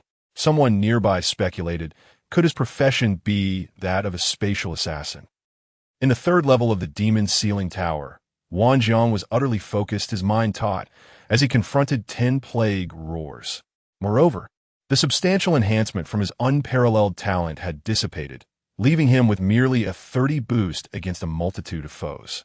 Even though he was immune to negative statuses, his raw power was significantly diminished. Without hesitation, Wang Jiang thrust his spear into himself several times, reducing his health to below 50, thereby increasing his attributes by 50. In that moment, his strength surged to an astonishing 882. Damn, that hurts. Wang Jiang grimaced, but remained resolute, his extraordinary constitution urging him onward. Let us slay. Simultaneously, as Wang Jiang dispatched a demon spirit, the border defense forces commenced their efforts to quell the tidal wave of monsters. The foreign entities of the Yaga dynasty initially sought to exploit the chaos to disrupt the Daxia garrison. However, under the watchful eye of Wei Yuan, and in the absence of the Red Emperor, the remaining foreign races dared not act recklessly. The Daxia's weakened state stemmed from a scarcity of high-quality professions, insufficient resources, and the influx of external enemies through the foreign passageways. Yet, should a high-potential, high-quality adventurer arise, they would be no less formidable than the powerful foreign races. Back in the 3rd level of the Demon Ceiling Tower, Wang Jiang's health had plummeted to 20, yet his momentum was undeterred. Only 3 Plague Roars remained before him. Even with immunity to the virus's negative effects, the combat prowess of these demon spirits remained formidable, marking this as Wang Jiang's most perilous battle yet. Had he known to convene a meeting with his superior first before embarking on this challenge? Wang Jiang mused, suddenly feeling a pang of inadequacy regarding his current attitude. With a legendary profession, exceptional equipment, and even a special employee benefit that granted immunity to fatal damage, he found himself hesitating to fight with all his might. It was evident that he needed to strive harder. Wang Jiang's expression was resolute, his eyes ablaze with an unprecedented fervor for battle. Subsequently, he drove 2 more daggers into his already critically wounded body, causing his health to plummet to 5. Yet, his attributes ascended to an extraordinary pinnacle. Standing as a solitary bulwark, Wang Jiang wielded his spear and leapt into the air, his formidable presence eclipsing that of the 3 demonic entities of the magic realm. With a thunderous crash, his assault unleashed a cataclysmic force, sending shockwaves through the trial space. The 3 plague roars fell in an instant, and Wang Jiang's level surged to 23, heralding the completion of the 3rd layer of the trial. You have successfully cleared the 3rd layer of the trial and are entitled to a reward. A random extraordinary physique. Choose one of 3. An extraordinary physique to choose from. Wang Jiang sat cross-legged on the ground, his robust vitality mending his wounds while he eagerly examined his reward. The extraordinary physique could be described as a supremely powerful passive ability, integrating and enhancing the entire body, predominantly found among otherworldly beings. He could hardly contain his anticipation as he gazed upon the choices, 3 ethereal card-like images materializing before him. Dark Iron Titan, A-Class, significantly enhances defense and constitution, allowing the conversion of incoming damage into energy for a potent counterattack. Damage correlates with constitution and defense. What a formidable defensive counterattack capability. This was exceptionally suitable for a tank-like class, potentially elevating his combat prowess to a whole new level. The mere fact that it was an A-class physique nearly rivaled the abilities of legendary classes. However, Wang Jiang's vocation leaned more toward that of a warrior, and he yearned for combat-oriented abilities. He glanced at the next option, only to find himself momentarily stunned. Phoenix form, S-class, significantly boosts agility. Attacks imbued with immense fire and light attribute damage, and upon death, allows for rebirth through nirvana. Note: choosing this will transform the individual into a female, greatly enhancing their charisma. Wang Jiang. Initially, he was quite tempted by this S-class extraordinary physique. The significant increase in agility was enticing, not to mention the dual attribute damage accompanying his attacks. It was undeniably more potent than a legendary passive ability. Yet, alas, he would have to transform into a woman. Wang Jiang took a deep breath, quietly averting his gaze. Meanwhile, on the other side, Yi Tian was wandering among the various dungeon centers, having scoured countless instances today in search of the enigmatic figure in a black robe possessing unique potential. Unfortunately, the chances of encountering an entity capable of traversing dungeons were exceedingly slim. However, at that moment, Yi Tian felt a stir within him, caught in a web of confusion. Why did he feel as though he had narrowly escaped a calamity? He noted that Wang Jiang had met the conditions for the extraordinary physique, which should have been a favorable development to share with him. How peculiar. Chapter 32. The Thunderous Body. Establishing a Special Squad Base. Wang Jiang's gaze fell upon the final option. The icon of the 3rd choice depicted a figure enveloped in thunder. The accompanying information read, Thunderous Body. S significantly enhances attack and movement speed. Each strike summons the power of thunder around the body, with the range and damage of the thunder determined by the strength of the attack. When the power of thunder strikes an enemy, there's a chance to inflict a paralysis effect. Remarkable. Upon seeing the last physical enhancement, Wang Jiang's face finally brightened as he had found his target. He decisively chose the Thunderous Body. Thunderous Body selected as the reward for the 3rd trial. Extraordinary physique, fusion, successful. As the voice of the demon's sealing tower echoed, a surge of intense power coursed through Wang Jiang's body. The intertwining arcs of thunder flickered around him, and in that moment, he felt as though he had transformed into a legendary wielder of thunder elements. Instinctively, he wielded his spear, and a bolt of thunder, as thick as a bamboo pole, descended, shaking the ground and scattering stones. Wang Jiang gazed in astonishment as he swept his spear once more, unleashing 3 consecutive thunder strikes that carved deep craters into the earth. The extraordinary physique was indeed extraordinary, while Wan Jiang reveled in his newfound power. The prompt for the next trial space resounded. The fourth trial space can enhance this extraordinary physique or grant a higher-rated physique. Conditions to unlock the fourth trial. Defeat a demon lord-level evil entity. An S-rank physique is already so formidable. One can only imagine the strength of an even higher-rated physique. With this thought, Wan Jiang felt a surge of motivation. It was time to exit the tower. At the second defensive line of the city, the Vanguard's main forces were embroiled in a fierce battle against the tide of evil entities. Once stirred by the source energy, these creatures became almost feral, knowing only to fight. Even after several waves had been repelled by the city's defenses, they remained a thorny issue. At that moment, the electronic screen in the command center illuminated once more amidst the dark mass of evil entities, signaling the arrival of friendly forces. Who could it be this time, fighting their way behind the enemy? It could only be, as Wan Jiang reappeared. Several commanding leaders had grown accustomed to his sudden appearances, anticipating that he would likely vanish again soon. However, at this moment, Commander Chong Wei exclaimed, "Wait, what is he planning to do?" There, at the rear of the tide of evil, Wan Jiang swept his spear. Where the spear passed, the might of thunder shattered mountains and split stones, an unstoppable force akin to a descending thunder dragon. The evil entities, most fearful of the purging thunder, found themselves overwhelmed. In an instant, Wan Jiang's spear crackled with lightning, and under the dual enhancements of the S-rank physique's attack and movement speed, his rate of slaying enemies surged to a new level. This time, Wan Jiang had no intention of fleeing to the demon ceiling tower.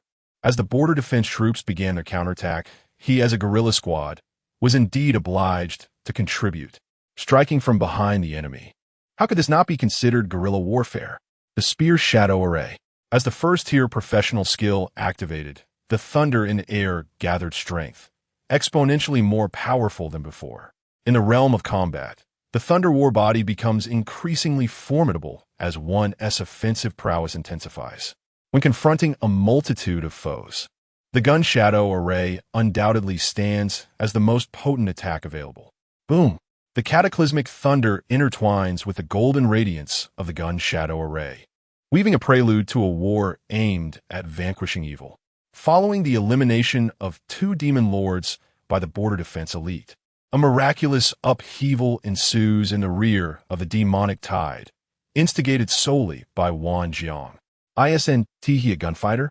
How has he mastered thunder magic? One opportune moment, the chaos among the enemy ranks has disrupted their charge, hinting at an earlier conclusion to the demonic tide. The commanding officers in the operations center exchanged glances of enlightenment. Seasoned by experience, they instantly recognized the merit of Wan Jiang's actions. This young man, should he be reprimanded for acting independently or commended for his outstanding performance? That can wait until after the battle. The main force shall advance. You have shared the ability of employee Wan Jiang. Extraordinary physique, Thunder War body. ZZZ. Purple lightning, like a dragon, darted wildly around Yi Tian, displaying an even more intense manifestation of the Thunder War body than that of Wan Jiang during his time. An extraordinary physique of the thunder type. Quite impressive. Yi Tian acclimated to the capabilities of this extraordinary physique, affirming Wan Jiang's choice. This S-class extraordinary physique bestows a potency comparable to that of a legendary profession. With the enhancement of this extraordinary physique, Wan Jiang may very well vie for the title of the strongest employee against the divine-level knight cultivator. As Yi Tian pondered, he exited the current dungeon. Despite spending the majority of the day, he had yet to locate the cloaked figure, leaving him somewhat dissatisfied. He should consult Wei Yuan and request a bounty for tomorrow. The primary reason for his lack of success today, Yi Tian reasoned, was the overwhelming number of players in the dungeon, which hampered efficiency. After all, the college entrance examination was tomorrow. No student would forego the opportunity to cram at the last minute, especially with the chance of acquiring suitable equipment or skills, or perhaps leveling up a few times to secure a better ranking. Though he did not intend to participate, he was nonetheless eager about the examination, not solely for the prospect of career advancement, but also for the abundant opportunities to discover talent. As Yi Tian departed the dungeon center, He learned that the medium-sized demonic tide had been repelled, marking a significant victory for the border defense. This did not come as a surprise to him, knowing that Wei Yuan had personally intervened, ensuring all would be well. Just then, Wei Yuan descended from the sky, clad in a green coat, and appeared before Yi Tian.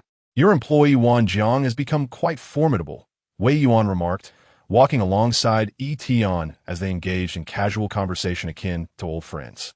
Reflecting on Wan Jiang's potential as a pillar of the nation, Yi Tian nodded affirmatively. He will only grow stronger. Wei Yuan observed Yi Tian with surprise, astonished by his apparent lack of surprise at Wan Jiang's miraculous performance today. Is this a manifestation of the employer's confidence in his employee? After a lengthy contemplation, he set aside this question and expressed his purpose. "Tomorrow is the college entrance examination. Since you are not participating, why not serve as a special examiner for East China?" "Very well," Yi Tian replied readily.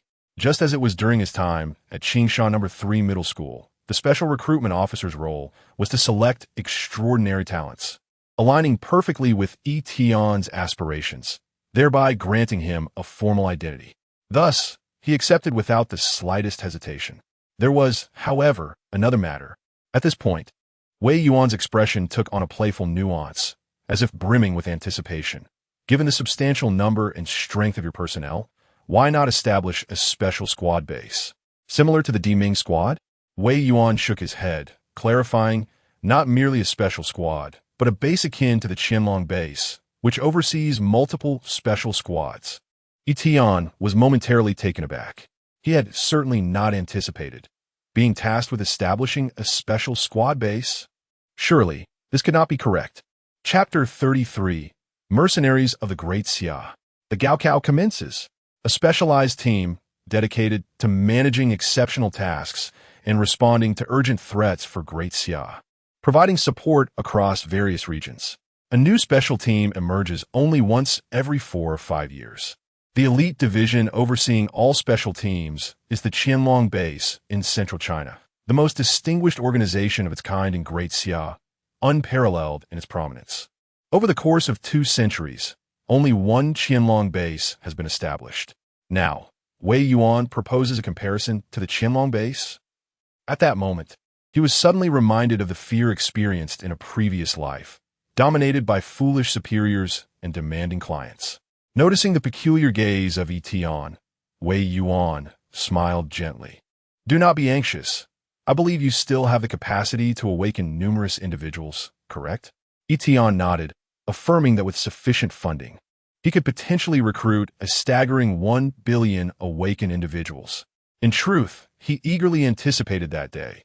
What level of strength would he achieve by recruiting 1 billion? Would that not resolve everything?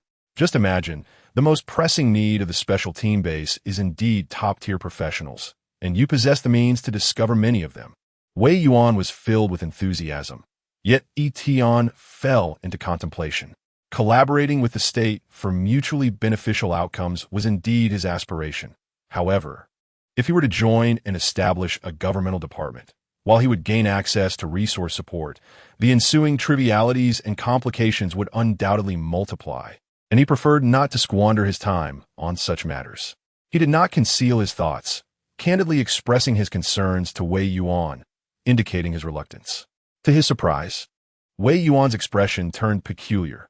"Surely, you do not believe that Great Xia could support a second Qianlong base? Resources are limited." Yi Tian was momentarily taken aback. What did that mean? Wei Yuan's hand rested reassuringly on Yi Tian's shoulder as he elucidated. "I envision the special team base you establish not as a governmental department, but as a mercenary force collaborating with Great Xia." Upon hearing this, Yi Tian's eyes sparkled with interest. This identity seemed promising. As a mercenary, he would be free from the bureaucratic entanglements of state departments, with the focus remaining on collaboration. Through further clarification from Wei Yuan, Yi Tian comprehended that this special team base was not a directive from the Great Xia headquarters, but rather a suggestion from Wei Yuan himself. Currently, numerous special tasks and urgent threats besiege Great Xia, yet a lack of resources prevents the formation of another specialized department. However, The successful navigation of medium-sized secret realms by Yi Tian and his team had rekindled hope in Wei Yuan. In essence, previously, Yi Tian collaborated solely with the state. Now, he would transition from an individual to an organizational entity, leading his entire team in partnership with the government. I shall endeavor to fulfill your needs, but the internal matters of your organization must be resolved by you alone. Wei Yuan chuckled. Would you care to contemplate this? Yi Tian felt a surge of temptation. By adopting an organizational structure, the range of affairs accessible would broaden, signifying greater opportunities for profit sharing. For instance, during the recent emergence of a medium-sized secret realm, he could deploy special teams to assist other districts akin to the Qianlong base. The only apparent challenge was the impending competition with the Qianlong base. After all, establishing a new special team base with similar functions to the existing one would inevitably lead to some rivalry. Yi Tian cast a doubtful glance at Wei Yuan, inquiring whether he harbored any discontent towards the Qianlong base. Wei Yuan stroked his chin, a faint smile gracing his lips as he replied, "Not at all. It's merely that the person in charge of the Qianlong base harbors some resentment towards me." Suddenly, he grasped Yi Tian's implication. "You certainly possess a great deal of confidence." Yi Tian's question was a blatant assertion that the Qianlong base could not possibly rival him in the realm of special squads. In truth, Yi Tian did indeed hold this belief. With the strength of his subordinates, he could not fathom any special squad that could match their prowess. He promptly acquiesced to Wei Yuan's proposal, noting, however, that due to the current limited number of employees, forming a special squad would require some time. "Very well. Should you require the base's facilities, I'm still able to provide them," Wei Yuan declared. After escorting Yi Tian back to the Qingshan apartment, he took his leave. At midnight, the management log was once again being settled. Management log. The second and third trials of the Wanjing Pass in the Demon Ceiling Tower yielded a profit of 10. During the night shift, Jiang Che successfully cleared a level 40 dungeon, Grievous Bones, earning 6. Jiang Che submitted the dungeon strategy, sold new dungeon equipment materials, and accumulated enough funds to establish a new Spark martial arts school, gaining 1. Jiang Che taught the 8 Extremes Fist to a newcomer seeking out the martial arts school, earning 0. 2. Your experience is now full. You cannot level up until the advancement task is completed. Baiqiuli was preparing for the college entrance examination the following day, dedicating the entire day to practicing various martial arts examination techniques, resulting in no financial feedback. Yet what astonished Yi Tian most was not the achievements at the Wanjing Pass or the night shift's dungeon clearing, but rather Jiang Che, establishing a new martial arts school. It seemed he had mentioned it before. Jiang Che, a child taken in by the former head of the Xinghou Martial Arts School, had longed to open a new school in honor of the old master. However, Yi Tian had not anticipated that opening a new martial arts institution and teaching aspiring students could also generate financial returns. Could this be considered a form of achievement? Perhaps so, though Yi Tian remained uncertain and felt he needed more examples to draw a conclusion. On the bright side, funds had further increased, now totaling 114. 3. Regrettably, he had been so focused on tracking down the figure in the black cloak that he had overlooked this new talent. Fortunately, tomorrow marked the day of the college entrance examination. If there was a place teeming with talent in the Great Xia, it would undoubtedly be the examination venue. He hoped for fruitful outcomes the next day. Closing the management log, Yi Tian picked up his phone, intending to play a couple of games before retiring for the night. The following morning, bearing slight dark circles under his eyes, Yi Tian arrived at the designated examination site in Qingshan No. 1 High School. The barrier formation at the school gate had already been activated, preventing anyone without examination or proctoring qualifications from entering. Members of various occupational guilds and noble families were kept at bay, distanced by fully armed guards. The annual college entrance examination was officially underway. Granted special recruitment officer privileges, Yi Tian enjoyed unimpeded access and made his way to the management office of the examination site. Upon arrival, his attention was immediately captivated by a woman in red standing beside Wei Yuan.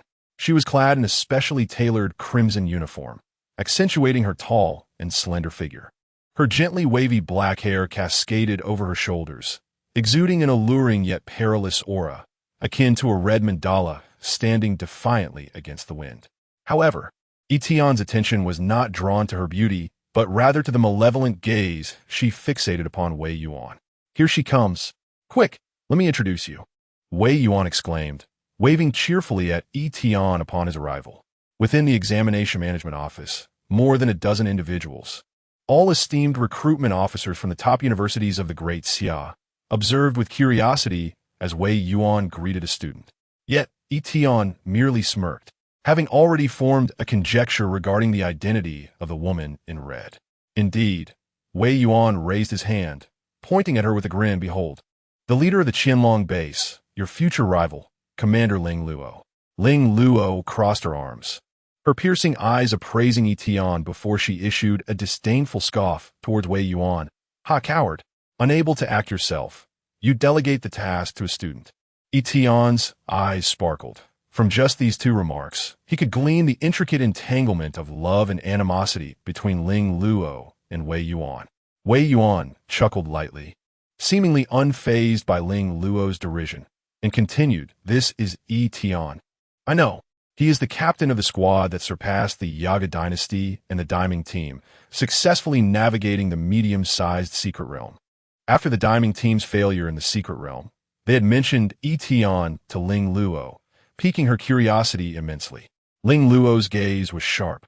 As the leader of the Qianlong base and a top-tier professional at level 74, she found it perplexing that she could not discern Yi Tian's true depth. Strange. The written examination commenced. Within the examination management office, a principal noted the time and reminded everyone. The professional entrance examination consisted of both written and martial tests. The written examination assessed theoretical knowledge and tactical strategies. Some candidates with less favorable career transitions would only register for the written exam, hoping to secure a position as a clerk or tactical assistant based on their scores. To Yi Tian's surprise, he identified his target during the very first written examination. Detected golden potential talent. Chapter 34. Scholars in ruins. Though most of those present were recruitment teachers, their interest in the written examination was rather tepid. For professionals, the content of the written test merely served as a supplementary measure. It was the martial examination that constituted the definitive assessment, revealing the strength and potential of a newcomer.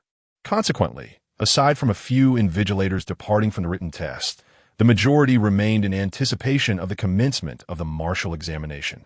However, Yi Tian made a direct approach to the written examination venue, eliciting puzzled glances from the crowd. Only Wei Yuan, who was aware of Yi Tian's remarkable abilities, promptly followed suit. The written examination venue in this world bore a striking resemblance to the college entrance examinations of the past, with candidates seated in various classrooms, engaged in simulated assessments. Yi Tian approached the rear door window of a particular classroom and, guided by the prompt of a resume, peered inside. There, he observed a girl who was writing rapidly, suggesting a strong confidence in her responses. The girl was of delicate appearance, slender in build. Clad in a plain white school uniform that had faded to a slight yellow, her expression notably earnest. Name, Ning Jing. Basic information. Female, 18 years old, from Qincheng. Daxia. Profession, dual-wielding warrior. Potential, gold, ancient civilization explorer. Life story, raised by her grandmother after her parents' divorce, leading to an introverted personality. Possesses an almost obsessive interest in the history of ancient ruins, with a natural talent for exploring ancient civilization sites. Investment opportunity, legendary profession, scholar, 20 points of funding, a dual-wielding warrior. Yi Tian glanced at Ning Jing's seemingly fragile demeanor, feeling an element of exaggeration. Upon reviewing her resume, he noted that Ning Jing hailed from a modest background, a common trait among many high-potential individuals. Yi Tian pondered for a moment and shook his head. It was not that talented individuals came from humble circumstances. Rather, the majority of families in Daxia were currently struggling under the dual onslaught of demons and foreign races, where could one find numerous affluent and warm households. In the corridor of the examination hall, a patrolling teacher noticed Yi Tian attempting to peer through the back door and instinctively prepared to approach and shoo him away. However, upon seeing Wei Yuan join Yi Tian, The teacher promptly turned to patrol another direction. A new talent, perhaps? Wei Yuan stepped forward, and Yi Tian seized the opportunity to inquire. What is the profession of scholar like? Clearly, a scholar was not a combat-oriented profession. Yi Tian's understanding of non-combat professions was limited, rendering him uncertain of their recruitment value. Upon hearing this, Wei Yuan's interest was piqued, for in Daxia, the scarcity of scholars was significantly greater than that of combat professions. Oh, the capabilities of a scholar lie in the excavation and research. Wei Yuan elaborated, simultaneously enlightening Yi Tian about the essence of ancient ruins. Are you familiar with ancient ruins? They're the lost legacies that encompass the civilizations of various otherworldly realms. This includes ancient battle sites, places of natural anomalies, and the legacies of ancient extraordinary civilizations, among others. The opportunities are boundless. Scholars can uncover these lost ruins and interpret their contents. The value of a ruin with a legacy is beyond measure. Listening to Wei Yuan's explanation, Yi Tian felt an unspoken admiration. After all, it has been quite some time since any news of relics emerged from the Great Xia, the last appearance of a secret realm being over a decade ago. However, Wei Yuan was acutely aware of the immense value that relics and scholars held. Scholars are dedicated to excavation and research. In the past, when the interdimensional passage appeared and communication barriers arose between the alien races and humanity, it was the scholars who, through their study of alien languages, facilitated the establishment of contact between the Great Xia and these foreign entities. The universal beast languages and dragon tongue you have studied are products of scholarly research. Moreover, the development of certain specialized tools and materials owes much to the contributions of scholars. Listening to Wei Yuan's explanation, Yi Tian realized for the first time that the role of non-combat professions should not be underestimated. In terms of excavating relics and researching languages, scholars possess an irreplaceable significance. In this light, it truly seems like a treasure has been unearthed. Wei Yuan also mentioned the importance of the quality of scholarly professions. While there may not be a noticeable change in designation from ordinary to legendary quality, certain relic contents or text from alien civilizations cannot be deciphered by low-quality scholars. Only those of higher quality are capable of such feats. Scholars embody a strict hierarchy of levels. If Huadong were to gain even one legendary level scholar, it is conceivable that they could uncover an ancient relic at any moment. Contemplating the potential evaluation of Ningjing as an ancient civilization explorer, Yi Tian was certain that this young lady would achieve great things once she was recruited. After the examination concluded, arrangements were made for someone to escort her to the conference room. This young lady? Not a problem. Ding-ling-a-ling. Accompanied by the urging tones from the classroom speaker. All the candidates for the written examination submitted their papers and exited the examination hall, dressed in a pristine white school uniform. Ningjing stepped out of the teaching building and let out a long sigh. She performed quite well. It should be sufficient for applying to a clerical position. Although her awakened profession was that of an elite dual-wielding warrior, which many envied, she had no intention of participating in the martial examination. She understood that her temperament was not suited for the battlefield. An awakened profession does not alter one's inherent personality. And Ningjing was even too timid to harm Chicken. For this reason, she often felt a twinge of guilt, believing she was letting down her profession. Just as she exited the teaching building, a striking figure flashed before her. It was Bai Qiuli. Ningjing's eyes sparkled like tiny stars at the sight of the legendary Sword Immortal sister. How she wished to possess such prowess. Bai Qiuli had achieved numerous first clears in hell-level challenges, and her recent triumph in a medium secret realm had rapidly amplified her fame. As Ningjing gazed in awe, Wei Yuan's secretary approached and addressed her. Ningjing, please accompany us to the conference room. Huh? Ningjing was momentarily taken aback. Her mind raced with possibilities. Did she forget to write her name on the exam? Or perhaps she neglected to fill in the answer sheet. Surely she wouldn't be that careless. Bewildered, Ningjing followed along. They arrived at a small conference room within the teaching building, where Wei Yuan's secretary respectfully invited her inside before closing the door behind her. Upon entering, Ning Jing immediately spotted the responsible figure, Wei Yuan, which made her exceedingly nervous. However, what struck her as even more peculiar was that Wei Yuan stood silently by the window, while a young man occupied the sofa in the conference room, making Wei Yuan appear almost like a bodyguard. At that moment, Wei Yuan spoke. "This is our special recruitment officer, Yi Tian." Yi Tian had realized that regardless of whom they recruited, the process would always be remarkably simple when Wei Yuan was involved, as the trust level of the candidates significantly increased. After all, he was the head of East China and a top-tier professional from Huaxia, whose reputation was formidable. Indeed, upon hearing Wei Yuan's words, Ning Jing's previously tense expression transformed into one of astonishment.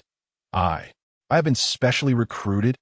Yi Tian handed over a contract, affirming, "Indeed, once you sign this, you will become my employee, and then Commander Wei will arrange your placement." Given that Ning Jing held a non-combat position, she was not suited for a special task force base, so Yi Tian entrusted her placement to Wei Yuan. After all, he was a legendary scholar, and various esteemed research institutes across the Great Xia were vying for his expertise. Ning Jing pursed her lips and scrutinized Yi Tian, utterly astonished that a boy of her age would want her to become his employee. Could this be reliable? Cautiously, she inquired, "May I ask, what would the monthly salary be after joining?" 200,000. Wei Yuan replied on Yi Tian's behalf. Setting aside other combat professions, a legendary scholar certainly deserved such remuneration. After all, Yi Tian had entrusted her to him, and he naturally could not let her down. Bonuses would be additional. Before he could finish, Ning Jing's expression turned serious upon hearing the figure of 200,000. She picked up a pen and immediately began signing the contract, eager to inscribe her name in every possible place, fearful that Yi Tian might reconsider. 200,000 was nearly equivalent to 2 years' salary for a clerk. Observing this, Yi Tian couldn't help but exclaim, "Having a salary indeed makes a difference." If Jiang Che were to learn about the 200,000 monthly salary, he might contemplate establishing a chain of martial arts schools. Just as Ning Jing finalized her signature, Wei Yuan snapped his fingers and the starlight barrier unfolded. In the next moment, a radiant golden light burst forth. Chapter 35 by Chioli exhibits the talent of a top scholar. Employee, Ning Jing. Occupation, Scholar, Level 1, Quality, Legendary Level, 10 attributes. Non-combat occupation omitted. Professional talent, Absolute focus significantly enhances mental acuity, ensuring undivided concentration during study or research, rendering the individual less susceptible to external distractions. Professional skills, linguistic proficiency of various races, ancient ruins exploration, ruins deciphering. Civilization scholar. Upon witnessing Ning Jing's legendary scholar skills, Yi Tian felt a surge of excitement. The linguistic proficiency of various races enables the possessor to master the languages of myriad otherworldly races, including ancient texts and cryptic scripts. This instantaneously rectified Yi Tian's shortcomings in understanding foreign tongues. Furthermore, the ruins deciphering skill allows one to obtain 3 core pieces of information about a ruin upon entry. Should an opportunity to explore such ruins arise in the future, its value would be immeasurable. Even though Wei Yuan had witnessed the radiant transformation several times before, he couldn't help but marvel at the sight. If other nations were to discover that such coveted legendary professions could be awakened effortlessly by Yi Tian, it would undoubtedly incite a frenzy. No, it might even lead to war. In stark contrast, Ning Jing stood in a daze for an undetermined length of time. The instant the golden light enveloped her, it seemed as though her mind had momentarily stalled. Only when Wei Yuan succinctly recounted the situation did she awaken from her dreamlike state. He then called for his secretary to arrange her subsequent assignments. The martial examination was about to commence. As Yi Tian exited the conference room, he observed various admissions officers hastening towards the martial examination arena. Even Ling Luo, the head of the esteemed special department's Qianlong base, was among them. It was quite amusing that the formidable leader of the prestigious Qianlong base would come to recruit talent from their modest Qingchen. Wei Yuan couldn't resist a teasing remark. to which the strikingly aloof Ling Luo responded with a slight huff of acknowledgement. From this, Yi Tian surmised the intent behind her presence. It was likely to secure the legendary professional by Chioli. However, the prospect of stealing an employee from Yi Tian was nearly impossible. The martial examination venue was a vast arena for practitioners, significantly larger than the academic examination classrooms. However, the number of participants in a martial examination was far fewer than that of the academic one. Only individuals possessing a certain level of professional strength would consider enrolling in the martial examination, as otherwise, it would merely be a squander of time and resources. Prior to the commencement of the examination, admissions officers from various universities were already in motion, seemingly having identified their targets and engaging in conversation with several candidates. Among them was a young man named Sun Yi, who had garnered the interest of the National Martial University.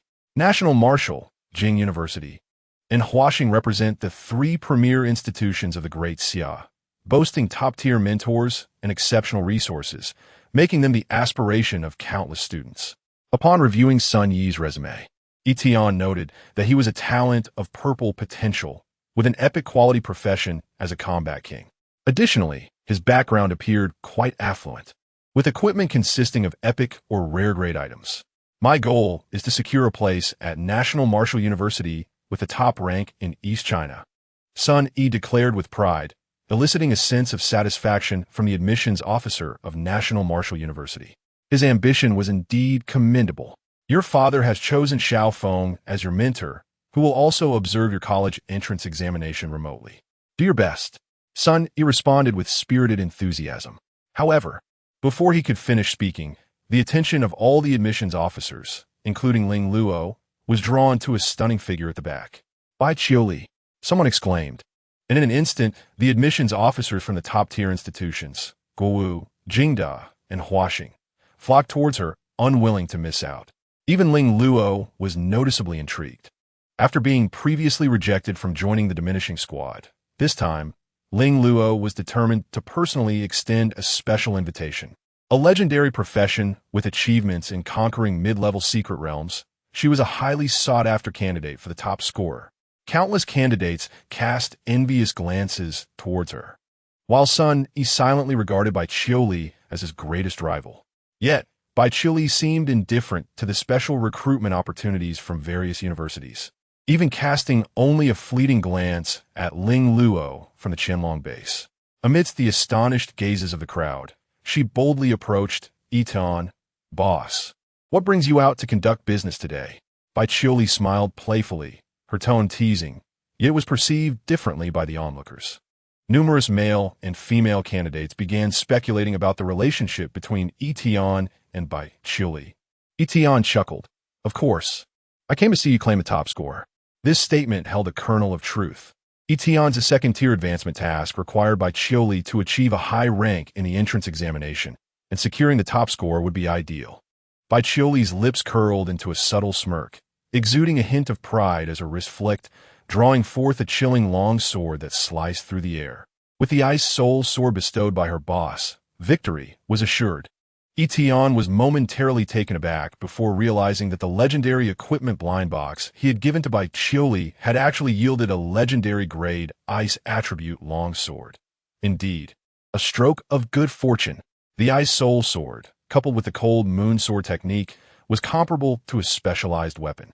Impressive, Yi Tian remarked, before informing Bai Qiuli about the plans to form a special squad, to which she eagerly consented. In the distance, Ling Luo's displeasure was directed at Yi Tian. She could hardly fathom that, despite her esteemed position as the head of the Qianlong base, not a single youth had garnered such attention.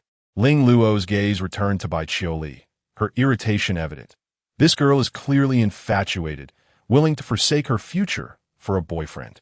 No one came forth to clarify this misunderstanding, as nearly all the admissions officers and students harbored the same thought. The only one privy to the truth, Wei Yuan, stood quietly nearby, unable to suppress a smile at Ling Luo's discomfort. At 3 o'clock in the afternoon, the martial arts examination commenced punctually. The martial test comprised 3 main components: combat robotics battles, dungeon challenges, and simulated demon confrontations. These segments assess the candidate's combat skills, dungeon strategies, and performances against demons. All candidates began with the first segment of combat robotics, sequentially challenging 3 levels, with the final clearing speed determining their entrance examination scores. As all candidates entered the trial stages, I hereby declare the martial examination officially underway. Wei Yuan's steady voice resonated across the entire square as he announced the start from the podium. Yi Tian stood beside Wei Yuan, experiencing the perspective of an invigilator firsthand. The performance of all students in the martial arts examination will be clearly displayed before the podium. However, what no one anticipated was that within mere seconds of the examination's commencement, someone had effortlessly surpassed the first barrier. What? Bai Qiuli had obliterated the combat robot. That was equivalent to the prowess of a second-tier professional, inflicting terrifying damage. The admissions instructors were left in utter astonishment upon witnessing this. Wei Yuan and Ling Luo also exhibited expressions of surprise. The former silently directed his gaze towards Yi Tian, noting his unperturbed demeanor and remarking, "Legendary-grade weaponry. Your generosity is truly remarkable." Even the affluent background of Sun Yi did not afford him a single piece of legendary equipment, underscoring the rarity of such treasures. Yi Tian casually replied, "It is only fitting to be generous towards one's employees. Moreover, Bai Qiuli's level is also beyond the expectations of others." Level 23. Under the hellish efficiency of Yi Xiu's dungeon runs, her level exceeds that of the second highest, Sun Yi, by 6 levels. The overwhelming advantage of level attributes and equipment makes her instantaneous victories entirely justifiable.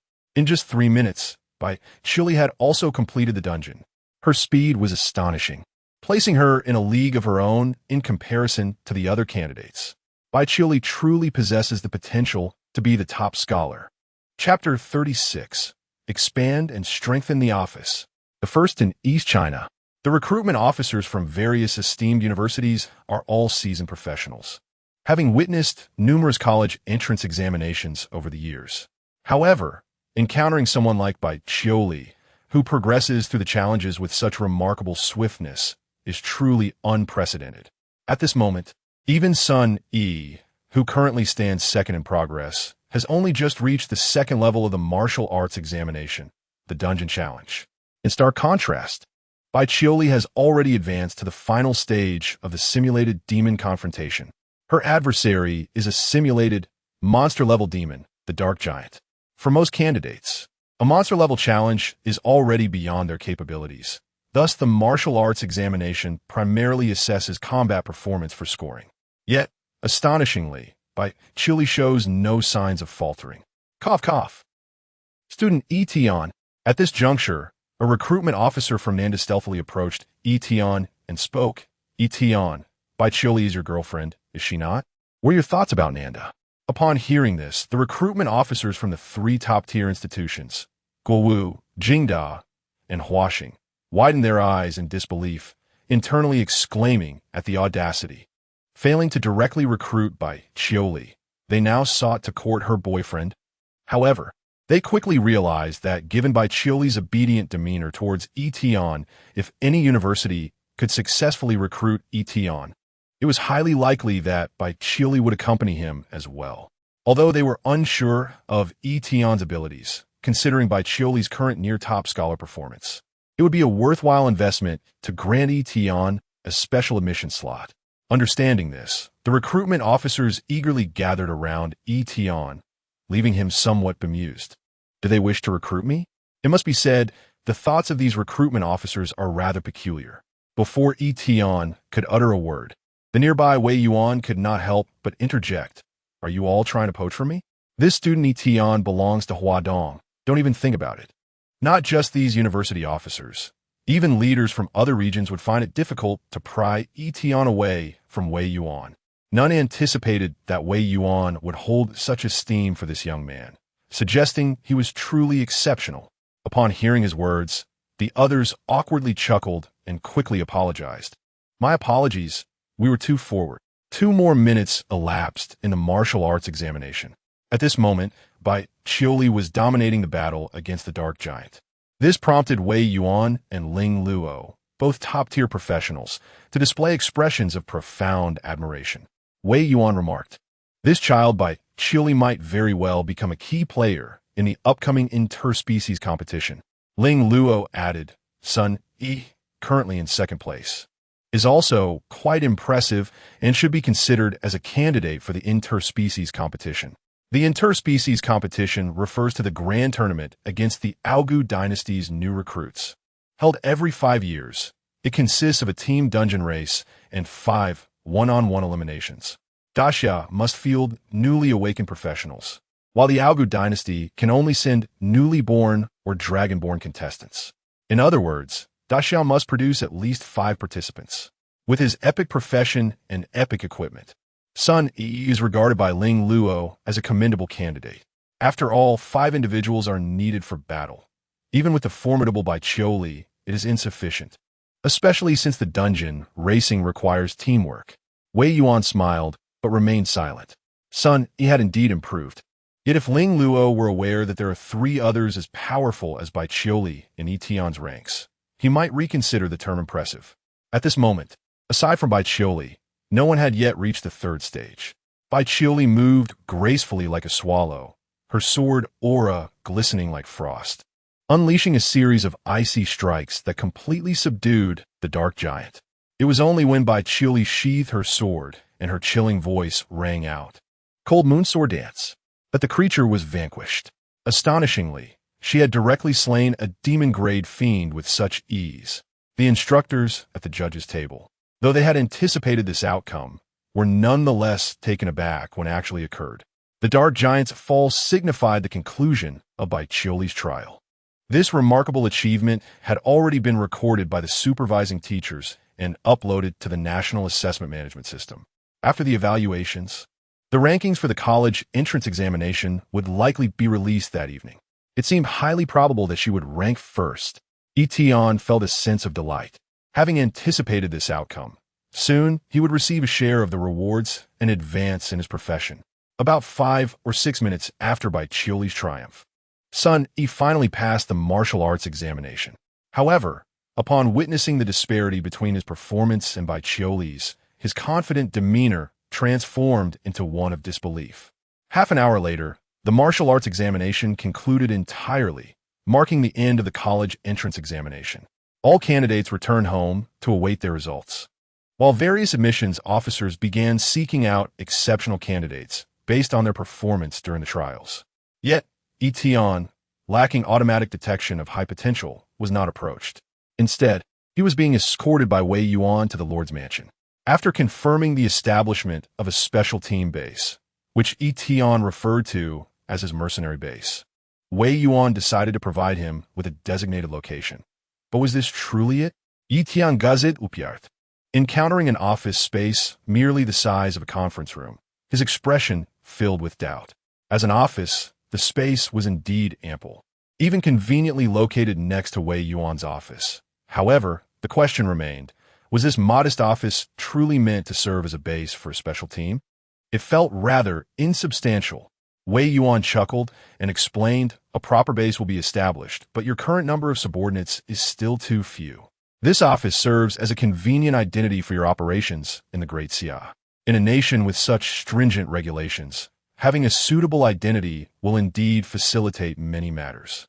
Yi Tian wholeheartedly agreed, realizing that in a country like Great Xia, where exiting the city required permits, it would be impractical to summon Wei Yuan each time an emergency arose, playing the role of a wolf in sheep's clothing. Wei Yuan also promised that once the number of members reached the threshold for 2 special teams, he would promptly allocate a separate base for him. "That sounds good," Yi Tian acknowledged. Wei Yuan then gestured toward the office door sign. "You might want to come up with a name for your office. It can also serve as your base of operations." This inquiry plunged Yi Tian into contemplation. As a base for a special team akin to the Qianlong base, it certainly deserved a name of grandeur. It was time to grow and strengthen. Yi Tian raised a finger, a gesture that reflected his deep contemplation, while Wei Yuan fell into silence. Thus, the name of the office was established, strengthening and expanding the office. Subsequently, Yi Tian filled in the names of Bai Qiuli, Wanjiang, Jiang Che, and Yi Xiao into the special team member list, officially incorporating them under the office's banner. The special team is theoretically composed of 5 members. Excluding Yi Tian, there remains 1 vacancy in the current team. Around 7 in the evening, the results of the college entrance examination were announced. Bai Qiuli achieved the remarkable distinction of being the top student in East China. Chapter 37. Career Advancement. A promotion, a divine skill. Within mere moments of the news breaking, journalists from across the nation flocked to Qingshan.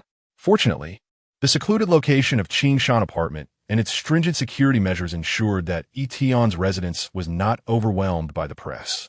With their targets elusive, the reporters congregated at the entrance of Qingshan Second Middle School, where Principal Ji Chonglin managed the situation with a beaming smile. Meanwhile, Bai Qiuli found herself at the city lord's mansion, in the presence of Jiang Yuanshuang, renowned as the sword saint of the Great Xia.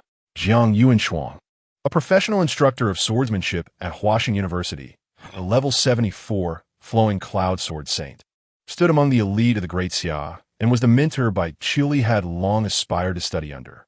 Upon the confirmation of her top ranking in the East China region, Jiang Yuanshuang promptly traveled from Huazhong to personally conduct an interview for apprenticeship. As for the ranking, why she was first in East China was not due to Bai Qiuli's inability to place nationally, but rather a consequence of the Great Xia's restructuring in response to the massive invasion by foreign tribes. The nation had divided into 5 districts, each facing its own adversaries. And the college entrance examination had been reformed to accommodate district-specific assessments, rendering national rankings obsolete.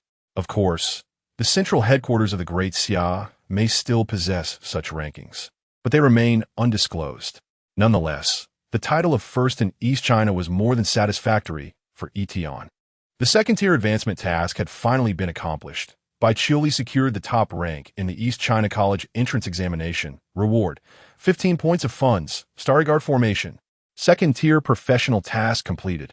Your professional rank has been elevated from Tier 1 to Tier 2. The initial professional rank of any future recruits will be elevated to Tier 2. An additional employee benefit has been unlocked. Acquired exclusive professional skill for boss. Promotion.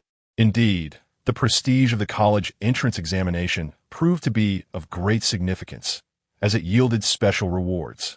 Yi Tian's eyes were immediately drawn to the Starry Guard formation within the rewards, a legendary quality array item. An array, akin to a barrier, is a unique and rare capability, often employed during examinations to safeguard and ensure the security of the testing environment.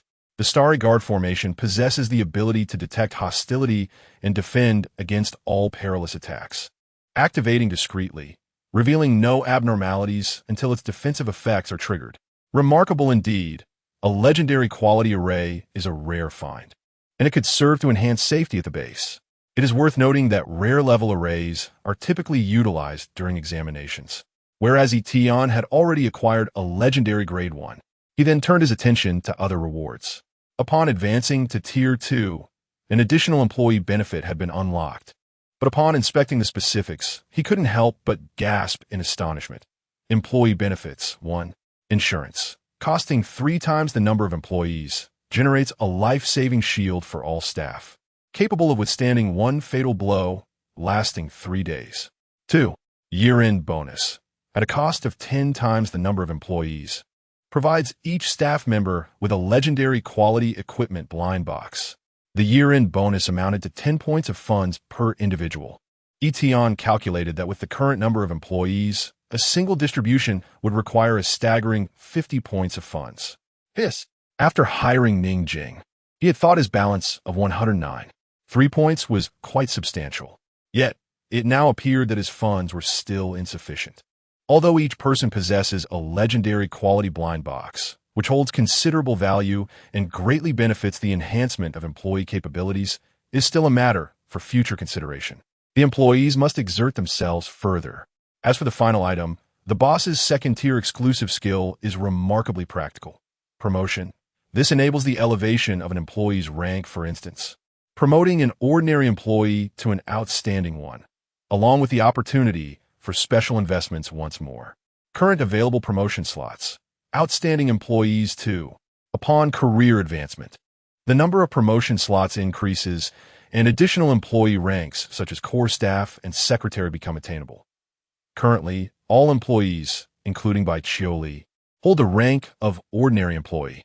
Promotion can elevate ordinary employees to outstanding ones, with 2 slots available for such advancement. Following a promotion, unique investment opportunities arise. Yi Tian stroked his chin, acknowledging the significant utility of each profession's exclusive skill. At that moment, he silently determined the first candidate for promotion, Bai Qiuli, without a doubt. Among the multitude of talents, she stands out as the most diligent, her exceptional talents promising boundless future achievements. Moreover, with Bai Qiuli on the verge of entering university, her chances of receiving accolades multiply, potentially generating greater dividends for him in the future. Promote Bai Qiuli. With a mere thought, Bai Qiuli's title swiftly transformed on the employee panel. Outstanding employee, Bai Qiuli. Immediately thereafter, a new special investment panel appeared. Outstanding employee investment opportunities. 1. Career advancement. Upgrade a legendary level profession to a divine level profession. 20 points of funding. 2. Exclusive weapon. Acquire the exclusive weapon of the Frost Moon Sword Immortal. 5 points of funding. 3. Simply promote, without investment. A choice of 3. Yi Tian promptly dismissed the third option. Merely elevating a title is no different from empty promises. Having experienced a past life as a humble salesperson, he detested such empty promises the most. Advancing to a divine-level profession undoubtedly presents the greatest enhancement. He had not even considered the possibility of elevating the quality of a profession. But the cost is substantial, 20 points. Fortunately, Yi Tian currently possesses a fair amount of wealth, investing in career advancement. Wait a moment.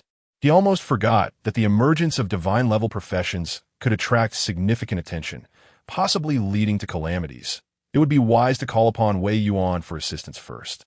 In the meeting room of the city lord's mansion, Bai Qiuli conversed delightfully with a graceful woman. The woman, clad in a moon-white long dress, exuded a tall and elegant demeanor, her flowing hair neatly tied up with a cloud hairpin, her gentle yet commanding visage unmistakable. She was none other than Jiang Yuanshuang, renowned as the foremost sword saint of the Great Xia. Recognizing Bai Qiuli's exceptional swordsmanship talent, Jiang Yuanshuang felt compelled to take her as a disciple. Qiuli, in light of your talents, come under my tutelage and join me at Huaxing University.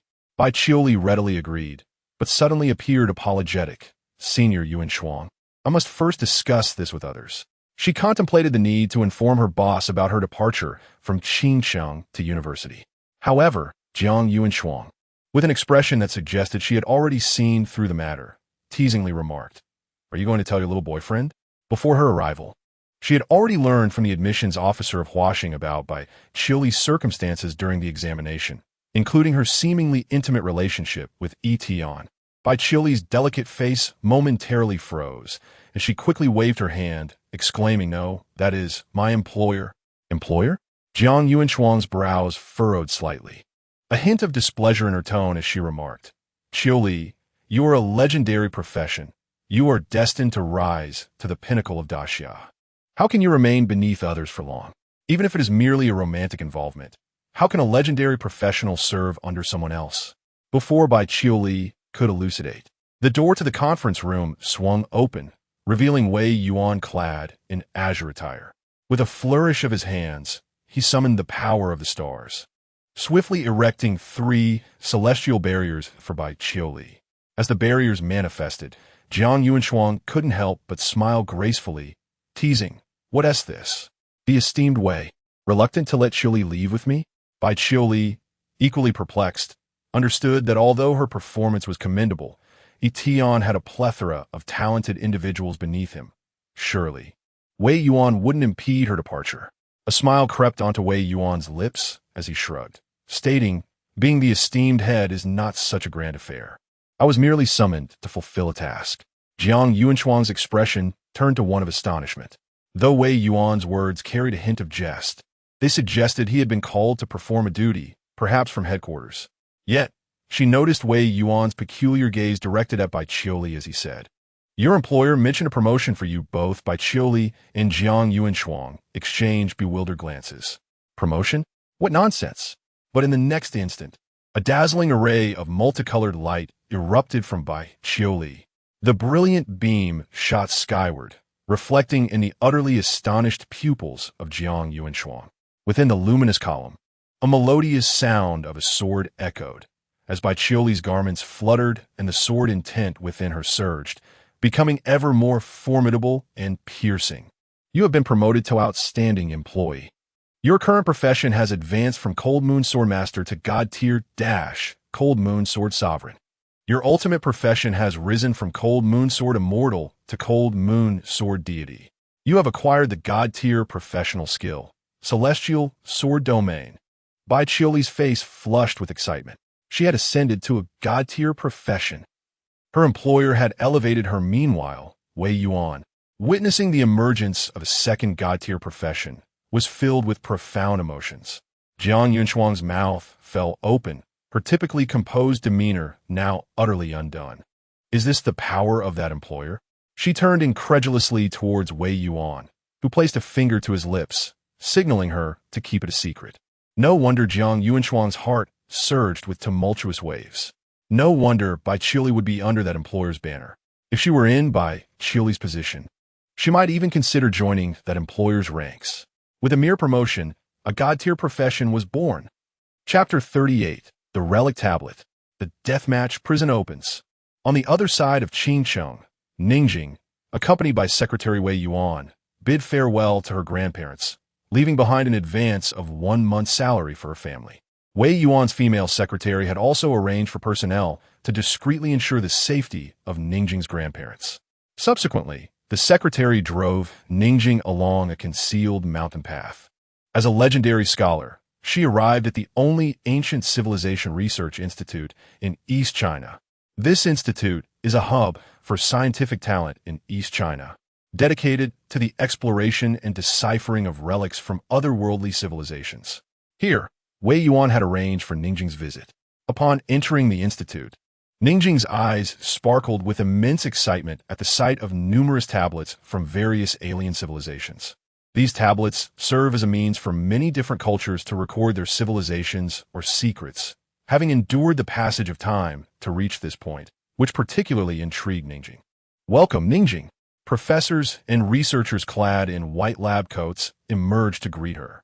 The director of the institute warmly gestured, having been informed by Wei Yuan earlier that she was a legendary scholar. Throughout the entirety of Blue Star, the strongest scholars are merely of the epic level. A legendary scholar has never before graced their presence. This holds significant implications for the ongoing excavations of ancient relics in East China. Hello, Ningjing politely greeted, her gaze inadvertently drifting towards the tablet on the distant experimental table. Could this be the fabled relic tablet?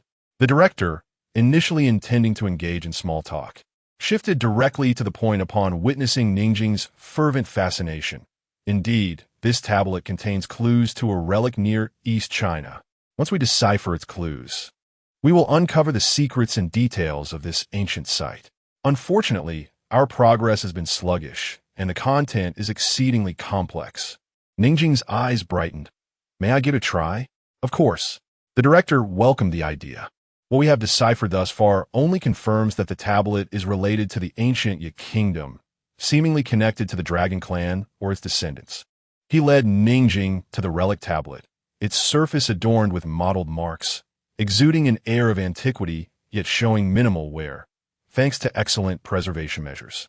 On the deep gray-brown surface, symbols and intricate characters appeared to float, as if imbued with a spirit of their own. Ningjing held her breath, her expression remarkably earnest. With her legendary scholar's ability to decipher, she found even this tablet posed a slight challenge, indicating its high level of difficulty among the multitude of tablets. I cannot fully decipher it just yet. I will need some time, Ningjing expressed with an apologetic demeanor. However, the director and researchers exchanged glances, momentarily bewildered. Did she believe that a mere glance would suffice to decode a relic tablet? In research institutes worldwide, deciphering a single relic tablet typically requires at least 2 months. No worries. The director began to offer reassurances, only to hear Ningjing continue, "But I have deciphered 3 pieces of content." The director and all the researchers responded in unison. "Are you serious?" The collective gaze of the crowd was suddenly drawn to Ningjing's words. She extended her finger to point at a certain line on the stone slab, earnestly stating, "The forbidden area of the dragon ancestors' secret realm. The world-destroying dragon betrayed." Before she could finish, all the researchers, including the director, were taken aback. Several of her words were translated with impeccable accuracy. She had truly deciphered it. Yet, it was not over. Ningjing's fingers slowly moved, her expression extraordinarily serious, her lips barely moving as she intoned, "Black Emperor and I. Da. Hua. Gu." The following day at the Qingshan apartment, Yi Tian awoke, freshened up, and, as usual, went to the cafeteria downstairs for breakfast. Not only was the food delectable, but the most crucial aspect was that it was free, hard to resist. After promoting by Chioli the previous day, he also shared the substantial attribute boost from the Cold Moon Sword Master, as well as the divine skill sky-piercing sword domain. Compared to the free-spirited knight cultivators, by Chioli's specialization in attack as the Cold Moon Sword Master was akin to a razor-sharp blade, enabling her to rank first in combat power among the staff. As for the position of another outstanding employee, Yi Tian was still contemplating and had yet to make a decision. However, should he manage to elevate the profession's quality, he was quite curious to see what the upgraded effect of a knight cultivator's divine free spirit would be. After spending 20, Yi Tian had 89. 3 left, plus the 6 points from yesterday's log, bringing his balance to 95. 3. The reason he maintained such a high amount of funds was that he remained fixated on that mysterious figure in the black robe, an exceptional talent. Hence, he kept over 60 in reserve, yet regrettably had not encountered them again. Today, Yi Tian planned to continue venturing into the dungeon for a stroke of luck. However, at that moment, Wei Yuan suddenly called. "Yi Tian, hello." "What?" "The figure in the black robe has appeared." Yi Tian struggled to contain his elation, immediately setting down the Youqiao in his hand. 2 minutes later, he arrived at Wei Yuan's office to learn the situation. "Yesterday, you had me issue a bounty through the military, and today someone encountered the monster you mentioned in the dungeon, cloaked in a black robe. It was unlike ordinary dungeon creatures, swift and unpredictable in its movements." Wei Yuan relayed to Yi Tian, "Isn't this exactly the description you provided?" "Indeed." Yi Tian's eyes sparkled with intensity. "Where is it now?" Wei Yuan replied, "The Qing Chung Guard discovered it in the level 35 wild forest. They did not engage in battle and left to report immediately." "Excellent." Yi Tian could not help but feel exhilarated, reflecting that indeed, there are those who are efficient in their duties. Searching alone felt like searching for a needle in a haystack.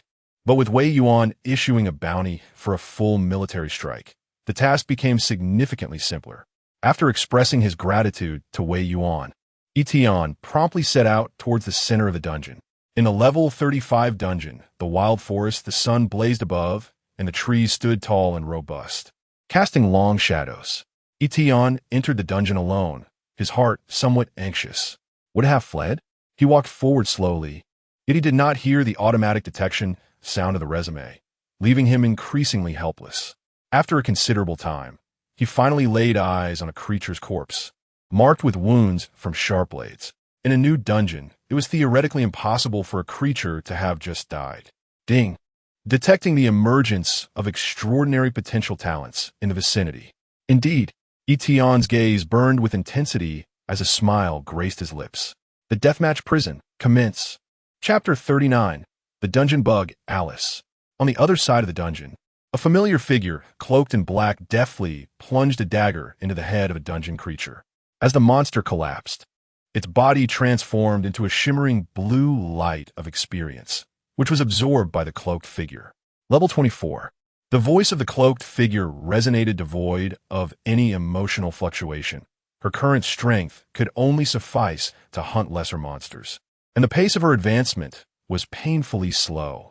The boss of the wild forest, the wild ape, was singularly obstinate, rendering negotiation impossible. In truth, her unique existence bore immense pressure, as she had to contend with dungeon challengers while simultaneously being rejected by the very dungeons themselves. Should a dungeon boss take a disliking to her, it would spell an endless pursuit.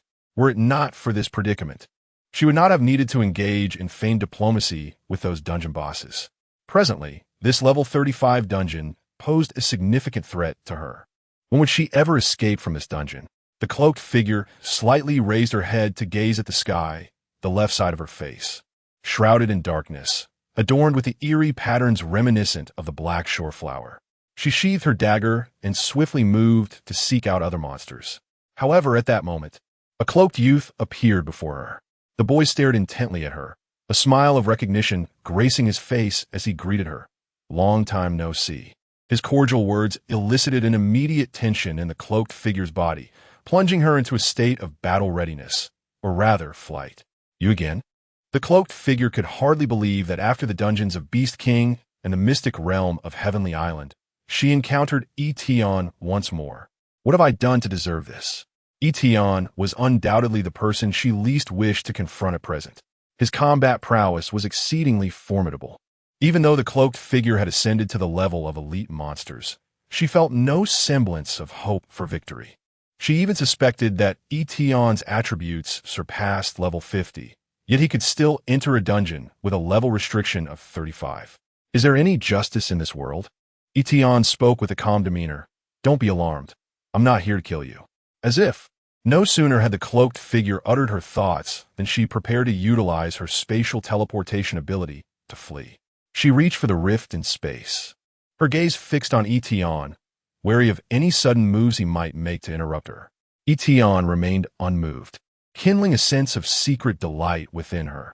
"I may not be able to defeat you now, but I shall surpass you in time." However, in the next moment, her proud rift in space failed to open. The entire realm did not respond to her command. This area is affected by the item deathmatch prison. No beings can leave until the owner of the deathmatch prison is either slain or voluntarily dispels it. What? The cloaked figure felt her heart plummet, her gaze falling upon the smiling Yi Tian, instantly aware that this was his doing. To go to such lengths to kill me? She was well acquainted with the rarity of such space-altering items, and she could not fathom what had offended this individual before her. The cloaked figure's eyes turned frigid, her mind consumed with a singular thought. Yi Tian stood still, his hands tucked into his pockets, affirming with certainty, "I surmise you shall not concede just yet." Before the words could settle, a figure brimming with murderous intent surged forth, accompanied by a fierce wind. The icy blade swiftly slashed towards Yi Tian's throat. The ferocity of the cloaked figure seemed almost tangible. Even the mightiest could succumb to a throat cut. Currently, she belonged to the realm of dungeon monsters. Although she would resurrect after death, her levels and abilities would reset, erasing the strength she had painstakingly built over the past 6 months. She was unwilling to start anew after having fought from level 0 to her current state. She did not aim for the heart, knowing that those with formidable physiques possess skin of unparalleled toughness, making it difficult to inflict serious injury. Instead, she targeted the throat, a vulnerability often overlooked by many. Channeling all her strength into the strike, she prepared for the blow. However, in the next instant, Yi Tian vanished from his position, employing triple instantaneous movement to appear directly behind the cloaked figure, with a gentle touch of his 2 fingers upon her. A tremendous force akin to a mountain bore down upon her, rendering the cloaked figure powerless and collapsed to the ground. Indeed, there was no hope. Lying on the ground, the pain did not alter her indifferent expression. Only an overwhelming sense of helplessness spread within her. Strength, devoid of power, leaves one at the mercy of others. Without strength, nothing can be accomplished. She had to grow stronger. The cloaked figure's despair evaporated, replaced by a fervent determination to begin anew next time. Yet, Yi Tian merely sat beside her, inquiring, "Now you believe I did not intend to kill you, correct?" The cloaked figure paused at his words. Indeed, she was no match for Yi Tian. Had he wished to strike her down, he would have done so long ago. Was there a more insidious plan at play? At that moment, she propped herself up, revealing her visage beneath the cloak to Yi Tian. It was an extraordinarily bewitching face. One side exuded a chilling allure, reminiscent of a femme fatale, while the other was marred by black patterns resembling the sinister black flower, emanating an aura of malevolence. Yi Tian was momentarily taken aback, for the black markings on that side of the face were not mere tattoos, but the insignia of a demon. This individual had been tainted by demonic corruption and, theoretically, should have long since succumbed to madness, becoming one with the dark forces. The cloaked figure locked her gaze onto Yi Tian, perplexed, unable to decipher the intentions of this youth. In response, Yi Tian activated her profile. Name: Alice. Basic information: female, 33 years old, human of the Source Martial world. Occupation: Source Martial Fighter Dungeon Elite Monster. Potential: Special, Dungeon Bug. Biography: the foremost female warrior of the Source Martial world. She encountered abyssal corruption while exploring the abyssal wormhole. Through immense willpower, she resisted the taint, becoming a half-human, half-demon creature, awakening the ability to traverse space. Subsequently, the abyssal wormhole was shattered by an unknown entity, dispersing her into various dungeons. Even after becoming a dungeon monster, Alice retained her memories and, due to her hybrid form, awakened a monster template, allowing her to slay foes and evolve. Yet, she remains trapped within the dungeon. Investment opportunity: hidden class, Queen of Blades, 60 points of funding. The information contained within this profile was exceedingly vast. In the realm of the Source Martial world, within the abyssal insect nest, where beings of both human and demon exist, and where bugs of the dungeon manifest. Each term is a vast expanse of knowledge beyond Yi Tian's comprehension. The only foreseeable aspect is perhaps the hidden profession bestowed by unique potential. The Source Martial world. After the Great Xia experienced the emergence of numerous interdimensional portals, it became aware that besides Blue Star, there existed many other worlds akin to the ancient empire. The Source Martial world is likely but one among countless other realms. As for further details regarding the Abyss, they remain unrecorded in the textbooks of Great Xia. It is not that they have been forgotten, Yi Tian pondered silently. The figure clad in black robes, Alice, regarded him with a wary gaze. What do you intend to do? To assist you. Assist me? Alice scoffed. Can you reverse the rules of the dungeon and help me escape? Yi Tian shook his head. While I cannot help you exit the dungeon for now, I can aid you in growing stronger. With that, he invoked a skill, and a contract materialized in Alice's hand. After perusing its contents, a sardonic smile crept across Alice's lips. Even if I were to perish, I would never serve another. A light chuckle escaped Yi Tian's lips as a former salesman. He remained unfazed by her rejection. Alice, what is your dream? How do you know my name? A trivial ability. Upon hearing Yi Tian's words, Alice's expression shifted to one of skepticism. Dream. As she contemplated, her demeanor hardened, her gaze resolute. Revenge. Those scoundrels who urged us to explore the abyssal wormholes, only to seal them when a malevolent corruption was discovered, preventing our escape. So many remain untainted. There is still hope. All who obstruct my vengeance must perish. As she spoke, Alice's fury reached its zenith, her wrath nearly palpable, almost forgetting Yi Tian's presence. Yi Tian's heart trembled. The story briefly mentioned in her resume was far more tragic than he had imagined. However, it did lend a certain advantage to his forthcoming words. It seems your desire for vengeance is not particularly strong. How could that be? Alice's enigmatic eyes bore into Yi Tian's. I would do anything for revenge. Yi Tian replied with a calm smile. Then, for the sake of revenge, might you not temporarily cast aside your principles? Alice was taken aback. A torrent of emotions surged within her, a battle between her humanity and her quest for vengeance. The principle of never serving another was under relentless assault by the fervent flames of revenge. After a considerable time, Alice shook her head. It is futile. I have already been tainted by the Abyss. I cannot accept any other power, unless your strength surpasses the corruption of the Abyss, which is impossible. Upon hearing this, Yi Tian fell into contemplation. Which is stronger, the corruption of the Abyss or the power of this unknown profession? He pointed at the contract in Alice's hand. Why not give it a try? Give it a try? Alice gazed at the contract. A flicker of hope mingled with self-mockery in her eyes before she pressed her handprint. In the next moment, a brilliant light erupted. Chapter 40, Dual Templates. Blade Queen. A brilliant radiance erupted, blinding to behold. Thousands of runes flowed like rivers of stars, cascading towards Alice's form.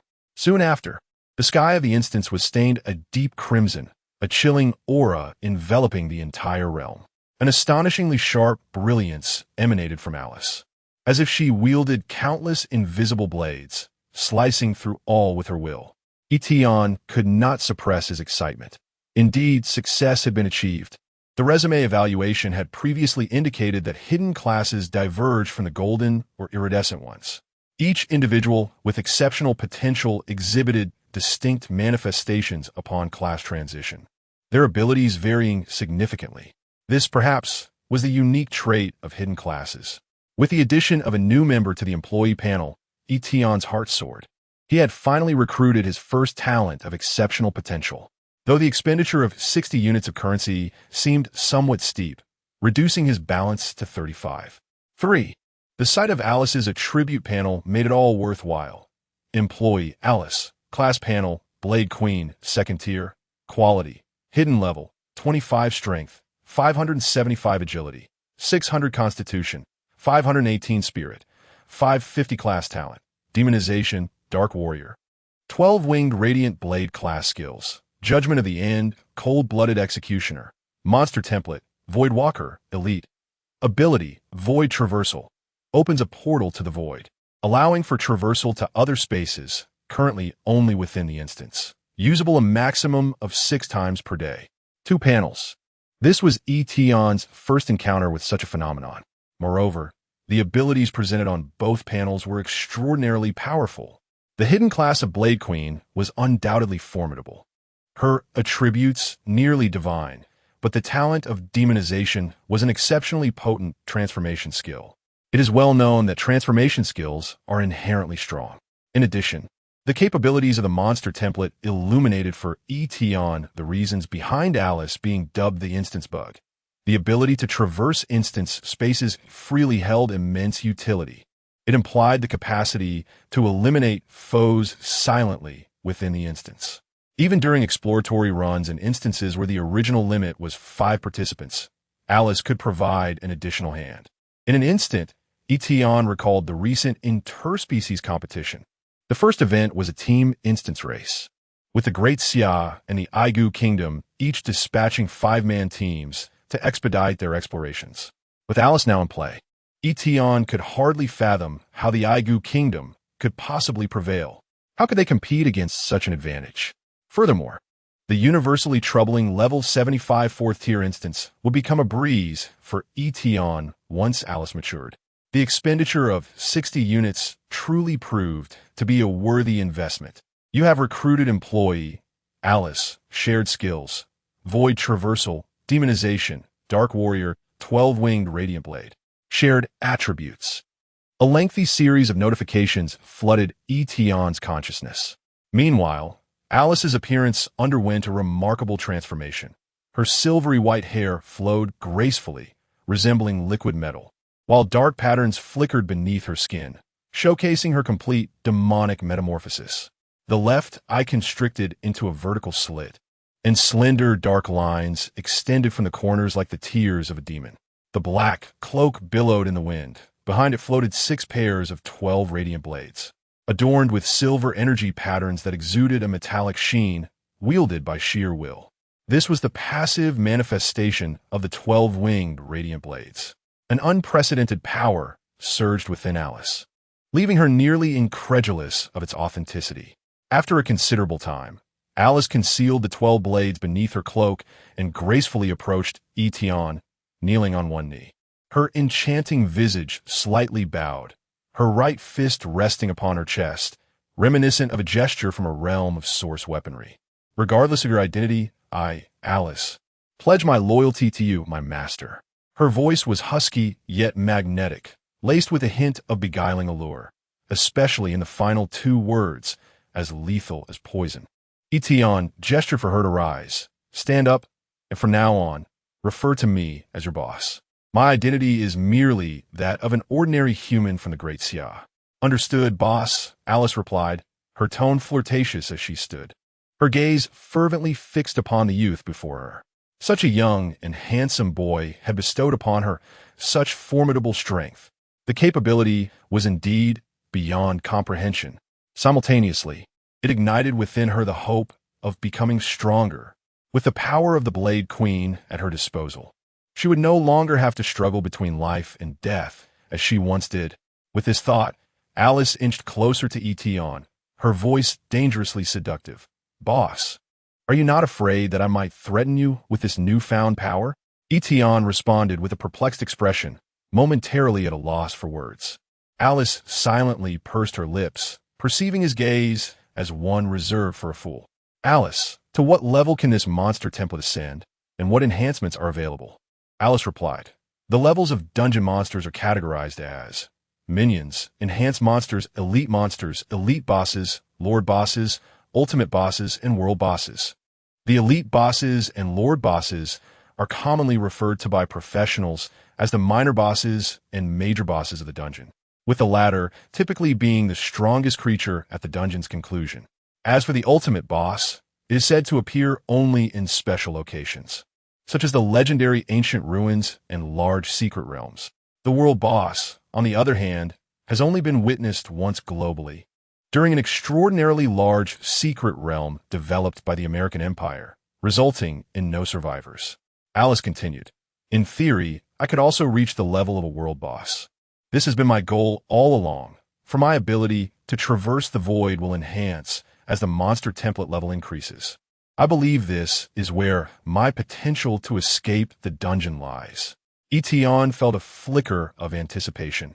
The ability to traverse space was currently limited to dungeons. If it could be utilized outside in the future, its effectiveness would be greatly amplified.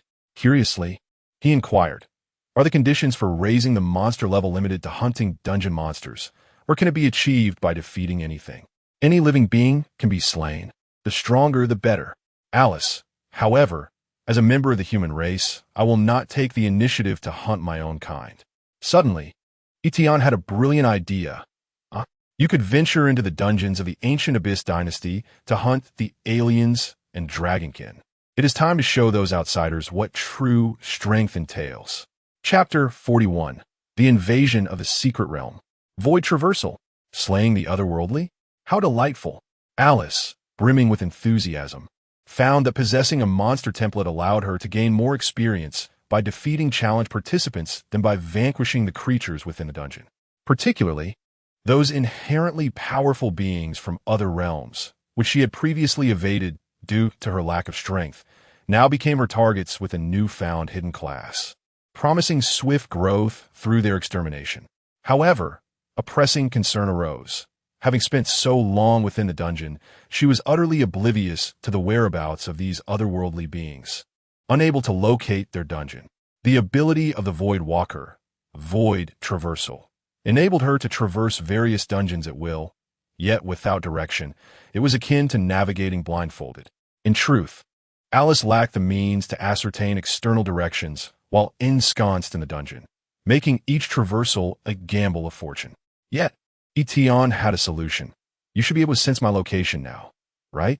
Alice closed her eyes and delicately attuned her mind, nodding in delight. Upon successfully recruiting her, Yi Tian and Alice automatically established a master-employee relationship.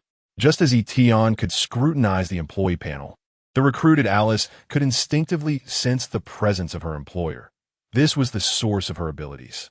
To Alice, this sensation felt like being enveloped by the radiant glow of a lighthouse amidst an endless, dark sea. "I will help you locate the dungeon of the otherworldly beings. You can teleport directly to my side when the time comes." Upon hearing Yi Tian's words, Alice's face lit up with joy. Thus, her aimless wandering within the dungeon, akin to that of a blind person, had finally come to an end. She gracefully bowed to Yi Tian, exclaiming, "Alice shall follow your guidance." Departing the dungeon, Yi Tian felt quite satisfied with this venture, having acquired a unique talent and the peculiar ability to traverse dungeons. The special potential was indeed remarkable. As Yi Tian pondered this, he suddenly noticed a significant decrease in the number of professionals at the dungeon center. After a brief exchange of hushed whispers, several teams began to rush outside the city. What was happening? The receptionist at the dungeon center, who had a profound impression of Yi Tian's success in conquering and sealing the dungeon, explained. The medium-sized secret realm outside the city has inexplicably mutated and has been completely sealed off. The medium-sized secret realm outside the city? Was it not the very celestial island realm that Yi Tian and his companions had recently claimed? Yi Tian frowned slightly. The mutation and total sealing undoubtedly implied that the resources within the secret realm could no longer be harvested. A perfectly good medium-sized secret realm, if inaccessible for resource extraction, would leave them mere spectators, gaining nothing. It would render their prior efforts in vain. How strange. With this thought, Yi Tian swiftly made his way to the secret realm outside the city to investigate further. Upon arriving at the vicinity of the secret realm, he discovered that the entrance had already been cordoned off by the guards. Hundreds of onlookers, all professionals, were barred from approaching the entrance, creating a rather dire atmosphere. Everyone, step back. Do not approach, the guard shouted. Upon witnessing the situation, Yi Tian approached and produced his identification, a document titled Strengthening and Expanding the Office. A guard, noticing this, furrowed his brow slightly and remarked, "What is this?" "No, wait. My apologies, sir. I failed to recognize you just now." His expression shifted from anger to confusion, finally settling into a respectful demeanor as he gestured for Yi Tian to pass through the blockade. The document's title was abstract, yet it wielded significant power. According to Wei Yuan, the authority conferred by this document was comparable to that of a city lord, allowing unrestricted passage throughout most regions of the Great Xia. The onlookers, blocked from entry, murmured their discontent. The guard retorted, "He is from a special agency, capable of resolving issues. What business do you have in there? Accompanying the dead?" Upon hearing this, the murmurs of the bystanders gradually subsided. Yi Tian arrived at the entrance of the secret realm, where a swirling vortex of deep purple energy coalesced, emanating a perilous aura. At this moment, Wei Yuan was absent, replaced instead by Bai Qiuli and another elegant woman.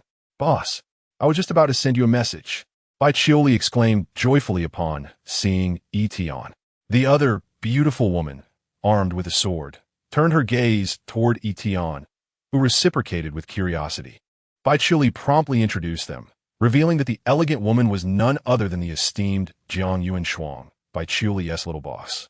Viank, Yuanshuang, scrutinized Yi Tian, surprised that the one elevating Bai Qiuli to a god-level profession was a rather handsome young man.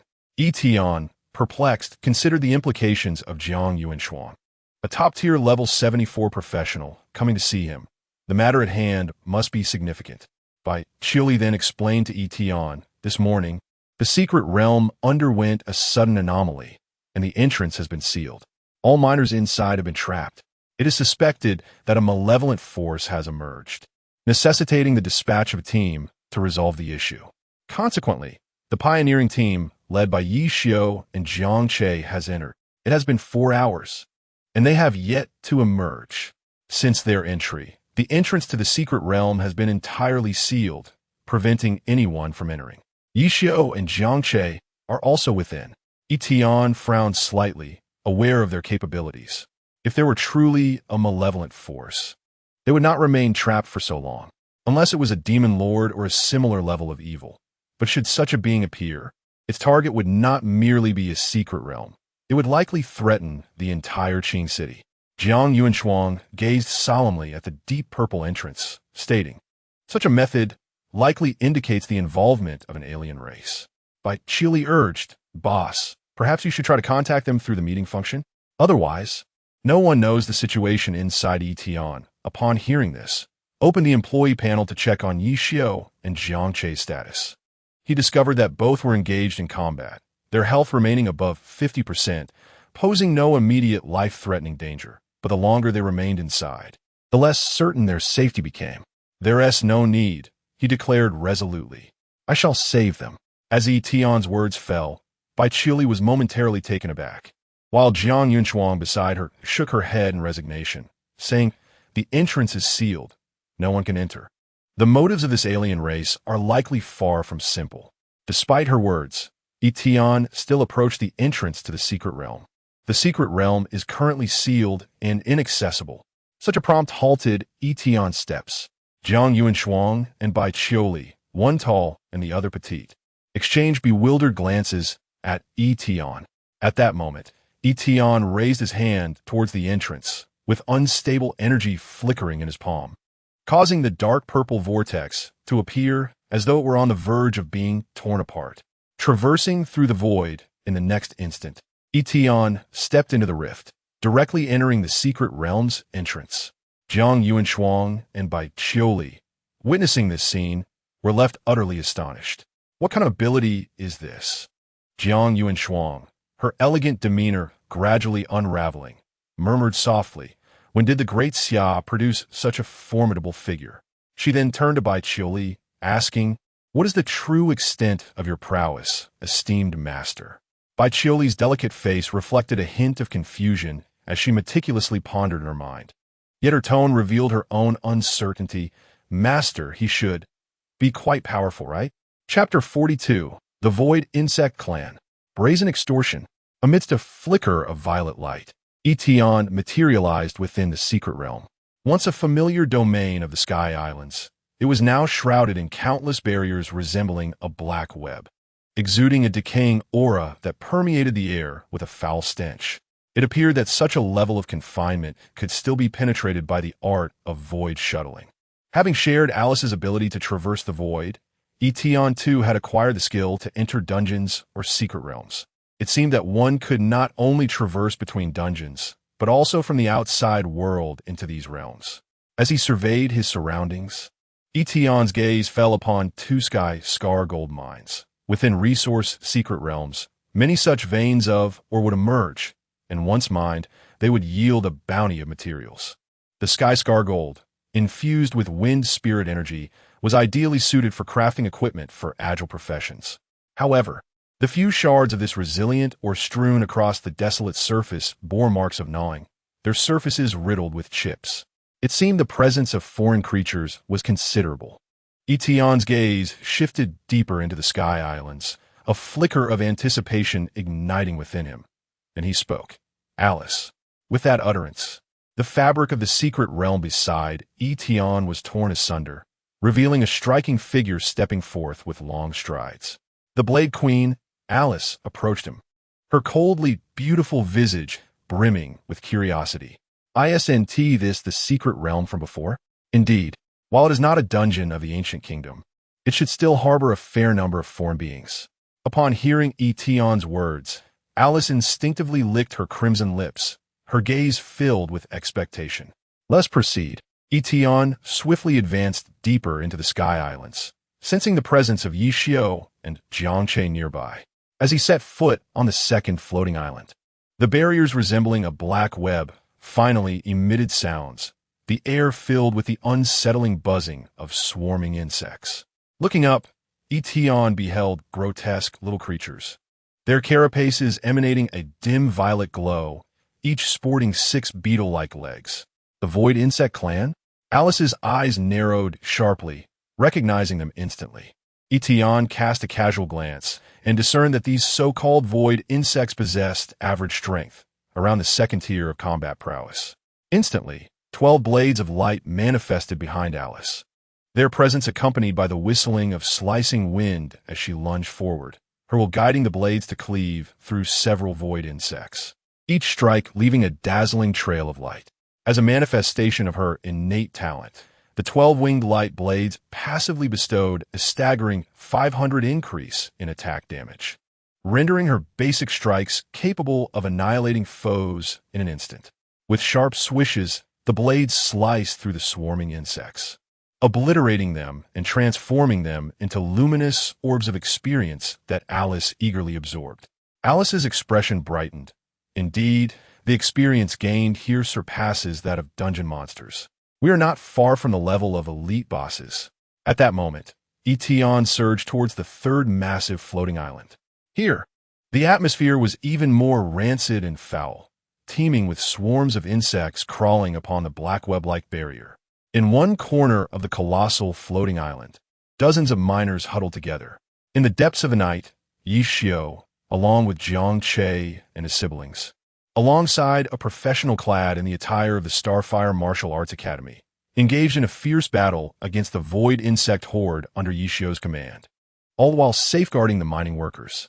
It appeared that the conflict had been raging for quite some time. "Boss, what brings you here?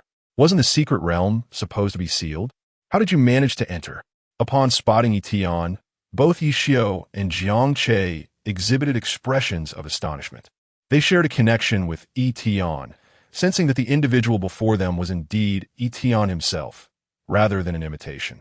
This revelation left them even more bewildered. Before them loomed a colossal, ghostly green reptilian creature, accompanied by a spider-like insect that voraciously consumed its prey nearby. Clearly, these were two elite members of the void insect race. Void Crab Beast, level 40, Void Weaver. Level 40, these were likely the most formidable beings they encountered during this expedition. "This is no trivial matter. Be cautious, boss," Yi Xiao and Jiang Che urgently warned. Yi Tian, however, remained unflustered. "Alice," he commanded. In the next moment, two energy blades, resembling mantis knives, sprang forth from Alice's wrists, complemented by a 12-winged radiant blade, the edges sharp as a tempest. While the two void insects were not excessively powerful, Yi Xiao, as a god-level professional, could contend with them. He was encumbered by the necessity to protect the dozens of mining workers behind him. Thus he could not unleash his full strength. Jiang Che, slightly astonished, remarked, "Wow, boss, this lady is formidable. She seems to possess god-level combat prowess as well." Yi Xiao nodded in agreement, acknowledging that Alice's current fighting capability was indeed on par with his own. Little did they know, Alice had yet to unleash her demonic transformation. Otherwise, dispatching the two void insects would have been trivial. Taking a deep breath, Yi Xiao cautioned Yi Tian, "Boss, the void insects appear to have grand ambitions. I recall that their interdimensional passage originates from the neighboring Cold Nation, but just days ago, the Cold Nation was annihilated by the void insects. And now they have set their sights onto Xia." "Annihilated the Cold Nation?" Yi Tian responded, slightly incredulous. Although the Cold Nation was relatively weak, it was still a nation. The fact that it could be so effortlessly destroyed was shocking. Yi Xiao proceeded to share the intelligence he possessed. The void insects are divided into two categories: the void bugs and the parasitic worms. The void bugs, like those surrounding us, are not the strongest fighters among the alien races, yet they possess the ability to invade dungeons with cunning methods. The parasitic worms, on the other hand, are said to be capable of inhabiting the minds of weaker-willed beings, controlling them. Such abilities are indeed sinister. It is no wonder they could obliterate an entire country. However, Yi Tian couldn't shake the feeling that the abilities of these void insects bore an inexplicable connection to Alice's spatial traversal. And what the parasitic worms? Meanwhile, outside, Wei Yuan was not far from the secret realm when suddenly his driver exhibited an eerie transformation, green light emanating from his eyes, revealing a ghastly expression. Feigning madness, Wei Yuan observed the driver's abrupt change in demeanor, his own expression remaining eerily calm. If you have something to say, do so swiftly. With Wei Yuan's formidable mental acuity, he instinctively sensed an entity had attached itself to the driver, yet the presence did not exhibit impulsive aggression. It was evident that there were words to be exchanged. Soon, the driver rasped, "Esteemed mother of insects, convey my regards to the great Xia." Let us dispense with trivialities. From this utterance, Wei Yuan discerned that the visitor was none other than the Void Insect Clan, the conquerors of the Han Kingdom, with the Void Insect Mother as their sovereign. Upon receiving this information, he immediately recollected that the sealing of the secret realm was indeed the handiwork of the Void Insect Clan. The insect entity parasitically inhabiting the driver spoke ominously. "Your impatience compels me to be succinct. The issue regarding the extraction from the Tianyu realm is one that my kin can resolve for Great Xia. Furthermore, we can assist in liberating the few exceptional human beings trapped within the secret realm. In return, we merely require 2 small secret realms as recompense." Chapter 43. Promotion to Boss. The authority of the instance. "Huh," Wei Yuan chuckled. The medium-sized secret realm was sealed, undoubtedly a tactic of the Void Insect tribe. It was nothing short of blatant extortion. In exchange for 2 small secret realms, they demanded 1 medium-sized secret realm, akin to collecting protection fees. Should one refuse, the medium-sized secret realm would remain sealed, rendering it utterly inaccessible, a complete waste. Moreover, the Void Insect tribe could perpetually repeat this process. This insidious nature of the Void Insect tribe lay in their ability to invade instances, a capability that most nations, including the Great Xia, simply could not defend against. Wei Yuan would not yield, but the Great Xia required time to devise a countermeasure against such a threat. At that moment, his phone vibrated. Wei Yuan glanced sideways and saw a message from Jiang Yuanshuang. Yi Tian has entered the sealed secret realm. Yi Tian. Wei Yuan was well aware of the situation within the secret realm. After Yi Xiu, Jiang Che, and the other 3 had entered, the realm had been completely sealed off by the Void Insect tribe, preventing any further entry. Invasion was an inherent ability of the Void Insect tribe. Instances and secret realms were, at their core, independent and enclosed spaces, typically allowing only one wave of entrance before sealing off. However, the Void Insect tribe could erode space, corroding the walls of the sealed realm, allowing them to swarm in. Once inside, they could employ special methods to seal the space again, achieving exclusive control over the secret realm.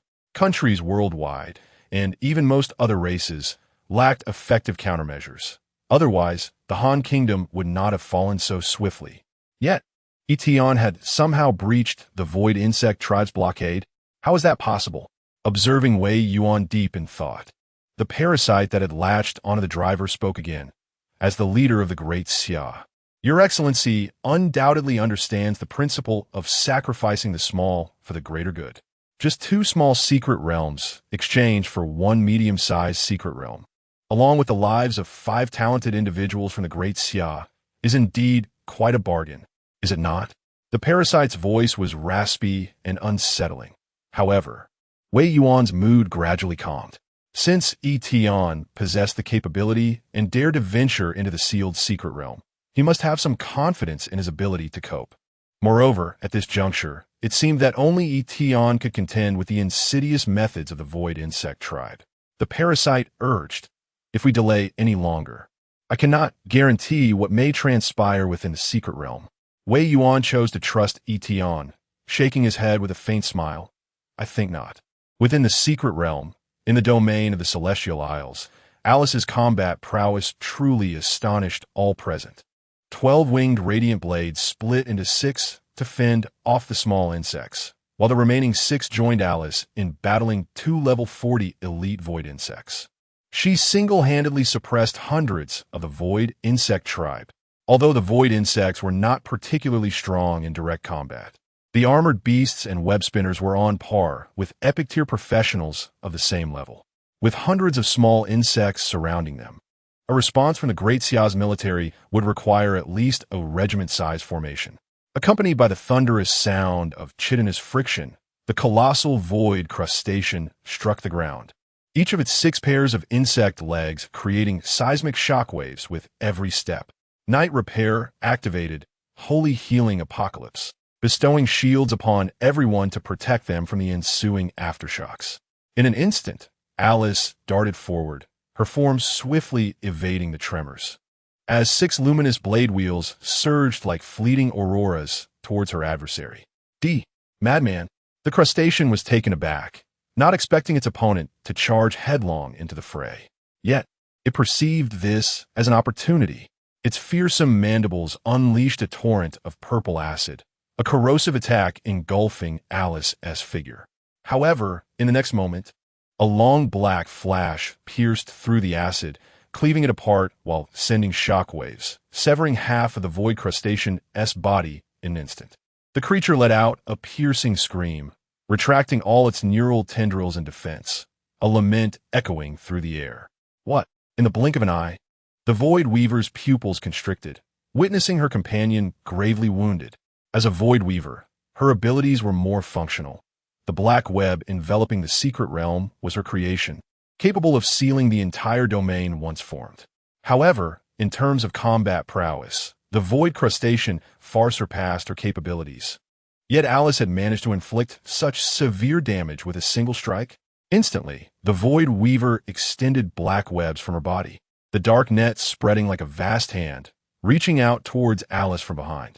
This was her most potent control technique. If she could ensnare Alice, not only could she save her ally, but she could also seize the moment to turn the tide of battle.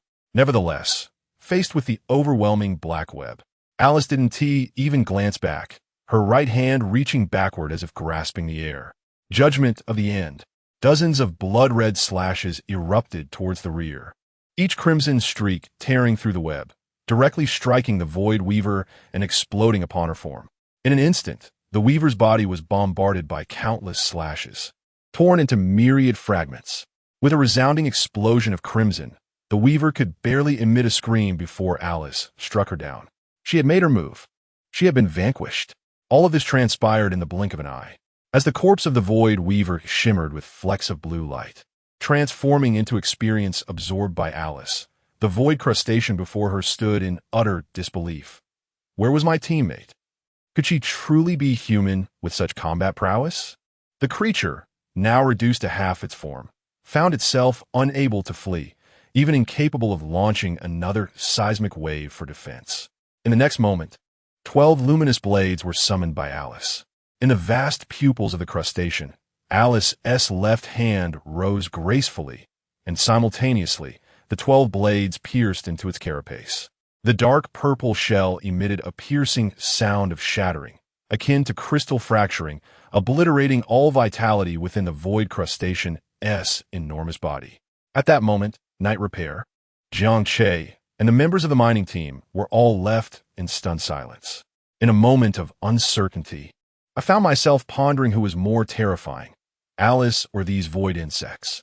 As the notifications echoed, it was revealed that Alice had vanquished the void pincer beasts and the void weavers, sharing the experience gained.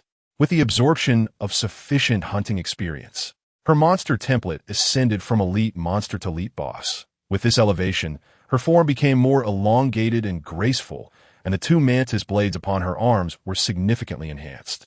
Though referred to as a mini-boss, an elite boss has definitively transcended the realm of mere minions. Along with this transformation came the privileges bestowed upon bosses within instances. Alice acquired the elite boss authority, which granted her the ability to modify the terrain and weather of the instance and impose restrictions on abilities during combat. This revelation filled Yi Tian with unexpected delight, as he realized Alice was now capable of imposing ability limitations, a mechanism often attributed to bosses. In instances, formidable bosses can enforce restrictions, such as prohibiting healing near the boss, disabling fire-based spells, or disarming all participants. These capabilities are unique to instance bosses. Within the challenging 75 level 4th tier instance, there exists an exceedingly formidable restriction, a 90 decrease in attributes for challengers. However, such limitations are imposed by ultimate bosses. The higher the level and strength of the boss, the more potent the restrictions they can enforce. Although Alice is presently only an elite boss, her attainment of the ability to impose restrictions signifies a promising future. With a swift motion, the 2 elite void insects fell, sending the surrounding swarm of smaller void insects into a state of panic. They trembled, nearly fleeing. If even the elite could be dispatched with ease, the remaining minuscule insects stood no chance against Alice. Furthermore, the void insect race's talent for invading instances is not without its limitations. An incursion into an instance equates to intruding upon the boss's stronghold, which would prompt detection and retaliation from the boss, unless the intruders are eliminated or allied with the boss. Once the secret realm is cleared and the boss vanishes, only then can the smaller void insects infiltrate with ease. As long as the instance boss remains, the little void insects will instinctively sense they are in enemy territory, heightening their awareness of imminent danger and triggering a desire to flee. However, Alice, exhilarated by the hunt, would not allow them to escape easily. After all, this experience contributes to her monster template. Alice imposed a restriction on leaving. Yi Tian commanded, and Alice was poised to comply. Theoretically, the higher the boss level, the greater the authority, with higher-level bosses superseding the ability restrictions of lower-level ones. In the confines of the dungeon, Ordinary adventurers are typically subjected to the mechanisms imposed by the formidable boss, often unconsciously overlooking the minor bosses. However, in this particular sanctuary, only Alice reigns as the singular boss. Prohibition of leaving the sanctuary. Alice has invoked her boss privileges to issue this command throughout the entire domain. In an instant, the sanctuary seems to be enveloped by an invisible force, imposing a layer of restrictions upon all living beings. With the authority of an elite boss, the prohibition of leaving the sanctuary can only be enforced for a duration of 1 minute. The command has been initiated. All targets within the sanctuary cannot escape for 1 minute. 1 minute is ample time. Alice's demonic eye glowed a vivid crimson, and the 12-winged blade of light erupted with power under her command.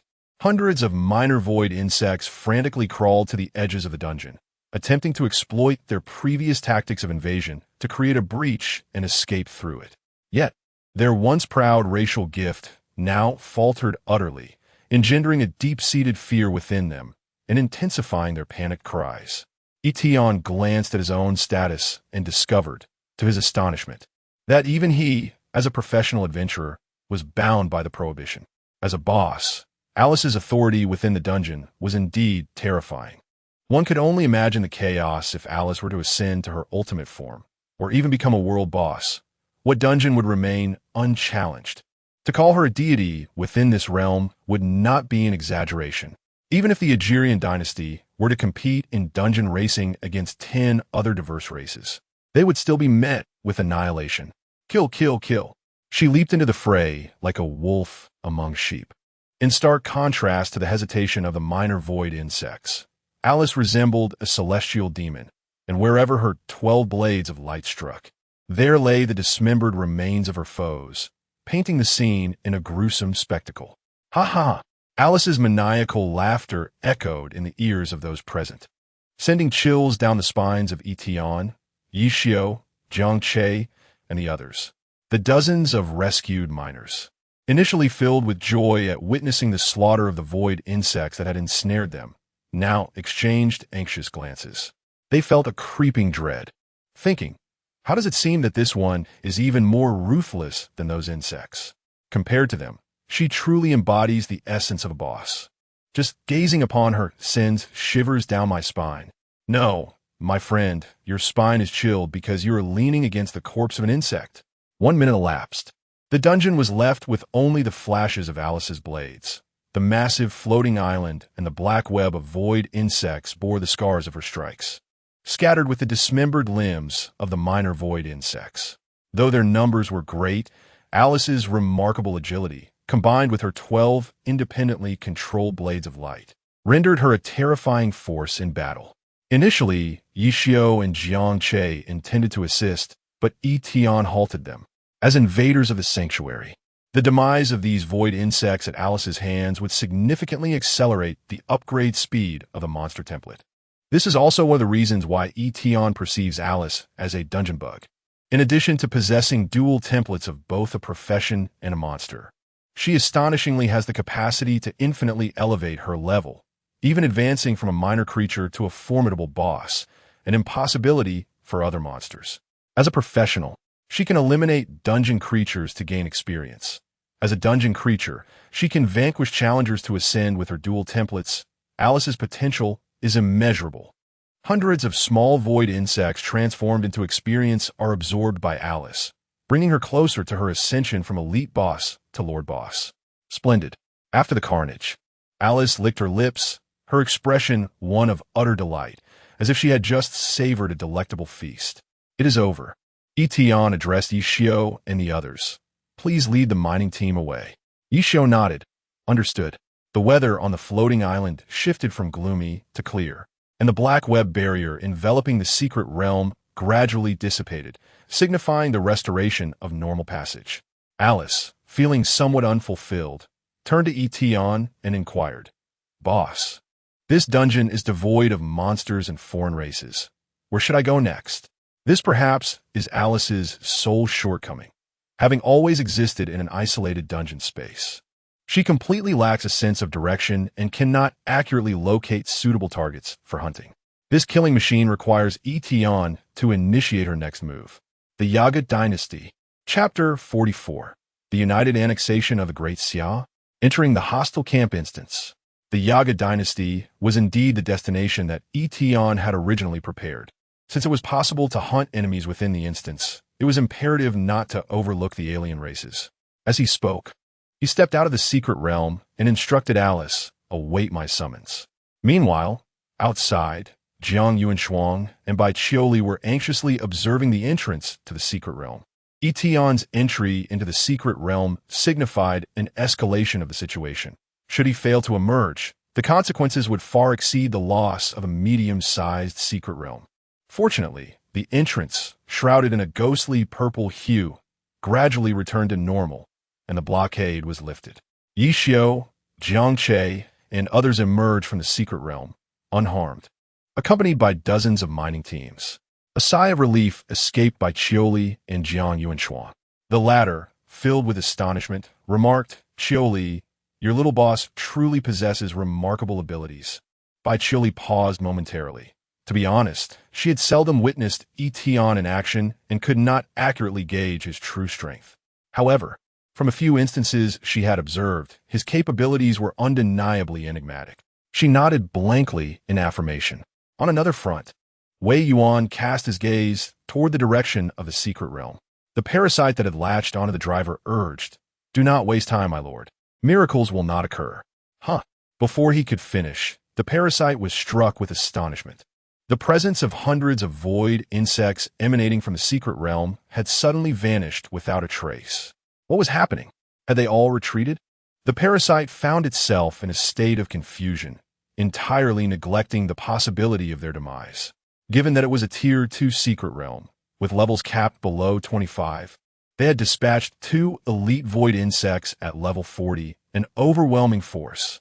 How could there be an issue when facing at most 5 practitioners from the Great Xia? Moreover, hundreds of void insects could not perish so swiftly. The parasite seethed with rage. Damn it! How dare they defy the commands of the Queen Mother and retreat without authorization? Wei Yuan, sensing the disappearance of the alien presence within the secret realm, allowed a smile of satisfaction to grace his lips. Yi Tian was indeed a man capable of creating miracles.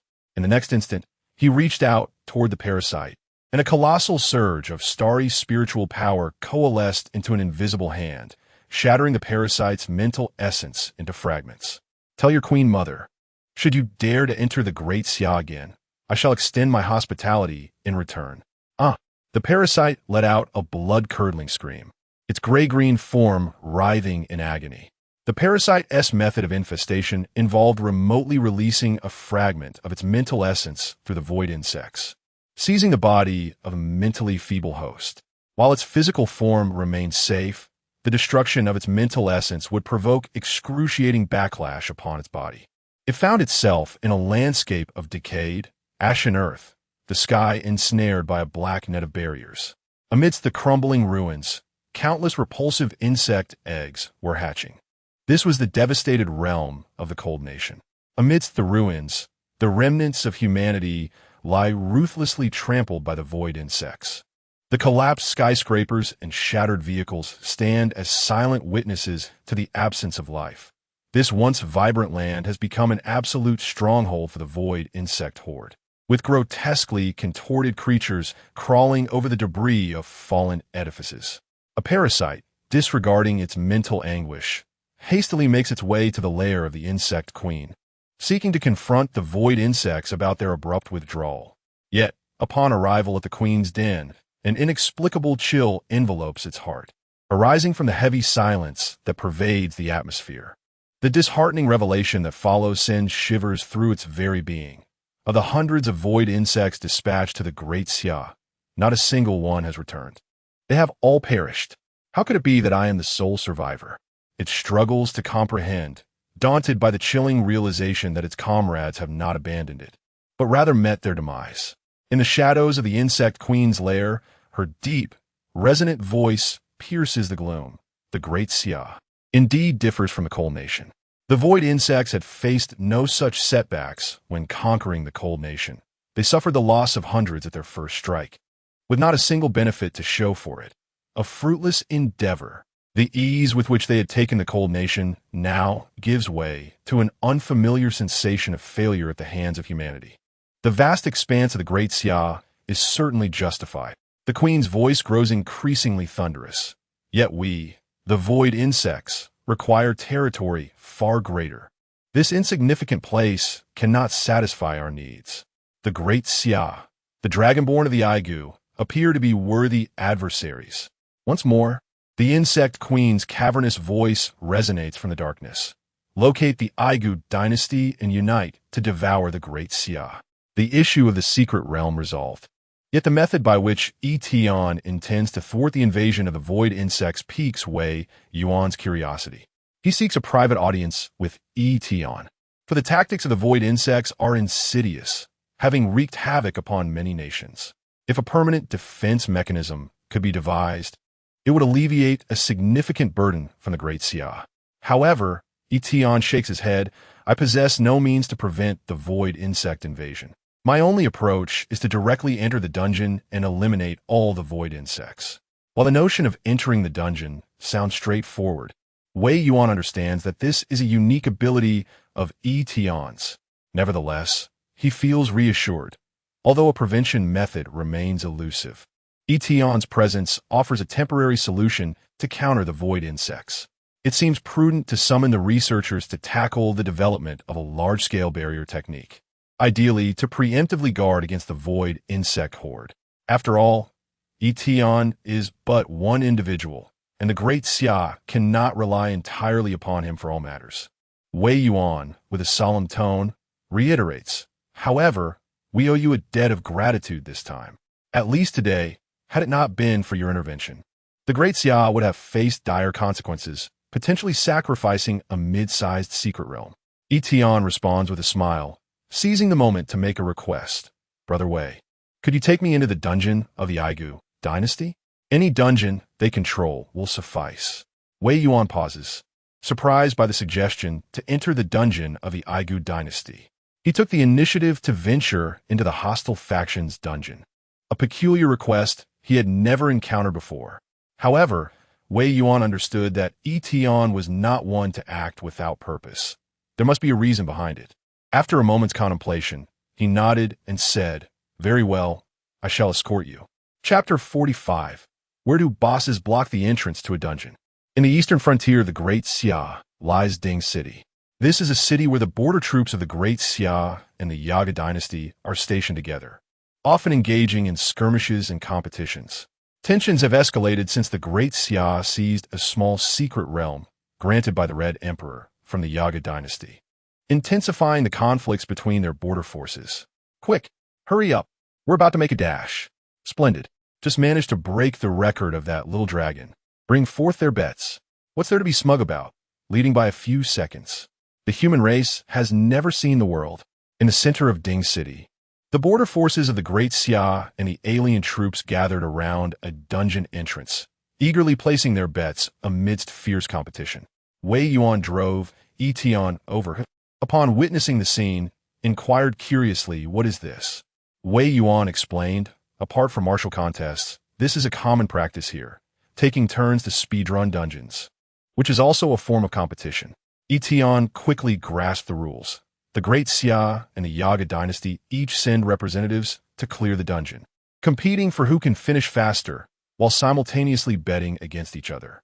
The victors among the bettors would receive the stakes of the defeated side, making this direct contest of combat prowess a frequent occurrence in cities where both factions are stationed. The only unfortunate aspect is the dungeon itself, which is repeatedly cleared by both sides. Wei Yuan gestured towards the dungeon and asked, can this dungeon be your target? No, I can take you into the Yaga continent. I assure you, clearing a dungeon will be no issue. The Yaga continent lies beyond the interdimensional passage of Ding City, the homeland of the Yaga dynasty. Yi Tian quickly interjected, there's no need for that. This dungeon will suffice. After all, his goal was to bring Alice near the Yaga dynasty, allowing her to act freely later. The two alighted from a vehicle and approached just in time to see a representative from the Yaga dynasty racing. Yi Tian recognized the alien, a half-dragon named Yedra, from their previous encounter in a medium secret realm. It seemed that due to failure in the secret realm competition, he had been assigned to the border troops by the Red Emperor. "Boss." As Yi Tian approached, he heard a cheerful voice call out. Wang Jiang jogged over, pleasantly surprised to see Yi Tian after such a long time. "Hello, Chief." "Wei Chief is here too." Wei Yuan nodded slightly, and Yi Tian noticed the insignia on Wang Jiang's shoulder. He had been promoted to captain. "So, are you participating in a dungeon race as well?" Yi Tian asked. Wang Jiang chuckled. "Just having some fun during my break." Leaning in conspiratorially, Wang Jiang whispered to Yi Tian, "Boss, you would never guess I've acquired an incredibly powerful ability." Yi Tian casually replied, "Extraordinary physique?" Wang Jiang's eyes widened in shock, as if his well-guarded secret had been inadvertently revealed. Yi Tian coughed lightly, patting his shoulder. "Good job, keep it up." With that, Yi Tian moved towards the bedding area for the dungeon. Wang Jiang was left with an expression of disbelief. The boss truly deserves his title, as he can even perceive extraordinary constitutions. However, he certainly could not fathom that my extraordinary physique could further enhance. Yedra, the half-dragon of the Agul dynasty, emerged from the instance with a record-breaking completion time of 8 minutes and 35 seconds. Swiftly, he surpassed the previous record holder by over a minute. The border guards of the Great Xia had lost their entire wager to the Agul dynasty in the previous round. "Great Xia, send someone out quickly. Come on." As the instance races continued, it was now time for Great Xia to send forth a contender. Wang Jiang was eager. "Boss, I'm up. Watch me crush this little dragon." "No, allow me," Yi Tian interjected, disregarding Wang Jiang's astonished gaze as he strode directly to the entrance of the instance. The border guards of the Great Xia were momentarily stunned. Who is this young man? Which team does he belong to? Meanwhile, the Agul dynasty's alien beings began to mock. "Look, a mere novice has arrived. Is there no one left in Great Xia?" However, upon witnessing Yi Tian actually enter the instance, the aliens refrained from placing reckless bets. After all, in these times, many have adopted the strategy of disguising their true strength, making the aliens considerably cautious. Thus, in this round, only a handful placed their bets. This was a level 35 instance, and in terms of difficulty, it posed little challenge for Yi Tian. Nevertheless, his aim was not rapid completion. "Alice," he called out, and the enchanting figure cloaked in black swiftly appeared. Her slender form, now at 182, was accentuated beneath the robe, her golden eyes shimmering with anticipation. "Boss, is the prey here?" "Indeed. Soon there will be a line of aliens waiting to approach." Yi Tian smiled, adding that this vicinity was near the Agul dynasty, and instances nearby were sure to harbor alien beings. Bringing Alice to the Agul dynasty would also expedite her evolution into a monstrous form. "Clear out this wave of instance monsters first, and keep the completion time under 8 minutes and 30 seconds, Yi Tian instructed. Alice nodded obediently, controlling her 12-winged light wool blades to commence her task.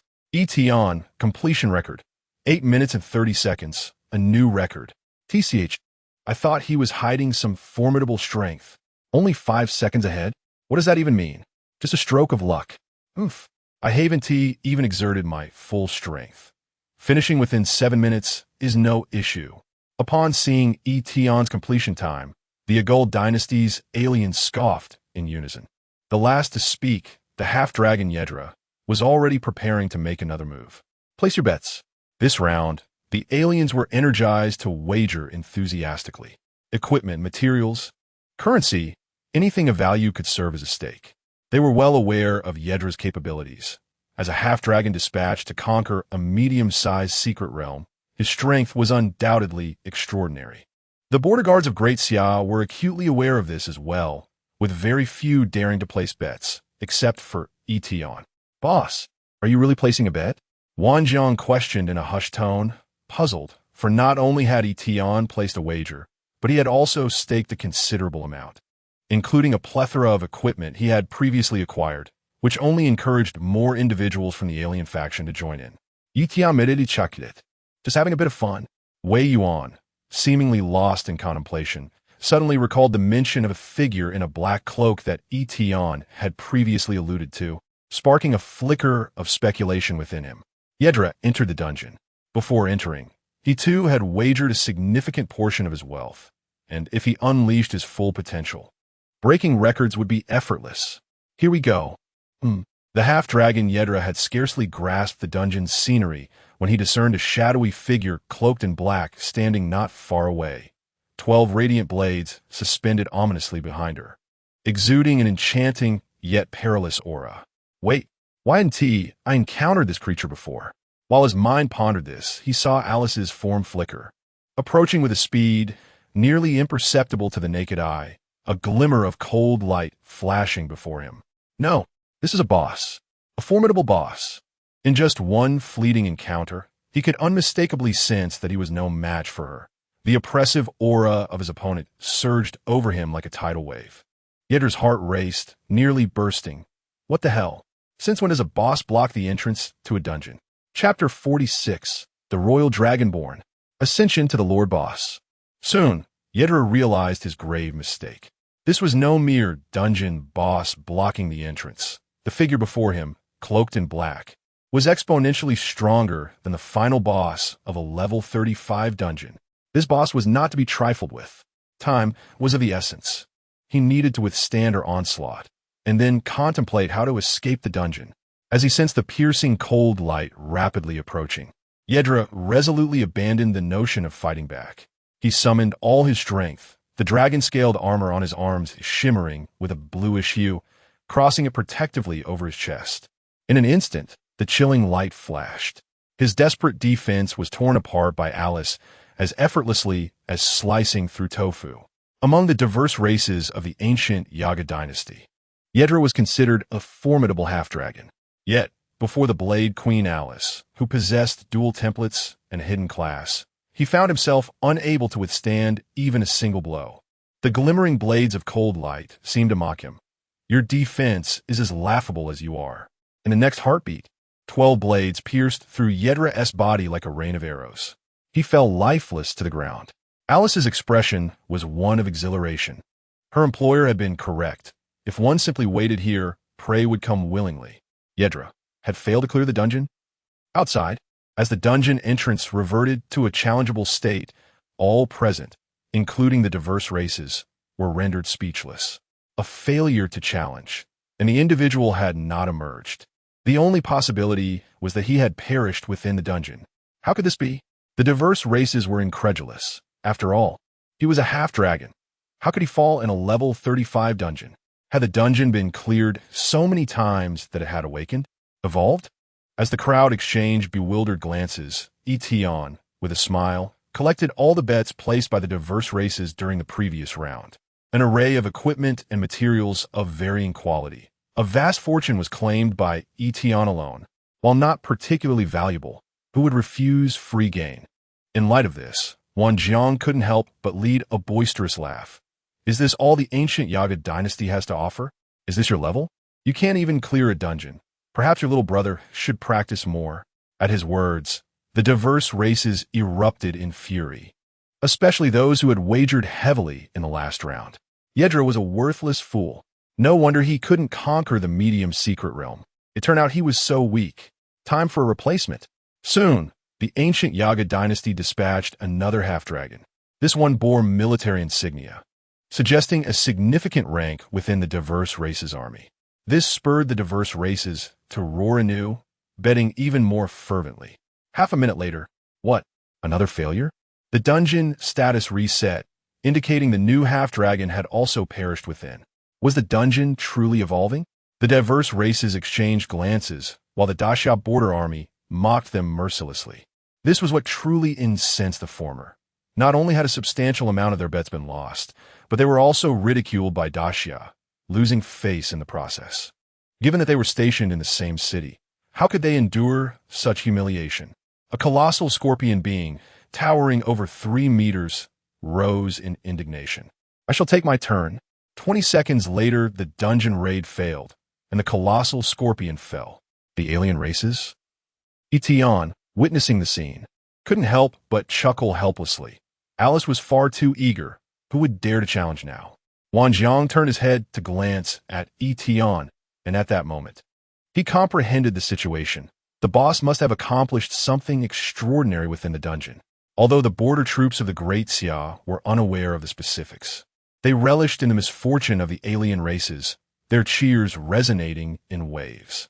The alien races appeared as if doused with frigid water. The three fallen aliens, each a top-tier combatant below level 35, could not best their opponents, let alone the other alien races.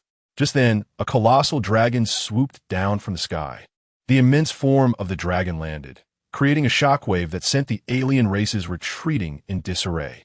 Compared to the half-dragons, this dragon exhibited far more pronounced draconic features in both size and appearance, exuding an overwhelming aura, with golden vertical pupils signifying a pure dragon lineage. Prince Nos.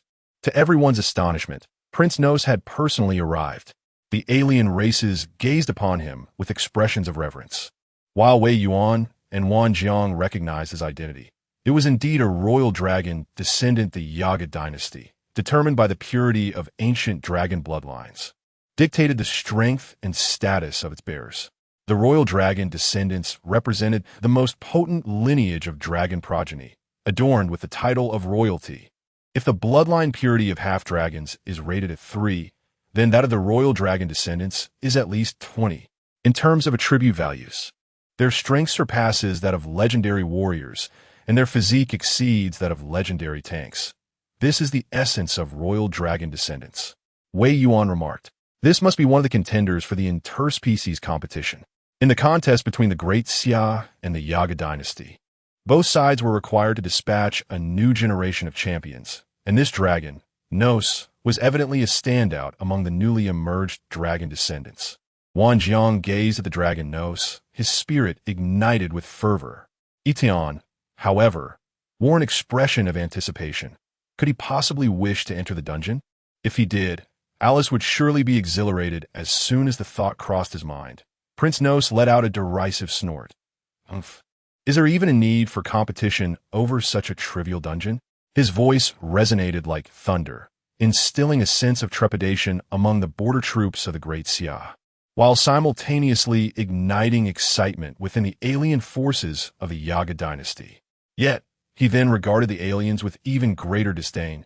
You cannot even triumph over mere humans. A pack of worthless fools. For the royal dragon descendants, these aliens, with their diluted bloodlines, were even inferior to their subordinates, merely qualifying as pawns. Prince Nos had just completed the trial of the Crimson Emperor, preparing to return to the Yaga continent, when he chanced upon the contest between the two races. Intrigued, he decided to join in the fun. Upon seeing Yi Tian's completion record of 8 minutes and 30 seconds, a look of utter disdain crossed his face. A mere level 35 dungeon. 1 minute is more than sufficient. Although Nos had recently reached the second tier, standing at around level 28, the combat prowess endowed by his dragon bloodline was exceptionally formidable. With these words, the alien forces of the Yaga dynasty erupted in cheers, their fighting spirit soaring to its zenith. His Highness Nos is unmatched. Behold, people of the Great Xia, Nos, exuding an air of unwavering confidence, casually tossed down 10 shimmering azure crystals at the betting area. Instantly, the crowd of Great Xia erupted in astonishment. Goodness! Dragon's essence crystals, a legendary material. The dragon race is indeed affluent. If we could conquer the continent of Yagu, our army would surely be well funded. Even Wei Yuan found himself intrigued. Dragon's essence crystals seem to be sourced exclusively from the ancestral sanctum of the dragon race in the Yaga continent. They are the finest forging materials for legendary equipment. The mention of the ancestral sanctum was a first for Yi Tian. Wei Yuan continued. It is said to be a mysterious realm left behind by the ancient ancestors of the dragon race, brimming with infinite treasures and legacies, accessible only to those of sufficiently strong bloodlines. Allegedly, within the ancestral sanctum, there exists a forbidden relic. Upon hearing that only dragons could enter, Wan Jiang expressed his regret. What a pity. I recall that the Red Emperor mentioned allowing us to challenge the sanctum at will. Despite the immense value of the dragon's essence crystals, not a single individual from the Great Xia dared to place a bet. After all, the formidable strength of the dragon Nos was palpable to all. Breaking a record held no suspense for him. Only Yi Tian, After Nos entered the instance, he placed another substantial wager, becoming the sole bettor from Great Xia. Both Wei Yuan and Wan Jiang exchanged dubious glances, with Wan Jiang whispering, "Boss, what exactly did you do in the instance?" Wei Yuan had also noticed that since Nos decided to enter the instance, Yi Tian's expression had become exceedingly nuanced. Yi Tian, with a seemingly innocuous smile, remarked, "I believe the number of challengers in the racial competition may soon diminish." As the mighty dragon Nos stepped into the instance space, his golden-slit pupils were devoid of emotion. Even clearing the instance in 1 minute posed little challenge for him. It was merely a pastime. The notion of competing in an instance held no significance for him, including the racial competition. Only the rivalry with other races warranted his attention. However, at that moment, a voice filled with excitement echoed from behind him. "I thought no one else would come. It seems the appetizer has concluded, and it's time for the main course to be served." Each word that fell upon Nos's ears was steeped in menace, causing his muscles to tense instantaneously as he spun around to meet Alice's gaze. Her half-human, half-demon visage instilled a sense of pressure within Nos. Conversely, Alice reveled in the presence of such a flawless quarry. The more formidable beings she hunted, the faster her monstrous template evolved. Conveniently, the progress bar for the elite boss, having absorbed numerous extraterrestrial entities today, was barely halfway to another evolution. This colossal dragon arrived at the perfect moment. "You must not escape." Alice issued a directive to the instance. "All targets are prohibited from leaving the instance." 1 minute remained, ample time indeed. As the words fell, the colossal dragon Norslong's golden eyes blazed with fury, his visage contorted in indignation. "You are merely a special boss endowed with a modicum of intelligence. Do you truly believe you can overcome me?" Accompanied by a thunderous roar, the 4-meter-tall Nors soared into the air, his wings striking down with a deafening crack. With an accelerated dive, Nors lunged at Alice like a missile. Alice and Nors were nearly equal in level. More intriguingly, one hailed from a noble lineage of dragons, while the other possessed a dual attribute enhancement from a hidden profession and monster template, resulting in equally astounding stats. In the outside world, both would be regarded as terrifying entities, the pinnacle of second-tier combatants. Should anyone witness this clash, it would undoubtedly be deemed a true showdown of titans. This fueled Nors's rage further. He indeed harbored trepidation towards her, for their strengths were comparable. Yet what warranted her audacity to claim she could vanquish him in a mere minute? Alice's demeanor was overly nonchalant, inciting his ire. The shadow of Nors's immense claws loomed over her, his razor-sharp talons seemingly poised to rend her to shreds in an instant. "If I am to eliminate you within a minute, I shall give it my all," Alice declared, enveloped in a frigid, merciless aura of darkness. The sinister patterns of the nether flower on her left cheek appeared to pulsate with life, unleashing boundless power of darkness. Just as the dragon's claws were on the verge of crushing her, she unleashed a fervent and violent cry. "Dark battle god." Instantly, the atmosphere within the dungeon shifted dramatically. Dark energy surged skyward, obscuring the sun. Fear, as an invisible weight, constricted Nors's entire being, forcing him into a momentary stasis. His dragon eyes narrowed, sensing an extraordinarily perilous presence before him. The power of the abyss. "You are a corrupted fiend of the abyss." With a powerful flap, Alice unfurled a pair of massive demonic wings from her back, her form cloaked in a pitch-black armor of scales, 12 radiant blades coalescing into a singular, elongated sword adorned with crimson patterns. Slowly, she opened her eyes, her left eye igniting with a burning scarlet hue, emanating an aura of brutality and ferocity. The power of the abyss. This was the first time Alice had invoked it since being tainted by the abyssal wormhole and transformed into a half-human, half-demon. In her usual human form, suppressing the abyss's corruption was already a formidable challenge. Actively employing it would undoubtedly hasten her demise. Yet, after being transitioned to a hidden profession by Yi Tian, she could now harness the abyssal power to transform at will. This dark battle god represented Alice's demonic manifestation of her former martial warrior identity. It was too late to flee now. With a whispered incantation, Alice unleashed a rapid flurry of 7 or 8 slashes, carving black and crimson trajectories through the air. In the blink of an eye, the dragon claw that Norse had aimed to seize was reduced to mere fragments. Norse let out a howl of agony, his severed claws gushing forth torrents of searing dragon blood. Demonization, Dark Battle God, transforms oneself into the form of the Dark Battle God, enhancing destructive power, attack speed, movement speed, skill damage, and reaction speed fivefold for a duration of 3 minutes. Destructive power encompasses both attack strength and defense penetration. At the moment of demonization, Alice's combat prowess had reached an overwhelming state. Farewell. With a swift flap of her wings, Alice wielded her demonic longsword, unleashing a colossal wave of dark energy that rent asunder North's body. No, I am of royal dragon lineage. I am destined to become the Dragon King. North's dragon eyes widened in disbelief, his struggles growing increasingly futile, until his dragon form plummeted, crashing into the ground and creating a deep crater. The vast experience points of the royal dragon lineage were absorbed by Alice, elevating her level to 26, and her monster template also advanced. Monster template upgraded from elite boss to lord boss. Void traversal ability enhanced. Daily usage limit increased from 10 to 15 times, with the ability to mark all traversed areas for instant return. Gained lord boss privileges. Ability to alter dungeon environment and mechanisms. Stronger command over ability restriction orders. Authority to command all monsters within the dungeon. Alice couldn't help but feel a sense of ecstasy. It had taken her half a year to ascend from a common monster to an elite one. Yet, after encountering Yi Tian, she had seamlessly ascended 2 levels in just a single day. Indeed, following the boss was the right decision. Chapter 47. The Collapse of the Yaga Dynasty. An attack.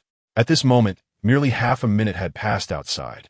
The exotic beings of the Yaga Dynasty gazed fervently, for His Highness Nos had proclaimed the trial would conclude in 1 minute, and so it was destined to be. Yet, mere seconds later, the trial indeed came to an end within that minute. However, Nos did not emerge. What? The half-dragon, the red sand scorpion, the giant lizard, and all the other exotic beings were struck with shock, their expressions bordering on madness. Nos, a royal descendant of the Yaga dynasty and one of the purest dragon heirs, had perished within the trial. In an instant, the hearts of the exotic army's officers sank to the depths of despair. Upon reporting this to the Crimson Emperor, even if they had done nothing, they would undoubtedly face punishment. All the exotic beings scattered in panic, like birds and beasts fleeing, no longer daring to discuss the trial.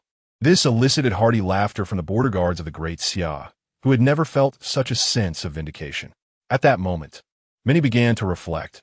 What exactly had that young man done within the trial? Truly remarkable. Indeed, I would believe it if someone said he had thrown a demon lord into the trial. But where did he go? Following the confirmation of Nos's demise, Yi Tian had already taken the 10 dragon marrow crystals he had wagered and departed with Wei Yuan. Wan Jiang, observing Yi Tian's retreating figure, waved to the crowd, proclaiming what tricks were played. It was merely that the exotics were utterly incompetent. Upon hearing this, the border guards readily nodded in agreement. Exactly, they are so pathetic, claiming to be dragon heirs. During the journey back, Yi Tian toyed with the azure-glowing dragon marrow crystals. Truly, they were legendary materials, incredibly enticing just to behold. Wei Yuan remarked, because they also serve as sustenance, the dragon heirs typically consume them directly to enhance their physique. However, with human teeth and digestive systems, they cannot be crushed or digested.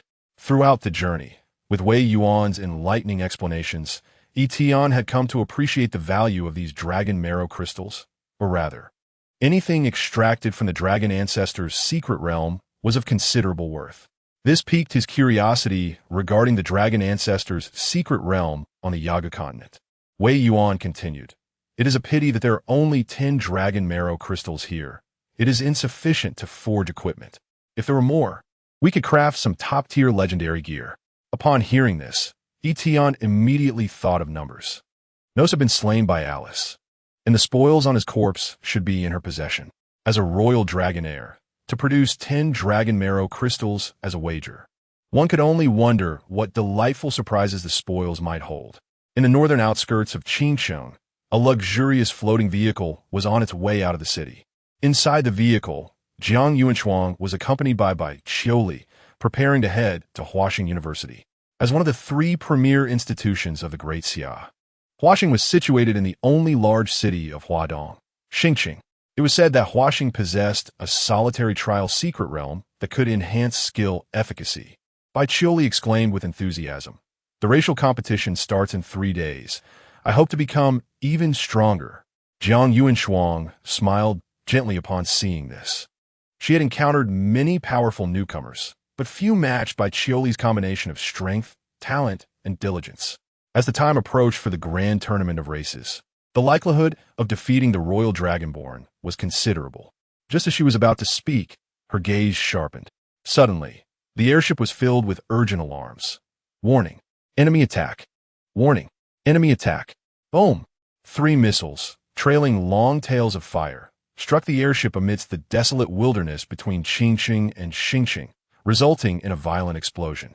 Amidst the billowing smoke of the blast, Jiang Yuanshuang conjured a shield of azure sword intent to ensure Qiuli's safe descent.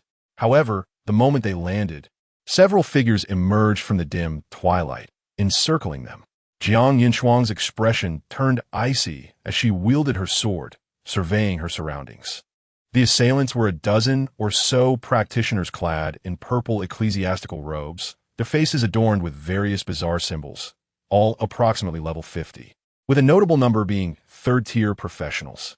Among them was even an epic-class profession, a mechanical revamp specialist, whose massive cannon, emitting gray smoke, had been responsible for downing the airship. The goddess arrival cult. Jiang Yuanshuang's tone was frigid, exuding an aura of lethal intent. It was immediately apparent that they were the infamous anti-human terrorist organization known as the goddess arrival cult. They typically operated within the wilderness, fearing to tread into the grand cities of the Xia dynasty, and were reluctant to engage top-tier practitioners directly. With their absurd ideology, they relentlessly hunted the elite newcomers from various nations. The mechanical revamp specialists and the members of the goddess arrival cult fixated their gazes on Qiuli, their tone imbued with an unsettling fervor and sanctity. Those who obstruct the arrival of all races on Blue Star must perish. Chapter 48. The Divine Ascendance Cult.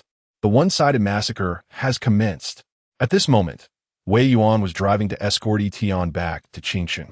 Suddenly, his expression changed as he sensed through the barrier he had established in Qingqing the presence of high-level practitioners engaged in battle nearby. Jiang Yuanshuang and Qiuli were under attack. Yi Tian was taken aback, instinctively opening his employee panel, only to find Qiuli's status bar fluctuating, indicating she was in combat. With Jiang Yuanshuang present, who would dare to assault them? Wei Yuan focused his perception, his brow furrowing. The Divine Ascendance Cult. A group of lunatics who would risk everything to achieve their objectives. It was likely that Qiuli's recent performance had drawn their attention. The Divine Ascendance Cult, often mentioned in class, was notorious for their vile deeds. They adhered to the belief that among the myriad races, gods existed, and only by aligning with these races could the divine power descend upon the Great Xia, allowing it to survive the impending doom. Yi Tian found this notion absurd. Whether gods truly existed was still debatable. If the myriad races were to truly descend upon the Blue Star, would the Great Xia remain as it was? Yet, the Divine Ascendance Cult relentlessly pursued any entity that posed a threat to the myriad races. Unable to contend with top-tier practitioners, they resorted to targeting newcomers, which was utterly despicable, although Qiuli wore a shielding ring.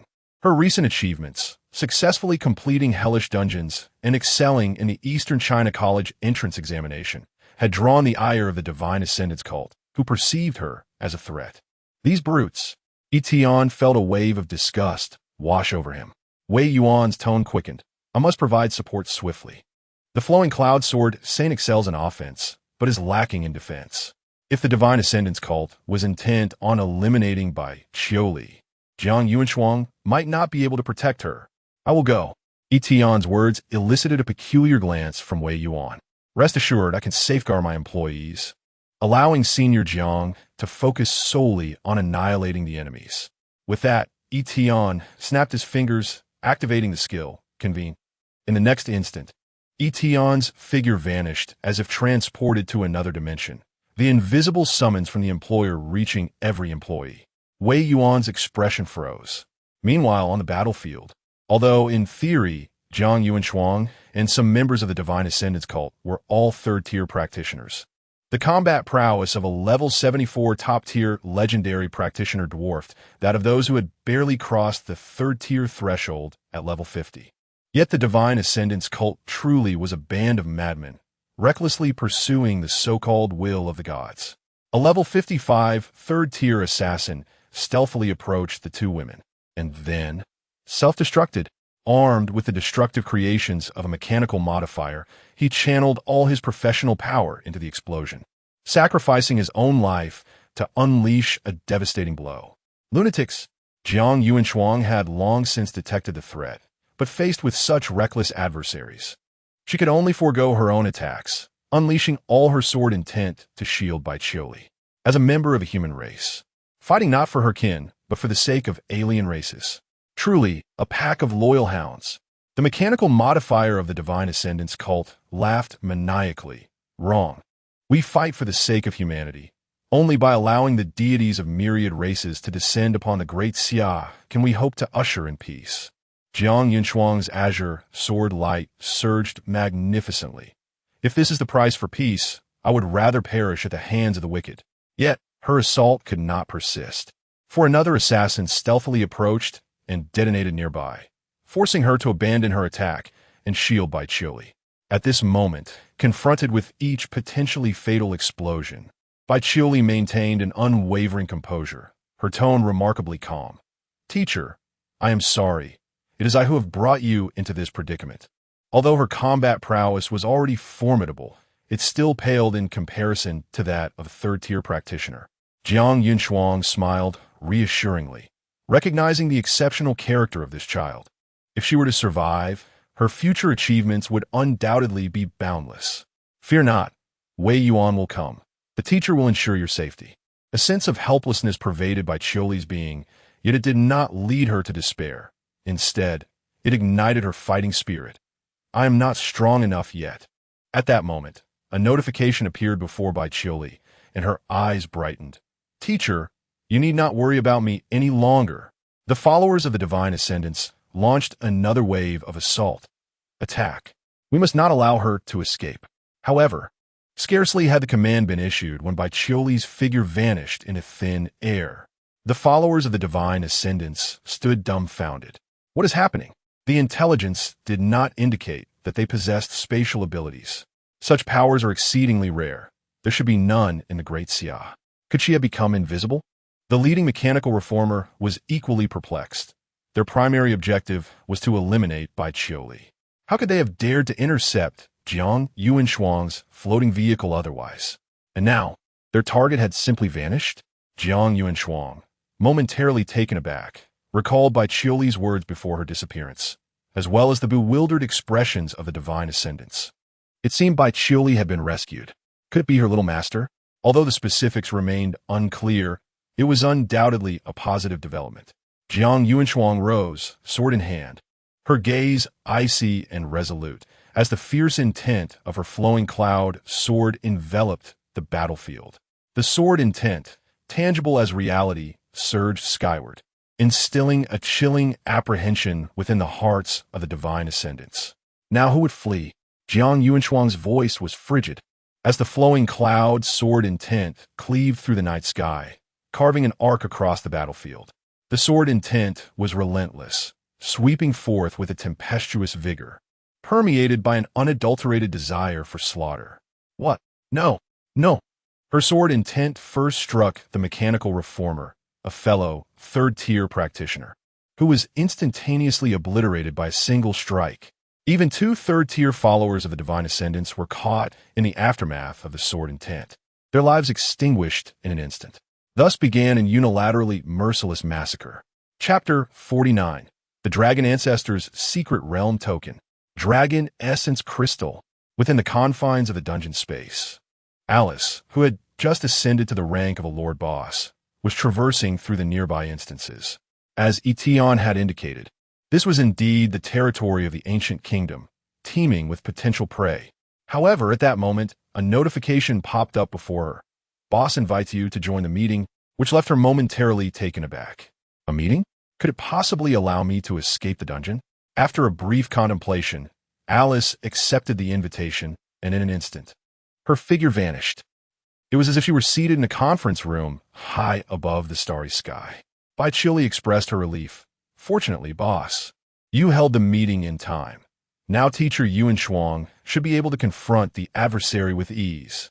Yi Tian nodded, having also discovered the remarkable ability of holding meetings, which was essentially a powerful, life-saving skill that disregarded distance.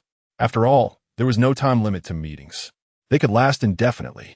This meant that whenever an employee encountered danger, Yi Tian could summon them to the conference room for their protection until the external crisis had passed. Yi Tian reminded everyone, if you find yourselves in peril, it is best to alert me immediately. Ningjing was not present in the meeting. Yi Tian planned to message her separately after the meeting concluded. He had noticed that she was in a state of absolute focus, engrossed in her studies, so he refrained from disturbing her. The other employees nodded in agreement, astonished that meetings could also serve as a means of survival. However, at this moment, Bai Chili, Yi Xiao, and all the employees sensed an exceedingly dangerous aura. It was demonic. The group tensed, acutely aware that this was a terrifying essence emanating from the abyss. They immediately focused their gazes, only to see Alice occupying the fifth seat at the long table in the conference room. Alice appeared quite surprised. I actually made it out of the dungeon. Unfortunately, she was unable to utilize any abilities here, nor could she traverse the void. Everyone, please remain calm. Yi Tian raised his hand to reassure them and introduced, this is our new colleague, Alice. He briefly explained Alice's situation, and upon learning that Alice was also one of Yi Tian's subordinates, the group visibly relaxed. After all, they were all employees under Yi Tian, and referring to each other as colleagues made it easier to accept one another.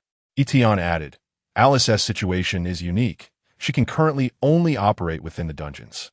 If you encounter danger while in the dungeons, you can directly summon Alice. Alice nodded. If there are any prey, feel free to call me at any time. She realized that she shared a subtle connection with everyone present, likely due to their status as colleagues, which would suffice for her to locate each of them across various dungeons. Wan Jiang suddenly had an epiphany and exclaimed, Boss, the one who killed Nos in the dungeon was, perhaps, Alice? As Yi Tian nodded in affirmation, Wan Jiang seemed to finally uncover the answer.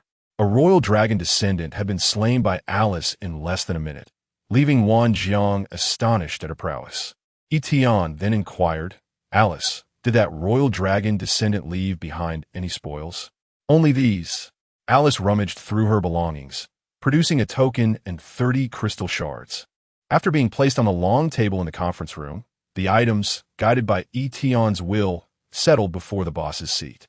The crystal, that legendary material, Dragon's Essence Crystal. A smile graced Yi Tian's face. With this, the 40 Dragon's Essence Crystals in his possession should suffice for forging equipment.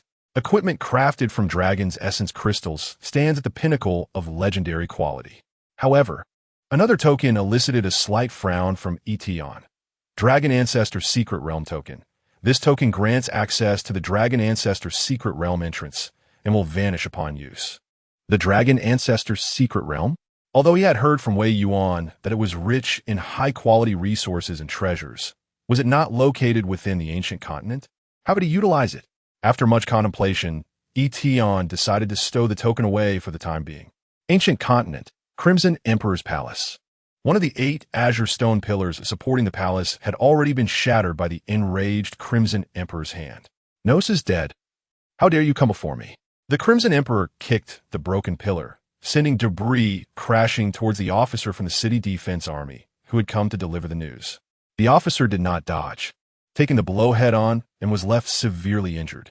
If it were a half-dragon or another alien race, the Crimson Emperor would have cared little for their demise.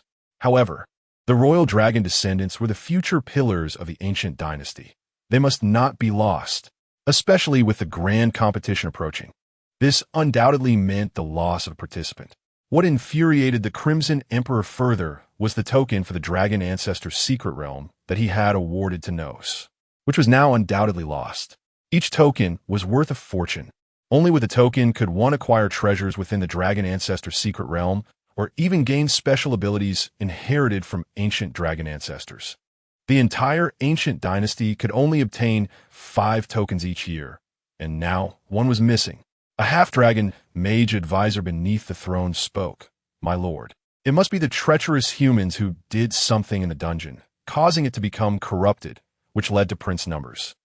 The Crimson Emperor shot him a cold glance. "Do I need you to tell me that? My lord is wise." The Crimson Emperor was well aware that it was the Great Xia who had interfered, yet he could not grasp them. This thought only fueled his fury. At that moment, a messenger arrived. "My lord, a representative from the Void Insect race has come to discuss a cooperative assault against Great Xia." Upon hearing this, the various alien races within the palace exchanged glances and whispered amongst themselves. Cooperation between 2 alien races was quite common. Yet the Void Insect race was known for its treachery, and the ancient dynasty held a poor impression of them. The Crimson Emperor scoffed disdainfully. "Wretched vermin from the sewers. Daring to conspire with dragons? Let them leave." Even with Gnosa's loss, the ancient dynasty's foundation remains unshaken. I do not regard Great Xia at all. A mere Great Xia. Why we need to ally with others? The Crimson Emperor snorted coldly. "Send for the Azure Emperor. The grand competition is not solely my affair." In the northern wilderness of Qingcheng, the followers of the Divine Arrival sect faced the full brunt of Jiang Yuanshuang's firepower, suffering countless casualties. The losses incurred were greater than all previous missions combined. Had the followers of the Divine Arrival sect fled directly, perhaps their numbers would not have dwindled so drastically. However, they speculated that Baiqiuli had merely sought refuge in some hidden realm and would eventually return, at which point they would hunt her down. As Wei Yuan remarked, the Divine Ascendant sect was composed of lunatics. Fueled by this belief, the sect endured for a considerable time, from an unwavering conviction to utter collapse, nearly leading to the annihilation of the congregation. Fear eventually compelled some to flee. Consequently, the majority of the sect's adherents perished beneath Jiang Yuanshuang's blade, effectively eradicating a nefarious organization. Upon the conclusion of the meeting, Yi Tian returned to Wei Yuan's vehicle, piquing the latter's curiosity. It appeared that all was well on Baiqiuli's side, and Yi Tian's peculiar method of protection was indeed intriguing. His ability to draw individuals into a spatial realm was exceedingly rare, prompting Wei Yuan to consider it somewhat unscrupulous. Yi Tian smiled, then produced 40 dragon marrow crystals, inquiring, "Brother Wei, will these suffice for crafting equipment?" Wei Yuan, upon seeing the crystals, appeared contemplative. "You managed to retrieve not only spoils of war, but even the remnants left by Nors in the instance?" He was astonished that Yi Tian had succeeded in slaying Nors and acquiring the treasures left behind. This substantial amount of dragon marrow crystals was undeniably valuable, enough to forge 2 legendary pieces of equipment. "I will assist you in finding a blacksmith. What type of equipment do you desire?" Wei Yuan wasted no time and readily accepted the crystals. Legendary materials required at least an epic-level blacksmith for crafting, alongside a significant amount of auxiliary materials. But this should pose little challenge for Wei Yuan. Yi Tian pondered briefly, perhaps accessories, compared to armor or weapons. Items such as necklaces and rings were considerably rarer and more precious. Wei Yuan nodded in agreement, and subsequently escorted Yi Tian back to the Qingshan apartment. As night descended, stars adorned the sky, casting a cold, twinkling light. Before parting ways, Wei Yuan earnestly stated, "Tomorrow is the selection for the racial competition. I entrust it to you." Yi Tian waved his hand dismissively. "Rest assured." Chapter 50, As Long as You Can Win a Match. Returning to the apartment. The night was already deep. Baiqiuli followed Jiang Yuanshuang to Huaxing University, thereby effectively reporting in early, leaving Yi Tian alone in the apartment.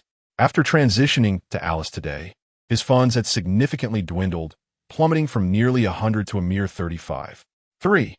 Fortunately, Alice's prowess, along with her dual template characteristics, made Yi Tian feel that the investment was worthwhile. Furthermore, Midnight soon approached, prompting the refresh of the new management log. Management log, night repair. Jiang Che's team conquers the Hell Dungeon. Heartless Valley, reward. Fund 6. Bai Chili challenges the solo trial secret realm at Huaxing University, reward. Funds 4. Wang Jing is promoted to squad leader of the Xia Province Border Army's new recruits, reward. Funds 1. Ning Jing deciphers ancient relic stone tablets, interpreting 3 crucial clues, increasing the relic's deciphering rate to 74, reward. Funds 2. You shared the experience gained by employees, killing enemies, trials, first completions, monster farming, 650,000. Your level has risen, 2528. Funds, 48. 3. This management log revealed to Yi Tian the myriad ways to acquire funds. From first completions of dungeons and trial realms to promotions in military ranks and deciphering ancient relics, all counted as forms of dividend achievements. Ning Jing, as a legendary scholar, had unexpectedly demonstrated remarkable efficiency, making significant contributions to the deciphering of ancient relic stone tablets in just one day. Conversely, Alice, being the most powerful employee, found herself trapped in a dungeon, unable to leave, and thus could only engage in combat, failing to achieve any dividend, accolades, or honors. However, she excelled in gaining experience through defeating enemies. Yi Tian cast a final glance at several of his employees. There remained one promotion slot. Whom should he grant it to? With the racial competition commencing in about 2 days, he needed to allocate the slot beforehand to enhance the employee's capabilities. Lost in thought, he drifted off to sleep unexpectedly. Early the next morning, Yi Tian, accompanied by Wang Jing, Jiang Che, and Yi Xiu, boarded the exclusive floating vehicle arranged by Wei Yuan, heading toward Xinjiang. Not far from the impending racial competition, it was customary for the senior leaders of East China to hold a selection in Xinjiang, choosing participants for the competition. It could be said that today marked the official debut of various exceptional talents. The floating vehicle glided smoothly towards the only large city in East China. Following the recent attack by the Divine Arrival sect, Wei Yuan had dispatched the garrison commander, mobilizing 4 battalions to clear the wilderness once more, ensuring a particularly safe route for this journey. Is this Xinjiang? How extravagant! It is my first time visiting such a grand city. Before long, the magnificent sight of the only large city in East China appeared before Yi Tian and his companions, eliciting exclamations of awe from Jiang Che and Wang Jing. Viewed from above, it was nearly 10 times larger than Xinjiang, with several technologically advanced towers standing out prominently. However, compared to the first-tier cities of Yi Tian's previous life, this place, marred by war, possesses a more rustic charm and lacks the extravagance one might expect. A few individuals arrived at the office building of the East China branch. Wei Yuan, Bai Qiuli, and Jiang Yuanshuang were engaged in conversation at the entrance. Upon noticing Yi Tian and the others' arrival, Wei Yuan promptly guided him to the third-floor conference hall, where today's selection would be held. By the time Wei Yuan and Yi Tian arrived, the hall was already filled with prominent figures from East China. The ethnic competition was critical to the interests and even the survival of the entire East China region. A failure would mean the loss of numerous secret realms, which would be deducted from various cities and departments. Even the prestigious Huaxing University, a top-tier institution in Daxia, had incurred significant costs in secret realms in recent years, leading to the presence of President Yu Hua today. President Yu Hua, an elderly man clad in a deep blue robe with white beard, approached Wei Yuan upon his arrival, accompanied by another elderly figure in military uniform, and questioned him sternly. Wei Yuan, I have just learned that you rejected headquarters support for the East China ethnic competition. Do you intend to face the competition against the Yago dynasty alone? Typically, headquarters or the Qianlong base would send reinforcements for such contests against foreign races. After all, relying solely on the strength of one district to confront the overwhelming power of foreign entities in another world is exceedingly challenging. Even in years past with support, the results were often draws or defeats. Yet this year, you have actively stated a need for no assistance in East China. This certainly angered President Yu Hua, as a defeat in the ethnic competition would also result in losses of secret realms for Huaxing University. Observing the fierce demeanor of the two men, Wei Yuan smiled calmly. The support from headquarters is, of course, reserved for other districts that are in greater need. Old Lin, I believe East China no longer requires its starting this year. The military elder, Lin Guodong, commander of the East China garrison, was equally astonished by Wei Yuan's audacity. Wei Yuan, how dare you be so arrogant? That is the Yaga dynasty, notorious for its terrifying royal dragon descendants. Even if Wei Yuan had discovered a few promising talents this year, such confidence seemed unfounded. For a moment, they even speculated that Wei Yuan intended to tear up the peace agreement with the Yaga dynasty. At this juncture, Yi Tian interjected, "Support? Does that imply we can extend assistance to the competitions of other districts?" Wei Yuan replied with a smile, "Of course, although Daxia is divided into 5 major districts, we function as a unified entity. If we have the capacity, we can certainly support our colleagues." Yi Tian's eyes brightened. It appeared there were more avenues for securing funding. Upon witnessing this exchange, President Yu Hua and Commander Lin Guodong were visibly taken aback. East China is struggling to manage its own affairs, and you're already preparing to assist others? How can these two, one more audacious than the other, amused by their expressions? Wei Yuan raised his hand to introduce Yi Tian, saying in a leisurely tone, "This is my mercenary chief, classmate Yi Tian." Yi Tian's face darkened at the remark, while Yu Hua and Lin Guodong appeared bewildered and speechless at the term mercenary chief. However, at that moment, a subtle sensation enveloped the two of them. It seemed as if the former Wei Yuan had returned. In his youth, Wei Yuan had risen to the pinnacle of strength in East China, exuding a carefree spirit and a penchant for mischief. Yet, upon assuming the mantle of responsibility for East China, bearing the weight of oppression from foreign tribes and malevolent forces, he had transformed into a figure of increasing solemnity. For a fleeting moment, Yu Hua and Lin Guodong found themselves engulfed in a wave of nostalgic reminiscence. Yet, this sentiment was abruptly shattered by Wei Yuan's next declaration. "I intend to delegate the selection of participants for the ethnic competition entirely to Yi Tian." What? Absolutely not. This is sheer nonsense. At this moment, it was not just Yu Hua and Lin Guodong who reacted. Wei Yuan's voice resonated loudly, and nearly everyone in the conference hall was taken aback, their expressions a blend of shock and disbelief. The source of their astonishment and indignation lay in the fact that, historically, the selection of competitors for the ethnic competition had never been this straightforward. Each city, each department, and the upper echelons would typically bring forth their favored new talents, undergoing rigorous selection processes and contests, ultimately culminating in a decision made through a vote by the higher-ups. Wei Yuan's implication was unmistakable. He intended to place the outcome of the ethnic competition in the hands of this young man. What sort of madness was this? To reserve a single participant slot was one thing, but to reserve 5 slots? And to allow a mere youth to make such determinations? The conference hall buzzed with murmurs, and Yu Hua and Lin Guodong took it upon themselves to directly confront Wei Yuan. "Have you lost your mind? The slots for the ethnic competition are no trivial matter. Entrusting such a significant decision to someone so immature." Amidst the flurry of indignation, Wei Yuan shrugged in exasperation towards Yi Tian. Yi Tian, understanding the cue, instructed Wei Yuan's secretary to present 2 freshly made business cards to Yu Hua and Lin Guodong. The two were taken aback as they glanced at the cards, which bore the rudimentary inscription on the first line, "Grow Stronger, Office." Subsequently, Yi Tian raised his hand and proclaimed loudly, "Since there is such opposition, let us resolve this in the simplest manner. You may all dispatch your favored prodigies to challenge my subordinates. Should any of you secure victory in even a single match, the selection rules will revert to your discretion." As his words echoed through the hall, an eerie silence enveloped the room.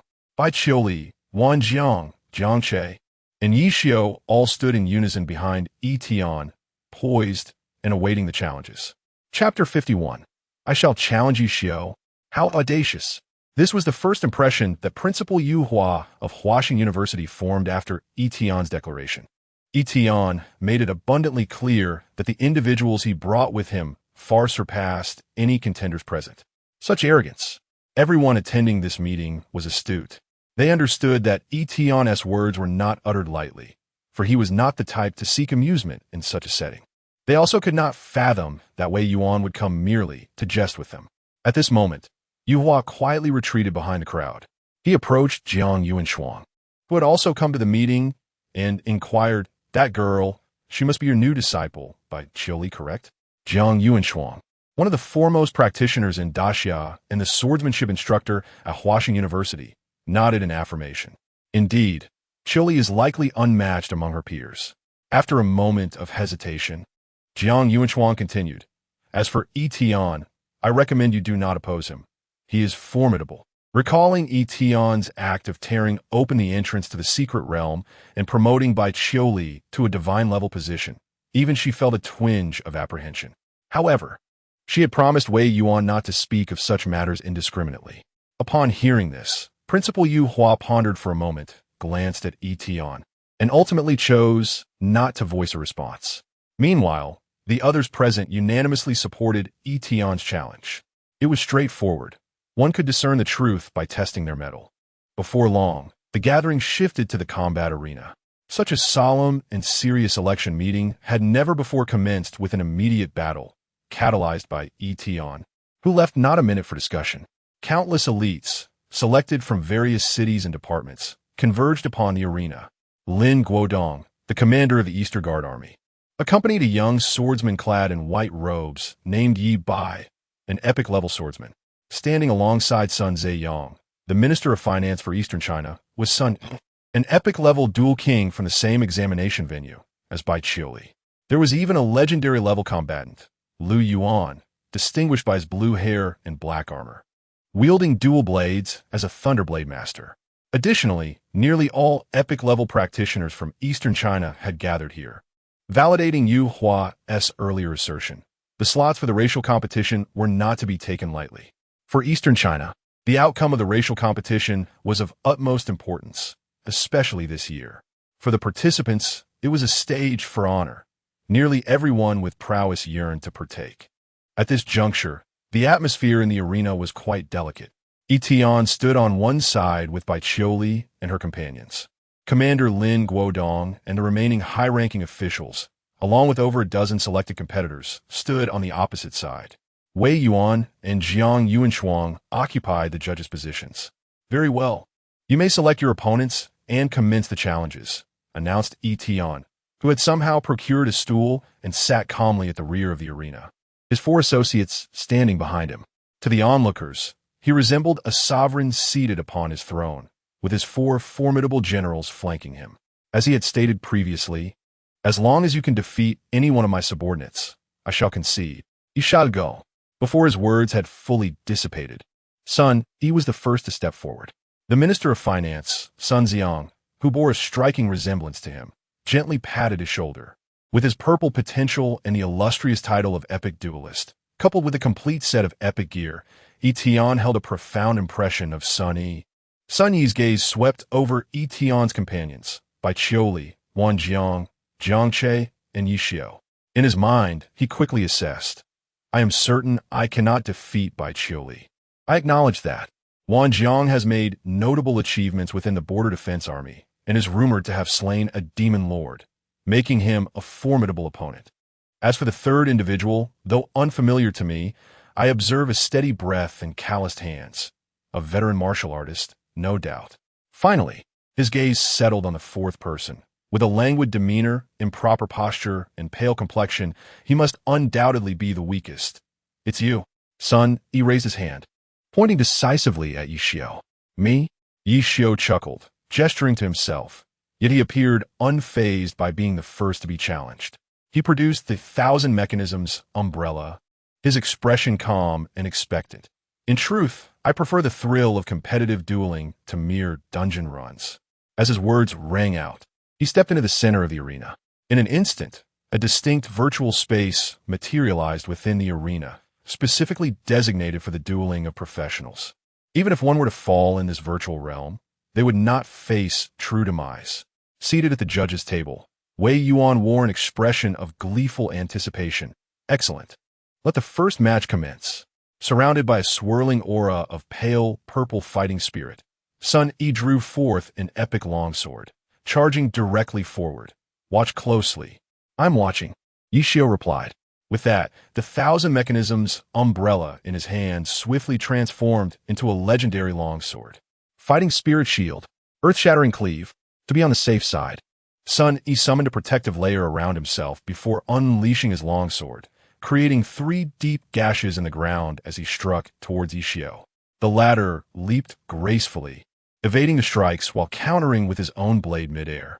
Wave of soul-disrupting slash. Bang! Boom! Sun Yi stood frozen, his expression blank.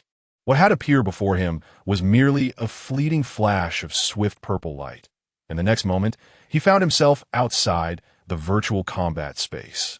I lost. How did I lose? Yet, as the spectators grasped the magnitude of that last strike, they were left utterly astonished. The damage from a single blow had nearly obliterated half of the virtual battleground, and the speed of the strike had made evasion impossible. In that moment, many aspiring participants gasped in disbelief. "I cannot fight him. It is utterly hopeless."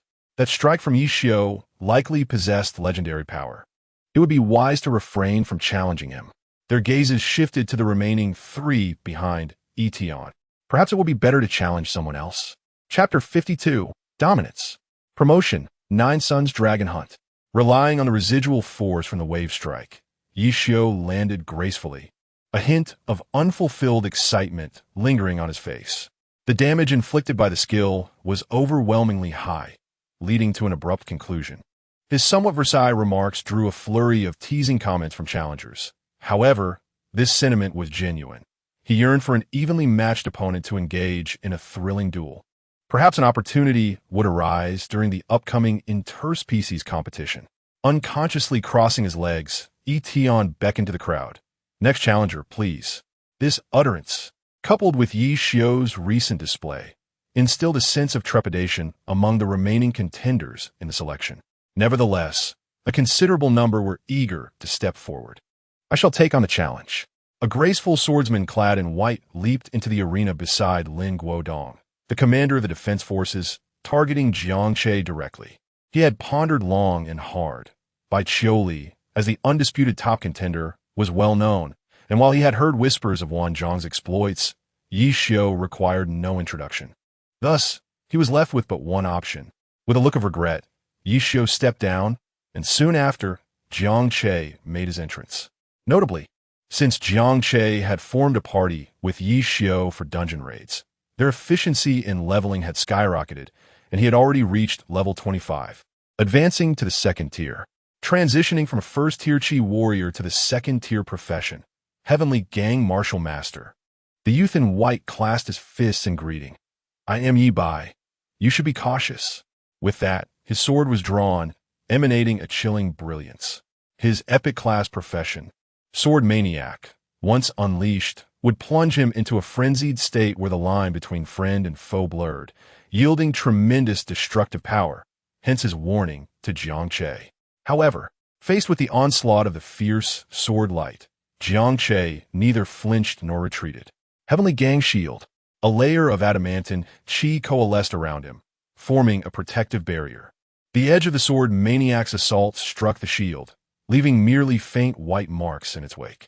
In the next instant, Jiang Che surged forward, unleashing a ferocious roar. Heavenly Gong Dragon Tiger Roar. This was the exclusive 2nd-tier skill of the Heavenly Gang Martial Master. To Yi Bai, it resonated like a tiger's roar or a dragon's howl, reverberating through the soul and clearing the crimson glow from his eyes, which had been clouded by the frenzy of his sword maniac state. In the following moment, the Qi accompanying the roar overwhelmed Yi Bai, leaving him dazed and unable to retaliate. Ultimately, he was hurled from the arena. Another defeat. Observing this, the senior officials wore expressions of astonishment, shocked that the talent they had selected stood no chance against Yi Tian. In mere seconds, Yi Bai had succumbed, his face etched with remorse. "I apologize, Commander Lin." Lin Guodong comforted him with a gentle pat on the shoulder. "Do not blame yourself. Your opponent is simply too formidable." At that moment, a voice arose, questioning Yi Tian. "Wait, are all these challengers from this year's awakening?" You must be aware of the rules of the interspecies competition. In the interspecies competition, the Yaga dynasty could only participate with offspring born this year, while the Great Xia could only field those who awakened their professions this year. However, this condition posed no restrictions for Yi Tian, the secretary beside the judge's platform. Wei Yuan responded, "All participants have been tested and meet the competition criteria." Upon hearing this, the murmur of doubt swiftly dissipated, while the president of Huaxing University, Yu Hua, wore an expression of confusion, where he pondered, did this young man unearth such an abundance of talent? Observing the bewildered expressions of the high-ranking officials at the judging panel, Wei Yuan revealed a silent smile. The battle continued unabated. The third contender to take the stage was Lu Yuan, a figure adorned in black armor with flowing blue hair. Wielding dual blades, a legendary profession known as the Thunderblade Master. From the perspective of the other high-ranking officials, he appeared to be the most promising candidate for victory. However, Yi Tian perceived Lu Yuan's potential as merely yellow, fearing that his combat performance would likely fall short of the two individuals with purple potential. Sun Yi and Yi.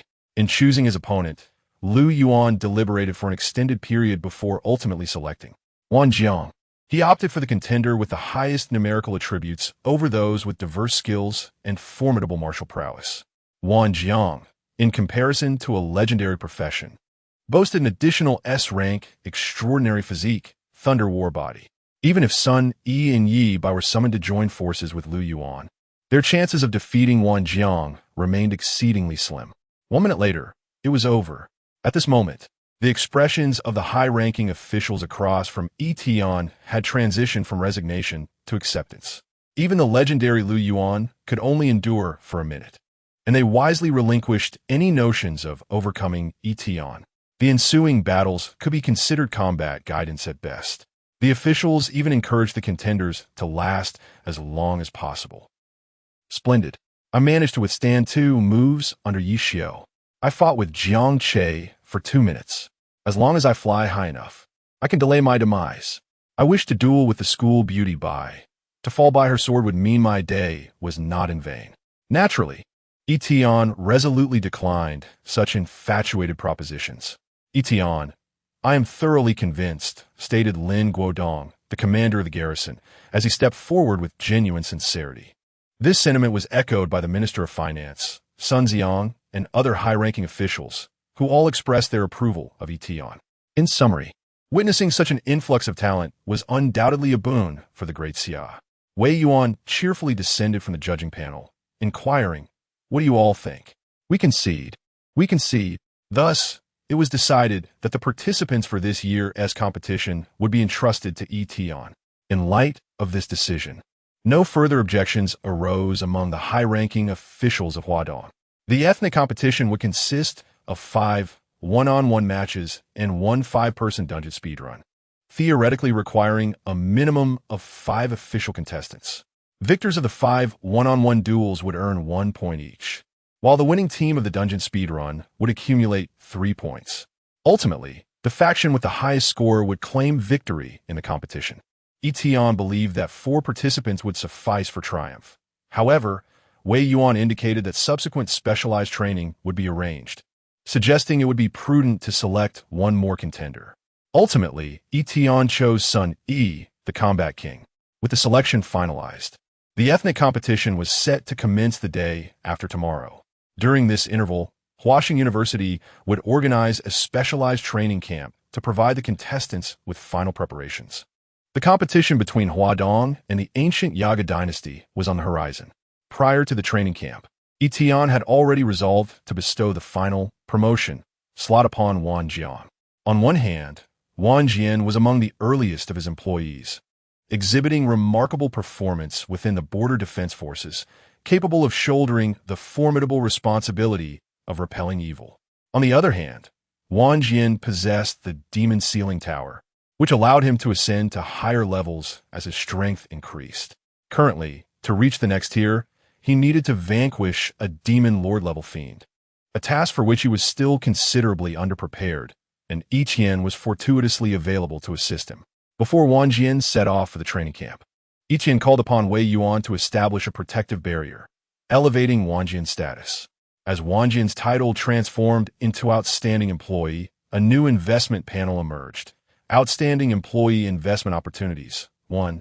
Promotion to Divine Level Profession, 20 points. 2. Exclusive Weapon, 5 points. 3. SSS Level Extraordinary Physique, 20 points.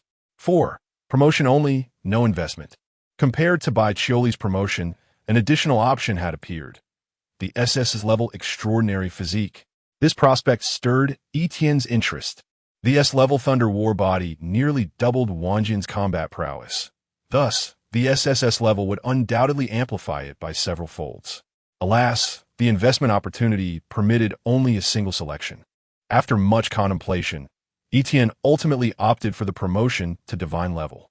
Given that Wang Jian's Demon Sealing Tower might present further opportunities for acquiring a more potent extraordinary physique once the trial levels increased. This promotion to divine level was a singular chance not to be missed. Selecting the first option, he declared the promotion. As Yi Tian's words resonated, 20 points were promptly deducted. Wang Jian, enveloped in the barrier, wore an expression of profound astonishment. From the moment he was summoned by Yi Tian until now, he finally grasped the magnitude of the surprise his employer had bestowed upon him. You have been promoted to Outstanding Employee. Reward: Ascension to Divine Level 2nd Tier Profession 9 Sons Dragon Hunter. Ultimate Profession upgraded from Dragon Marked Gun God to Universal Gun God. You have acquired the Divine Level Professional Skill, Great Wilderness Star Radiant Spear. Dragon Hunting Domain. Chapter 53. The Commencement of the Racial Grand Tournament. 2 days swiftly passed. During this period, as the staff underwent intensive training, there were no opportunities to achieve any notable accomplishments or honors, leaving Yi Tian, the proprietor, rather despondent over the lack of dividend earnings. However, he did gain considerable experience, ascending from level 28 to level 33 within just 2 days. In contrast, Ning Jing made remarkable progress in deciphering the ancient relic tablets, reaching an impressive 94 completion rate. With merely a day's work left, the clues to the relics would likely be fully unraveled, prompting Yi Tian to marvel at the efficiency of legendary scholars. On the eve of the tournament, Wei Yuan presented Yi Tian with a necklace and a ring, 2 legendary adornments forged from 40 dragon essence crystals. Originally requiring at least 10 days for crafting, Wei Yuan had summoned 4 epic-level blacksmiths to expedite their completion before the grand tournament. The necklace, named Dragon Soul, is a defensive accessory that, when activated, generates a formidable shield based on the wearer's mental strength, capable of withstanding damage and intimidating nearby foes. Yi Tian naturally intended to keep such a defensive item for himself. The other piece, however, caught his eye, and he promptly decided to bestow it upon Alice. Blood Dragon Seal. Ring. Effect 1. For each dragon-blooded creature slain by the wearer, a blood dragon mark appears on the surface of the ring. Effect 2. Upon disengaging from combat, the first attack deals an additional damage of Blood Dragon Mark 3, resetting upon a kill. Effect 3. Each Blood Dragon mark permanently enhances maximum health by 1. The more dragon-blooded creatures one vanquishes, the more potent the ring's effects become, whether augmenting damage or permanently increasing maximum health. These enhancements are exceedingly beneficial. Naturally, Alice has slain the most dragon-blooded creatures. Since placing her near the ancient kingdom, she has consistently encountered numerous dragon-blooded foes during dungeon raids. Consequently, the ancient kingdom has been investigating this matter, even suspecting the presence of traitors among their ranks. That evening, Yi Tian convened a meeting and entrusted the ring to Alice. The following day, the Racial Grand Tournament officially commenced. In Ding City, the Eastern Defense Army dispatched 3 regiments, personally commanded by Lin Guodong, to maintain order within city. The tournament venue was situated in the Grand Arena at the heart of Ding City. The border guards stood vigilant. Wei Yuan and Jiang Yuanshuang, 2 of the last remaining elite professionals of the Great Xia, were present to oversee the proceedings. Principal Yu Hua of Huaxing Academy, General Lin Guodong, and other high-ranking officials were also gathered, marking a momentous day for all of Eastern China.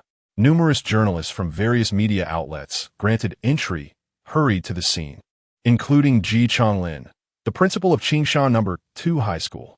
Many observers held a rather pessimistic view of eastern China, including Ji Chonglin, due to the disheartening outcomes of previous tournaments, which had significantly impacted the region's economy. Yet today appeared markedly different. Whoosh! A colossal figure loomed ominously over Ding City, casting a shadow that obscured the sun. The Crimson Emperor, in his half-dragon flying form, measures over 10 meters in length. If he does not consciously reduce his size, even the city of Dingcheng may struggle to accommodate him. The Aogu dynasty, led by the Crimson Emperor and several royal dragon descendants, exudes a formidable presence. For them, the recent string of victories has only emboldened their sense of invincibility. Yet today, aside from the Crimson Emperor, the Aogu dynasty has unexpectedly brought forth another top-tier powerhouse for the first time. This is a tall and graceful woman, standing at an impressive height of nearly 2 meters, her skin gleaming like jade. The golden runes on her cerulean robe hint at profound magical prowess. In contrast to the brazen and reckless demeanor of the Crimson Emperor, this female figure radiates an air of intellectual elegance. A formidable dragon descendant. Who could she be? The legendary Azure Emperor. The spectators from the Great Xia, seated around the arena, are taken aback. In the Aogu dynasty, there are currently 3 supreme rulers: the Crimson Emperor, the Azure Emperor, and the White Emperor. Aside from the Crimson Emperor, the other 2 have never been seen by the Great Xia, only spoken of in hushed tones among foreign tribes. However, Wei Yuan seems somewhat familiar with her, the dragon of all laws. She has indeed arrived. As he speaks, a hint of mockery crosses his expression. It appears the Aogu dynasty is not as confident this year. At this moment, Yi Tian sits at the chief observation platform, alongside Wei Yuan and Jiang Yuanshuang. This position represents one of the highest statuses in Eastern Huadong, and Yi Tian's presence here today raises no objections. His demeanor is peculiar. Ever since the Azure Emperor's arrival, his resume has indicated that she possesses golden potential. This is hardly surprising, as both the Crimson and Azure Emperors are recognized as golden potential powerhouses from the Aogu dynasty. Yet what is peculiar is that Yi Tian feels as though the Azure Emperor, one of the Aogu dynasty's supreme beings, is continuously assessing him. Wei Yuan, a boisterous roar echoes, accompanied by the fierce flapping of wings. In such a context, only the Crimson Emperor could make such an audacious proclamation. This is a classic pre-competition ritual, placing bets. Much like the wagers made during the previous race between the border guards and Dingsheng, this time the stakes are significantly higher. You Easter Huadong, dare not shrink back this year. The Azure Emperor sits majestically at the forefront, her gaze unwavering. She is aware that the Crimson Emperor has accumulated considerable enmity lately, preparing to place a heavy bet for revenge today. As she ponders, her gaze inadvertently drifts toward Yi Tian once more. With a voice like thunder, the Crimson Emperor declares, this year's wager, 2 medium-sized secret realms, along with control over the other half of Dingxing. Do you dare to accept, Wei Yuan? Upon hearing this, the high-ranking officials of the Great Xia collectively gasp in shock. It is worth noting that during the last ethnic competition, only 7 small secret realms were wagered. Compared to this proposal from the Crimson Emperor, it is akin to the heavens and the earth. The Minister of Finance, Sun Xiang, eyes sharp, remarks, this is a clear attempt to force us into negotiations. In all of Eastern Huadong, including the recently developed Tianyu realm, there are only 2 medium-sized secret realms in total. With the control over the other half of the city at stake, the ramifications of defeat were dire. Not only would they relinquish a vital border stronghold, but also the very lifeblood of East China would tremble. Such a failure was simply unacceptable for East China. The atmosphere was thick with tension, as all awaited Wei Yuan's counteroffer or negotiation. In this moment, Wei Yuan merely smiled nonchalantly, turning his head towards Yi Tian on his left, as if casually conversing in a classroom. What do you think? Yi Tian, arms crossed, nodded affirmatively and replied, I think it's quite good. If we win too much, I fear they might tear off the mask of civility. Of course, at that point, it will be your concern. With a hearty laugh, Wei Yuan unabashedly reveled in the moment, much to the chagrin of Qi Di, who retorted you. Very well. I agree. Let be this wager. At this instant, The crowd erupted once more, with reporters from various media outlets momentarily stunned, forgetting to record the unfolding events. An agreement had been reached? Two medium-sized secret realms and half the control of the city were now wagered, placing the fate of East China on the line. What had driven Wei Yuan to such audacity this year? Even Shi Di stood momentarily dazed amidst the astonishment that enveloped the room. Meanwhile, Jiang Yuanshuang hesitated briefly. Although she did not voice opposition, she posed a question. Why do you place such trust in Yi Tian? Her voice was soft, audible only to Wei Yuan.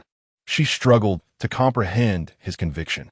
After a moment of contemplation, Wei Yuan responded in a similarly gentle and measured tone. Do you remember the prophecy left by the first divine profession of the Great Xia? Chapter 54. The Prophesied One?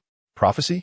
Among the 8 elite practitioners of the Great Xia, each at level 74, Jiang Yuanshuang is among the youngest, her age merely 32 despite her status as a swordsmanship mentor. The emergence of the first divine-level practitioner in Great Xia occurred over a century ago. Jiang Yuanshuang's recollection of such ancient tales is somewhat vague. However, it soon dawns on her, plunging her into a trance. 8 decades prior, the first divine-level practitioner, the Star Guardian, was besieged by 3 demon kings and succumbed to grave injuries. In his dying moments, he expended his last vestiges of life to utter a prophecy for Great Xia. When Great Xia faces a calamity of life and death, a savior shall rise, repeatedly reversing the tides of fate, rescuing Great Xia from peril and humanity from disaster. The Star Guardian, having protected Great Xia for nearly 2 decades, ultimately dissipated into starlight. This prophecy was thus etched into the annals of the headquarters, passed down through generations. In the present day, only the core leadership is privy to the contents of this prophecy. Furthermore, this prophecy indirectly gave rise to 2 factions within Great Xia. One advocates for the preservation of national strength, seeking to avoid conflict and await the emergence of the savior. The other firmly believes in human determination over fate, dismissing the prophecy as mere illusion and insisting on a proactive stance against warfare. To this day, neither side has been able to sway the other. Meanwhile, the prophesied individual has yet to manifest. At this moment, Jiang Yuanshuang's expression shifts, disbelief washing over her as she gazes at Wei Yuan, whispering urgently, "Are you suggesting that Yi Tian is the one foretold in the prophecy?" She reflects carefully on her impressions of Yi Tian, aiding by Qiuli in ascending to divine status, unraveling the invasion of the Void Insect clan. His capabilities are indeed extraordinary, aligning remarkably with the prophecy's depiction. Moreover, in the current era of Great Xia, beset by external threats from foreign races and dark forces over the past decade, it would not be an exaggeration to describe the situation as one of life and death. From this perspective, Yi Tian indeed resonates with the prophecy's characterization. Yet, the phrase repeatedly leaves Jiang Yuanshuang perplexed in its interpretation. In response to her doubts, however, Wei Yuan merely shakes his head. He too is conjecturing, lacking certainty. Yet, he has resolved that after the upcoming interspecies competition, he shall present 003 to Yi Tian, that fabled partner of the prophesied one. Classified as a forbidden object of the extraordinary by Great Xia, may very well validate the identity of the prophesied individual. Moments later, Wei Yuan's thoughts return to the interspecies competition. He hovers in midair, locking eyes with the Crimson Emperor. I am willing to wager the control of 2 medium-sized secret realms, along with half of the city of Ding. Upon hearing this, the Crimson Emperor's dragon-like pupils constrict, his gaze filled with astonishment. To propose such a substantial wager is but a test and a means to intimidate. After all, the previous Wadong would never have dared to accept such a grand stake. Yet now, Wei Yuan has audaciously accepted without hesitation, clearly well prepared. However, the Crimson Emperor shows no sign of trepidation. His expression shifts from surprise to exultation. Ha ha! Wei Yuan, oh Wei Yuan, you wish to take a bold leap, yet have chosen the wrong moment. Alas, this time, victory eludes you no matter the effort. Upon hearing these words, the high-ranking officials of the Great Xia displayed solemn expressions, sensing an ominous undertone. However, Wei Yuan merely scoffed. Words are futile. Let us commence. With that, the Red Emperor returned to the observation seats, leaving the arena space to the competitors of the racial competition. Simultaneously, both clans dispatched their respective panels of judges to oversee the contest. The competition, a single elimination tournament, officially commenced, best of 5.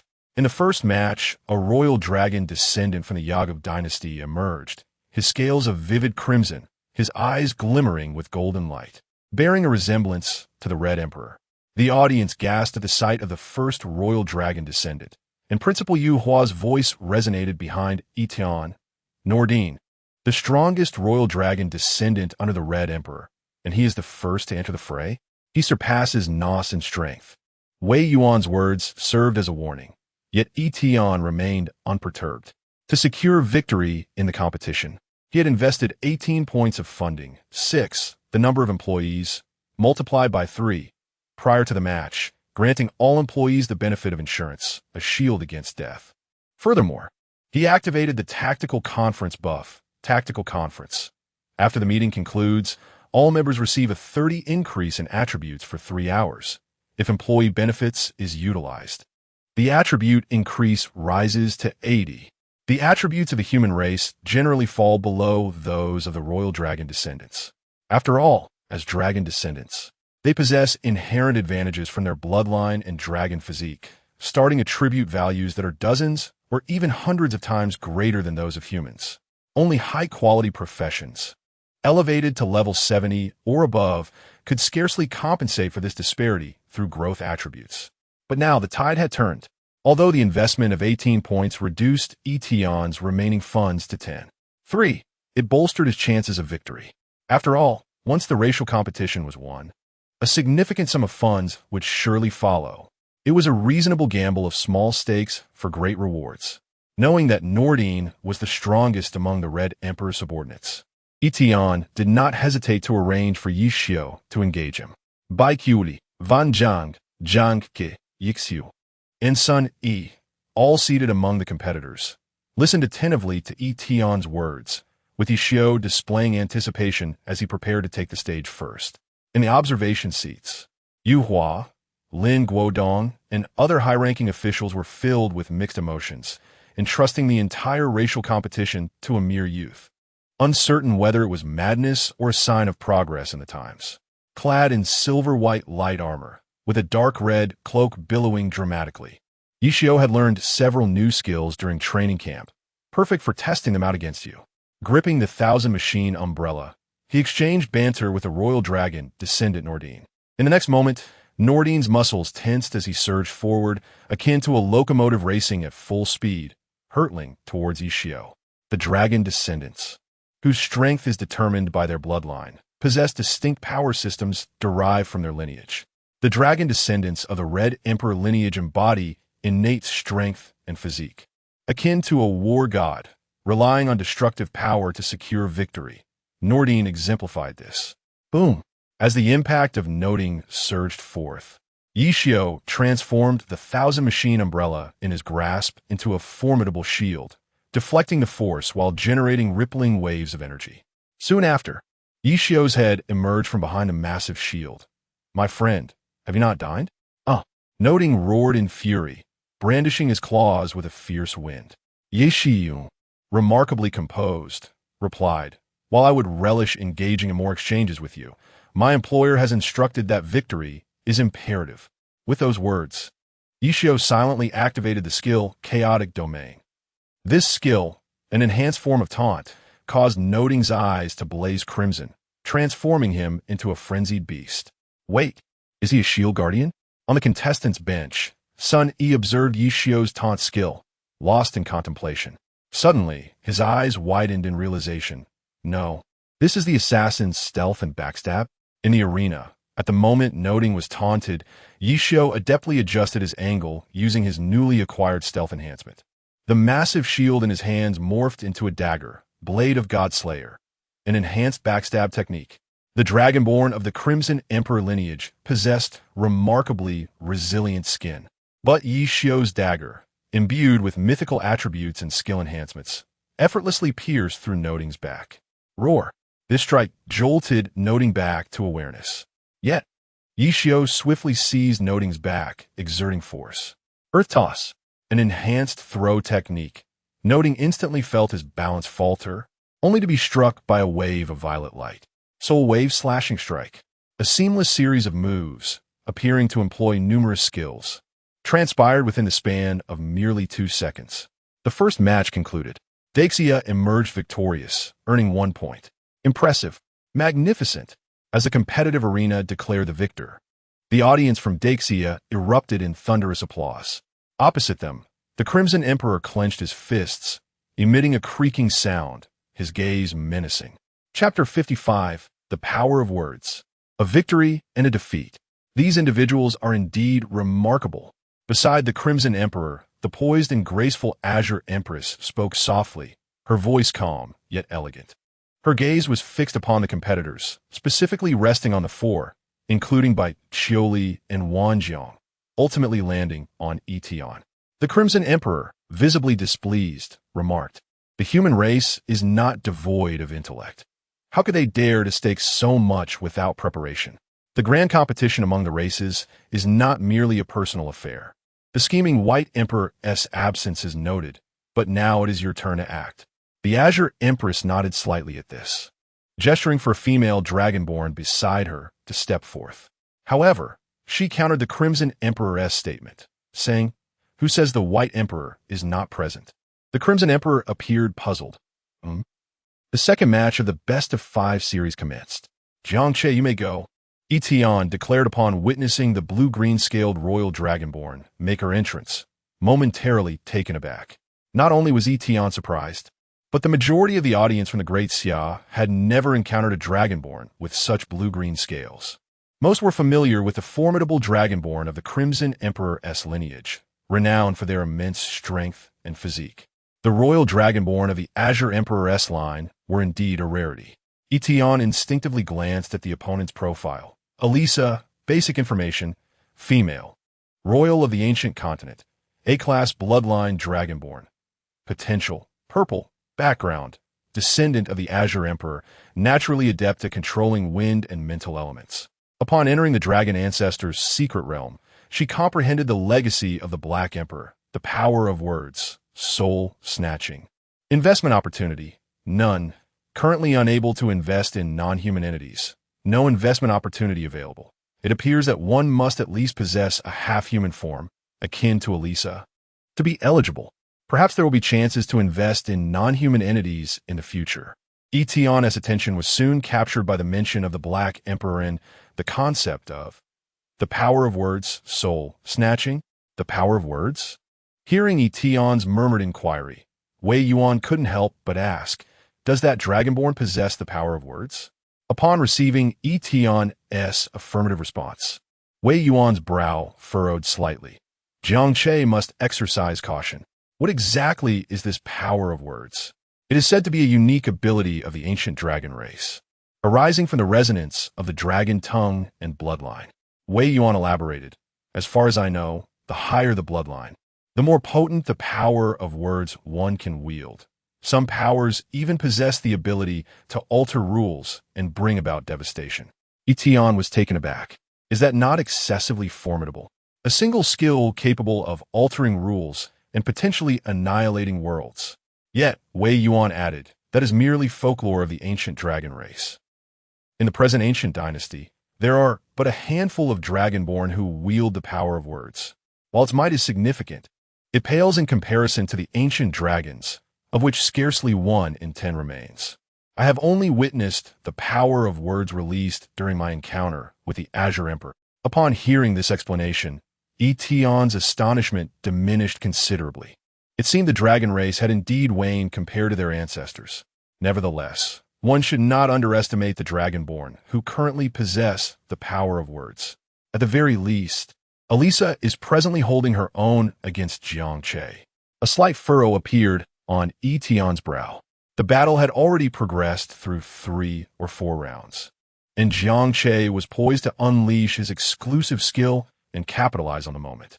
However, unexpectedly, amidst Jiangche's soul-stirring roar, the dragonborn Eliza did not flinch or retreat. Her dragon-like eyes gleamed with golden light as she recited obscure incantations, resembling a ritual. Soul lock will binding. This was an ancient dialect of dragon language that Yi Tian initially could not comprehend. Yet, after sharing the serene universal language of all races, the once cryptic words formed coherent phrases in his mind. The Tianshou dragon roar must be halted. A mental defense must be established first.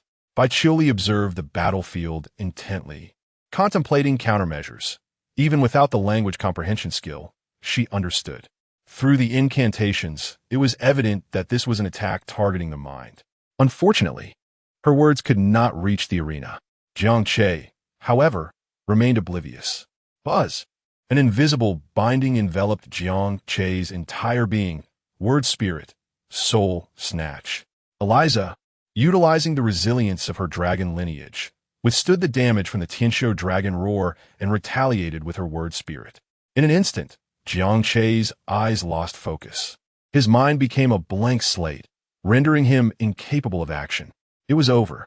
Eliza stepped forward and kicked Jiang Che out of the competition space. The second round concluded. The Yaga dynasty accumulated 1 point. Awakened by the crowd, Jiang Che returned to the contestant area, appearing utterly disheartened. Bai Qiuli patted him on the back. Perhaps you should study ancient dragon language more diligently. In truth, this defeat could not be solely attributed to Jiang Che. Even Yi Tian had not anticipated the formidable nature of the word spirit's abilities. Remarkably, it surpassed even the ancient dragon race's word spirit capabilities by a significant margin. As for the ancient dragon language recited during the release of the word spirit, few could comprehend it.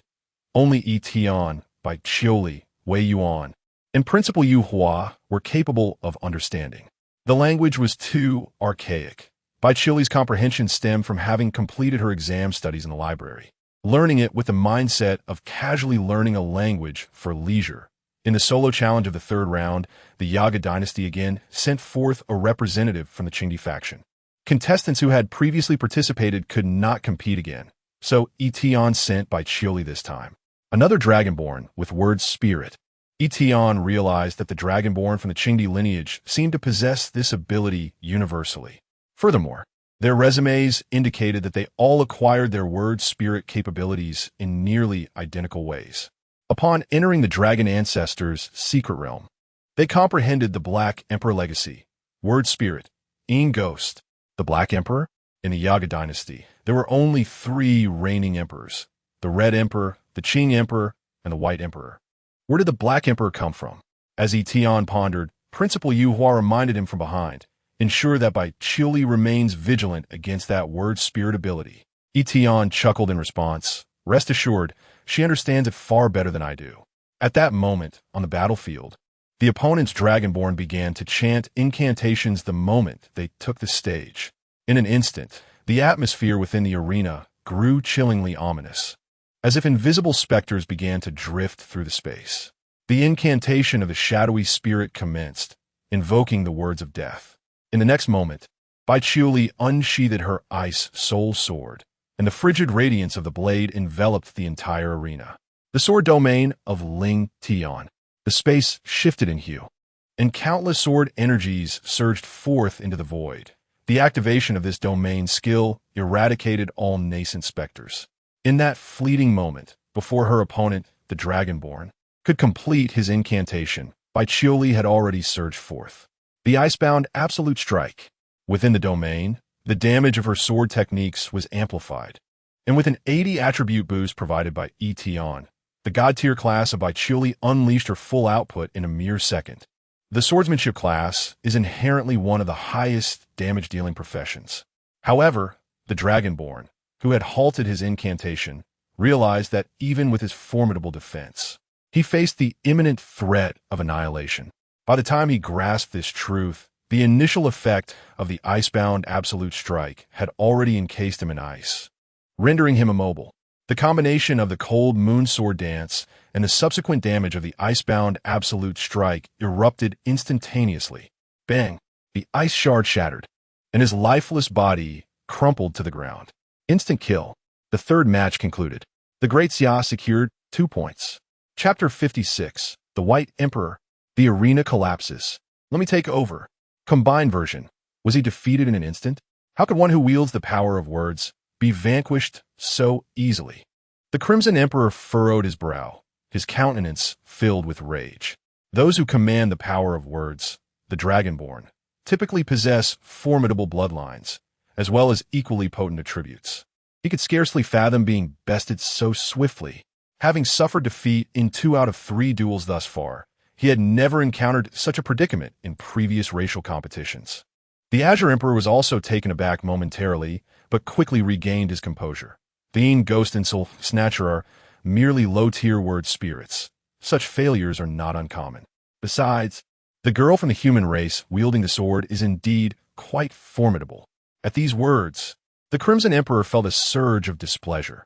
Why has the Great Xia produced so many talents this year? In previous competitions, a contender with Jiang Che's strength would have been hailed as the foremost of the Great Xia's new generation. Yet this year, each competitor seems even more formidable than the last. The human race, a seemingly insignificant species, proves to be remarkably resilient. With a scowl, the Crimson Emperor pondered who would take the next turn.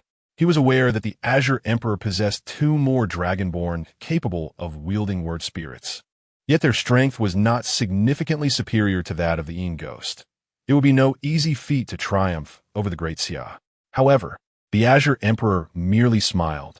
Did I not mention? The White Emperor has also arrived. His involvement will suffice. The White Emperor? The Crimson Emperor was perplexed. How could that insidious figure? Before he could finish his thought, an unremarkable Dragonborn approached, declaring, "I shall take the 4th match." The Crimson Emperor recognized this individual as merely the ordinary Dragonborn named Nora, whose prowess was weaker than that of the previously defeated Nodding. Yet soon, he discerned that although the figure appeared as the Dragonborn Nora, every aspect, mental acuity, tone of speech, and aura, was entirely transformed. It was as though a powerful soul was manipulating the shell of this Dragonborn. The Crimson Emperor understood, a look of disdain creeping onto his face. The White Emperor. To forcibly occupy the body of your descendant with word spirit, sovereignty, you remain as treacherous as ever. The entity occupying Nora's body, the White Emperor, chuckled softly. You flatter me. The Crimson Emperor snorted derisively. Had you come to the Great Xia sooner, there would have been no need for this competition. The Aegis dynasty would have conquered this land long ago. As he spoke, the Crimson Emperor donned a mocking expression. Oh, I almost forgot. You fear the vengeance of the Black Emperor. Even after nearly a century since his demise, you still dare not leave his burial site. He proclaimed, he once declared he would return. The White Emperor's voice grew increasingly frigid. Do you wish to return to the era of his dominion?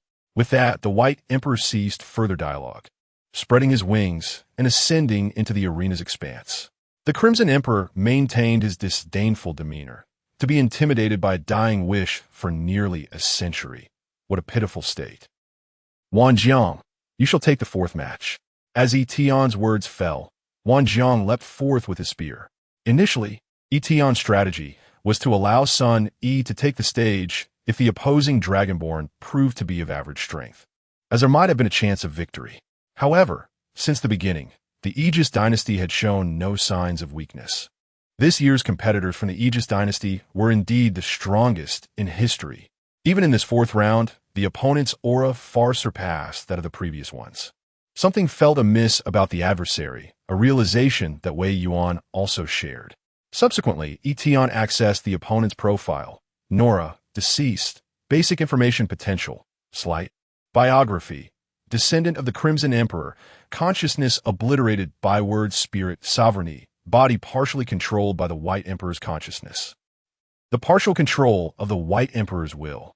Is the White Emperor acting through a proxy? Yi Tian pondered, stroking his chin. This tactic resembled the parasitic creatures of the Void Insect clan encountered earlier. The distinction lay in the fact that the parasitic entity itself was weak. Once it controlled another, it relied solely on that individual's capabilities to fight, and once dispelled, the impact on the controlled was minimal. However, the White Emperor directly erased another's consciousness. Akin to the soul snatching depicted in fantastical tales of yore. Word spirit sovereignty? A verbal manifestation capable of erasing consciousness must undoubtedly be formidable, though, as for its complete effects, they remain indeterminate. Nonetheless, utilizing it this time would cost a member of the royal lineage. Yi Tian promptly categorized the White Emperor as a ruthless entity. Moreover, as one of the three emperors of the ancient Yaga dynasty, though he had never witnessed the White Emperor in action, he was at least on par with the Crimson Emperor. The pressure faced in this encounter against a proxy was considerable. Fortunately, with Wan Zhang's current S-rank, extraordinary physique, and divine class profession, he stood as one of the most formidable participants among the Xia contenders. The odds of victory were equally promising. Battle commences. The arena instantly transitioned into a state of combat. Wan Zhang swiftly activated his exclusive Skill 9 Celestial Dragon Hunt domain. In an instant, the atmosphere above the arena shifted dramatically, revealing a pair of enormous golden eyes. The movements and actions of all enemies within the domain would be distinctly captured by Wan Zhang. Observing this, the White Emperor let out a cold chuckle, a mayfly shaking a tree. With claws unfurled, a radiant white light emanated from his eyes, and an overwhelming wave of intangible psychic pressure surged toward Wan Zhang like a tempest. The White Emperor is the most powerful dragon clan adept in the manipulation of psychic elements. Though his current partial consciousness occupied the body, limiting his strength, even a fraction of the power from a dragon of at least level 80 was sufficient to crush others. Yet this overwhelming psychic pressure did not overwhelm Wan Zhang. After enduring the trials of extreme refinement, his resilience to pressure had intensified. Oh, the White Emperor displayed a hint of surprise. Meanwhile, Wan Zhang wielded his spear, summoning bolts of thunder from the heavens. The might of the thunder battle body allowed him to straighten his slightly bent form instantaneously, akin to the descent of a thunder god. An extraordinary physique. The White Emperor's gaze sharpened. His extensive experience allowed him to recognize this phenomenon, and his expression shifted subtly. How could it be? A race known for its frail physique could give rise to an extraordinary constitution? There are countless surprises yet to unfold. As Wan Zhang spoke, his figure darted like lightning. The spear tip slid rapidly across the ground, igniting a flurry of sparks. Breaking the army, the spear tip suddenly thrust upward from below, akin to a dragon emerging from the sea, unleashing a surge of pent-up energy. The White Emperor distinctly sensed the threat from this strike. In his current frail form, being struck would result in instant annihilation. Get away! As he raised his hand, an invisible force of mental energy erupted around him, creating a wave of repulsion. However, Wan Zhang reacted with remarkable speed. Upon sensing the repulsion, he instantly altered his strategy. Gun shadow array. Countless phantasmal long spears coalesced into a radiant golden formation, remaining steadfast in their position. Even though Wan Zhang was pushed back, the gun shadow array continued to encircle the White Emperor, with hundreds of phantasmal spears poised to pierce him at any moment. How intriguing! Faced with the threat of the gun shadow array, the White Emperor could not help but sigh. Had the original owner of this dragonborn body, Nora, taken the stage, Wan Zhang would likely have been vanquished within 2 or 3 exchanges, even if it were merely a royal dragonborn. The explosive power of an S-class extraordinary physique combined with a divine profession is truly terrifying. Had I known I would face such an adversary, I would have carefully selected a more suitable vessel for my essence. The White Emperor was enveloped in frustration.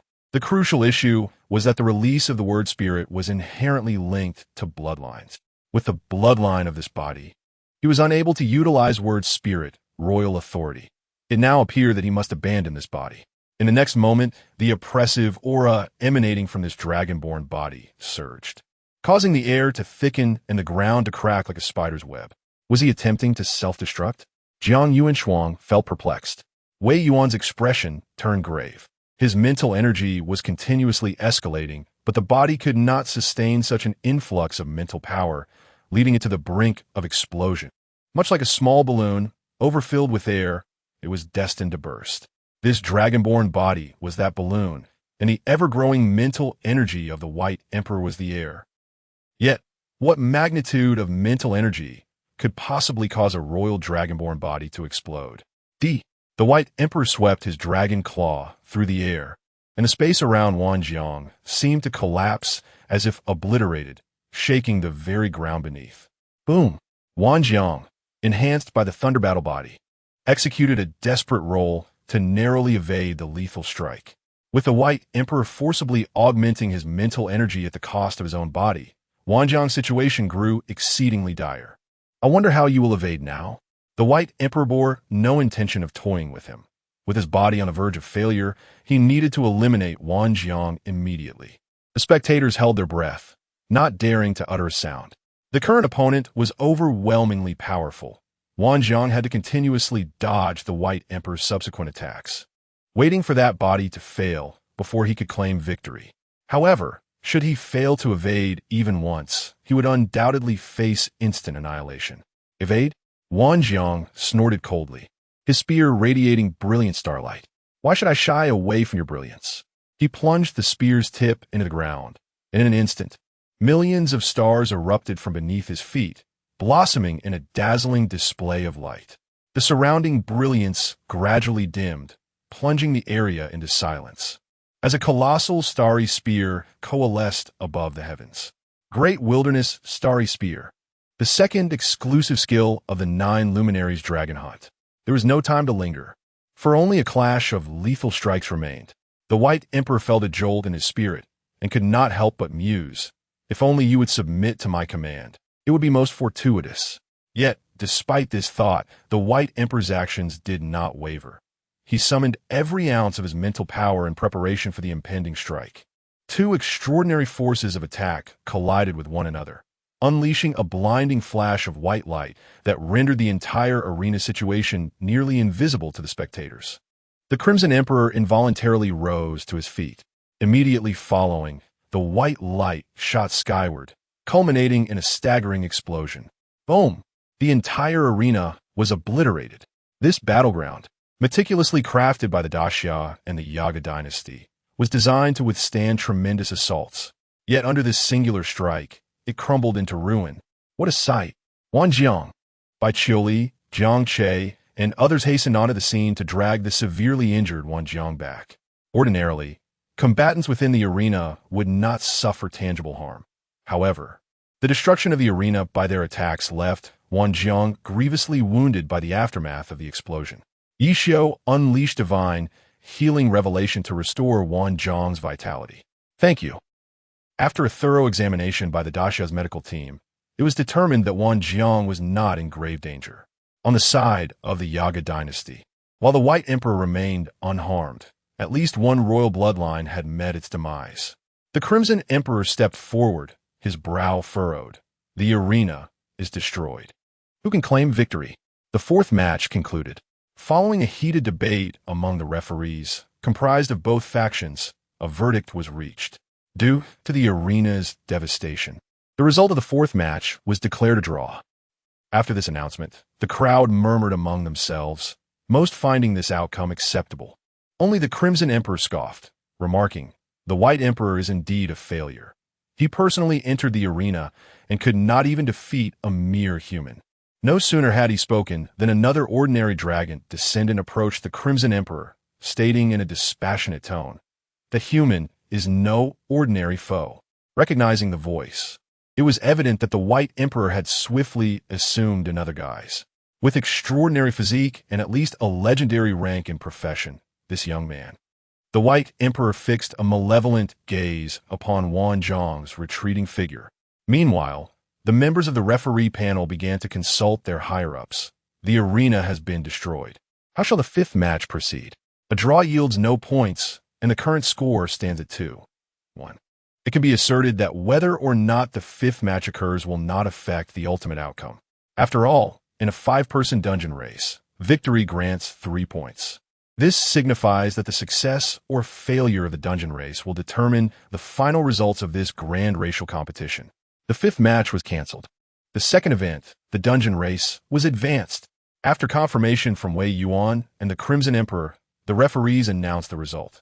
The racing event would be the level 50 dungeon, Wailing Abyss, with the first team to clear it emerging victorious and earning 3 points. At that moment, the pace of the competition surged to a new climax. The moment of decision arrived earlier than anticipated. Jiang Yuanshuang cautioned Yi Tian.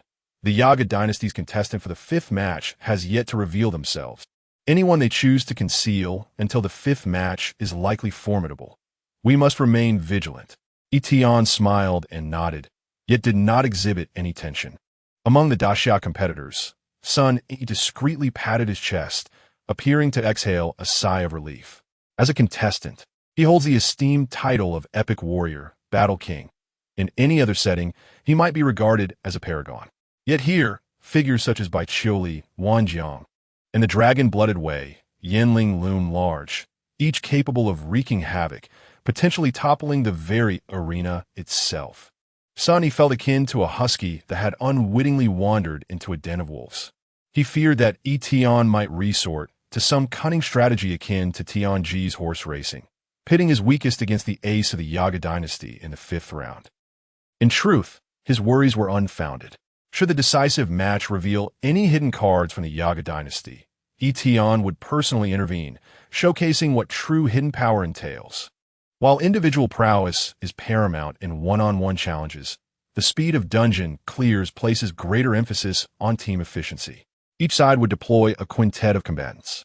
Yi Tian soon discerned that among the 5 fighters sent forth by the Yaga dynasty, apart from the dragon-blooded players Nodding and Eliza from the first 3 rounds, and the White Emperor who had taken possession of a body, there indeed existed a mysterious dragon-blooded individual concealed beside the White Emperor. The representatives of the Great Xia remained Bai Qiuli, Wan Jiang, Jiang Che, Yi Xiu, and Sun Yi. The medical team was diligently assessing their conditions. As the weakest link among them, Sun Yi's anxiety was palpable, betraying his concern over his performance. If the opponent's strength remained manageable, Yi Tian believed their quintet, in conjunction with Eliza, could secure victory with relative ease. However, the Yaga dynasty's possession of the White Emperor and their hidden lethal moves rendered the odds precariously balanced, making a definitive win elusive. After a moment of contemplation, Yi Tian stepped forward, placing a reassuring hand on the visibly anxious Sun Yi, and declared, "Allow me to take over." Chapter 57. Alice's Moment of Hunt. What? The head coach is warming up? The senior executives of Daxia, witnessing Yi Tian preparing to take the field, were filled with similar bewilderment. Subsequently, Yu Hua, Lin Guodong, and others cast incredulous glances at Wei Yuan, as if they could hardly believe that Yi Tian not only boasted a multitude of talented subordinates, but was also formidable himself. Is he truly an 18-year-old youth? Yet, Wei Yuan merely shrugged, indicating his ignorance of Yi Tian's true prowess. However, he refrained from elaborating, simply turning to Yi Tian to confirm. "Are you confident?" "Rest assured, now that I have taken charge of the grand competition, I shall certainly exert my utmost effort." Yi Tian appeared nonchalant, yet internally he murmured, "Having invested 18 points of resources for the grand competition, should I fail to secure victory, it would be a tremendous loss." Sun Yi wrestled with his thoughts for quite some time before ultimately nodding, conceding his spot in the instance dungeon. Thus, Yi Tian led by Qiuli, Wan Jiang, and 2 others against the 4 Dragonborn led by White Emperor, including Nodding and Eliza. The second event of the grand competition, the instance dungeon race, officially commenced. Level 50 instance, Wailing Abyss. The dark ravine was unfathomably deep, with remnants of grayish-white snow scattered across the shattered ground, while the howling cold winds echoed like the mournful cries within the abyss. "Alice." As Yi Tian's words fell, Alice's tall figure stepped forth from the void beside him. Bai Qiuli, Wan Jiang, and the others were taken aback. Although they had heard of Alice's ability to traverse instance dungeons, it was their first time witnessing it firsthand. "Boss!" Alice exclaimed with excitement. The call from her master signified that a suitable prey had undoubtedly appeared. As a Lord Boss, she found it exceedingly challenging to ascend to the ultimate boss rank, and despite having hunted numerous Dragonborn in the past few days, her progress in the monster template had barely increased. The upgrade of the monster template not only granted her enhanced boss privileges, but also improved her spatial traversal abilities. Even the talent demonization, upon advancing to the Lord Boss rank, had seen its combat prowess amplified from 5-fold to 8-fold. This made her particularly eager for the advancement of the monster template. Alice, you and I shall venture to another instance to ambush the Aga dynasty. Yi Tian commanded the group. Knight Repair, you shall lead the team to swiftly clear the instance here. The emergence of the White Emperor posed a significant destabilizing factor, and Yi Tian had to address it personally. Understood. Knight Repair nodded, wasting no time as he led by Qiuli, Wanjiang, and Jiang Che swiftly into the depths of the Wailing Abyss. Yi Tian and Alice simultaneously activated their spatial traversal, heading toward another subspace of the Wailing Abyss. The alternate sublevel of the instance was indeed where the Aga dynasty resided. At this moment, under the leadership of the White Emperor, the Aga dynasty traversed the level 50 instance with remarkable ease, their progress exceedingly swift. As a top-tier powerhouse of the Aga dynasty, although the White Emperor could not fully unleash his strength, his mastery of skills and techniques far surpassed those of other Dragonborn. Soul pressure. Boom. Mental energy surged forth, annihilating all monsters within an entire major checkpoint in an instant. At this rate, Daxiao would undoubtedly stand no chance against us. Once again, the esteemed White Emperor displayed his profound foresight. Elisa complimented. However, just as the other Dragonborn prepared to advance, they discovered that the passage before them had been sealed.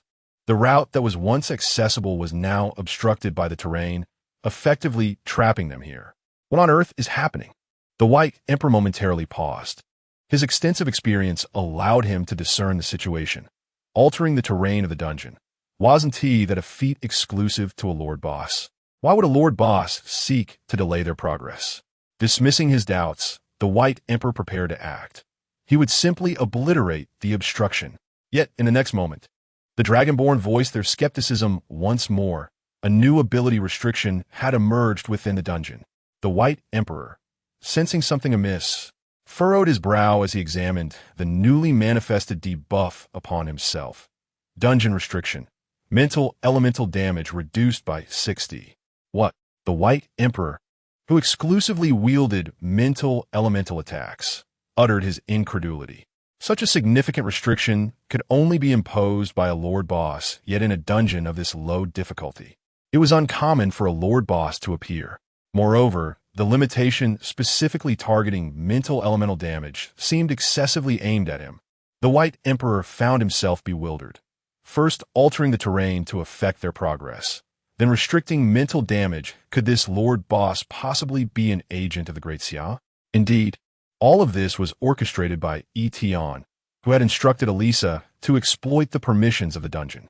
From the solo challenge, he surmised that the White Emperor relied solely on mental attacks, and initially intended to directly prohibit them in the dungeon, but the permissions of a Lord Boss were insufficient for such an action. Thus, he had to settle for reducing mental attack damage. In this manner, the moment of Elisa's hunt would soon arrive. From the depths of the dark valley, a demonic figure, shrouded in overwhelming malevolence, emerged. The demon's wings unfurled, soaring through the air, exuding an eerie and perilous aura that bore down upon the White Emperor and his fellow Dragonborn with palpable pressure. What manner of monster is this? The power of the abyss. Has this dungeon become corrupted? The Dragonborn were engulfed in shock, yet the White Emperor maintained a calm demeanor, declaring with certainty, the corruption is the result of the dungeon being infected by the abyss along with the dungeon monsters. As for the current state of the dungeon, it remains intact. Save for this singular corrupted boss, this is a cunning ploy by the Great Xia. Possessing a devious nature himself, the White Emperor easily discerned the opponent's schemes. The terrain alteration and dungeon restrictions were no mere coincidences. They were all prime targets for hunting. Elisa's enchanting eyes sparkled with delight as the demonic long knife in her grasp shimmered with a dark crimson glow, as if the blade itself were breathing. Do they think such tactics could impede us? Declared the Dragonborn, who wielded the malevolent spirit's incantations in indignation. In the next moment, Elisa's demonic long knife cleaved through the air, carving a dark red arc of slashing destruction, imbued with terrifying power. This is bad. The White Emperor swiftly sidestepped, and Elisa hastily rolled away to evade the strike. The eightfold amplification of destruction after demonic transformation, coupled with the damage enhancement from blood dragon slaughter, was truly formidable.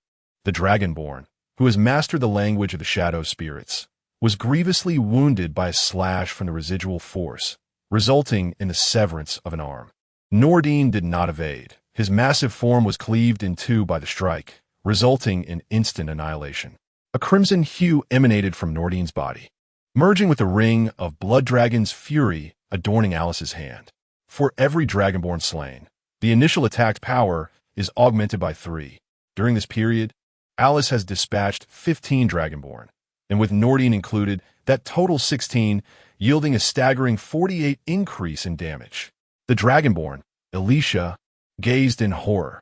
How could such a formidable boss exist within this dungeon? Chapter 58. The Great Victory of the Great Xia. Outside the arena, amidst the anxious spectators from both clans, the Red Emperor's expression shifted dramatically, filled with unbridled fury. Nordine had perished, just as it had occurred not long ago during the contest for the medium-sized secret realm. Scarcely had the competition commenced when another Dragonborn had met their demise. Damn it, why must it always be this way? Beside him, the Green Emperor had not relaxed her expression since witnessing Yi Tian enter the instance. On the Great Xia side, Wei Yuan was accompanied by 2 formidable professionals. One was Ling Luo, the head of the Hidden Dragon base, clad in crimson attire. The other was a lean man dressed in green, his limbs wrapped in gray cloth, appearing pallid and drained of color. "Old Zhou, you have come," Wei Yuan greeted him. Zhou Yuan was indeed his true peer, the overall head of the North China region, and one of the 8 elite professionals of Great Xia, all of whom were at level 74. Remarkably, nearly half of Great Xia's top professionals had gathered. Ling Luo had been summoned by Wei Yuan, but Zhou Yuan's presence was a directive from headquarters. "I heard you wagered 2 medium-sized secret realms against the Yaga dynasty." The headquarters assumed you were prepared to engage in a desperate gamble with them. Wei Yuan chuckled in response. "One must ensure that the gamble is worthwhile." Zhou Yuan gazed intently at the decisive match unfolding before them, then glanced at Ling Luo, who had been summoned for reasons unknown. "If we lose this match, what are your plans?"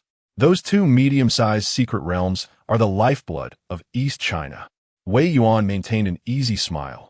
"Then your arrival is most timely." Within the instance occupied by the Yaga dynasty, Alice, in her dark battle god form, was prepared for a swift resolution.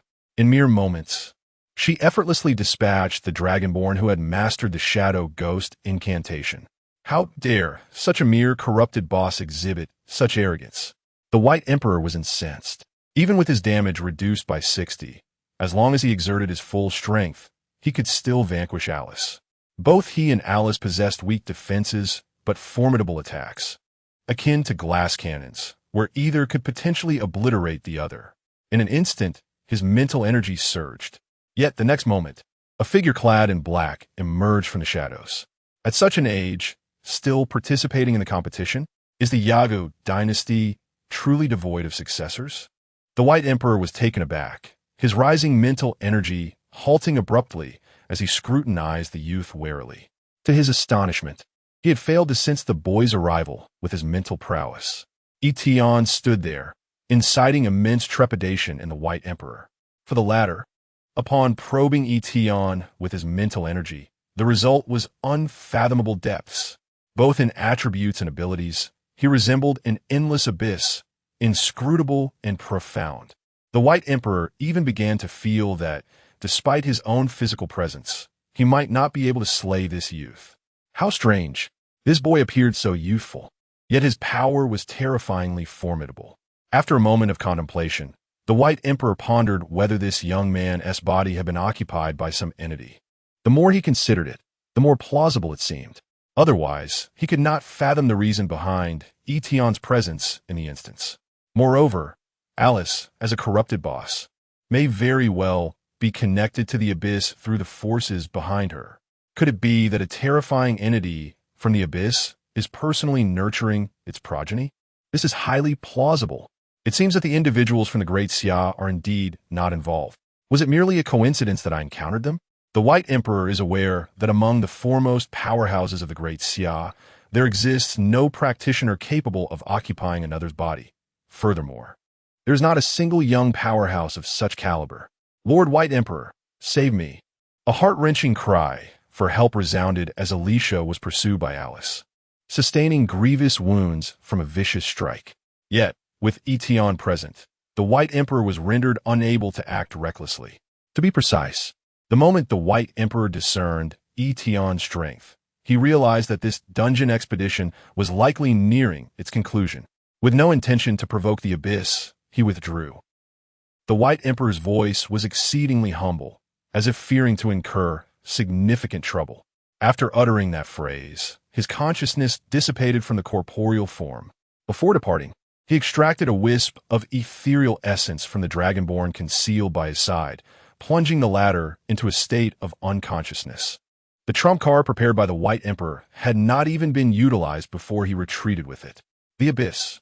Yi Tian's expression was peculiar, entirely unaware of what the White Emperor had concluded. However, he had not anticipated such an effortless obstruction of the ancient kingdom. He had not even lifted a finger to frighten the White Emperor away. Upon reflection, it is understandable. A being that dares not reveal its true form likely possesses a limited audacity. Simultaneously, Alice delivered a fatal blow to the last dragonborn. A torrent of experience flooding into her being, the advancement progress of the monster template increased significantly. Thus, of the 5 dragonborn who entered the dungeon from the ancient kingdom, 3 fell to Alice Esblade, while 2 succumbed to unconsciousness, a preemptive declaration of failure. Outside, the ancient kingdom seemed utterly shattered. The Crimson Emperor's dragon eyes widened like brass bells. Even in disbelief, the outcome of the dungeon could not be altered. The dungeon expedition team from the ancient kingdom had outright failed. How could this be possible? How could this be? Not only the Crimson Emperor, but even the perceptive Azure Emperor bore an expression of incredulity. This signified that the ancient kingdom had utterly failed in this year's competition. Even if the Great Xia's dungeon expedition team experienced a similar failure, given the current challenge score of 2-1, the Great Xia still held the advantage over the ancient kingdom. Moreover, the Great Xia had not failed. Under the leadership of Yi Xiu, they completed the Wailing Abyss in less than 5 minutes. The score now stood at 5-1, a crushing victory for the Great Xia. Incredible. Remarkable. This year holds the greatest promise. The rise of Huadong. How on earth did Yi Tian accomplish this? By what merit did Wei Yuan manage to secure such a prodigy? In this moment, the audience from the Great Xia erupted into a tumultuous celebration, their cheers reverberating through the heavens. It was impossible not to feel exhilarated. Historically, Huadong had rarely tasted victory, let alone such a resounding triumph. Embraces, shouts, and tears of joy filled the air. As Yi Tian emerged from the instance, he was immediately captivated by the fervent and exhilarating atmosphere, a sentiment shared by several of his teammates. Yet, what he yearned for most was the honor of victory. Observing the scene, the members of the Daxia judging panel swiftly declared, "The entire Aogu dynasty has perished. The instance has been failed." Daxia successfully clears the instance and earns 3 points. The total score stands at 5-1. Daxia claims victory in the grand competition. A cheer erupted even from the Daxia judges, who had witnessed numerous victories of the Aogu dynasty. This time, the triumph belonged to Daxia. At the moment of proclamation, a long-awaited notification finally appeared before Yi Tian. Team members by Qiuli, Wang Jiang, Jiang Che, Yi Xiu awarded the honor of grand competition victors. Reward distribution, funds 100. Legendary equipment selection, box X4. 100 points have been credited. This marked the most substantial influx of funds he had ever received, instantly replenishing Yi Tian's treasury. However, before he could marvel at the contents of the gift boxes, a chilling voice cut through the celebration from the opposing side. Wait. The jubilant cheers gradually subsided, and Wei Yuan's gaze had already fixated on the Red Emperor. The latter unabashedly declared, "I suspect that your Daxia competitors are problematic, failing to meet the competition requirements. Hand those individuals over. I wish to personally inspect them." Chapter 59. I hereby declare war. As the words of the Crimson Emperor fell, the very air seemed to heat up. The high-ranking officials of the Great Xia rose in unison, with Jiang Yuanshuang coldly asserting, "The contestants have already been thoroughly tested. There are no issues." The Crimson Emperor's expression darkened. "I insist on conducting a personal inspection." The faces of the Great Xia officials flushed with indignation. A personal inspection? How conveniently phrased. Handing over the several prodigies who triumphed over the ancient Yu dynasty into the Crimson Emperor's hands could only lead to dire consequences. Wei Yuan's gaze sharpened. "We have a signed agreement. Do you intend to breach it?" Before each interspecies competition, as the leaders of their respective factions, the Crimson Emperor and Wei Yuan would sign a document known as the betting contract. Should either party default, they would face severe repercussions and penalties. The Crimson Emperor remained silent, his golden eyes now a fierce crimson, as if on the brink of eruption. From a moment the scores appeared in the competitive arena, he realized he had lost. Yet he could not accept it. The Crimson Emperor and the ancient Yu dynasty had never suffered such a devastating defeat. The stakes involved two medium-sized secret realms, which were vital to Huadong, yet for the ancient Yu dynasty, they were of little consequence. They dominated the ancient Yu continent with a total of 14 medium-sized secret realms. Even losing two would not significantly harm them. But he simply could not fathom being bested by the human race. The Dragon Clan is proud. Since the inception of the interspecies competition, they had seldom faced defeat, nearly forgetting the taste of failure. Most critically, they not only stood to lose the secret realms, but also half of their control over the city, which implied a significant challenge in maintaining their hold over Great Xia's territory, let alone dividing resources on Blue Star. The very notion of Blue Star's uniqueness fueled the Crimson Emperor's resentment. At that moment, the Azure Emperor also rose, his azure dragon wings unfurling slowly, poised for action. In the stands of Great Xia, some media reporters expressed their outrage. After losing for so many years, Great Xia has accepted its fate. Can the ancient Yu dynasty not bear a single defeat? They prepared their recording devices, eager to document this unscrupulous act by the ancient Yu dynasty. However, before long, the guards entered, hastily urging the spectators to disperse. "For everyone's safety, please evacuate immediately."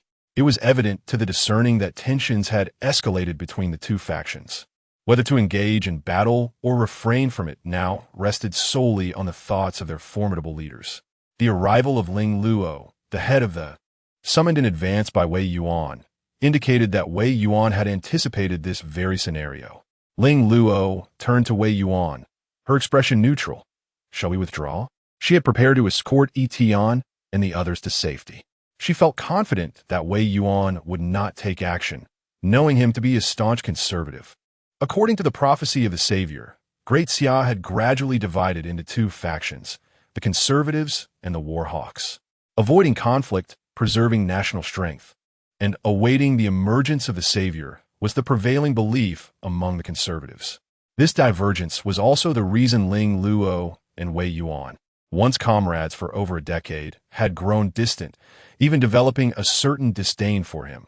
Ling Luo fundamentally did not believe in the prophecy, nor could she comprehend why Wei Yuan placed his faith in such an ethereal notion.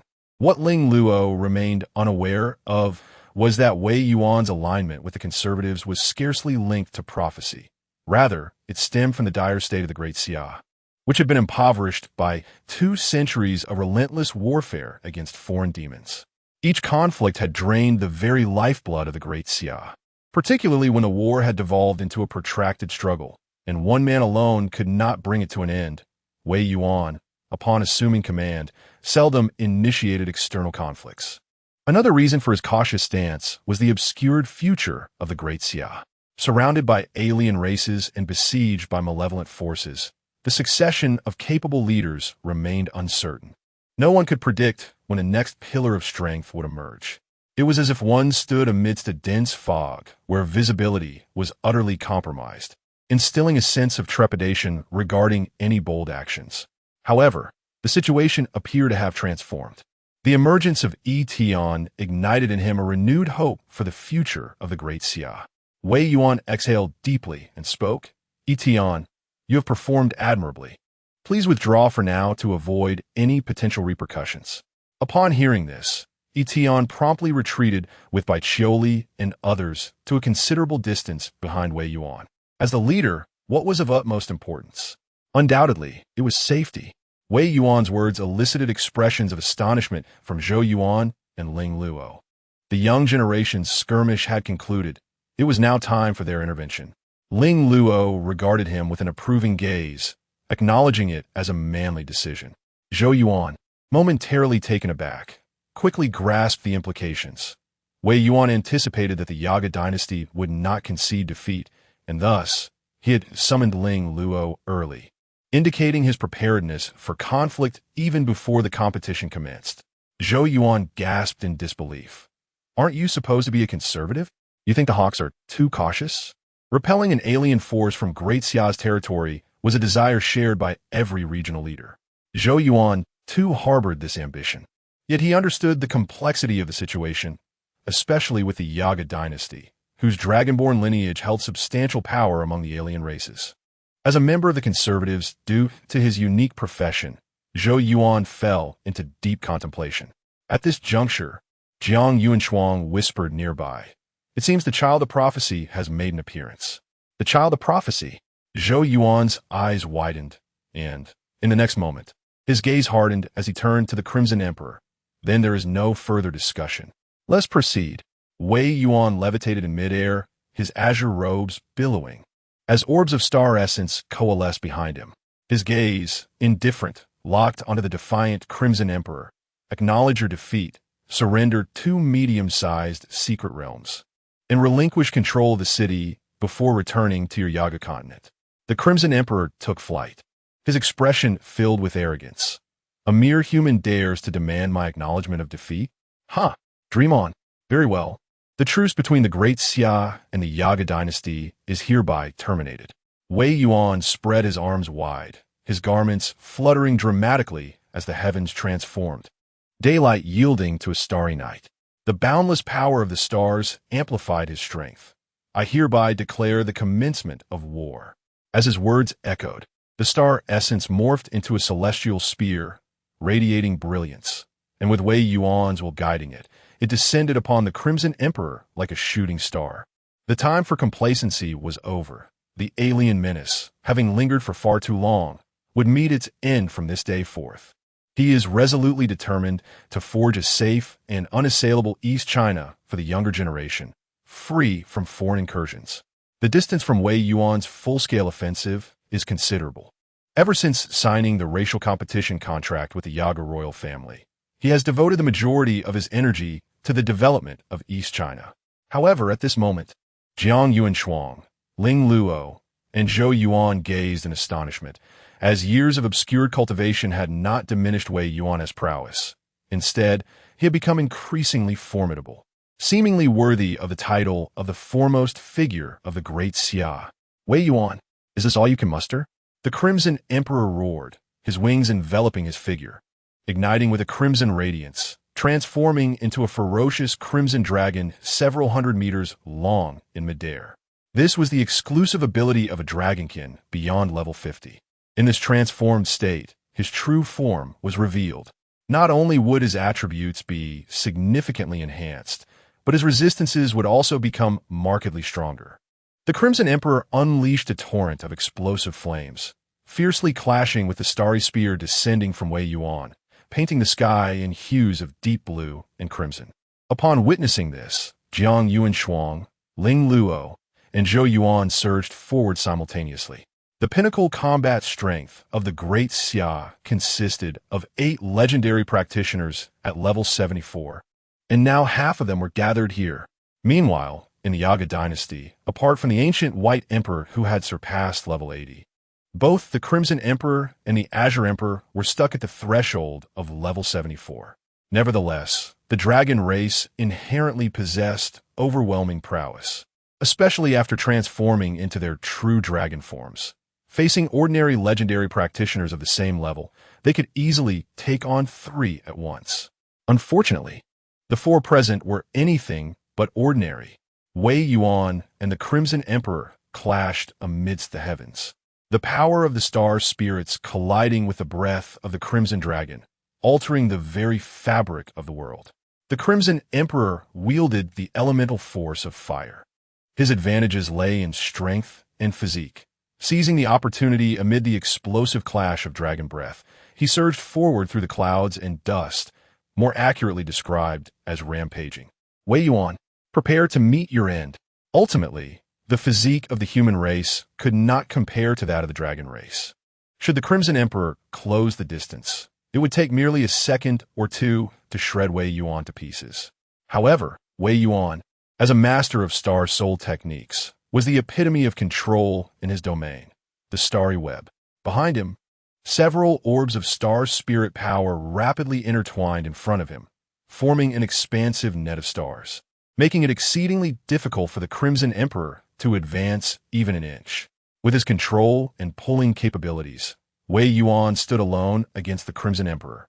Meanwhile, the other three had no intention of aiding him. They concentrated their attacks on the Azure Emperor on the opposite side.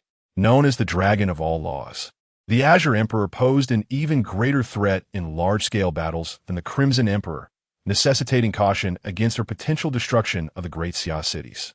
Ling Luo, adorned in a flowing crimson robe, gestured with her hands in a cross formation, opening a blood-red domain, the Blood Sky Calamity Domain. As the leader of the Special Operations Base of the Great Xia, Ling Luo's strength was beyond doubt, ranking just after Wei Yuan. The blood-red domain enveloped the Azure Emperor, and in an instant, it seemed as though countless tangible murderous intents converged upon her. The Azure Emperor neither flinched nor evaded. Of course, it was primarily due to her inability to escape. As a specialist in elemental and magical arts, speed was not her forte. However, she naturally had her methods to counteract the situation. In the depths of her pupils, it seemed as if runes coalesced, accompanied by a wave of magical energy. As the azure form of the true dragon manifested in an instant, enveloped in translucent shadows, its wings shimmered in a spectrum of colors, an embodiment of elemental power, a symbol of arcane might. The Azure Emperor, within his domain, unleashed elemental spells with relentless vigor to counter the lethal intent of Ling Luo's territory. Each skill appeared to be cast without the burden of cooldown. Jiang Yuanshuang and Zhou Yuan, one wielding a sword, the other striking with fists, flanked their opponent, mounting a formidable assault in conjunction with Ling Luo's domain offensive, striving to breach the Azure Emperor's defenses with overwhelming force. The clouds churned into a vortex. Spells danced like dragons and serpents. The relentless barrage of attacks clashed, sending ripples that resonated through the heavens. The sheer impact was terrifying. For the first time, the battle between the most formidable warriors of the Blue Star unfolded before the eyes of Yi Tian and his companions. Even at a great distance, they could sense the astonishing power emanating from the clash. Expressions of awe appeared on their faces. Bai Chuli gazed longingly, reflecting, "This is the strength I aspire to achieve." Wang Jiang felt a profound sense of his own insignificance, realizing that to reach such heights, he must redouble his efforts. Yi Tian nodded in agreement, reassured that his employees shared such aspirations. "Indeed, my subordinates must strive even harder."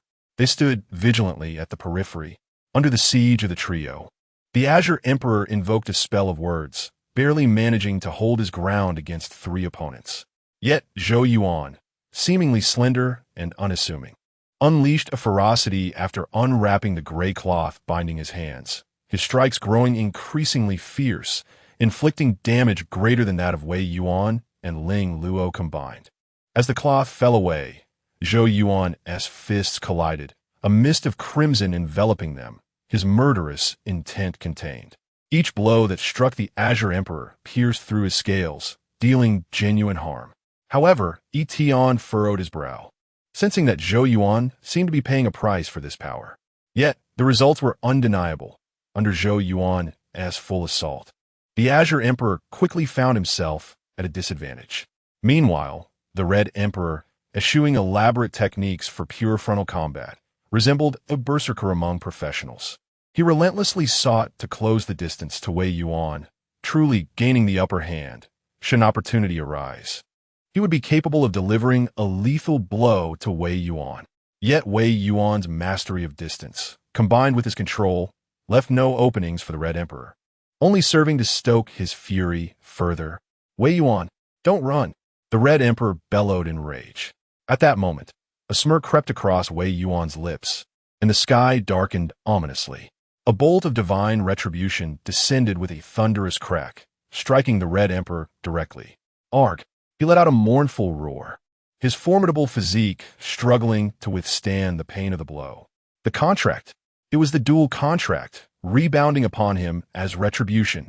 According to the terms of the contract, he was obliged to relinquish control over the city and cede 2 medium-sized secret realms to fulfill his end of the bargain. His unwillingness to acknowledge defeat and his leading role in the war against the Great Xia would naturally invite the gravest consequences and penalties. Cursed be this. The Red Emperor's face twisted in rage, his fury unabated. Wei Yuan wore a smile, appearing to have anticipated this outcome long ago. If I were the one to lose the grand competition, it would indeed pose quite a dilemma. Fortunately, our side has demonstrated commendable resilience. You might as well retreat quietly. The excruciating pain of the backlash tormented the Crimson Emperor, causing his already bloodshot eyes to gleam with madness. He harbored a fierce desire to eliminate Wei Yuan, yet at present, such an act was beyond his reach. Furthermore, failing to honor the wager would subject him to further punitive measures dictated by the contract. With his eyes nearly bursting, he was compelled to flee back to the portal leading to the other realm. Very well, Wei Yuan and the Great Xia. You have proven yourselves formidable. The 2 medium-sized secret realms that I have forfeited lie within the ancient continent. Should you possess the audacity, come and claim them. He fixed a steely gaze upon Wei Yuan, his expression betraying a hint of contempt. Although he had lost the medium-sized secret realms, they could not be relocated. And to obtain the stakes, one must venture into the ancient continent. Should you choose not to come, it would signify the Great Xia's own renunciation of the wager, leaving the Crimson Emperor unperturbed. Given the capabilities of Wei Yuan and his companions, to dare venture into the ancient continent would be tantamount to courting death. The city is yours for now, but rest assured, I shall reclaim it in due time. The Crimson Emperor seethed with indignation. Were it not for the contract's backlash, he would have fought another 300 rounds. Yet now, he could only turn his back and enter the portal, returning to the ancient continent. At that moment, witnessing the Crimson Emperor's departure, the stationed troops of the ancient dynasty in the city hastily retreated as well. The Azure Emperor decisively abandoned the battle and followed suit. Chapter 60. Refusal to change occupation? Golden potential. Victory? Jiang Yuanshuang let out a slight sigh of relief, but Wei Yuan shook his head. It is not a victory. We have merely temporarily reclaimed Ding City. Soon, we will officially enter a state of war with the ancient Yaga dynasty. As the Crimson Emperor and the Azure Emperor entered the interdimensional passage, Wei Yuan immediately gestured for everyone to cease their pursuit. The Crimson Emperor was correct. Penetrating the Yago continent is virtually impossible at this juncture. Within the Yago continent resides the formidable White Emperor, whose reasons for remaining hidden are unknown to Wei Yuan. However, should we attempt to breach the Yaga continent, the White Emperor would undoubtedly intervene. Moreover, the other side of the interdimensional passage is the stronghold of the ancient Yaga dynasty, and the pressure we will face there will undoubtedly be far more severe. The 2 medium-sized secret realms won from the grand competition now seem unattainable. Sooner or later, we will penetrate the Yaga continent and put these unruly dragons in their place. Ling Luo glared fiercely at the interdimensional passage. In response, Wei Yuan promptly cast 2 magical artifacts and activated them with his vocational abilities, establishing a 6-layered formation at the entrance of the interdimensional passage. The 6-layered formation is intricately interconnected, serving purposes of defense, control, and attack. Should the dragon descendants traverse the interdimensional passage again, the formation will trigger an assault. Wei Yuan was acutely aware that once the backlash of the contract subsided, the Crimson Emperor might retaliate. Nevertheless, for now, Ding City has at least been reclaimed by Huadong. The garrison must clear the northern part of Ding City. leaving no remnants of the ancient Yaga dynasty. Commander Lin, take charge of all the small secret realms occupied by the ancient Yaga dynasty in Daxia.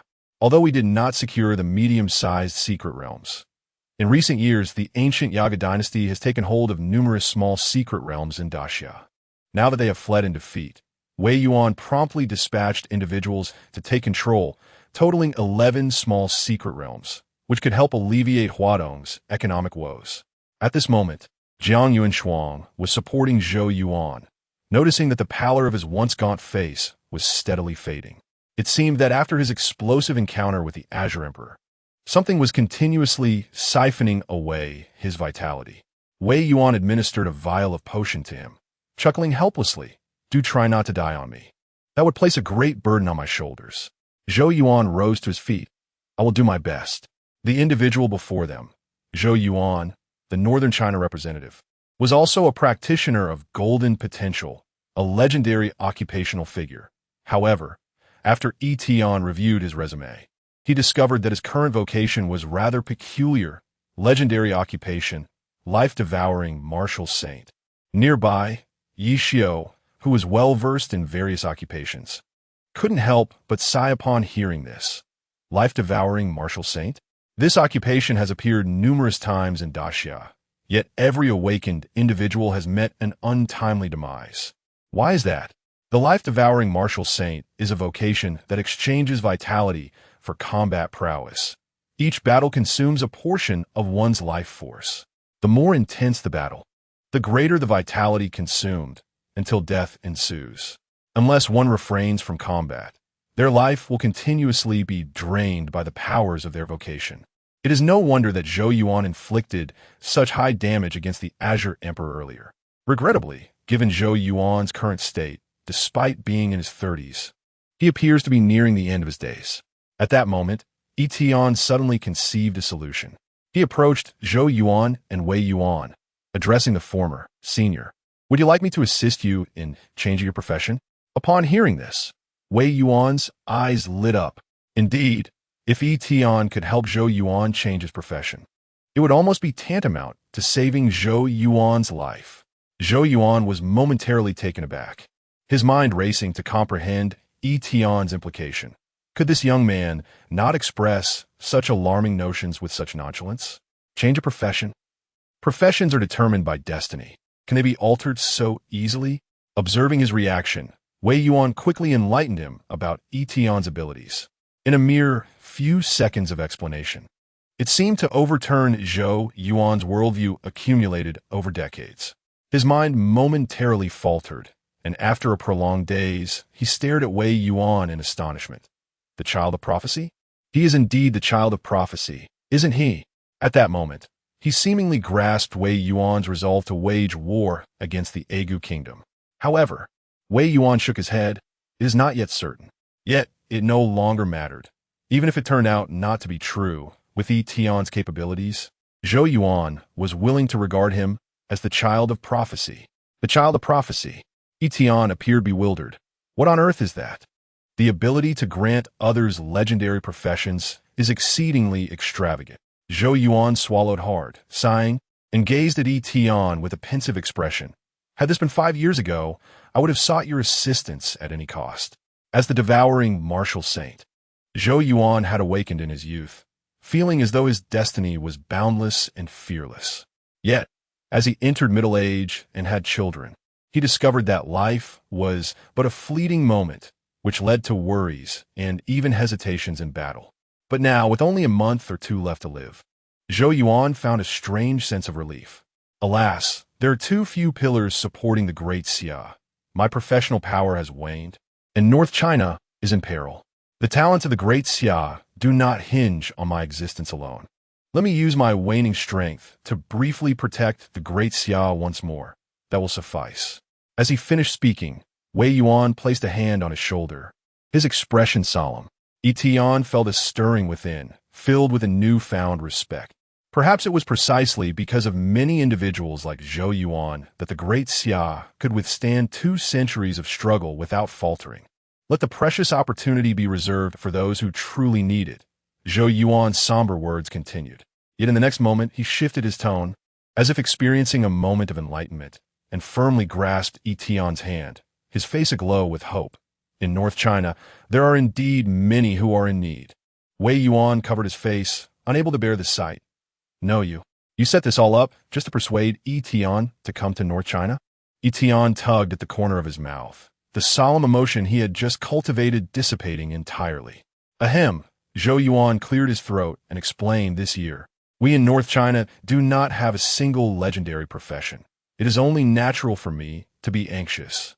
As the head of North China, Zhou Yuan even earnestly implored Yi Tian to assist in awakening a legendary profession there. In truth, there was no need for such requests. As long as there were sufficient funds, Yi Tian was quite enthusiastic about recruiting staff. Moreover, Zhou Yuan had also contributed to repelling the Aegu kingdom. No problem. Very well. Let's depart at once. Upon receiving Yi Tian's agreement, Zhou Yuan's expression was filled with anticipation as he promptly summoned the floating vehicle, eliciting a moment of speechlessness from Wei Yuan. Inside the floating vehicle, Zhou Yuan enthusiastically introduced the North China region to Yi Tian, clearly eager to assist in transferring Yi Tian's household registration from East China to North China at the slightest suggestion. As the vehicle ventured into North China, Yi Tian, visiting for the first time, observed that the architectural style here was markedly more formidable, with each city resembling a fortress. It was evident that the threat from foreign tribes was far more acute in this area. Elder, where shall we go first? There is no rush. It is a rare occasion for brother Yi Tian to visit. Let's first enjoy a meal at my home. Zhou Yuan had prepared a welcoming feast for Yi Tian. Although he was a martial artist of simple demeanor, he was well-versed in the art of hospitality. After all, how could one expect a guest to arrive only to be put to work immediately? Zhou Yuan's home, though modest, was situated on the outskirts of South Tang City in North China, spanning a little over 100 square meters. Upon entering, one could immediately sense the warmth emanating from every corner of the abode. Father, you're back. Do we have a guest today? A gentle voice resonated from the living room, instantly bringing a sincere smile to Zhou Yuan's face. I'm back. Allow me to introduce my daughter, Zhou Mo Yao, he said, turning to Yi Tian. Looking up, Yi Tian beheld a quiet and lovely young girl who stood in response, her light yellow dress accentuating the purity of her features. However, in the next moment, Yi Tian's brow furrowed slightly. He noticed that the girl's eyes, which should have sparkled like stars, were now veiled by faint mist, with pupils a dull gray. Hello, Zhou Mo Yao greeted, bowing slightly towards Yi Tian, unable to see him clearly. Noticing Yi Tian's silence, Zhou Yuan leaned in to explain in a tone only he could hear. Mo Yao was attacked by the Shadow Moon Wolf tribe 5 years ago in the wilderness by the time I arrived. Her eyes had already been ruined. Zhou Yuan's voice grew heavy. Losing one's sight was an immense blow to anyone. A person who might have had an infinite future was now deprived of light, facing even the challenge of mere survival in this era. Yi Tian, unfazed, responded to the young girl with a warm smile. Hello, I am Yi Tian. As he spoke, an automatic prompt appeared on his panel. Detected golden potential talent. Chapter 61, The Seer, the Celestial Envoy. Greetings, greetings. I shall not disturb you any further, Zhou Mo Yao said timidly, and then she groped her way back to her room. She understood that those accompanying her father must possess considerable status, and it would be prudent for her to remain absent during their discussions. At that moment, Yi Tian's expression shifted as he opened her resume. Name, Zhou Mo Yao. Basic information, female, 18 years old, from Nantang City, Xia. Profession, melodic healer. Potential, gold seer. Life history. Innate spiritual power far exceeds the ordinary, born with a spiritual affinity, able to perceive what others cannot.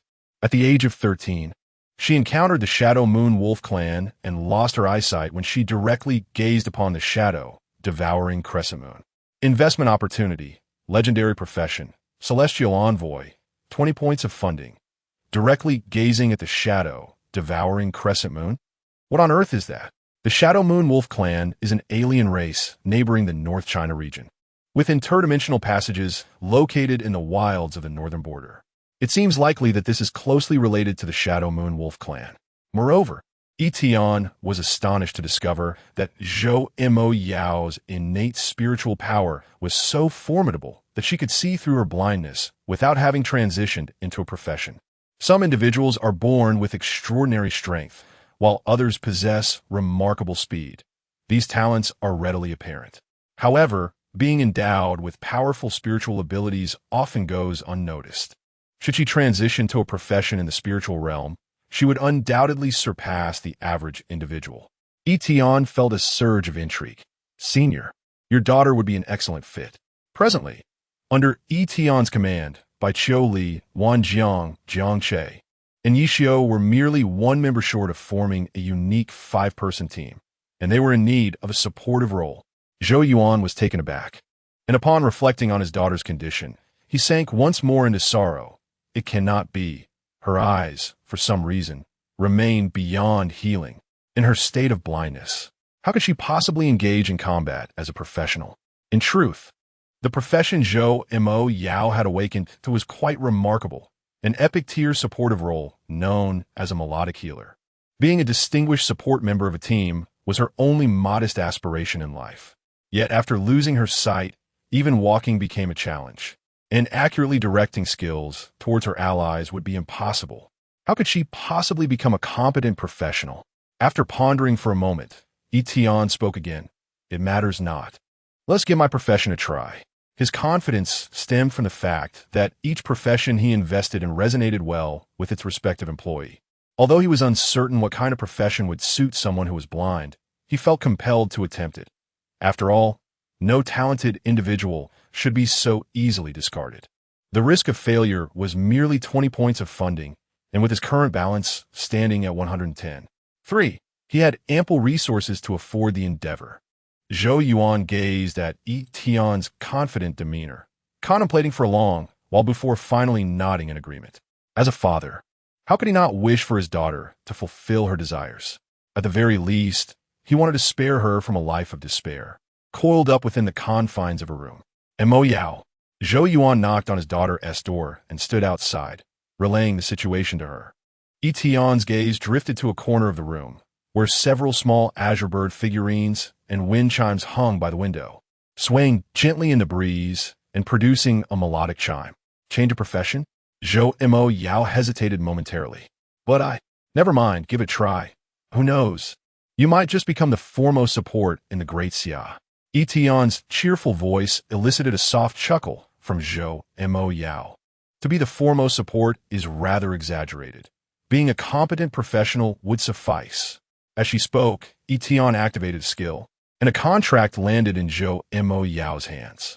Please place your handprint here.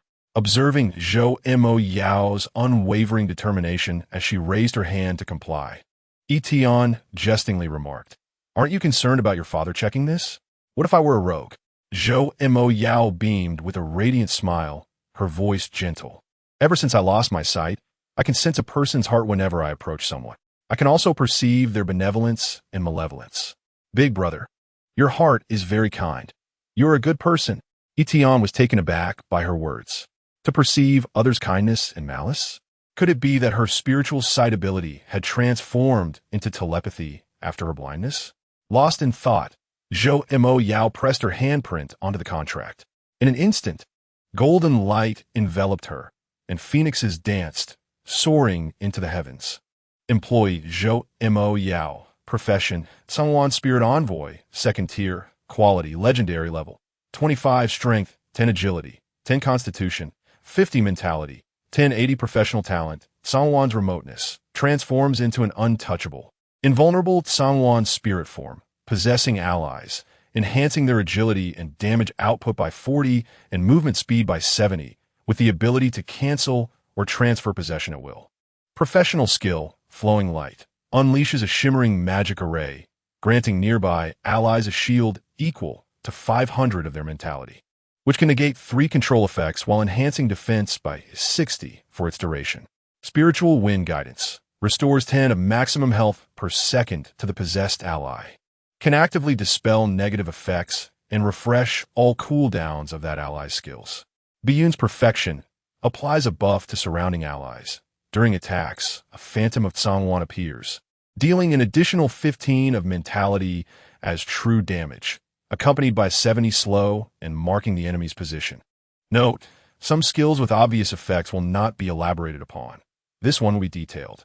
Over. Yi Tian gazed at Zhou Mo Yao's skills with great satisfaction. This support was remarkably powerful. Setting aside her terrifying 1080 mentality at level 25, her ability to possess allies effectively mitigated the greatest flaw of support roles: untouchable and invulnerable. Furthermore, even if Zhou Mo Yao could not see the path ahead, her teammates could guide her. The boost to agility, damage, and movement speed would elevate an ordinary person to superhuman status. Both the shield and the group buff represented significant contributions to the team. What Yi Tian found most extraordinary was the spiritual wind guidance. Refreshing all skill cooldowns essentially doubled the output efficiency of their teammates. You have shared the attributes of Zhou Mo Yao, gaining Strength 10, Agility 10, Constitution 50, Spirit 1080. You have shared Zhou Mo Yao's skills, gaining Song Wan Yao, Su Liu Guang, Ling Fengyan, Biyung. Simultaneously, Zhou Mo Yao, perceiving the effects of these skills in her mind, wore a slightly dazed expression. Her small face flushed with excitement. This, she stammered with enthusiasm. I wish to give it a try. Yi Tian stepped forward, resting his hand over hers, signaling her to possess him. Zhou Mo Yao activated Song Wan Yao, her body seemingly transforming into a spectral silhouette of a Song Wan, her form becoming semi-transparent with ethereal wings of light, while sparkling particles danced beneath her feet like stardust.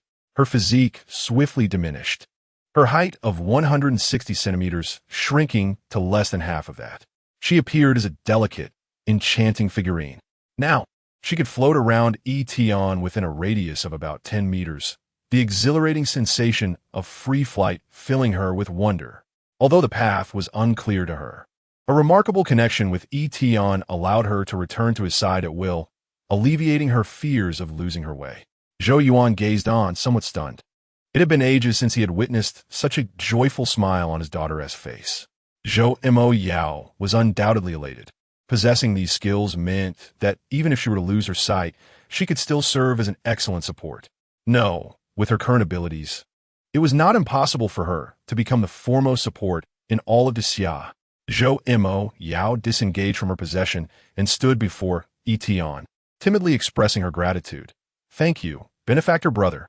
Yi Tian rejected this peculiar form of address, correcting her. From now on, call me boss. All right, boss. Yi Tian then turned to Zhou Yuan and said, Senior, your daughter has now joined my department. She will be one of my subordinates, with Zhou Mo Yao as assistants. Along with Bai Qiu Li, Wang Jiang, Jiang Che, and Yi Xiu, the first special team as composition was finally complete. Zhou Yuan hesitated for a moment, but after contemplating his own circumstances, he ultimately nodded in agreement. Very well. Just as the words left his lips, Zhou Yuan's previously relaxed demeanor suddenly shifted into one of confusion, his expression becoming peculiar. Wait, something feels amiss. Wasn't I supposed to ask Yi Tian to help awaken a legendary profession for Huabei? How has it now turned into my daughter being taken away? Chapter 62, Partner. What did you see? Zhou Mo Yao was overwhelmed with emotion. This was the first time she felt a glimmer of hope in life since losing her sight. Boss. Yi Tian turned his head and replied, May I touch your face? Yi Tian was momentarily taken aback, only to see Zhou Mo Yao's face flush instantly. I merely wish to remember what you look like. Individuals with visual impairments often construct their perceptions of others through the tactile exploration of facial features, akin to how sighted individuals memorize appearances. Yi Tian comprehended her intent, yet the novelty of being touched on the face rendered him slightly perplexed. Go ahead. Zhou Mo Yao's delicate fingers glided over Yi Tian's cheek before he could react. Her face had turned a vivid crimson at the experience of touching a boy for the first time. Yi Tian gently closed his eyes, feeling the cool, gentle sensation of her fingertips against his skin. Zhou Yuan's expression twitched as his gaze became suddenly unfocused, as if 100 urgent matters had suddenly arisen, causing him to glance around anxiously. A sudden realization struck him. He had yet to prepare dinner. Without a moment's hesitation, he turned and strode towards the kitchen. Zhou Mo Yao pursed her lips, tracing her fingers back and forth a couple of times before retracting her hand. An idea struck her anew. Boss, does that mean I will be following you from now on? Her inquiry did not pertain to joining Yi Tian's employ. Rather, as a blind individual coupled with the necessity of bonding with a partner due to her profession, she was destined to require a companion. This need extended beyond combat. It encompassed daily life as well. There were inherent inconveniences in having a male companion. Thus, Yi Tian had arranged for her to connect with Bai Qiuli. Coincidentally, Zhou Mo Yao was of university age, allowing her to become roommates with Bai Qiuli. Moreover, the synergy between a sword immortal and a Tsangwan spirit master would yield remarkable mobility, damage potential, and survivability. They would undoubtedly make a fitting pair. I have contacted another person for you, a girl your age. You both can attend university together. Thank you, boss.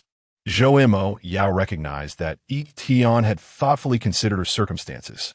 To attend university was a considerable blessing for her.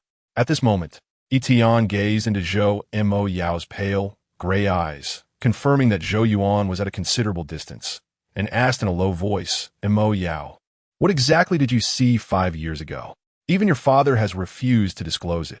Upon hearing this, Zhou Mo Yao's body jolted, as if frozen in place. Yi Tian recalled Zhou Yuan stating that her blindness resulted from an attack by the Shadow Moon Wolf clan. Yet, the Ursum indicated that Zhou Mo Yao had witnessed something that led to her loss of sight. Clearly, she had not divulged this to Zhou Yuan. What could possibly warrant the loss of one's sight from merely witnessing it? Even with the current medical advancements in the Great Xia, various priestly professions were unable to remedy such an affliction. Zhou Mo Yao was taken aback that Yi Tian had uncovered her concealment. She remained silent for an extended period. You fear that if you tell your father, he might act impulsively and seek vengeance for you, correct? Yi Tian's tone was gentle. Zhou Mo Yao instinctively recoiled, a sense of panic washing over her as though a cherished secret had been unveiled. After a prolonged silence, she gave a slight nod. Rest assured, your father is not here. At this moment, Yi Tian was filled with curiosity. Zhou Yuan's strength was undoubtedly among the pinnacle of the Great Xia. Combined with the profession of the Devouring Saint, what kind of encounter could make Zhou Mo Yao feel that even Zhou Yuan would be at a loss? After much hesitation, encouraged by Yi Tian, Zhou Mo Yao hesitantly spoke. On the moon, there is a shadow. Yi Tian was momentarily taken aback and instinctively glanced towards the sky outside. The moon? Zhou Mo Yao added, not the moon of Blue Star. It is the moon of the Shadow Moon Wolf clan. Yi Tian furrowed his brow slightly. His understanding of the Shadow Moon Wolf clan was limited, plunging him into a realm of ignorance. Nevertheless, he encouraged her, a shadow, and then, Zhou Mo Yao's tone carried a hint of fear. That shadow is lying on the moon, and its area keeps expanding, as if pollution. I only remember seeing this part, and then Yi Tian gently placed his hand on her head in a gesture of comfort, while his heart surged with tumultuous emotions. A shadow, pollution, the moon? Whether it was related to the Shadow Moon Wolf clan or something else entirely, he felt it surpassed his comprehension. Zhou Mo Yao possessed an innate spiritual vision ability, enabling her to perceive such bizarre phenomena. Others would likely be oblivious, let alone resolve such matters. Fortunately, the pollution was not of Blue Star's moon, but rather that of the Shadow Moon Wolf clan, which provided Yi Tian with a slight sense of relief. Before long, Bai Qiuli's message arrived. Yi Tian beckoned to Zhou Mo Yao. Come, your partner has arrived. He instructed Bai Qiuli to take Zhou Mo Yao directly back to Huaxing University, having conveniently called her over. Prior to this, Yi Tian had a gift box to present to Bai Qiuli, legendary equipment selection box. Description: upon opening, one can select any piece of legendary equipment suitable for their profession. This was a special reward from the interracial competition, and Yi Tian intended to, as per tradition, grant each of the 4 participants one. The boss had received ample rewards, so he certainly could not neglect his subordinates. Only Alice, due to her confinement within a dungeon, had access to very few high-tier equipments, so he would have to attend to her, at a later time. Thank you, boss. Baiqiuli's eyes brightened. To receive legendary equipment upon first encounter was indeed astonishing. She even suspected that the boss had plundered the logistics department of East China.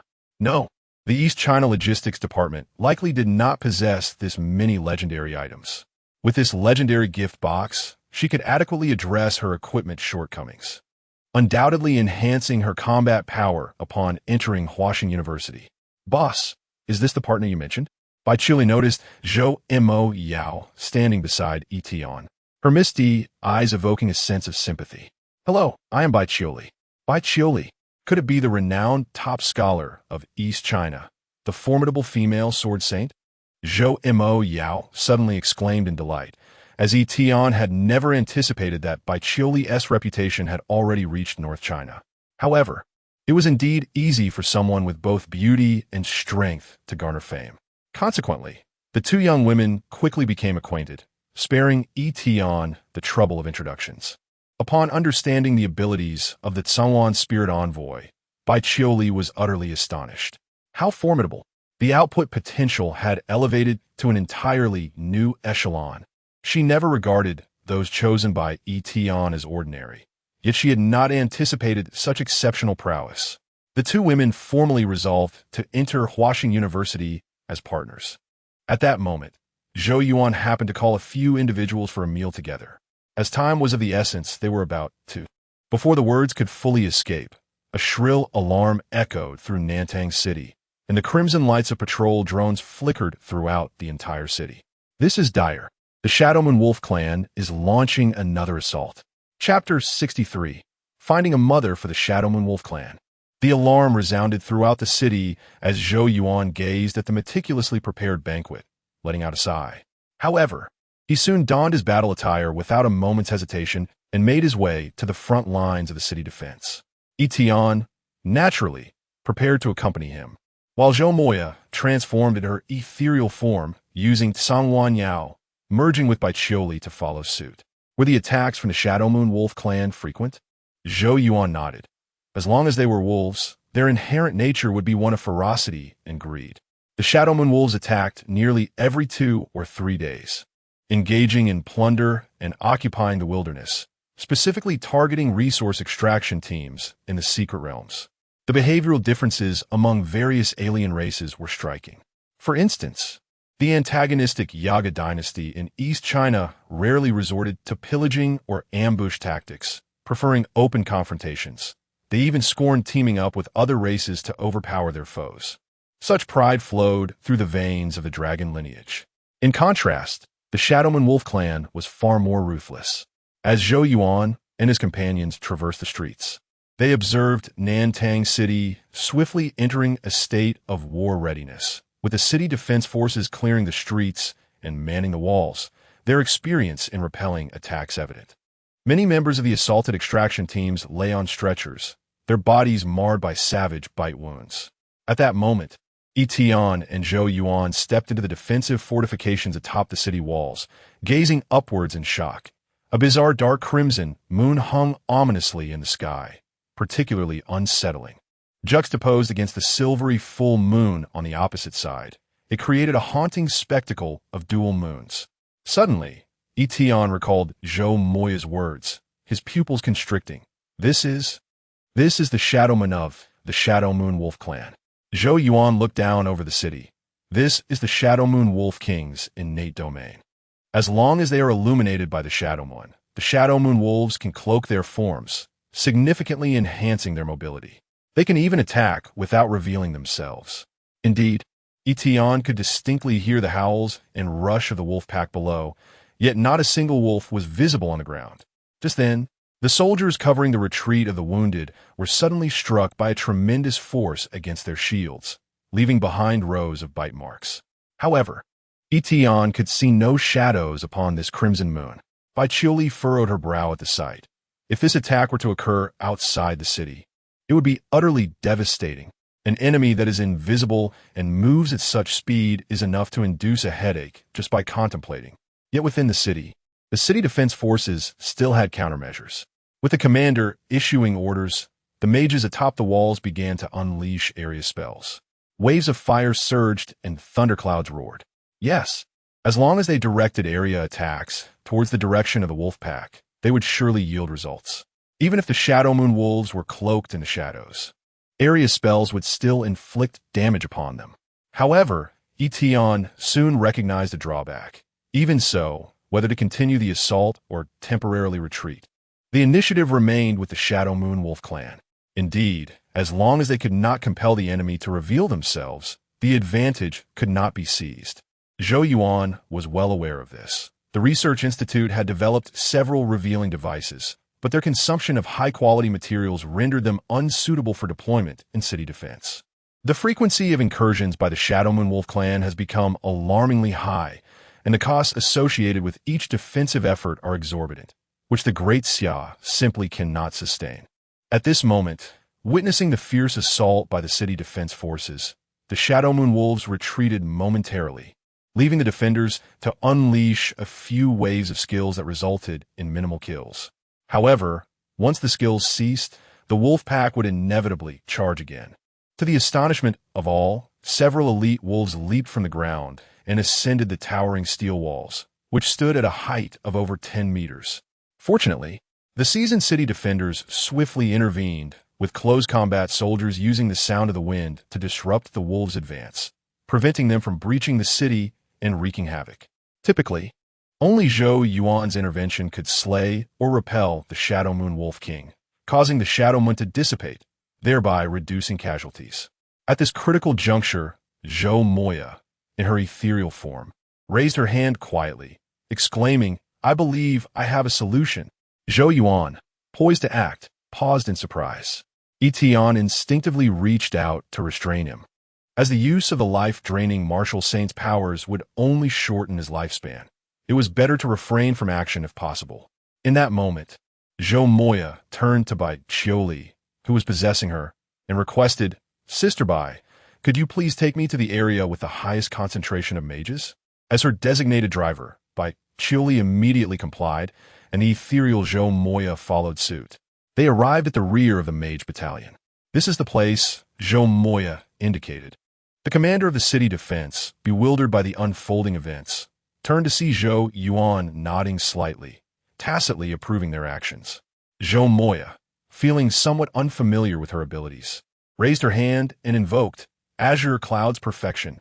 Azure Cloud's Perfection bestows a buff on nearby allies, causing ethereal phoenix shadows to pursue during attacks, dealing 15 additional true damage based on mental strength, accompanied by 70 slow and marking the enemy's position.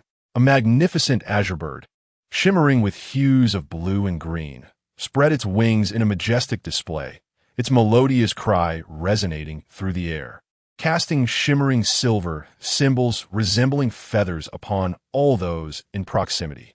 The radius of Azure Cloud's Perfection S-buff extends several hundred meters, but lacking a precise sense of distance. Zhou Moya had Bai Qiuli adjust their position for safety. At that moment, over 500 mages within the city defense had received the buff. Once again, waves of area skills were unleashed. Yet this time, the Shadow Moon Wolves, struck by the skills, bore a brilliant azure gold pattern of crane feathers above their heads, illuminating their silhouettes. In the depths of the inky night, the conspicuous azure gold markings were akin to arrows in an online game, directing the Great Xia forces to strike here.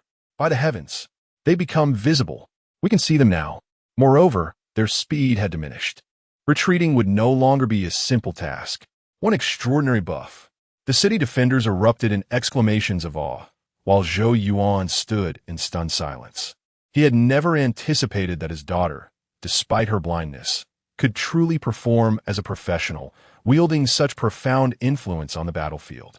Even more remarkably, she proved exceptionally effective against the Shadow Moon Wolf clan. With successive waves of area skills deployed, nearly the entire wolf pack was marked, making any further offensive or retreat impossible. No, the city defenders could even seize the opportunity to counterattack. Bai Qiuli couldn't help but exclaim, "Well done, Zhou Meiyao, splendid." The cheers from those around Zhou Meiyao reached her ears, and she shyly lifted the corners of her mouth, saying, "Yes, I will become a great support." Yi Tian silently observed the battlefield, surprised even himself. He had unwittingly provided a parental figure to the Shadow Moon Wolf clan. No, a maternal figure.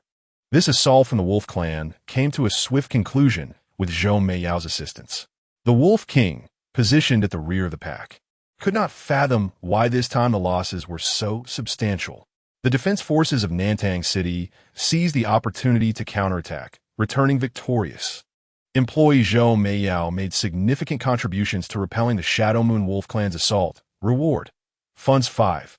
Yi Tian felt an unexpected delight. There was a reward for repelling foreign tribes? Could this also be deemed a form of honor? If defeating foreign tribes, and even launching counteroffensives were to yield rewards of such magnitude, perhaps they would rival those from the great inter-tribal competitions. The future looks promising. The Shadow Moon Wolf clan retreated, and with the casualties incurred, they would likely think twice before brazenly pillaging again. However, at the same time, the dark red shadow moon in the sky had yet to dissipate. Yi Tian stood atop the city walls, gazing upward at that shadowy moon, lost in contemplation. Chapter 64. Extraordinary Forbidden Objects. Inexplicable Determination. The wolf attack has concluded. That evening, Chili directly escorted Zhou Moya back to Huaxing University, just in time for the enrollment day tomorrow, allowing them to commence their academic journey together. With Zhou Moya's credentials and professional abilities, Jiang Yuanshuang effortlessly helped her secure a suitable mentor. Meanwhile, Yi Tian returned to Qingshan apartment. Since Chioli became Jiang Yuanshuang's disciple, she had moved into the university dormitory, leaving Yi Tian as the sole occupant of the two-bedroom apartment. Traveling back to Huadong from Huabei via aircar took several hours. Upon Yi Tian's arrival home, and after taking a refreshing shower, he checked the management log, which was due for settlement today.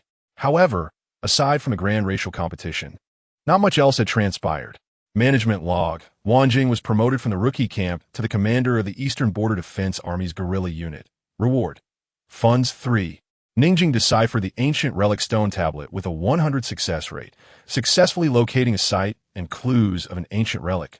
Reward. Funds 5. Yi Xiao and Jiang Che completed the Hell Dungeon. Heartless Valley 4 times. Reward. Funds 0. 8. You share the experience gained by your employees. Level up. 33-34. Funds. 102-1 Incredible. Wang Jing ascended directly from the rookie camp to the commander of the official army. Typically, new recruits undergo training for at least 6 months. However, given Wang Jing's combat prowess displayed during the competition, an early promotion seems justifiable.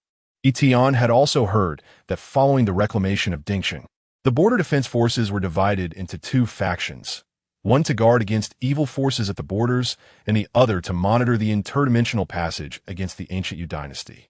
It is only logical for Wang Jing to be promoted at such a critical time. Moreover, Ningjing's discovery of an ancient relic's location and clues genuinely piqued Yi Tian's interest. Ancient relics serve as the repositories of ancient legacies from various extraordinary civilizations, housing treasures and inheritances passed down since antiquity, offering boundless opportunities. Throughout Blue Star, instances of ancient relics surfacing are exceedingly rare, and Yi Tian truly yearned to explore one. He resolved to inquire about the specifics tomorrow. With that thought, Yi Tian succumbed to a deep slumber. Meanwhile, at the central headquarters, the conference room remained brightly lit late into the night due to Wei Yuan's unexpected arrival. Your victory in the racial competition and your ability to repel the ancient Yu dynasty is indeed remarkable. An elderly man in a Zhongshan suit remarked with vigor. However, the threat from the ancient Yu dynasty will undoubtedly become more perilous. Caution is imperative. Wei Yuan nodded in acknowledgement, affirming that the triumph over the ancient Yu dynasty was not solely his achievement. The elder then shifted the conversation. By the way, you must pay close attention to the exceptional talents from the Huadong racial competition. In recent years, the American Empire has successfully recruited numerous talents from other nations. The competition for talent has become a common occurrence among the nations of Blue Star. The American Empire employs every conceivable means to bolster its emerging power. Wei Yuan nodded, recognizing the need to caution Yi Tian. I will. As he spoke, Wei Yuan revealed the purpose of his journey. Old son, I intend to take away the extraordinary forbidden item 003. The elder known as Old Sun's expression suddenly changed. What? The child of prophecy has appeared. The extraordinary forbidden items are mysterious and perilous artifacts discovered over the past 2 centuries in the Great Xia's extraordinary history. They possess unique functions, yet each also harbors dangerous side effects or remains incompletely understood. Thus, they're classified as forbidden items. The item numbered 003 is a special entity brought back by a god-tier professional who made the prophecy. It is said that it can only be wielded by the child of prophecy, providing protection and substantial assistance. It can be considered the exclusive weapon of the child of prophecy. However, Old Sun cautioned Wei Yuan. Are you certain? 003 only forms a bond with the child of prophecy.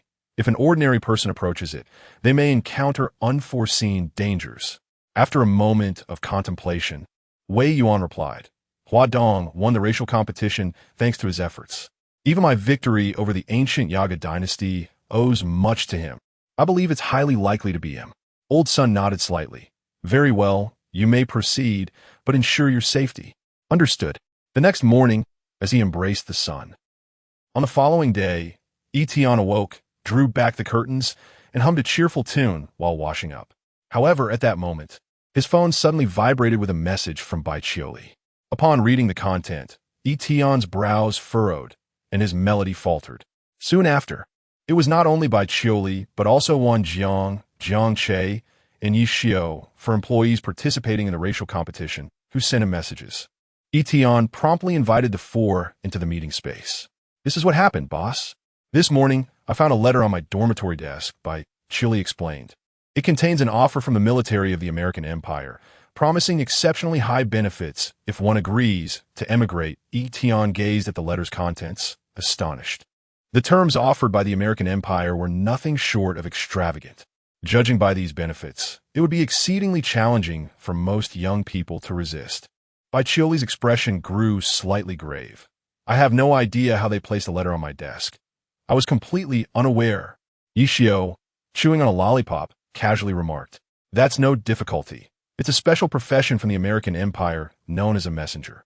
As long as the messenger remembers someone's appearance and then burns the letter, it will appear near that person. They must have seen our photos or videos from the competition overseas. Including Yi Xiao, all 4 had received recruitment letters. At that moment, Jiang Che's head rested on the table, and he uttered a nearly despairing cry. Why? Why are the terms offered to me so much worse than yours? Yi Tian responded, I must strive harder. A newfound determination shone in Jiang Che's eyes, albeit an inexplicable one. It is evident that no employee of Yi Tian could possibly accept the conditions set forth by other nations. This point is clearly illustrated by the swift communication of the 4 individuals to Yi Tian upon receiving the correspondence. Not only has Yi Tian provided them with employment, but under its auspices, they have access to legendary equipment, conference advantages, promotion opportunities, and other benefits unattainable elsewhere. In recent years, reports have emerged regarding the United States recruitment of exceptional talents from numerous countries, including multiple attempts to lure individuals from the Great Xia. Amidst the onslaught of dark forces and foreign invaders, the United States has resorted to unscrupulous measures towards nations around the globe, particularly irking Yi Tian when they encroached upon his domain. Before long, the meeting concluded, and everyone had their respective tasks to attend to. Yi Tian also prepared to step out to inquire about the specifics regarding ancient relics. However, just as he reached the doorway, he encountered Wei Yuan, along with a peculiar aviation case in his possession. Indeed, it was an aviation case, the kind typically used for transporting cats. Albeit this one appeared to be a specially customized version. Inside this case, there resided a black cat. Chapter 65. Capturing a little cat. Entering the relics. Are you suggesting that this black cat is the extraordinary forbidden object numbered 003? Indeed, Yi Tian and Wei Yuan were seated on the sofa in the living room, where the latter elucidated the concept of extraordinary forbidden objects to Yi Tian. As Yi Tian gazed upon the black cat within the aviation case, astonishment graced his features. The cat was rather petite, its jet black fur remarkably sleek, and its pupils faintly glimmered with a golden hue. Wei Yuan continued, "You are already aware of the prophecy. I believe it may assist you. When the great Xia faces the peril of life and death, a savior will emerge, repeatedly reversing the tides of fate, rescuing great Xia from calamity and humanity from disaster." Upon hearing this prophecy from Wei Yuan, Yi Tian found himself engulfed in self-doubt. Am I the child of prophecy? But I have traversed here from another realm. Logically, the prophecy surfaced 80 years ago, a time when I had not yet been born. Nor had I even arrived in this world. If it could predict all this, that would be utterly absurd. After a long period of contemplation, Yi Tian ultimately resolved to open the aviation case.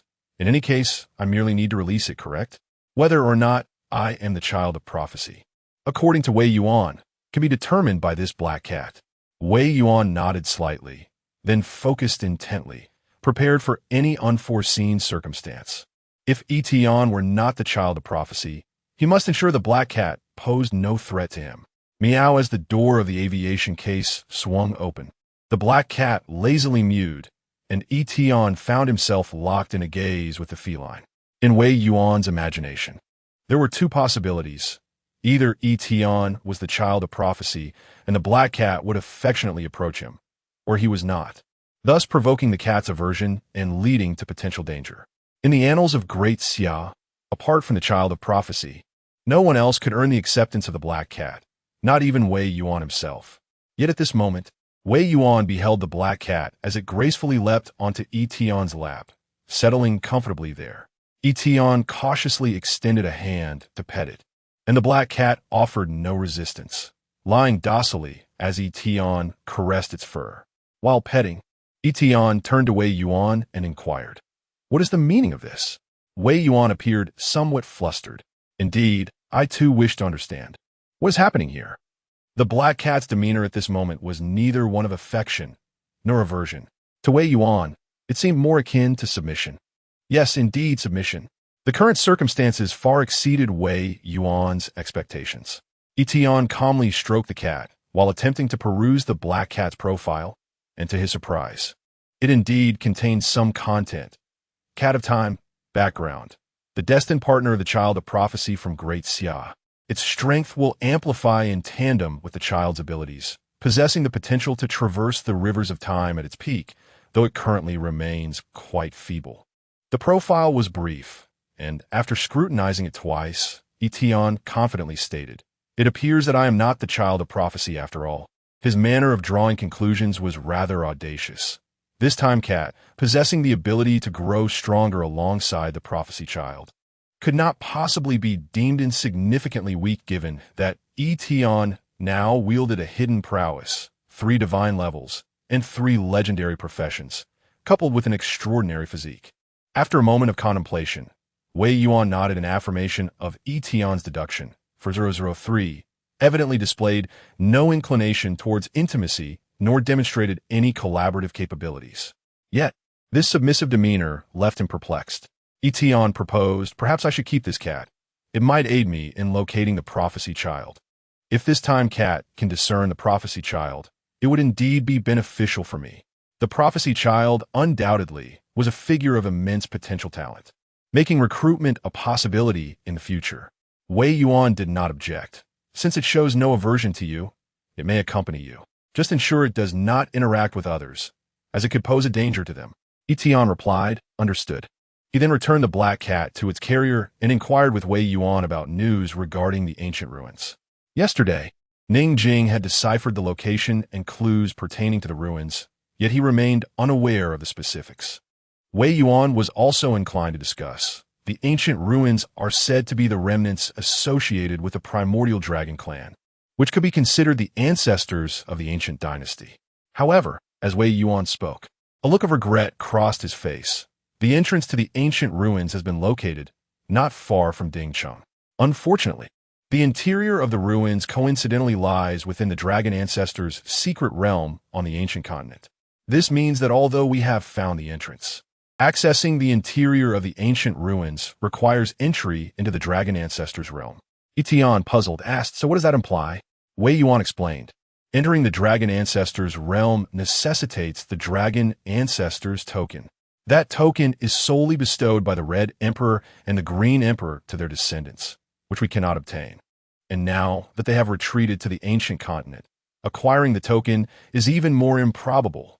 Thus, while we have located the entrance to the ruins, we cannot enter. Such a pity. Wait, is this what you were referring to? Yi Tian, deep in thought, retrieved a long-stored dragon pattern token from his backpack. When Alice had slain Norton in the dungeon, she fortuitously dropped 30 dragon essence crystals and a token, which Yi Tian had kept for quite some time.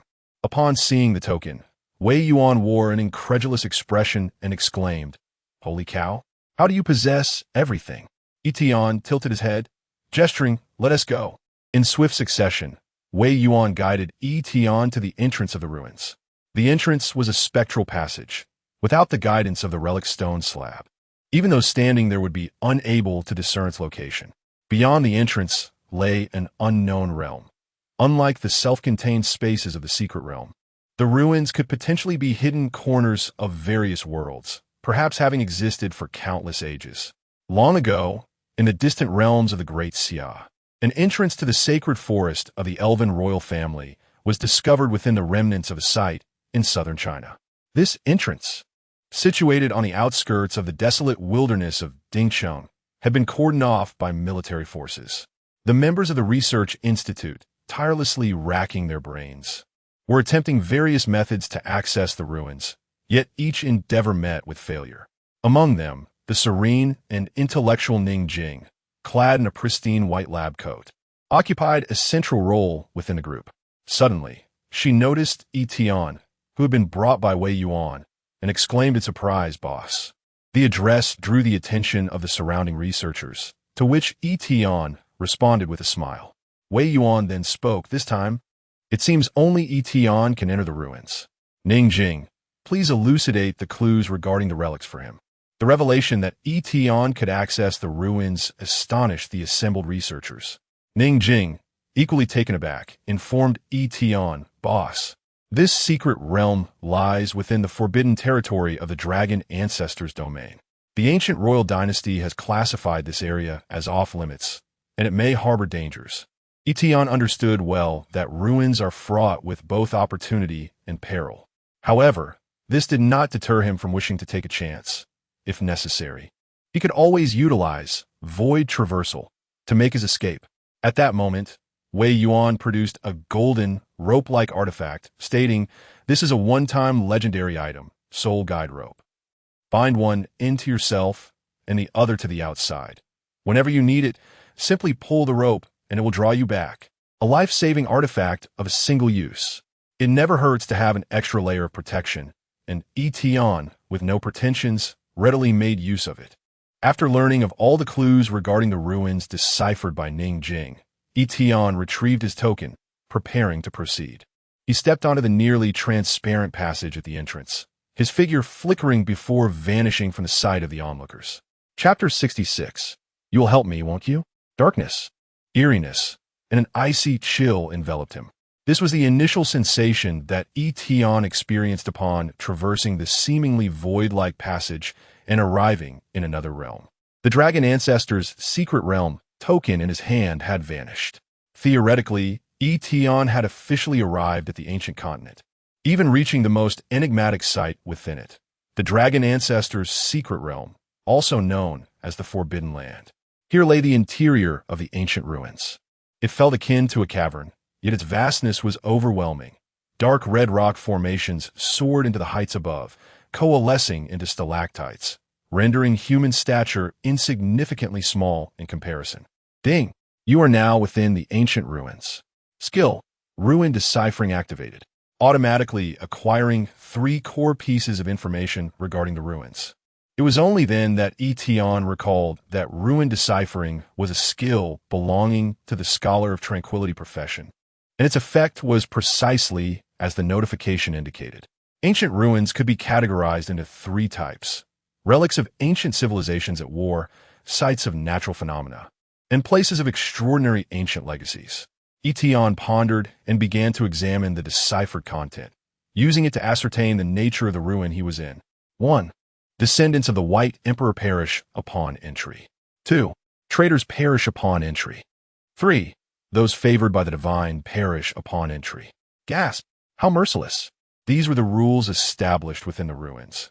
Any of the 3 categories of individuals that entered would surely meet their demise. Such brutality strongly suggested that this was indeed a site of ancient warfare. Furthermore, Yi Tian gleaned from the clues decrypted by Tranquility that the White Emperor seemed to refer to the current White Emperor of the ancient dynasty. The principal figure of this ruin appeared to be connected to the legendary Black Emperor. Yi Tian was certain he did not belong to any of these 3 categories and thus stepped into the depths of the ruins without hesitation. Meanwhile, on the other side of the ancient continent, within the Crimson Emperor's palace, the Crimson Emperor had been in a foul mood since his defeat against the Great Xia. While the Azure Emperor remained unperturbed nearby, the White Emperor had also taken possession of a body of a dragon descendant, yet his original form remained unmoved. It was indeed a rare occurrence for the 3 dragon emperors of the ancient dynasty to convene. The Crimson Emperor's voice was filled with irritation. I should never have agreed to the Great Xia's proposal for the grand tournament. We should have simply conquered them by force. The Azure Emperor coldly replied, "Do you wish for both sides to suffer? Since the death of the Black Emperor, the remaining strength of the ancient dynasty has been insufficient. Initially, the grand tournament was sufficient to erode the Great Xia's power, yet who would have anticipated this year?" The Crimson Emperor angrily turned to the White Emperor. "If not for your original form guarding the Forbidden Land, watching over a corpse for nearly a century, how could the human race run rampant?" The White Emperor's expression was devoid of joy or sorrow. "I have stated before, the Black Emperor will not die. His body may have lost its life, but his soul shall not perish. The prohibition against entering the Forbidden Land is to prevent any chance of his resurrection." The White Emperor coldly fixed his gaze on the Crimson Emperor. "Otherwise, we shall surely perish." The Crimson Emperor let out a cold snort, refraining from rebuttal. "What shall we do about the Great Xia? I shall not rest until they are defeated. Your contract's backlash will dissipate in 5 days." The Azure Emperor commanded, "In 5 days, we shall completely relocate our main forces to Blue Star, and it will be best to establish a foothold there in one decisive strike. This time, the White Emperor will serve as the main force." The White Emperor acknowledged the Azure Emperor's strategy, affirming that indeed, the territories of Blue Star must be contended for. "I have never encountered a world like Blue Star, replete with such abundant resources from secret realms and relics. The wealth of resources and the multitude of interdimensional passages make Blue Star truly a coveted battleground." This was also the reason why the Crimson Emperor was reluctant to relinquish the territory of Blue Star. Unlike the ancient continent, which, despite possessing numerous secret realms, has limited resources overall, once depleted, they're gone. Most worlds are akin to this.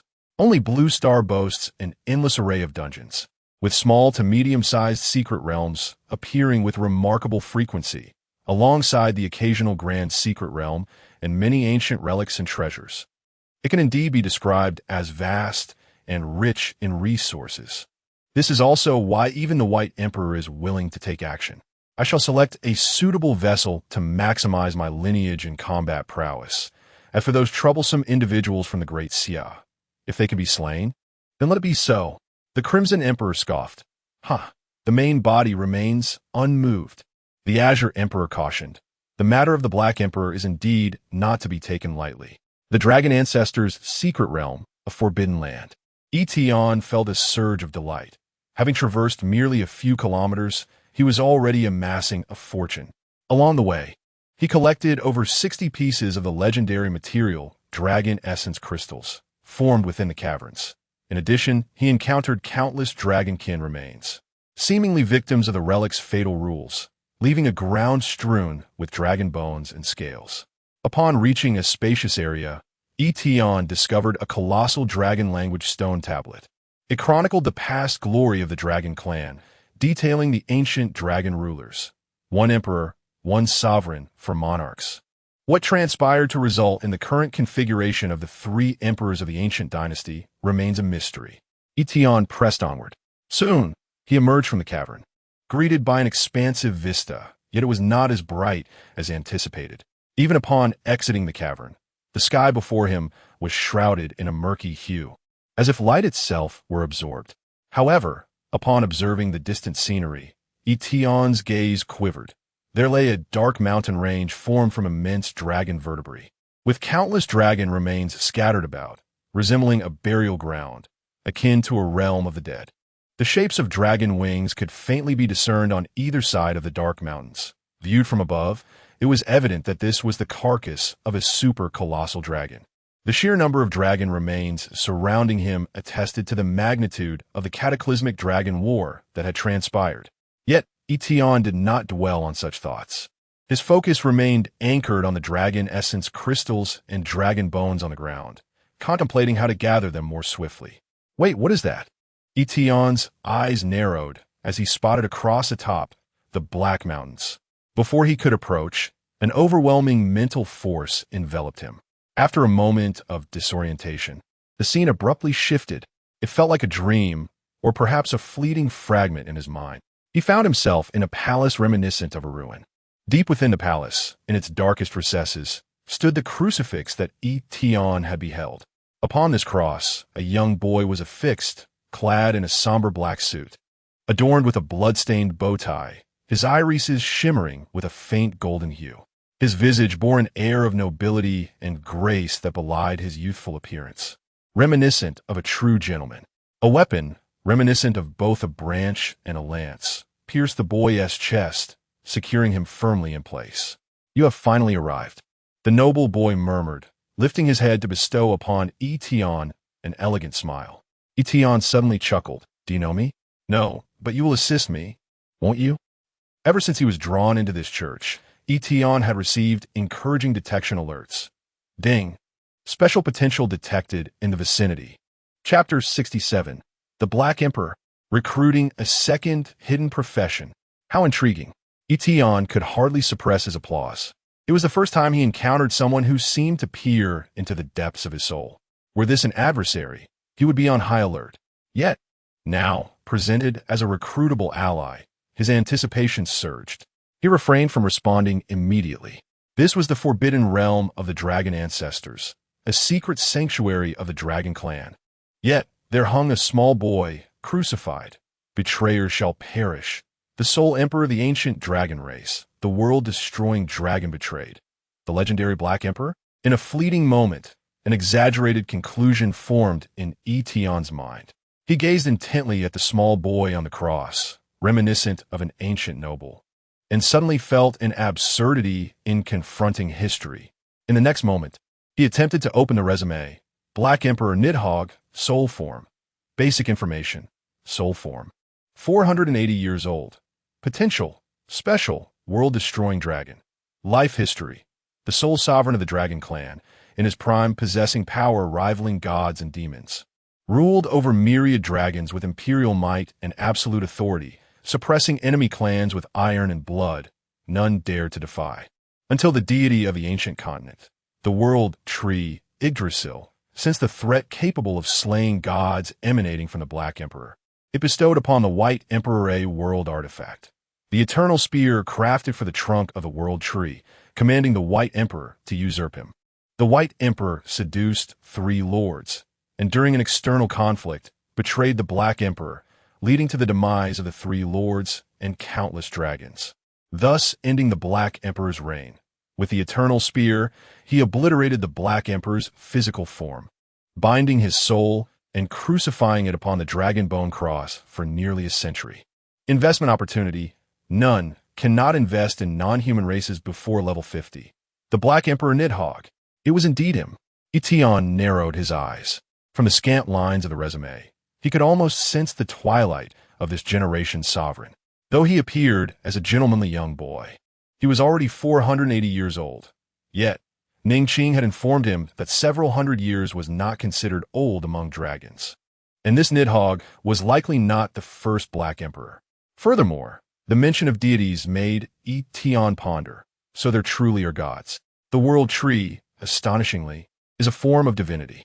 However, the fact that the former Black Emperor could instill fear in the gods, sensing danger, is indeed a terrifying existence.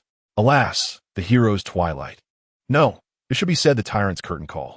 Even now, this Black Emperor, Nidhogg, had fallen in flesh, leaving only his soul to linger. Yet, upon seeing the final line of the resume, Yi Tian felt somewhat exasperated. To invest in non-human races, one must reach level 50 in the third tier. He lifted his gaze to the boy's serene face and inquired, "How can I assist you?" The boy's pupils shimmered with a faint golden hue, and a smile graced his lips. "It is quite simple." He lowered his head, gesturing toward the long spear embedded in his chest, and spoke cheerfully. "To free me requires but one simple step. Remove this spear. Upon success, you would acquire a world artifact at no cost. Isn't that exceedingly simple?" Yi Tian's lips twitched. The Black Emperor's demeanor diverged significantly from his expectations. Perhaps it was due to the fact that only his soul remained, rendering him akin to a cunning little imp. What surprised Yi Tian even further was that, while conversing with other dragons in their tongue, this little devil persistently communicated in the human language, displaying a remarkable understanding of human culture. As for his demand, simple. Indeed, it was simple. Removing a spear could be achieved with relative ease. However, this spear was not just any weapon. It was the eternal spear, a world artifact forged by deities, capable of destroying the Black Emperor's corporeal form and binding his soul. Though Yi Tian was unaware of the true nature of such world artifacts, a moment of reflection revealed that it was anything but simple. He decisively shook his head. "Never mind. I find myself less inclined to assist you." Upon hearing this, the boy erupted into joyous laughter, as if a prank had been uncovered. "Ha ha, to have my ruse exposed without even a trial is rather cruel." Yi Tian silently observed the elated little devil, suddenly pondering. Having been pinned to a cross for a century, he must have felt profoundly lonely.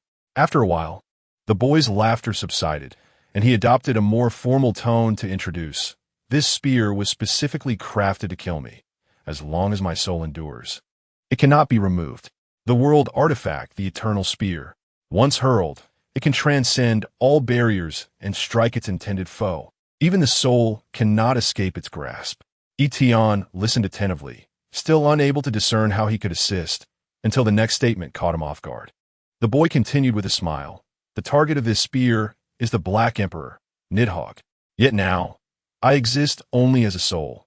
My power and body are entirely lost. If I were to alter my final soul ability, I would transform into an entirely different form, and the eternal spear would no longer be able to target me. You could change my ability, couldn't you?" The boy gazed at Yi Tian with eager anticipation. Yi Tian was momentarily taken aback. Recruiting employees, investing in professions, augmenting their former abilities to awaken new careers.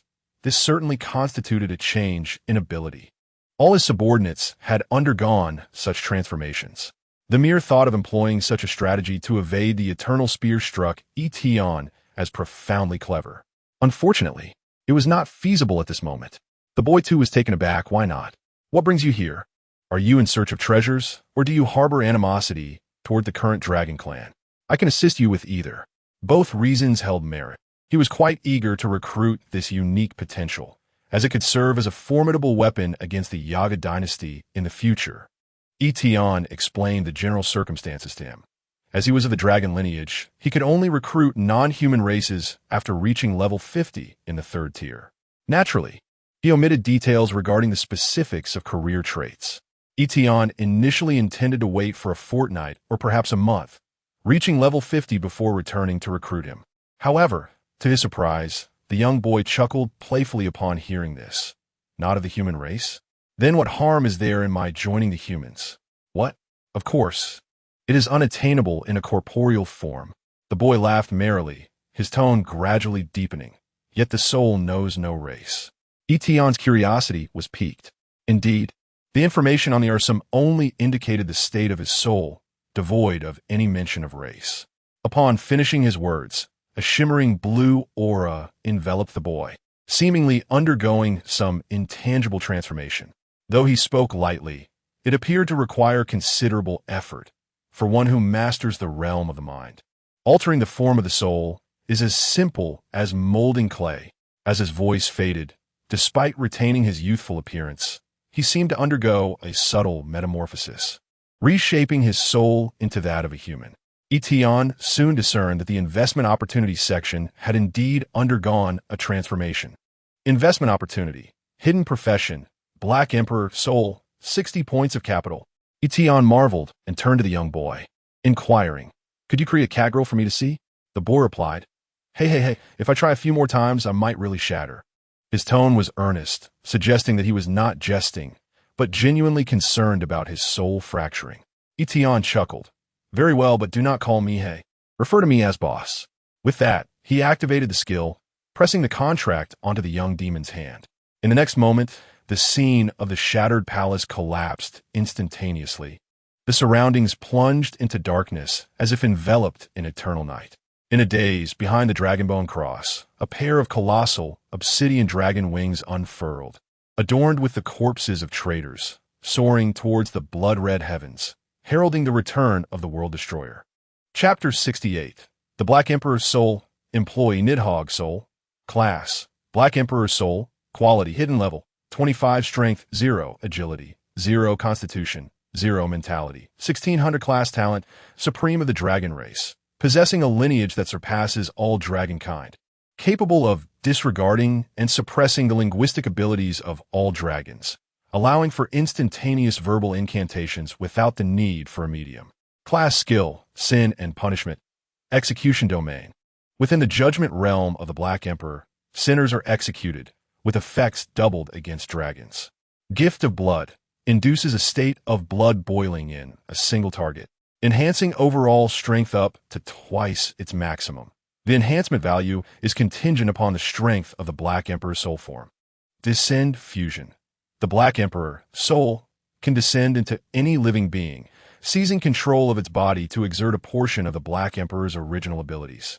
Consent from the host is not required for the descent, although competition is necessary against opponents of high mental strength.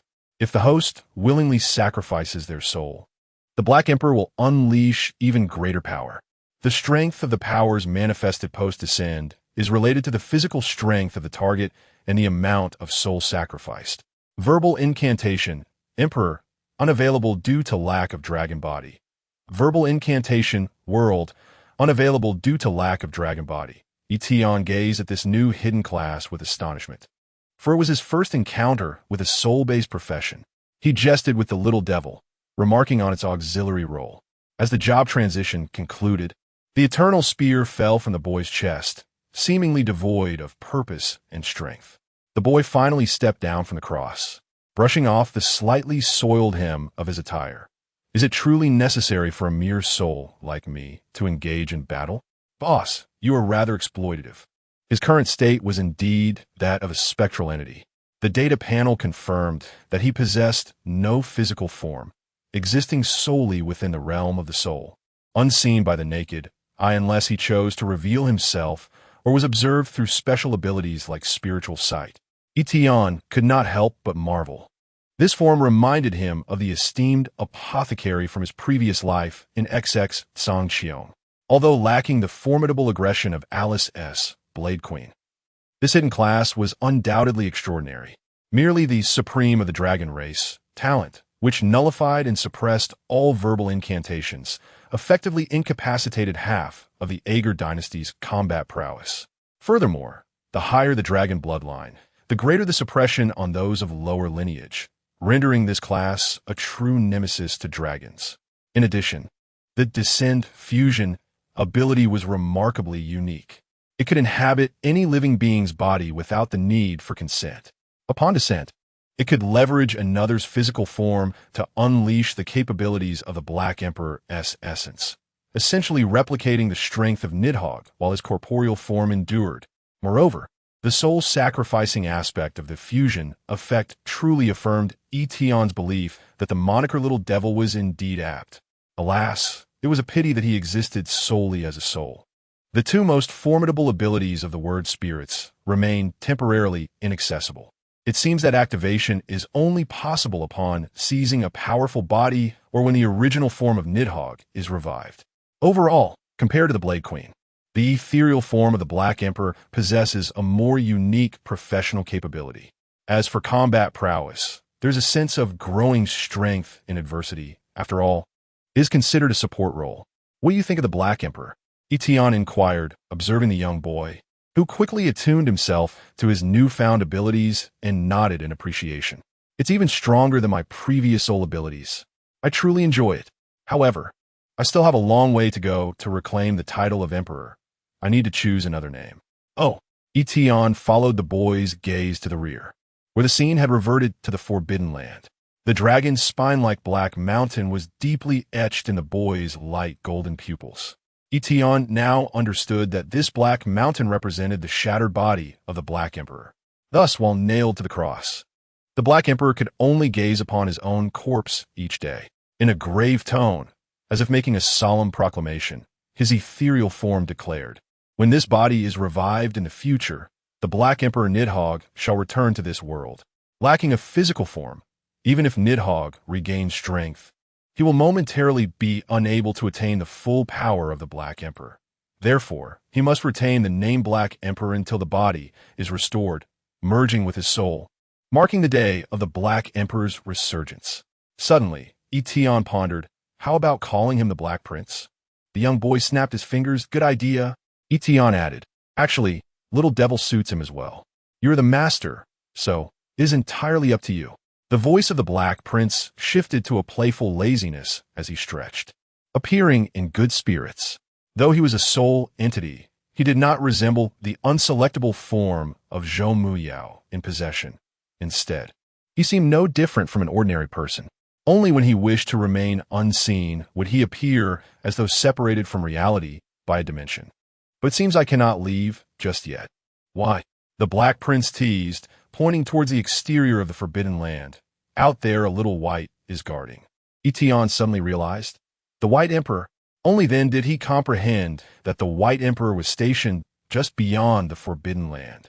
This meant that once Nidhogg departed, the White Emperor would undoubtedly sense it, and at that moment, he might completely lose his sanity. If Yi Tian were to bring the Black Prince back to the Great Xia, it was likely that the White Emperor would detect it, potentially affecting the Great Xia. After all, in the face of the White Emperor, they were not necessarily equals. Yet, he could not abandon the Black Prince in this place. For remaining here offered no opportunity for growth, akin to being imprisoned. Yi Tian quickly devised a plan. Alice. The Black Prince raised an eyebrow slightly. Boss, can you summon someone here? This was the Forbidden Land of the Dragon Ancestors' secret realm, and due to the White Emperor's vigilant watch, the Black Prince had not encountered any living being for decades. Yi Tian waved his hand, signaling that it was a basic maneuver. However, after a few moments, Alice still had not appeared. It was not until Yi Tian called out a second time that the familiar void gate opened, and Alice strode out with her long legs. Boss, I just entered a dungeon and was entangled by another Lord Boss. He is level 60 and quite formidable, Alice explained to Yi Tian, while casting a glance at the Black Prince nearby. Yi Tian nodded, considering that Alice was currently below level 30. It indeed seemed rather audacious to confront a level 60 Lord Boss. Nevertheless, he clapped his hands and said, "Perfect timing. Allow me to introduce a new companion to you. The Black Prince, or Nidhogg, whichever you prefer to call him, can be considered support." Yi Tian introduced Alice to the Black Prince. The latter produced a white top hat from seemingly nowhere and performed a gentlemanly bow, to which Alice responded with a slight nod. Indeed, Yi Tian intended for the spectral form of the Black Prince to accompany Alice in leveling up within the dungeon.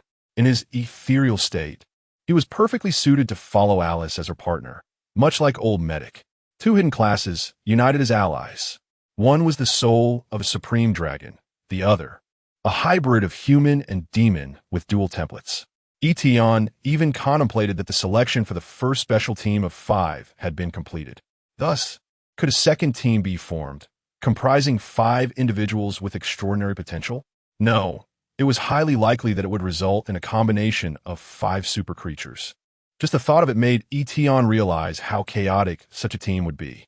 Chapter 69. Revive my body, I shall confront the divine beings. The gazes of Alice and the Black Prince clashed in the air for a moment. Even the Black Prince had to concede that, during his corporeal existence, he was merely on par with Alice at her level. In his spectral state, he was acutely aware of a far more terrifying form concealed within Alice's body. Moreover, this was an ancient relic. Her ability to traverse it with such ease was something that Nidhogg had never encountered before. The thought that Yi Tian commanded such an individual rendered his image in the Black Prince's mind even more enigmatic. Alice scrutinized the peculiar soul of the Black Prince. After Yi Tian revealed his capabilities, she accepted him as her partner. This was fortuitous, as she no longer had to worry about the Black Prince being discovered by the White Emperor. After all, at merely level 25, should the White Emperor find him, it would undoubtedly lead to his demise. Simultaneously, Yi Tian had another reason for pairing Alice with the Black Prince: balance. Given the Black Prince's temperament and abilities, if he were to enter human society unchecked, he might commit unpredictable acts. After all, he was undeniably a tyrant, albeit a youthful one. Having Alice supervise him was quite fitting. Just as Yi Tian was about to depart the ruins after giving his instructions, his expression suddenly shifted. He noticed that the prompt indicating the automatic detection of skills had yet to disappear. Ding! Special potential detected in the vicinity. Indeed, the continued presence of the detection prompt indicated that a unique potential existed nearby. The voice of the Black Prince grew peculiar. Are there other beings here? Other beings? The Black Prince, adorned in a noble high-collared gown, blinked his golden eyes twice and conjured a dragon-bone staff from seemingly nowhere. He pointed the staff towards the black mountains behind Yi Tian, asserting with conviction, if there are any beings, it must be him. He gestured towards his own corpse. As Yi Tian approached the site with the Black Prince in tow, Alice, taken aback, remarked, "This dragon carcass appears to have been subjected to repeated attempts at destruction. Yet its physical integrity remains remarkably resilient, still retaining a trace of vitality." The Black Prince floated with his hands on his hips. "Impressive, isn't it? This is my body." Alice rolled her eyes in silence. The Black Prince continued to explain to Yi Tian, "The eternal spear severed my soul from my body. Yet the bodies of dragons do not easily perish. Thus, he should also be considered a being." Indeed, Yi Tian had also recognized this astonishing fact. Black Emperor, Nidhogg, dragon corpse. Basic information: male dragon race for 180 years old, body without a soul. Potential: special, disaster, and despair. Biography: the sole sovereign of the dragon race. Investment opportunity: none, cannot invest in non-human entities before Tier 3. The biography was in accordance with the Black Princess, confirming that it was indeed the very dragon body of Nidhogg. Yi Tian could never have imagined that even after the soul and body had been severed, a mere physical form could still be deemed of exceptional potential. The strength required for such a designation must be immense. This corpse of the Black Emperor, despite having lost its power, with all blood drained and life extinguished, even the soul having been separated, astonishingly still presents an opportunity for investment. Indeed, one could invest in this corpse, which implies a chance for revival, unlike the dragon-blooded body occupied by the White Emperor during the Grand Tournament, which offered no hint of investment opportunities after its consciousness had perished. But Nidhogg, he does. Is this the might that rivals gods and demons? Yi Tian murmured, "It seems I truly have a chance to revive him." No sooner had he spoken than the Black Prince beside him widened his pupils in shock, his soul quivering with astonishment. This was his true form. No one desired revival more than he did. Only through the fusion of body and soul could the true Black Emperor, Nidhogg, be realized. Yet he understood the magnitude of the challenge. The greater the strength of the body and life, the higher the difficulty of revival. To bring back a supreme dragon's corpse that barely retains a thread of vitality. In the Black Prince's plan, he had even prepared for a span of decades, perhaps even centuries. The Black Prince fixed his gaze on Yi Tian, the depths of his golden eyes swirling with magma-like patterns, as if suppressing a fervent anticipation. "If you can revive my body, I shall aid you in annihilating the continent of Yagu." Hearing such unprecedented solemnity, Yi Tian raised an eyebrow. "So, your previous claims of helping me seek treasure and slay dragons were mere jest?" The Black Prince sighed. "In truth, I initially intended to occupy your body directly. I never expected your capabilities as a human to be rather extraordinary. This revelation indicated a complete shift in the Black Prince's perception of Yi Tian, who had once been unwilling to be subordinate to anyone, now subtly wavering. Ah, indeed, he is a devil. Yi Tian recalled the scene where he was urged to extract the eternal spear and couldn't help but click his tongue. If it's merely to assist you against the dragons, that poses no issue. The Black Prince addressed the gravest concern earnestly. However, with the power of a human, even if we deal with the dragons and confront the White Emperor, we still cannot shake the Yaga dynasty. This is due to the divine presence of the world tree, Yggdrasil. At the mention of this name, Yi Tian perceived a hint of fury in the Black Prince's tone. The existence of the gods will not allow you to destabilize the dragons, nor will they permit you to strike at the continent of Yagu. His voice was like a drawn sword, unwavering and resolute. But as long as you revive my body, I shall contend with the gods. The world tree, Yggdrasil, Yi Tian recognized as the fundamental reason behind the Black Emperor's demise, with even the eternal spear originating from its hand. The reason being, the gods deemed the Black Emperor unmanageable. Suddenly, Yi Tian broke into laughter, as if he had just pronounced a suspended death sentence upon the Yaga dynasty. Yet he was exceedingly pleased. Let it be settled thus. Unfortunately, the body of the Black Emperor cannot undergo transformation like the soul. At the very least, he must reach level 50 and ascend to the 3rd tier. However, when the Great Xia possesses the strength to counterattack the Otherworld, he will be poised to activate the Godslayer bomb known as the Black Emperor. Before departing from the ruins, Yi Tian made an attempt to engage with the world artifact, the Spear of Eternity. Regrettably, the Black Prince informed him that he needed the World Tree's permission to claim it, leaving him with no choice but to abandon his endeavor. Thus, he chose to leave the ruins. Alice, too, accompanied the Black Prince through the void as they made their exit.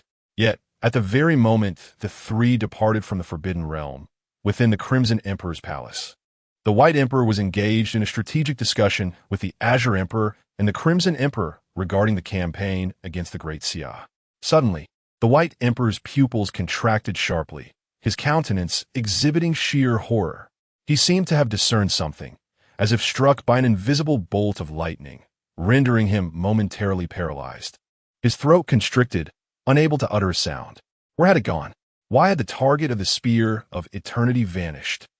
The Azure and Crimson Emperors exchanged astonished glances. They had never witnessed the White Emperor in such a state, flustered and bordering on madness. The White Emperor was in a state of panic. Chapter 70, Boss, you hardly resemble a human. What has vanished? The Crimson Emperor and the Azure Emperor exchanged glances, a sense of inexplicable tension brewing within them. Nidhogg has disappeared.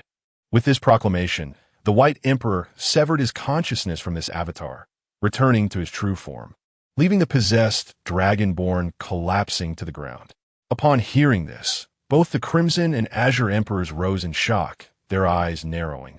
Their expressions a mix of bewilderment and alarm, especially the Crimson Emperor, whose emotions teetered on the brink of chaos, roaring as he rushed towards the Forbidden Land. How could this be possible? The White Emperor had stationed himself outside the Forbidden Zone specifically to prevent any creature from entering. This ensured that the Black Emperor remained eternally sealed within, with no chance of escape without external intervention. Yet now, not only had the essence of the Black Emperor vanished from within the Forbidden Land, but even the target locked by the Eternal Spear had similarly disappeared. This signified a rather terrifying conclusion. The White Emperor summoned a Dragonborn, providing him with a token of the Dragon Ancestor's secret realm, instructing him to immediately enter the Forbidden Land for reconnaissance. According to the rules of the Forbidden Land, the White Emperor was deemed a traitor, and entry meant certain death. This was a rule enacted by the Black Emperor before his demise, and even after a century, the White Emperor dared not attempt to breach it.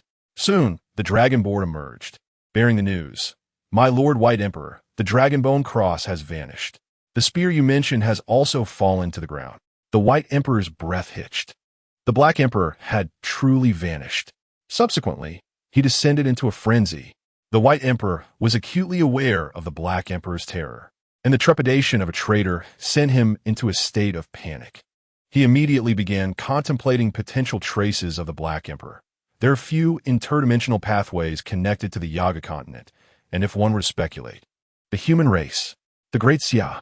After all, just as hostilities had commenced with the Great Xia, the Black Emperor disappeared the following day, making it difficult for the White Emperor not to consider this angle. In the next moment, he frantically charged towards the interdimensional passage. In the wilderness outside of Ding City, Yi Tian emerged unscathed from the ancient ruins. He described the general outline of the ruins to the members of the Research Institute, showcasing his haul of dragon bones, dragon marrow crystals, and even brought back several dragon-language stone tablets as gifts for Ningjing. However, Wei Yuan expressed some regret. What a pity, this ruin yielded only materials, lacking any treasures or inheritances. In the context of a ruin, Yi Tian's findings were indeed rather meager. Yet, he was keenly aware that the true treasure from this journey had already accompanied Alice into the dungeon for enhancement. Suddenly, a tremendous roar erupted from within Ding City. Wei Yuan's expression shifted dramatically. He sensed an extraordinarily powerful entity emerging from the interdimensional passage. It was not just him. The entire vicinity of Ding City, and indeed all of East China, including Jiang Yuanshuang and Yu Hua from Huaxing University, were stirred. Boom! To the north of Ding City, beside the interdimensional passage linked to the Yaga continent, Wei Yuan had already laid down a six-fold formation, along with numerous traps. The White Emperor, consumed by urgency, had just made his appearance when explosions and formations activated in rapid succession. As a trap set by Wei Yuan for the Crimson Emperor, the White Emperor was first made to feast. With a thunderous roar, the White Emperor unfurled his colossal dragon wings, shimmering with a frigid silver light. His starry dragon eyes radiating an intangible storm of mental energy that swept across the surroundings. He had no desire for idle chatter. He must locate Nidhogg. In an instant, ancient runes seemed to manifest within his dragon eyes, as his draconic might materialized, unleashing the power of the word spirit with reckless abandon.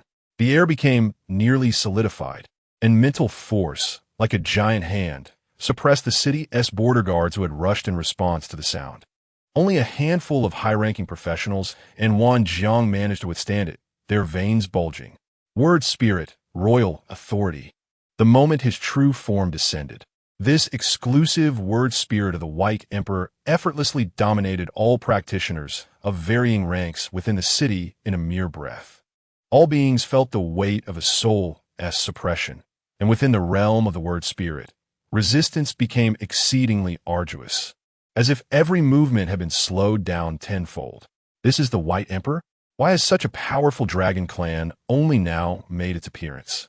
Wei Yuan furrowed his brow, activating his astral power to shield those around him from the word spirit's influence. Even he felt at least a third of the suppression. But then he caught a glimpse of Yi Tian beside him. Yi Tian stood as if unfazed, clad in black, his posture impeccably straight. He even completely suppressed the effects of the word spirit upon Ningjing.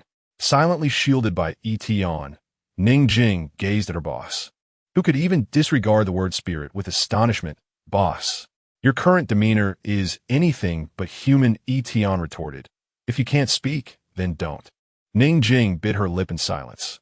Oh, having shared the Black Prince's supreme dragon talent, Yi Tian naturally possessed the ability to ignore and suppress the word spirit. Wei Yuan paid little heed to Yi Tian and swiftly produced a specialized communicator, speaking urgently. Activate the Level 1 emergency plan. Quickly. After speaking, Wei Yuan fixed his gaze firmly in the direction of the White Emperor, pondering his intentions. It was only upon the White Emperor's descent that the Great Xia realized the hidden might of the White Emperor of the Yaga dynasty, surpassing even the combined strength of the Crimson and Azure Emperors. However, the White Emperor did not launch an attack on the city. Instead, he infinitely expanded the range of his mental energy. It appeared that with a single breath, the White Emperor could subdue an entire city with imposing grandeur. Yet, the panic within him was known only to himself. Nidhogg, where are you? Come fort. His mental energy had expanded to an astonishing 60 million square kilometers. Yet, he still found no trace of Nidhogg. This was because Yi Tian had long since resolved that particular issue. The Black Prince was currently traversing through the dungeon with Alice, perhaps even slaughtering the dragon descendants within the dungeons of the Yaga continent. Is he truly not on Blue Star? The White Emperor's dragon gaze faltered, plunging him into self-doubt. He could not possibly extricate himself from the Eternal Spear, who could have aided him as a traitor. He was painfully aware that once the Black Emperor gained power, the first to seek vengeance would be none other than the White Emperor himself. Thus, his urgency to locate the Black Emperor intensified greatly. Confronted by the ominous sword of Damocles hanging overhead, it is impossible for anyone to remain unperturbed. Could it be another alien race? Who possesses such audacity? The White Emperor's breath quickened slightly, and after a prolonged moment, his dragon-like eyes revealed a hint of resolve. It seems I must seek the counsel of the divine. Without a moment's hesitation, the White Emperor returned to the ancient continent, preparing to pay homage to the World Tree, Yggdrasil. As the White Emperor traversed the interdimensional passage, the members of the city's defense forces regained their composure, yet remained bewildered by the current circumstances. Outside the city, Wei Yuan sensed the disappearance of the White Emperor's aura. Initially taken aback, he swiftly produced a specialized communicator. Emergency protocol rescinded. On the other end of the communicator, Wei Yuan concluded the call abruptly. The White Emperor's sudden arrival in Daxia and immediate departure made him quickly realize that it was inextricably linked to Yi Tian's recent entry into the Dragon Ancestor's secret realm. He turned to gaze at Yi Tian, who wore an innocuous expression. Wei Yuan had previously believed that Yi Tian had merely acquired some materials, with no significant gains. However, given the White Emperor's reaction, he would not be surprised if Yi Tian had unearthed the ancestral grave of the Dragon Clan. Wei Yuan inquired, "What exactly transpired during your exploration of the ruins?" Yi Tian replied with a calm smile, "I merely found an intriguing rival for the ancient empire." Chapter 71, The Ultimate Boss Slot. A plea from the American Empire? As the White Emperor anxiously sought the whereabouts of Nidhogg, the Black Prince traversed the dungeons of the ancient continent, accompanying Alice in her hunt for the Dragonborn dwelling within. Emerging from the ancient ruins, they found themselves in a dungeon of the ancient continent, thus sparing Alice the time of searching for her foes. With a swift motion, Alice wielded her luminous blade, swiftly severing the head of a level 40 Dragonborn. She teased the Black Prince. "Are you truly indifferent to witnessing your kin perish?" The Black Prince reclined in midair, his youthful visage betraying no emotion, even managing a smile as he replied, "Merely a band of traitors. In my reign, slaying 100,000 in a day would hardly warrant concern." In their casual exchange, the 5-member Dragonborn squad within the dungeon met their demise, resulting in Alice's ascension to level 30. With determination, she declared, "All right, let us depart." The Black Prince's lips curled into a smirk. "At last, we face a worthy adversary." With the Black Prince as her ally, Alice was eager to exact revenge on the level 60 Lord Boss that had previously thwarted her. Summoned by Yi Tian to the ruins, it was this very boss that had hindered her progress. The Black Prince was particularly intrigued by the notion of revenge, and their intentions aligned seamlessly. Through the void, Alice, upon the Lord Boss's ascension, acquired a new effect, the ability to return to any location she had previously visited. Even within the ancient continent, she could navigate with ease. In the next moment, the duo arrived at a mutated, diminutive secret realm. It was this mutation that had clouded Alice's judgment regarding the Lord Boss's capabilities, leading to her earlier defeat. At this juncture, a pioneering squad composed of the Eastern China Guard was advancing through the secret realm, preparing to confront the boss. This elite team, personally led by Lin Guodong, aimed to seize control of the small secret realm. As a vital source of global resources, even a minor secret realm was highly coveted. However, the strength of the small boss was unexpectedly formidable. Lin Guodong, a level 55 third transformation warrior, furrowed his brow, sensing something amiss. His teammates nodded in agreement, unaware of the mutation afflicting this small secret realm. At that moment, a portal of void energy opened not far from the boss's lair, and Alice's slender, blade-like figure materialized before them. Startled, The group immediately assumed a defensive stance, exclaiming, "What the hell is this? Is she the secret realm boss? Why did she appear so suddenly?" Even the battle-hardened guards had never witnessed such a teleportation technique, and Lin Guodong and his comrades watched Alice warily. Their brows knitted in concern. Alice cast a dispassionate glance in their direction, her voice devoid of emotion as she stated, "You are not the boss's match. Do not interfere."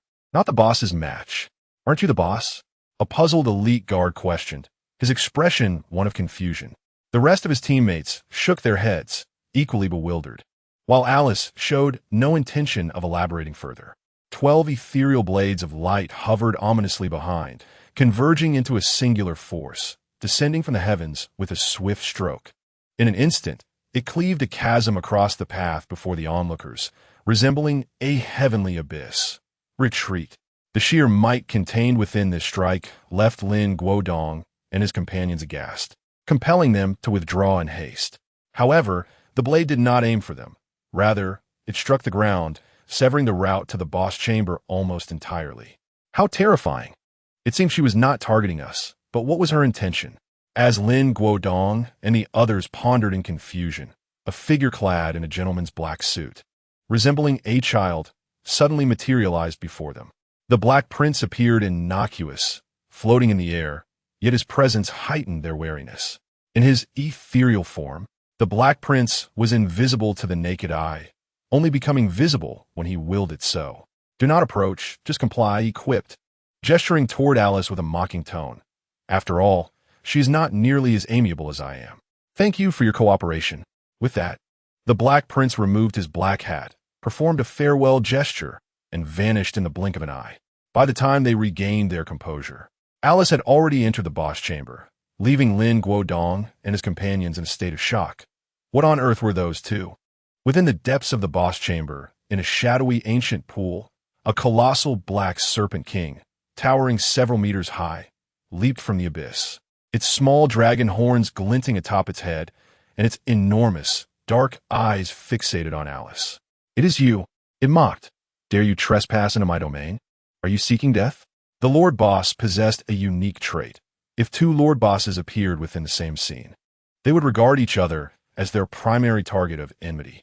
After all, a dungeon or secret realm could only be ruled by a single Lord Boss, reminiscent of the notion that two tigers cannot coexist on the same mountain. Alice's mere presence seemed an invasion of another's territory. However, Alice was no paragon of virtue, nor would she feel any remorse over such matters. Her ally, the Black Prince, was even less inclined to concern himself with such sentiments. "Ah, mongrel," he observed, gazing at the black serpent with calmness rather than disdain, his tone devoid of malice.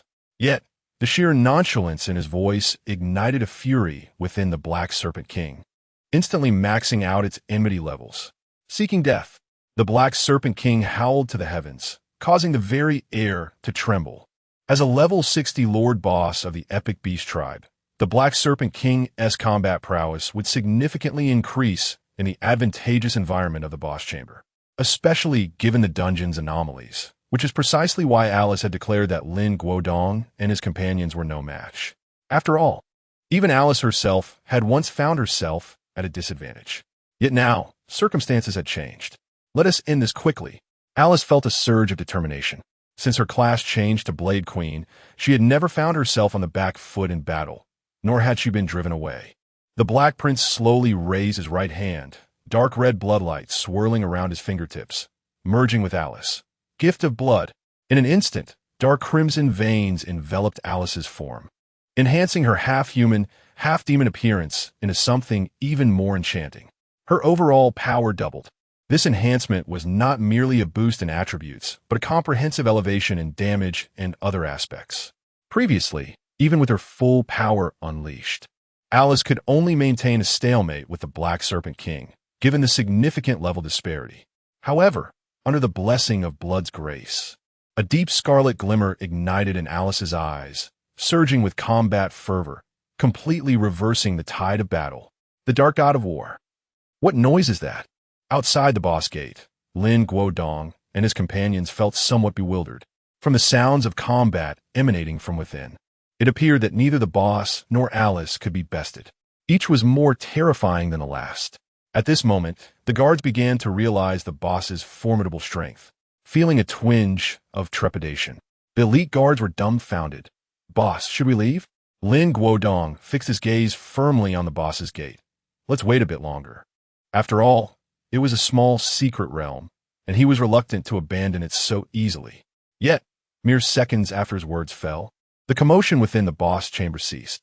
Alice, with her double power and unleashed fury, dispatched the level 60 epic boss with just 3 strikes.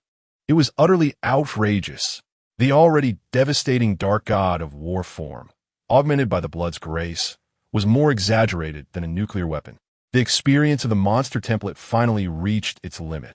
This extraordinary feat of slaying an enemy of a higher level not only elevated Alice by 2 levels, but also filled the experience required for the Lord Boss's promotion. Yet, Alice discovered she could not advance, because, within a vast region, there existed only one slot for the ultimate boss. In other words, across the entirety of the Great Xia and surrounding areas, there could only be one ultimate boss. The privileges and enhancements bestowed by the ultimate boss were immensely powerful, capable of merging with secret realm dungeons, causing the attributes of the entire monster template to double. Alice sensed that the ultimate boss of Great Xia resided within a level 74 dungeon in central China. If Yi Tian were present, he would likely realize that it was the 4th tier advancement dungeon blocking the path to the 4th tier of Great Xia. If it were another Lord Boss, their path to promotion would likely be stymied here. For ordinary Lord Bosses could not leave their dungeons and could only hope for the demise of the prior ultimate boss to have a chance at advancement. However, Alice was different. She possessed the power of void traversal. If the ultimate boss had a lengthy lifespan, she wouldn't mind hastening his demise. The ultimate boss, you say? If you're willing to sacrifice just a fragment of your soul, we could test his mettle right now. The Dark Prince whispered enticingly from the side. Alice disregarded him and coldly replied, "If you have nothing better to do, inform that group outside to transfer ownership of this secret realm to the boss." The original boss of the realm was already dead. As long as Alice departed, the secret realm would enter a phase of exploitation. Although Alice believed the boss would not be in one of wealth, one could never have too many secret realms. The Dark Prince snapped his fingers. A splendid idea. However, I must trouble you to tell me, what is the name of the boss? Alice. As her words lingered, an inexplicable silence enveloped the two. After the White Emperor departed from the interdimensional passage, the city immediately commenced fortifying its defenses. Although there were no significant losses this time, Wei Yuan and everyone present felt an unsettling anxiety, uncertain whether the White Emperor's next appearance would herald another calamity. Wei Yuan gazed intently at the entrance of the passage, contemplating how to neutralize the threat posed by the White Emperor. He could no longer allow him to act with impunity. Meanwhile, Yi Tian pondered the challenges of the 3rd tier. Only by reaching level 50 and advancing his profession to the 3rd tier could he resurrect the true form of the Black Emperor and subsequently launch a counterattack on the ancient continent. Moreover, additional funding was imperative. Although hidden professions held immense potential, recruiting one would cost a staggering 60, which was rather exorbitant. Yi Tian's original savings, once in the hundreds, had dwindled to a mere 42. And resurrecting the Black Emperor would require another 60. At that moment, Wei Yuan suddenly mentioned to Yi Tian, "By the way, while you were exploring the ruins, 2 significant events occurred internationally. The first pertains to you. The second, I believe, will pique your interest." As he spoke, a hint of mockery crept into Wei Yuan's tone, igniting a sense of anticipation in Yi Tian. "Do you remember the Void Insect Clan? The American Empire encountered an invasion of the Void Insect Clan at 2 medium-sized ruins along the border of Jiazhou, rendering them unexploitable and subsequently extorted by the insects." The American Empire? Yi Tian harbored a lingering resentment towards this nation that sought to undermine him. Yet he was surprised by the swiftness of their comeuppance. However, after facing setbacks in Daxia, the Void Insect Clan would inevitably redirect their focus. Their innate abilities were particularly troublesome, and the American Empire lacked the capacity to traverse dungeons, making resolution exceedingly challenging. Indeed, Wei Yuan chuckled, They are utterly incapable of resolving this matter. Upon learning that we had dealt with the Void Insect clan, they sought our assistance. At this juncture, Yi Tian comprehended the reason behind Wei Yuan's teasing tone. The American Empire, which had long exploited Dai Xia's talents, now had the audacity to request aid. Nonetheless, for them, the situation was dire. If the Void Insect clan's invasion remained unaddressed, it would become an insatiable abyss. Although they claimed to seek Dai Xia's help, Wei Yuan understood that only Yi Tian had the means to confront the Void Insect clan. Yi Tian clicked his tongue. What conditions are they offering? Wei Yuan retorted sarcastically. They wish for Dai Xia's continued assistance in exchange for a small-sized ruin and some resource materials. Yi Tian was both amused and exasperated. They expected Dai Xia to provide ongoing assistance against the Void Insect clan for merely a small-sized ruin. It was not that Yi Tian was being unreasonable. After all, the American Empire had previously set clear terms for international aid, typically requiring at least 2 or 3 small-sized ruins as a starting point, regardless of whether the crisis was resolved. Over the years, the American Empire had amassed the most abundant resources among the ruins in Blue Star. Yet now, this paltry offer for Dai Xia, was it a sign of their disdain for the Void Insect clan or for Dai Xia itself? Yi Tian became rather intrigued. Let them wait and see. Let's see if the Void Insect clan can awaken them. If the Void Insect clan fails to do so, I shall prepare to send Alice over. Wei Yuan chuckled softly, clearly sharing the same sentiment. The offer from the American Empire was a blatant display of disrespect towards the Great Xia, yet the Void Insect clan would undoubtedly make them realize this truth. The second matter may pique your interest, Wei Yuan continued. A trial secret realm has emerged in the international public area. Oh, a trial secret realm. The trial secret realm is distinct from a resource secret realm. The latter yields resources upon completion, while the former merely determines the realm's ownership after passing through. The specific rewards require further challenges, with the rewards contingent upon one's performance. However, the rewards from trial secret realms are often more precious than those from resource secret realms. It is said that even mythical-level rewards are possible. Huaxing University possesses a solitary trial secret realm, which has secured its status among the elite institutions. Yi Tian was indeed very interested. Even without discussing the trial rewards, merely clearing the secret realm would yield a substantial sum. Fascinating. Where has it appeared? Wei Yuan replied. In the Eastern capital. Chapter 72, The Trial Secret Realm. The Freshman Challenge. Not far from Eastern China, yet situated in an international public zone. The territory is contested by the imperial forces of America and other nations who seek to claim dominion over the secret realm. Dongdu, the remnants of the island nation, had long been extinguished by a malevolent race, leaving its lands in desolation. The term international public zone refers to territories that have been rendered sovereignless by the annihilation of their nations, a fate that has befallen numerous states throughout the 2 centuries of extraordinary history on Blue Star. The remaining nations, when capable, have attempted to expel or eliminate these perilous foes with varying degrees of success. In the current climate of external threats, no nation is inclined to incorporate unclaimed territories into their dominion, only exacerbating their defensive burdens. Consequently, these vanquished nations find their lands categorized as international public zones. Dongdu, once the heart of the island nation, is now a mere relic of its former self. In these public domains, if dungeons, secret realms, or ruins should arise, all nations are entitled to compete for them. However, in practice, only a handful of formidable nations dare to vie for supremacy in these zones. The Great Xia is among them, and the competition is most vigorous between Great Xia and the American Empire. Other nations, despite their varied strengths over the 200 years of extraordinary history, have often faltered before reaching their zenith. Some weaker states are unable to secure their own secret realms, seeking assistance from others, hardly qualifying as true adversaries. Yi Tian had not anticipated the island nation's early demise. Nevertheless, he was indeed intrigued by the prospect of seizing a secret realm in the public zone. Shall we embark now? Yi Tian and Wei Yuan reached a consensus. With the recent addition of Zhou Moya, Yi Tian had assembled the first special team of 5, though they had yet to engage in any formal endeavors. Today marked the day of university enrollment. You wondered if Chiu Li and Moya had time to join them. Given the considerable distance to Dongdu, Yi Tian prepared to contact his teammates in advance. At Huaxing University, Chiu Li and Zhou Moya had officially completed their enrollment.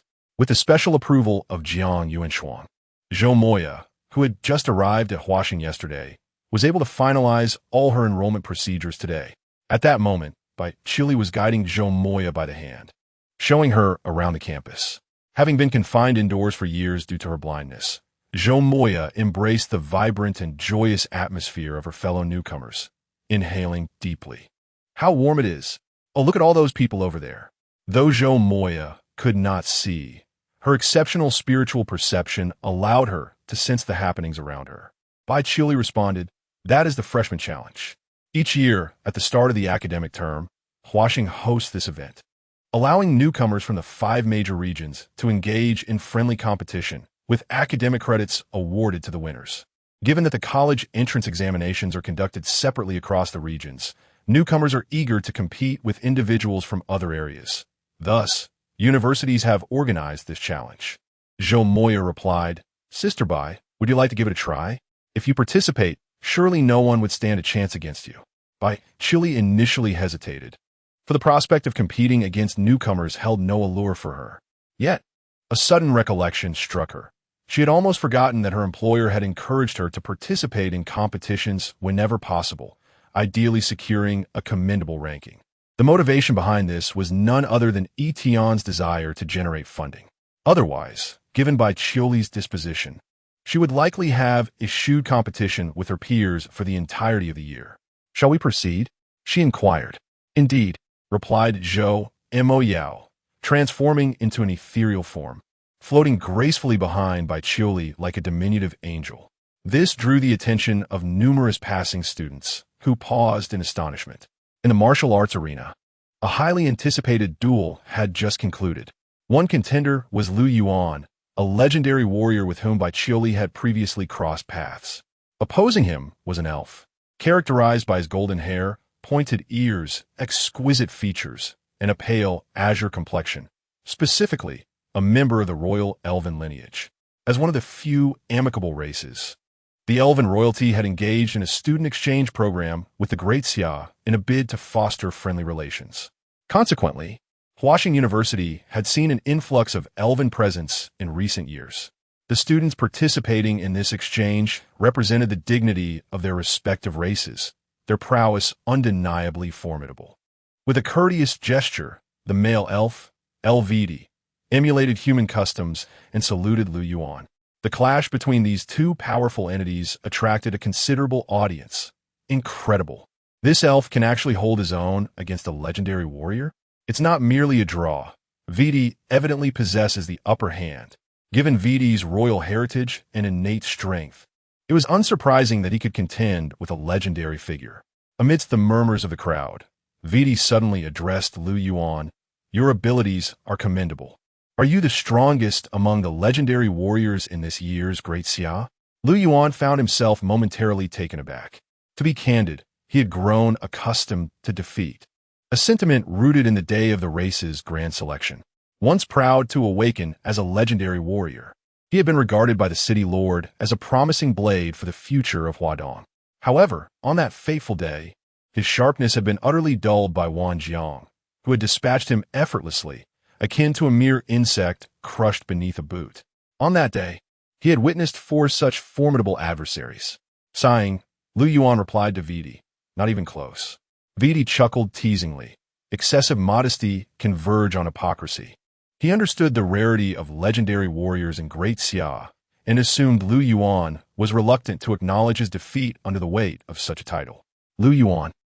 He intended to articulate a response, yet ultimately merely shook his head and relinquished his position in the arena, for he had caught sight of Chiu Li.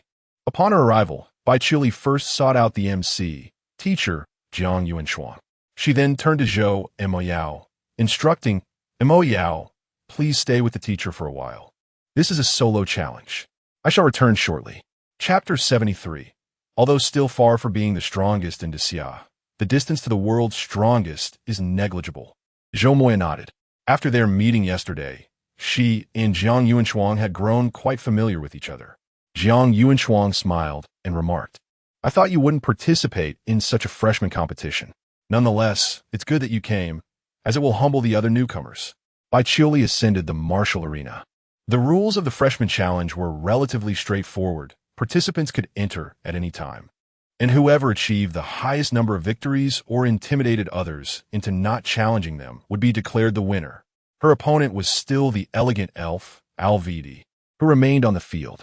Below the martial arena, the other freshmen and senior spectators erupted in excitement. Bai Qiuli's reputation as the top scholar from East Huadong, combined with her status as a direct disciple of Jiang Yuanshuang, made her unparalleled among the newcomers. Vidi, taken aback, gracefully bowed and inquired, "So, you are the strongest among this year's Xia cohort?" "Strongest?" Bai Qiuli pondered for a moment before shaking her head. In terms of this cohort's strongest contenders, she felt no certainty of victory against either Yi Xiu or Wan Jiang, not to mention Alice and her boss. Her voice was cool as she replied, "No, I am still far from being the strongest in Xia." As her words fell, the signal for battle commence illuminated the arena. Almost simultaneously, Bai Qiuli unsheathed her ice soul sword, and a piercing sword intent enveloped the entire martial arena, its chilling brilliance causing involuntary shivers. Then, with a single strike, the martial arena was nearly obliterated. Upon sensing this overwhelming sword intent, Vidi's pupils quaked, his entire being trembling as if he were on the brink of death. By the time he regained his composure, he had already been teleported out of the arena. His eyes widened in disbelief. This is not the strongest in Xia. This power, are you telling me this is a newcomer?" That single strike would have not only defeated him, but would have also annihilated 10 more like him. Seeing this, Lu Yuan approached and patted Vidi on the shoulder in a gesture of consolation.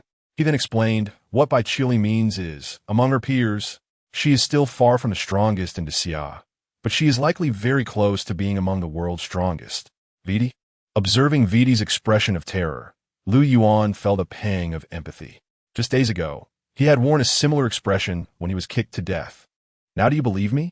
Vidi, seemingly drained of all strength, replied, "I believe." At that moment, another silver-haired elf with an air of arrogance approached and mockingly inquired, "What's wrong?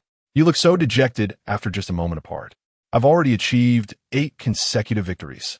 He and Vidi had both applied to be exchange students this year. Having heard that the competition in Xia was not particularly fierce, with a scarcity of top-tier professionals, they had come with the mindset of a wolf among sheep. This was evident from Vidi's initial eagerness to seek out the strongest in Xia. Vidi forced a smile and pointed to the arena. "There.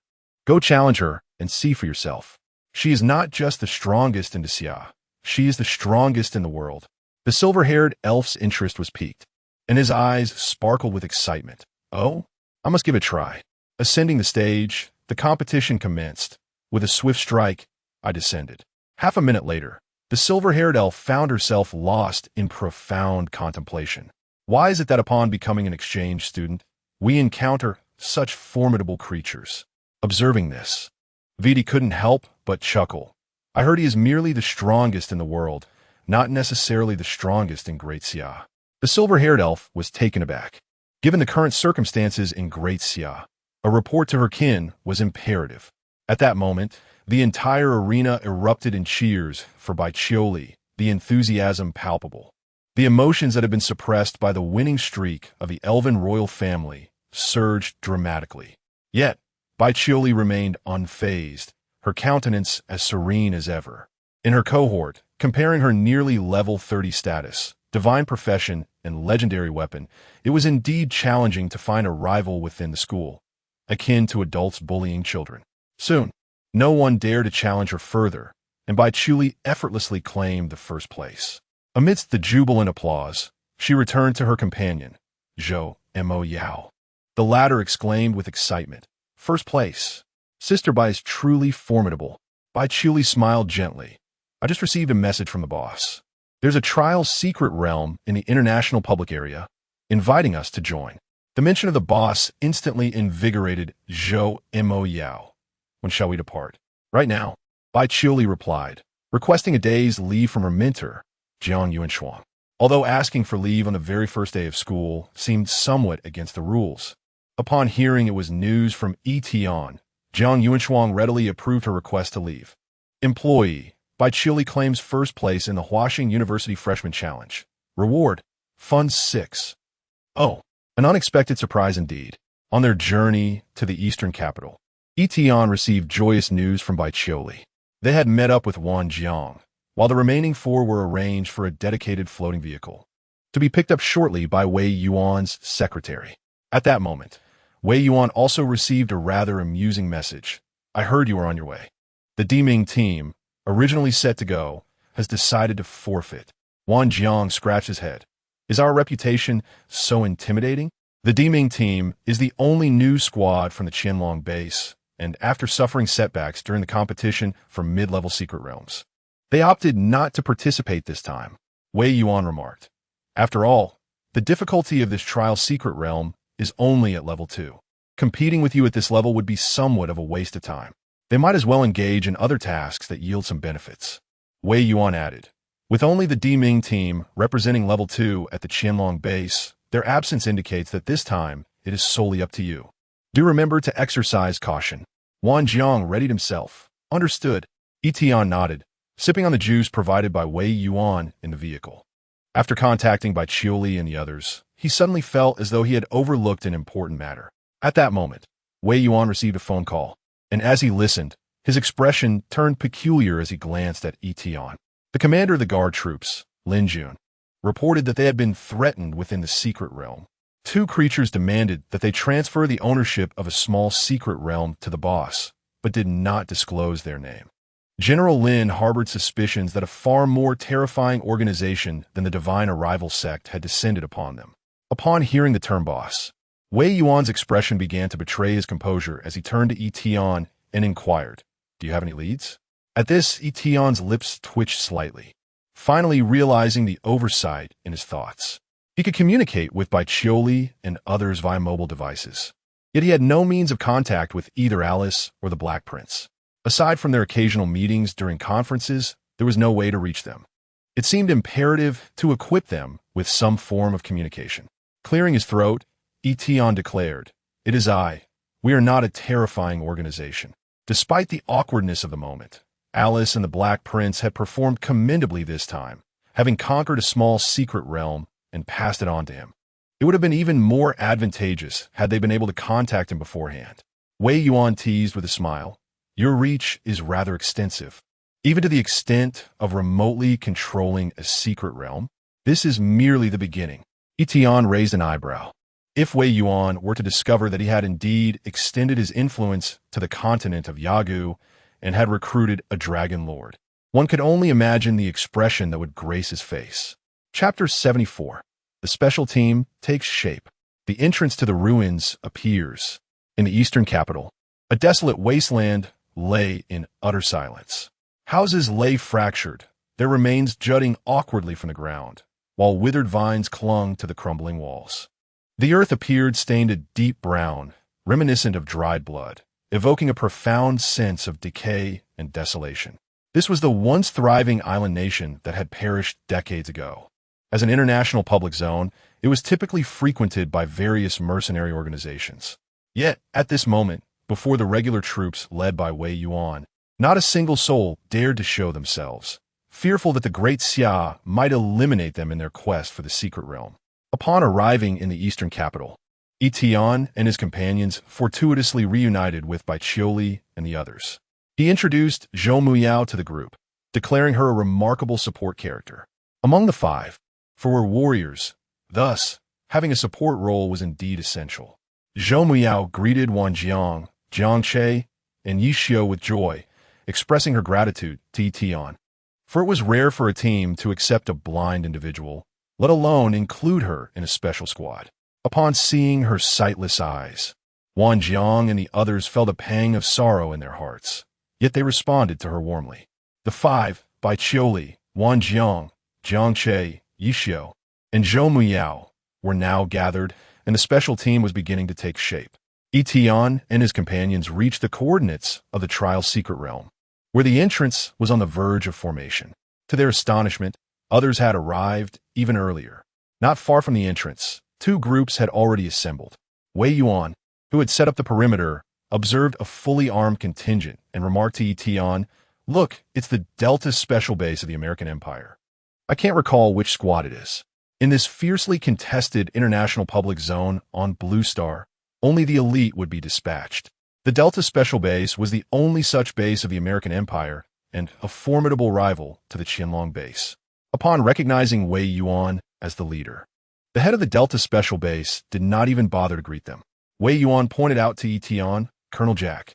He asked the mastermind who has been recruiting across various nations. Yi Tian scoffed softly, and then Wei Yuan turned his gaze to another group of competitors, pointed ears and golden hair, reminiscent of Bai Qiuli's recent adversaries, the Elven royalty.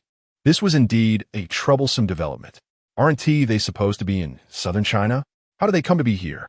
After all, as an alien race, they would seize any opportunity to contend for resources in the secret realm. In the international public zone, free competition was the norm, and everyone sought to stake their claim. Among the ranks of the Elven royalty, each member boasted noble blood, akin to the Yaga dynasty, where lineage symbolized both identity and strength, rendering them all formidable, rivaling even legendary ranks. Meanwhile, within the Delta Special Team, the captain, with tousled brown hair and a ghostly mask, sneered upon seeing Yi Tian and his companions. Has the Qianlong base dared not to send anyone? Are they afraid of us? The squad erupted in laughter at his words. Historically, in the competition within the international public zone, the Great Xia and the American Empire had been engaged in a rivalry between the Qianlong base and the Delta Special Base. Both seasoned adversaries. Upon witnessing the absence of visitors they could not refrain from mocking. Typically, prior to a contest in the secret realm, Colonel Jack would not counter such spirited banter that invigorated the team. However, this time was different. He sternly admonished, "Martin, silence yourself and focus intently on this squad." He recognized that Bai Qiuli and her companions were the very competitors from the Great Xia's national tournament, well aware of their formidable prowess. Consequently, he had extended invitations to them, offering exceedingly generous terms. Such conditions would suffice to attract a legendary class professional from other nations with merely a third of the offer. Yet, astonishingly, none of them responded. He found it perplexing. Nonetheless, this presented an opportunity for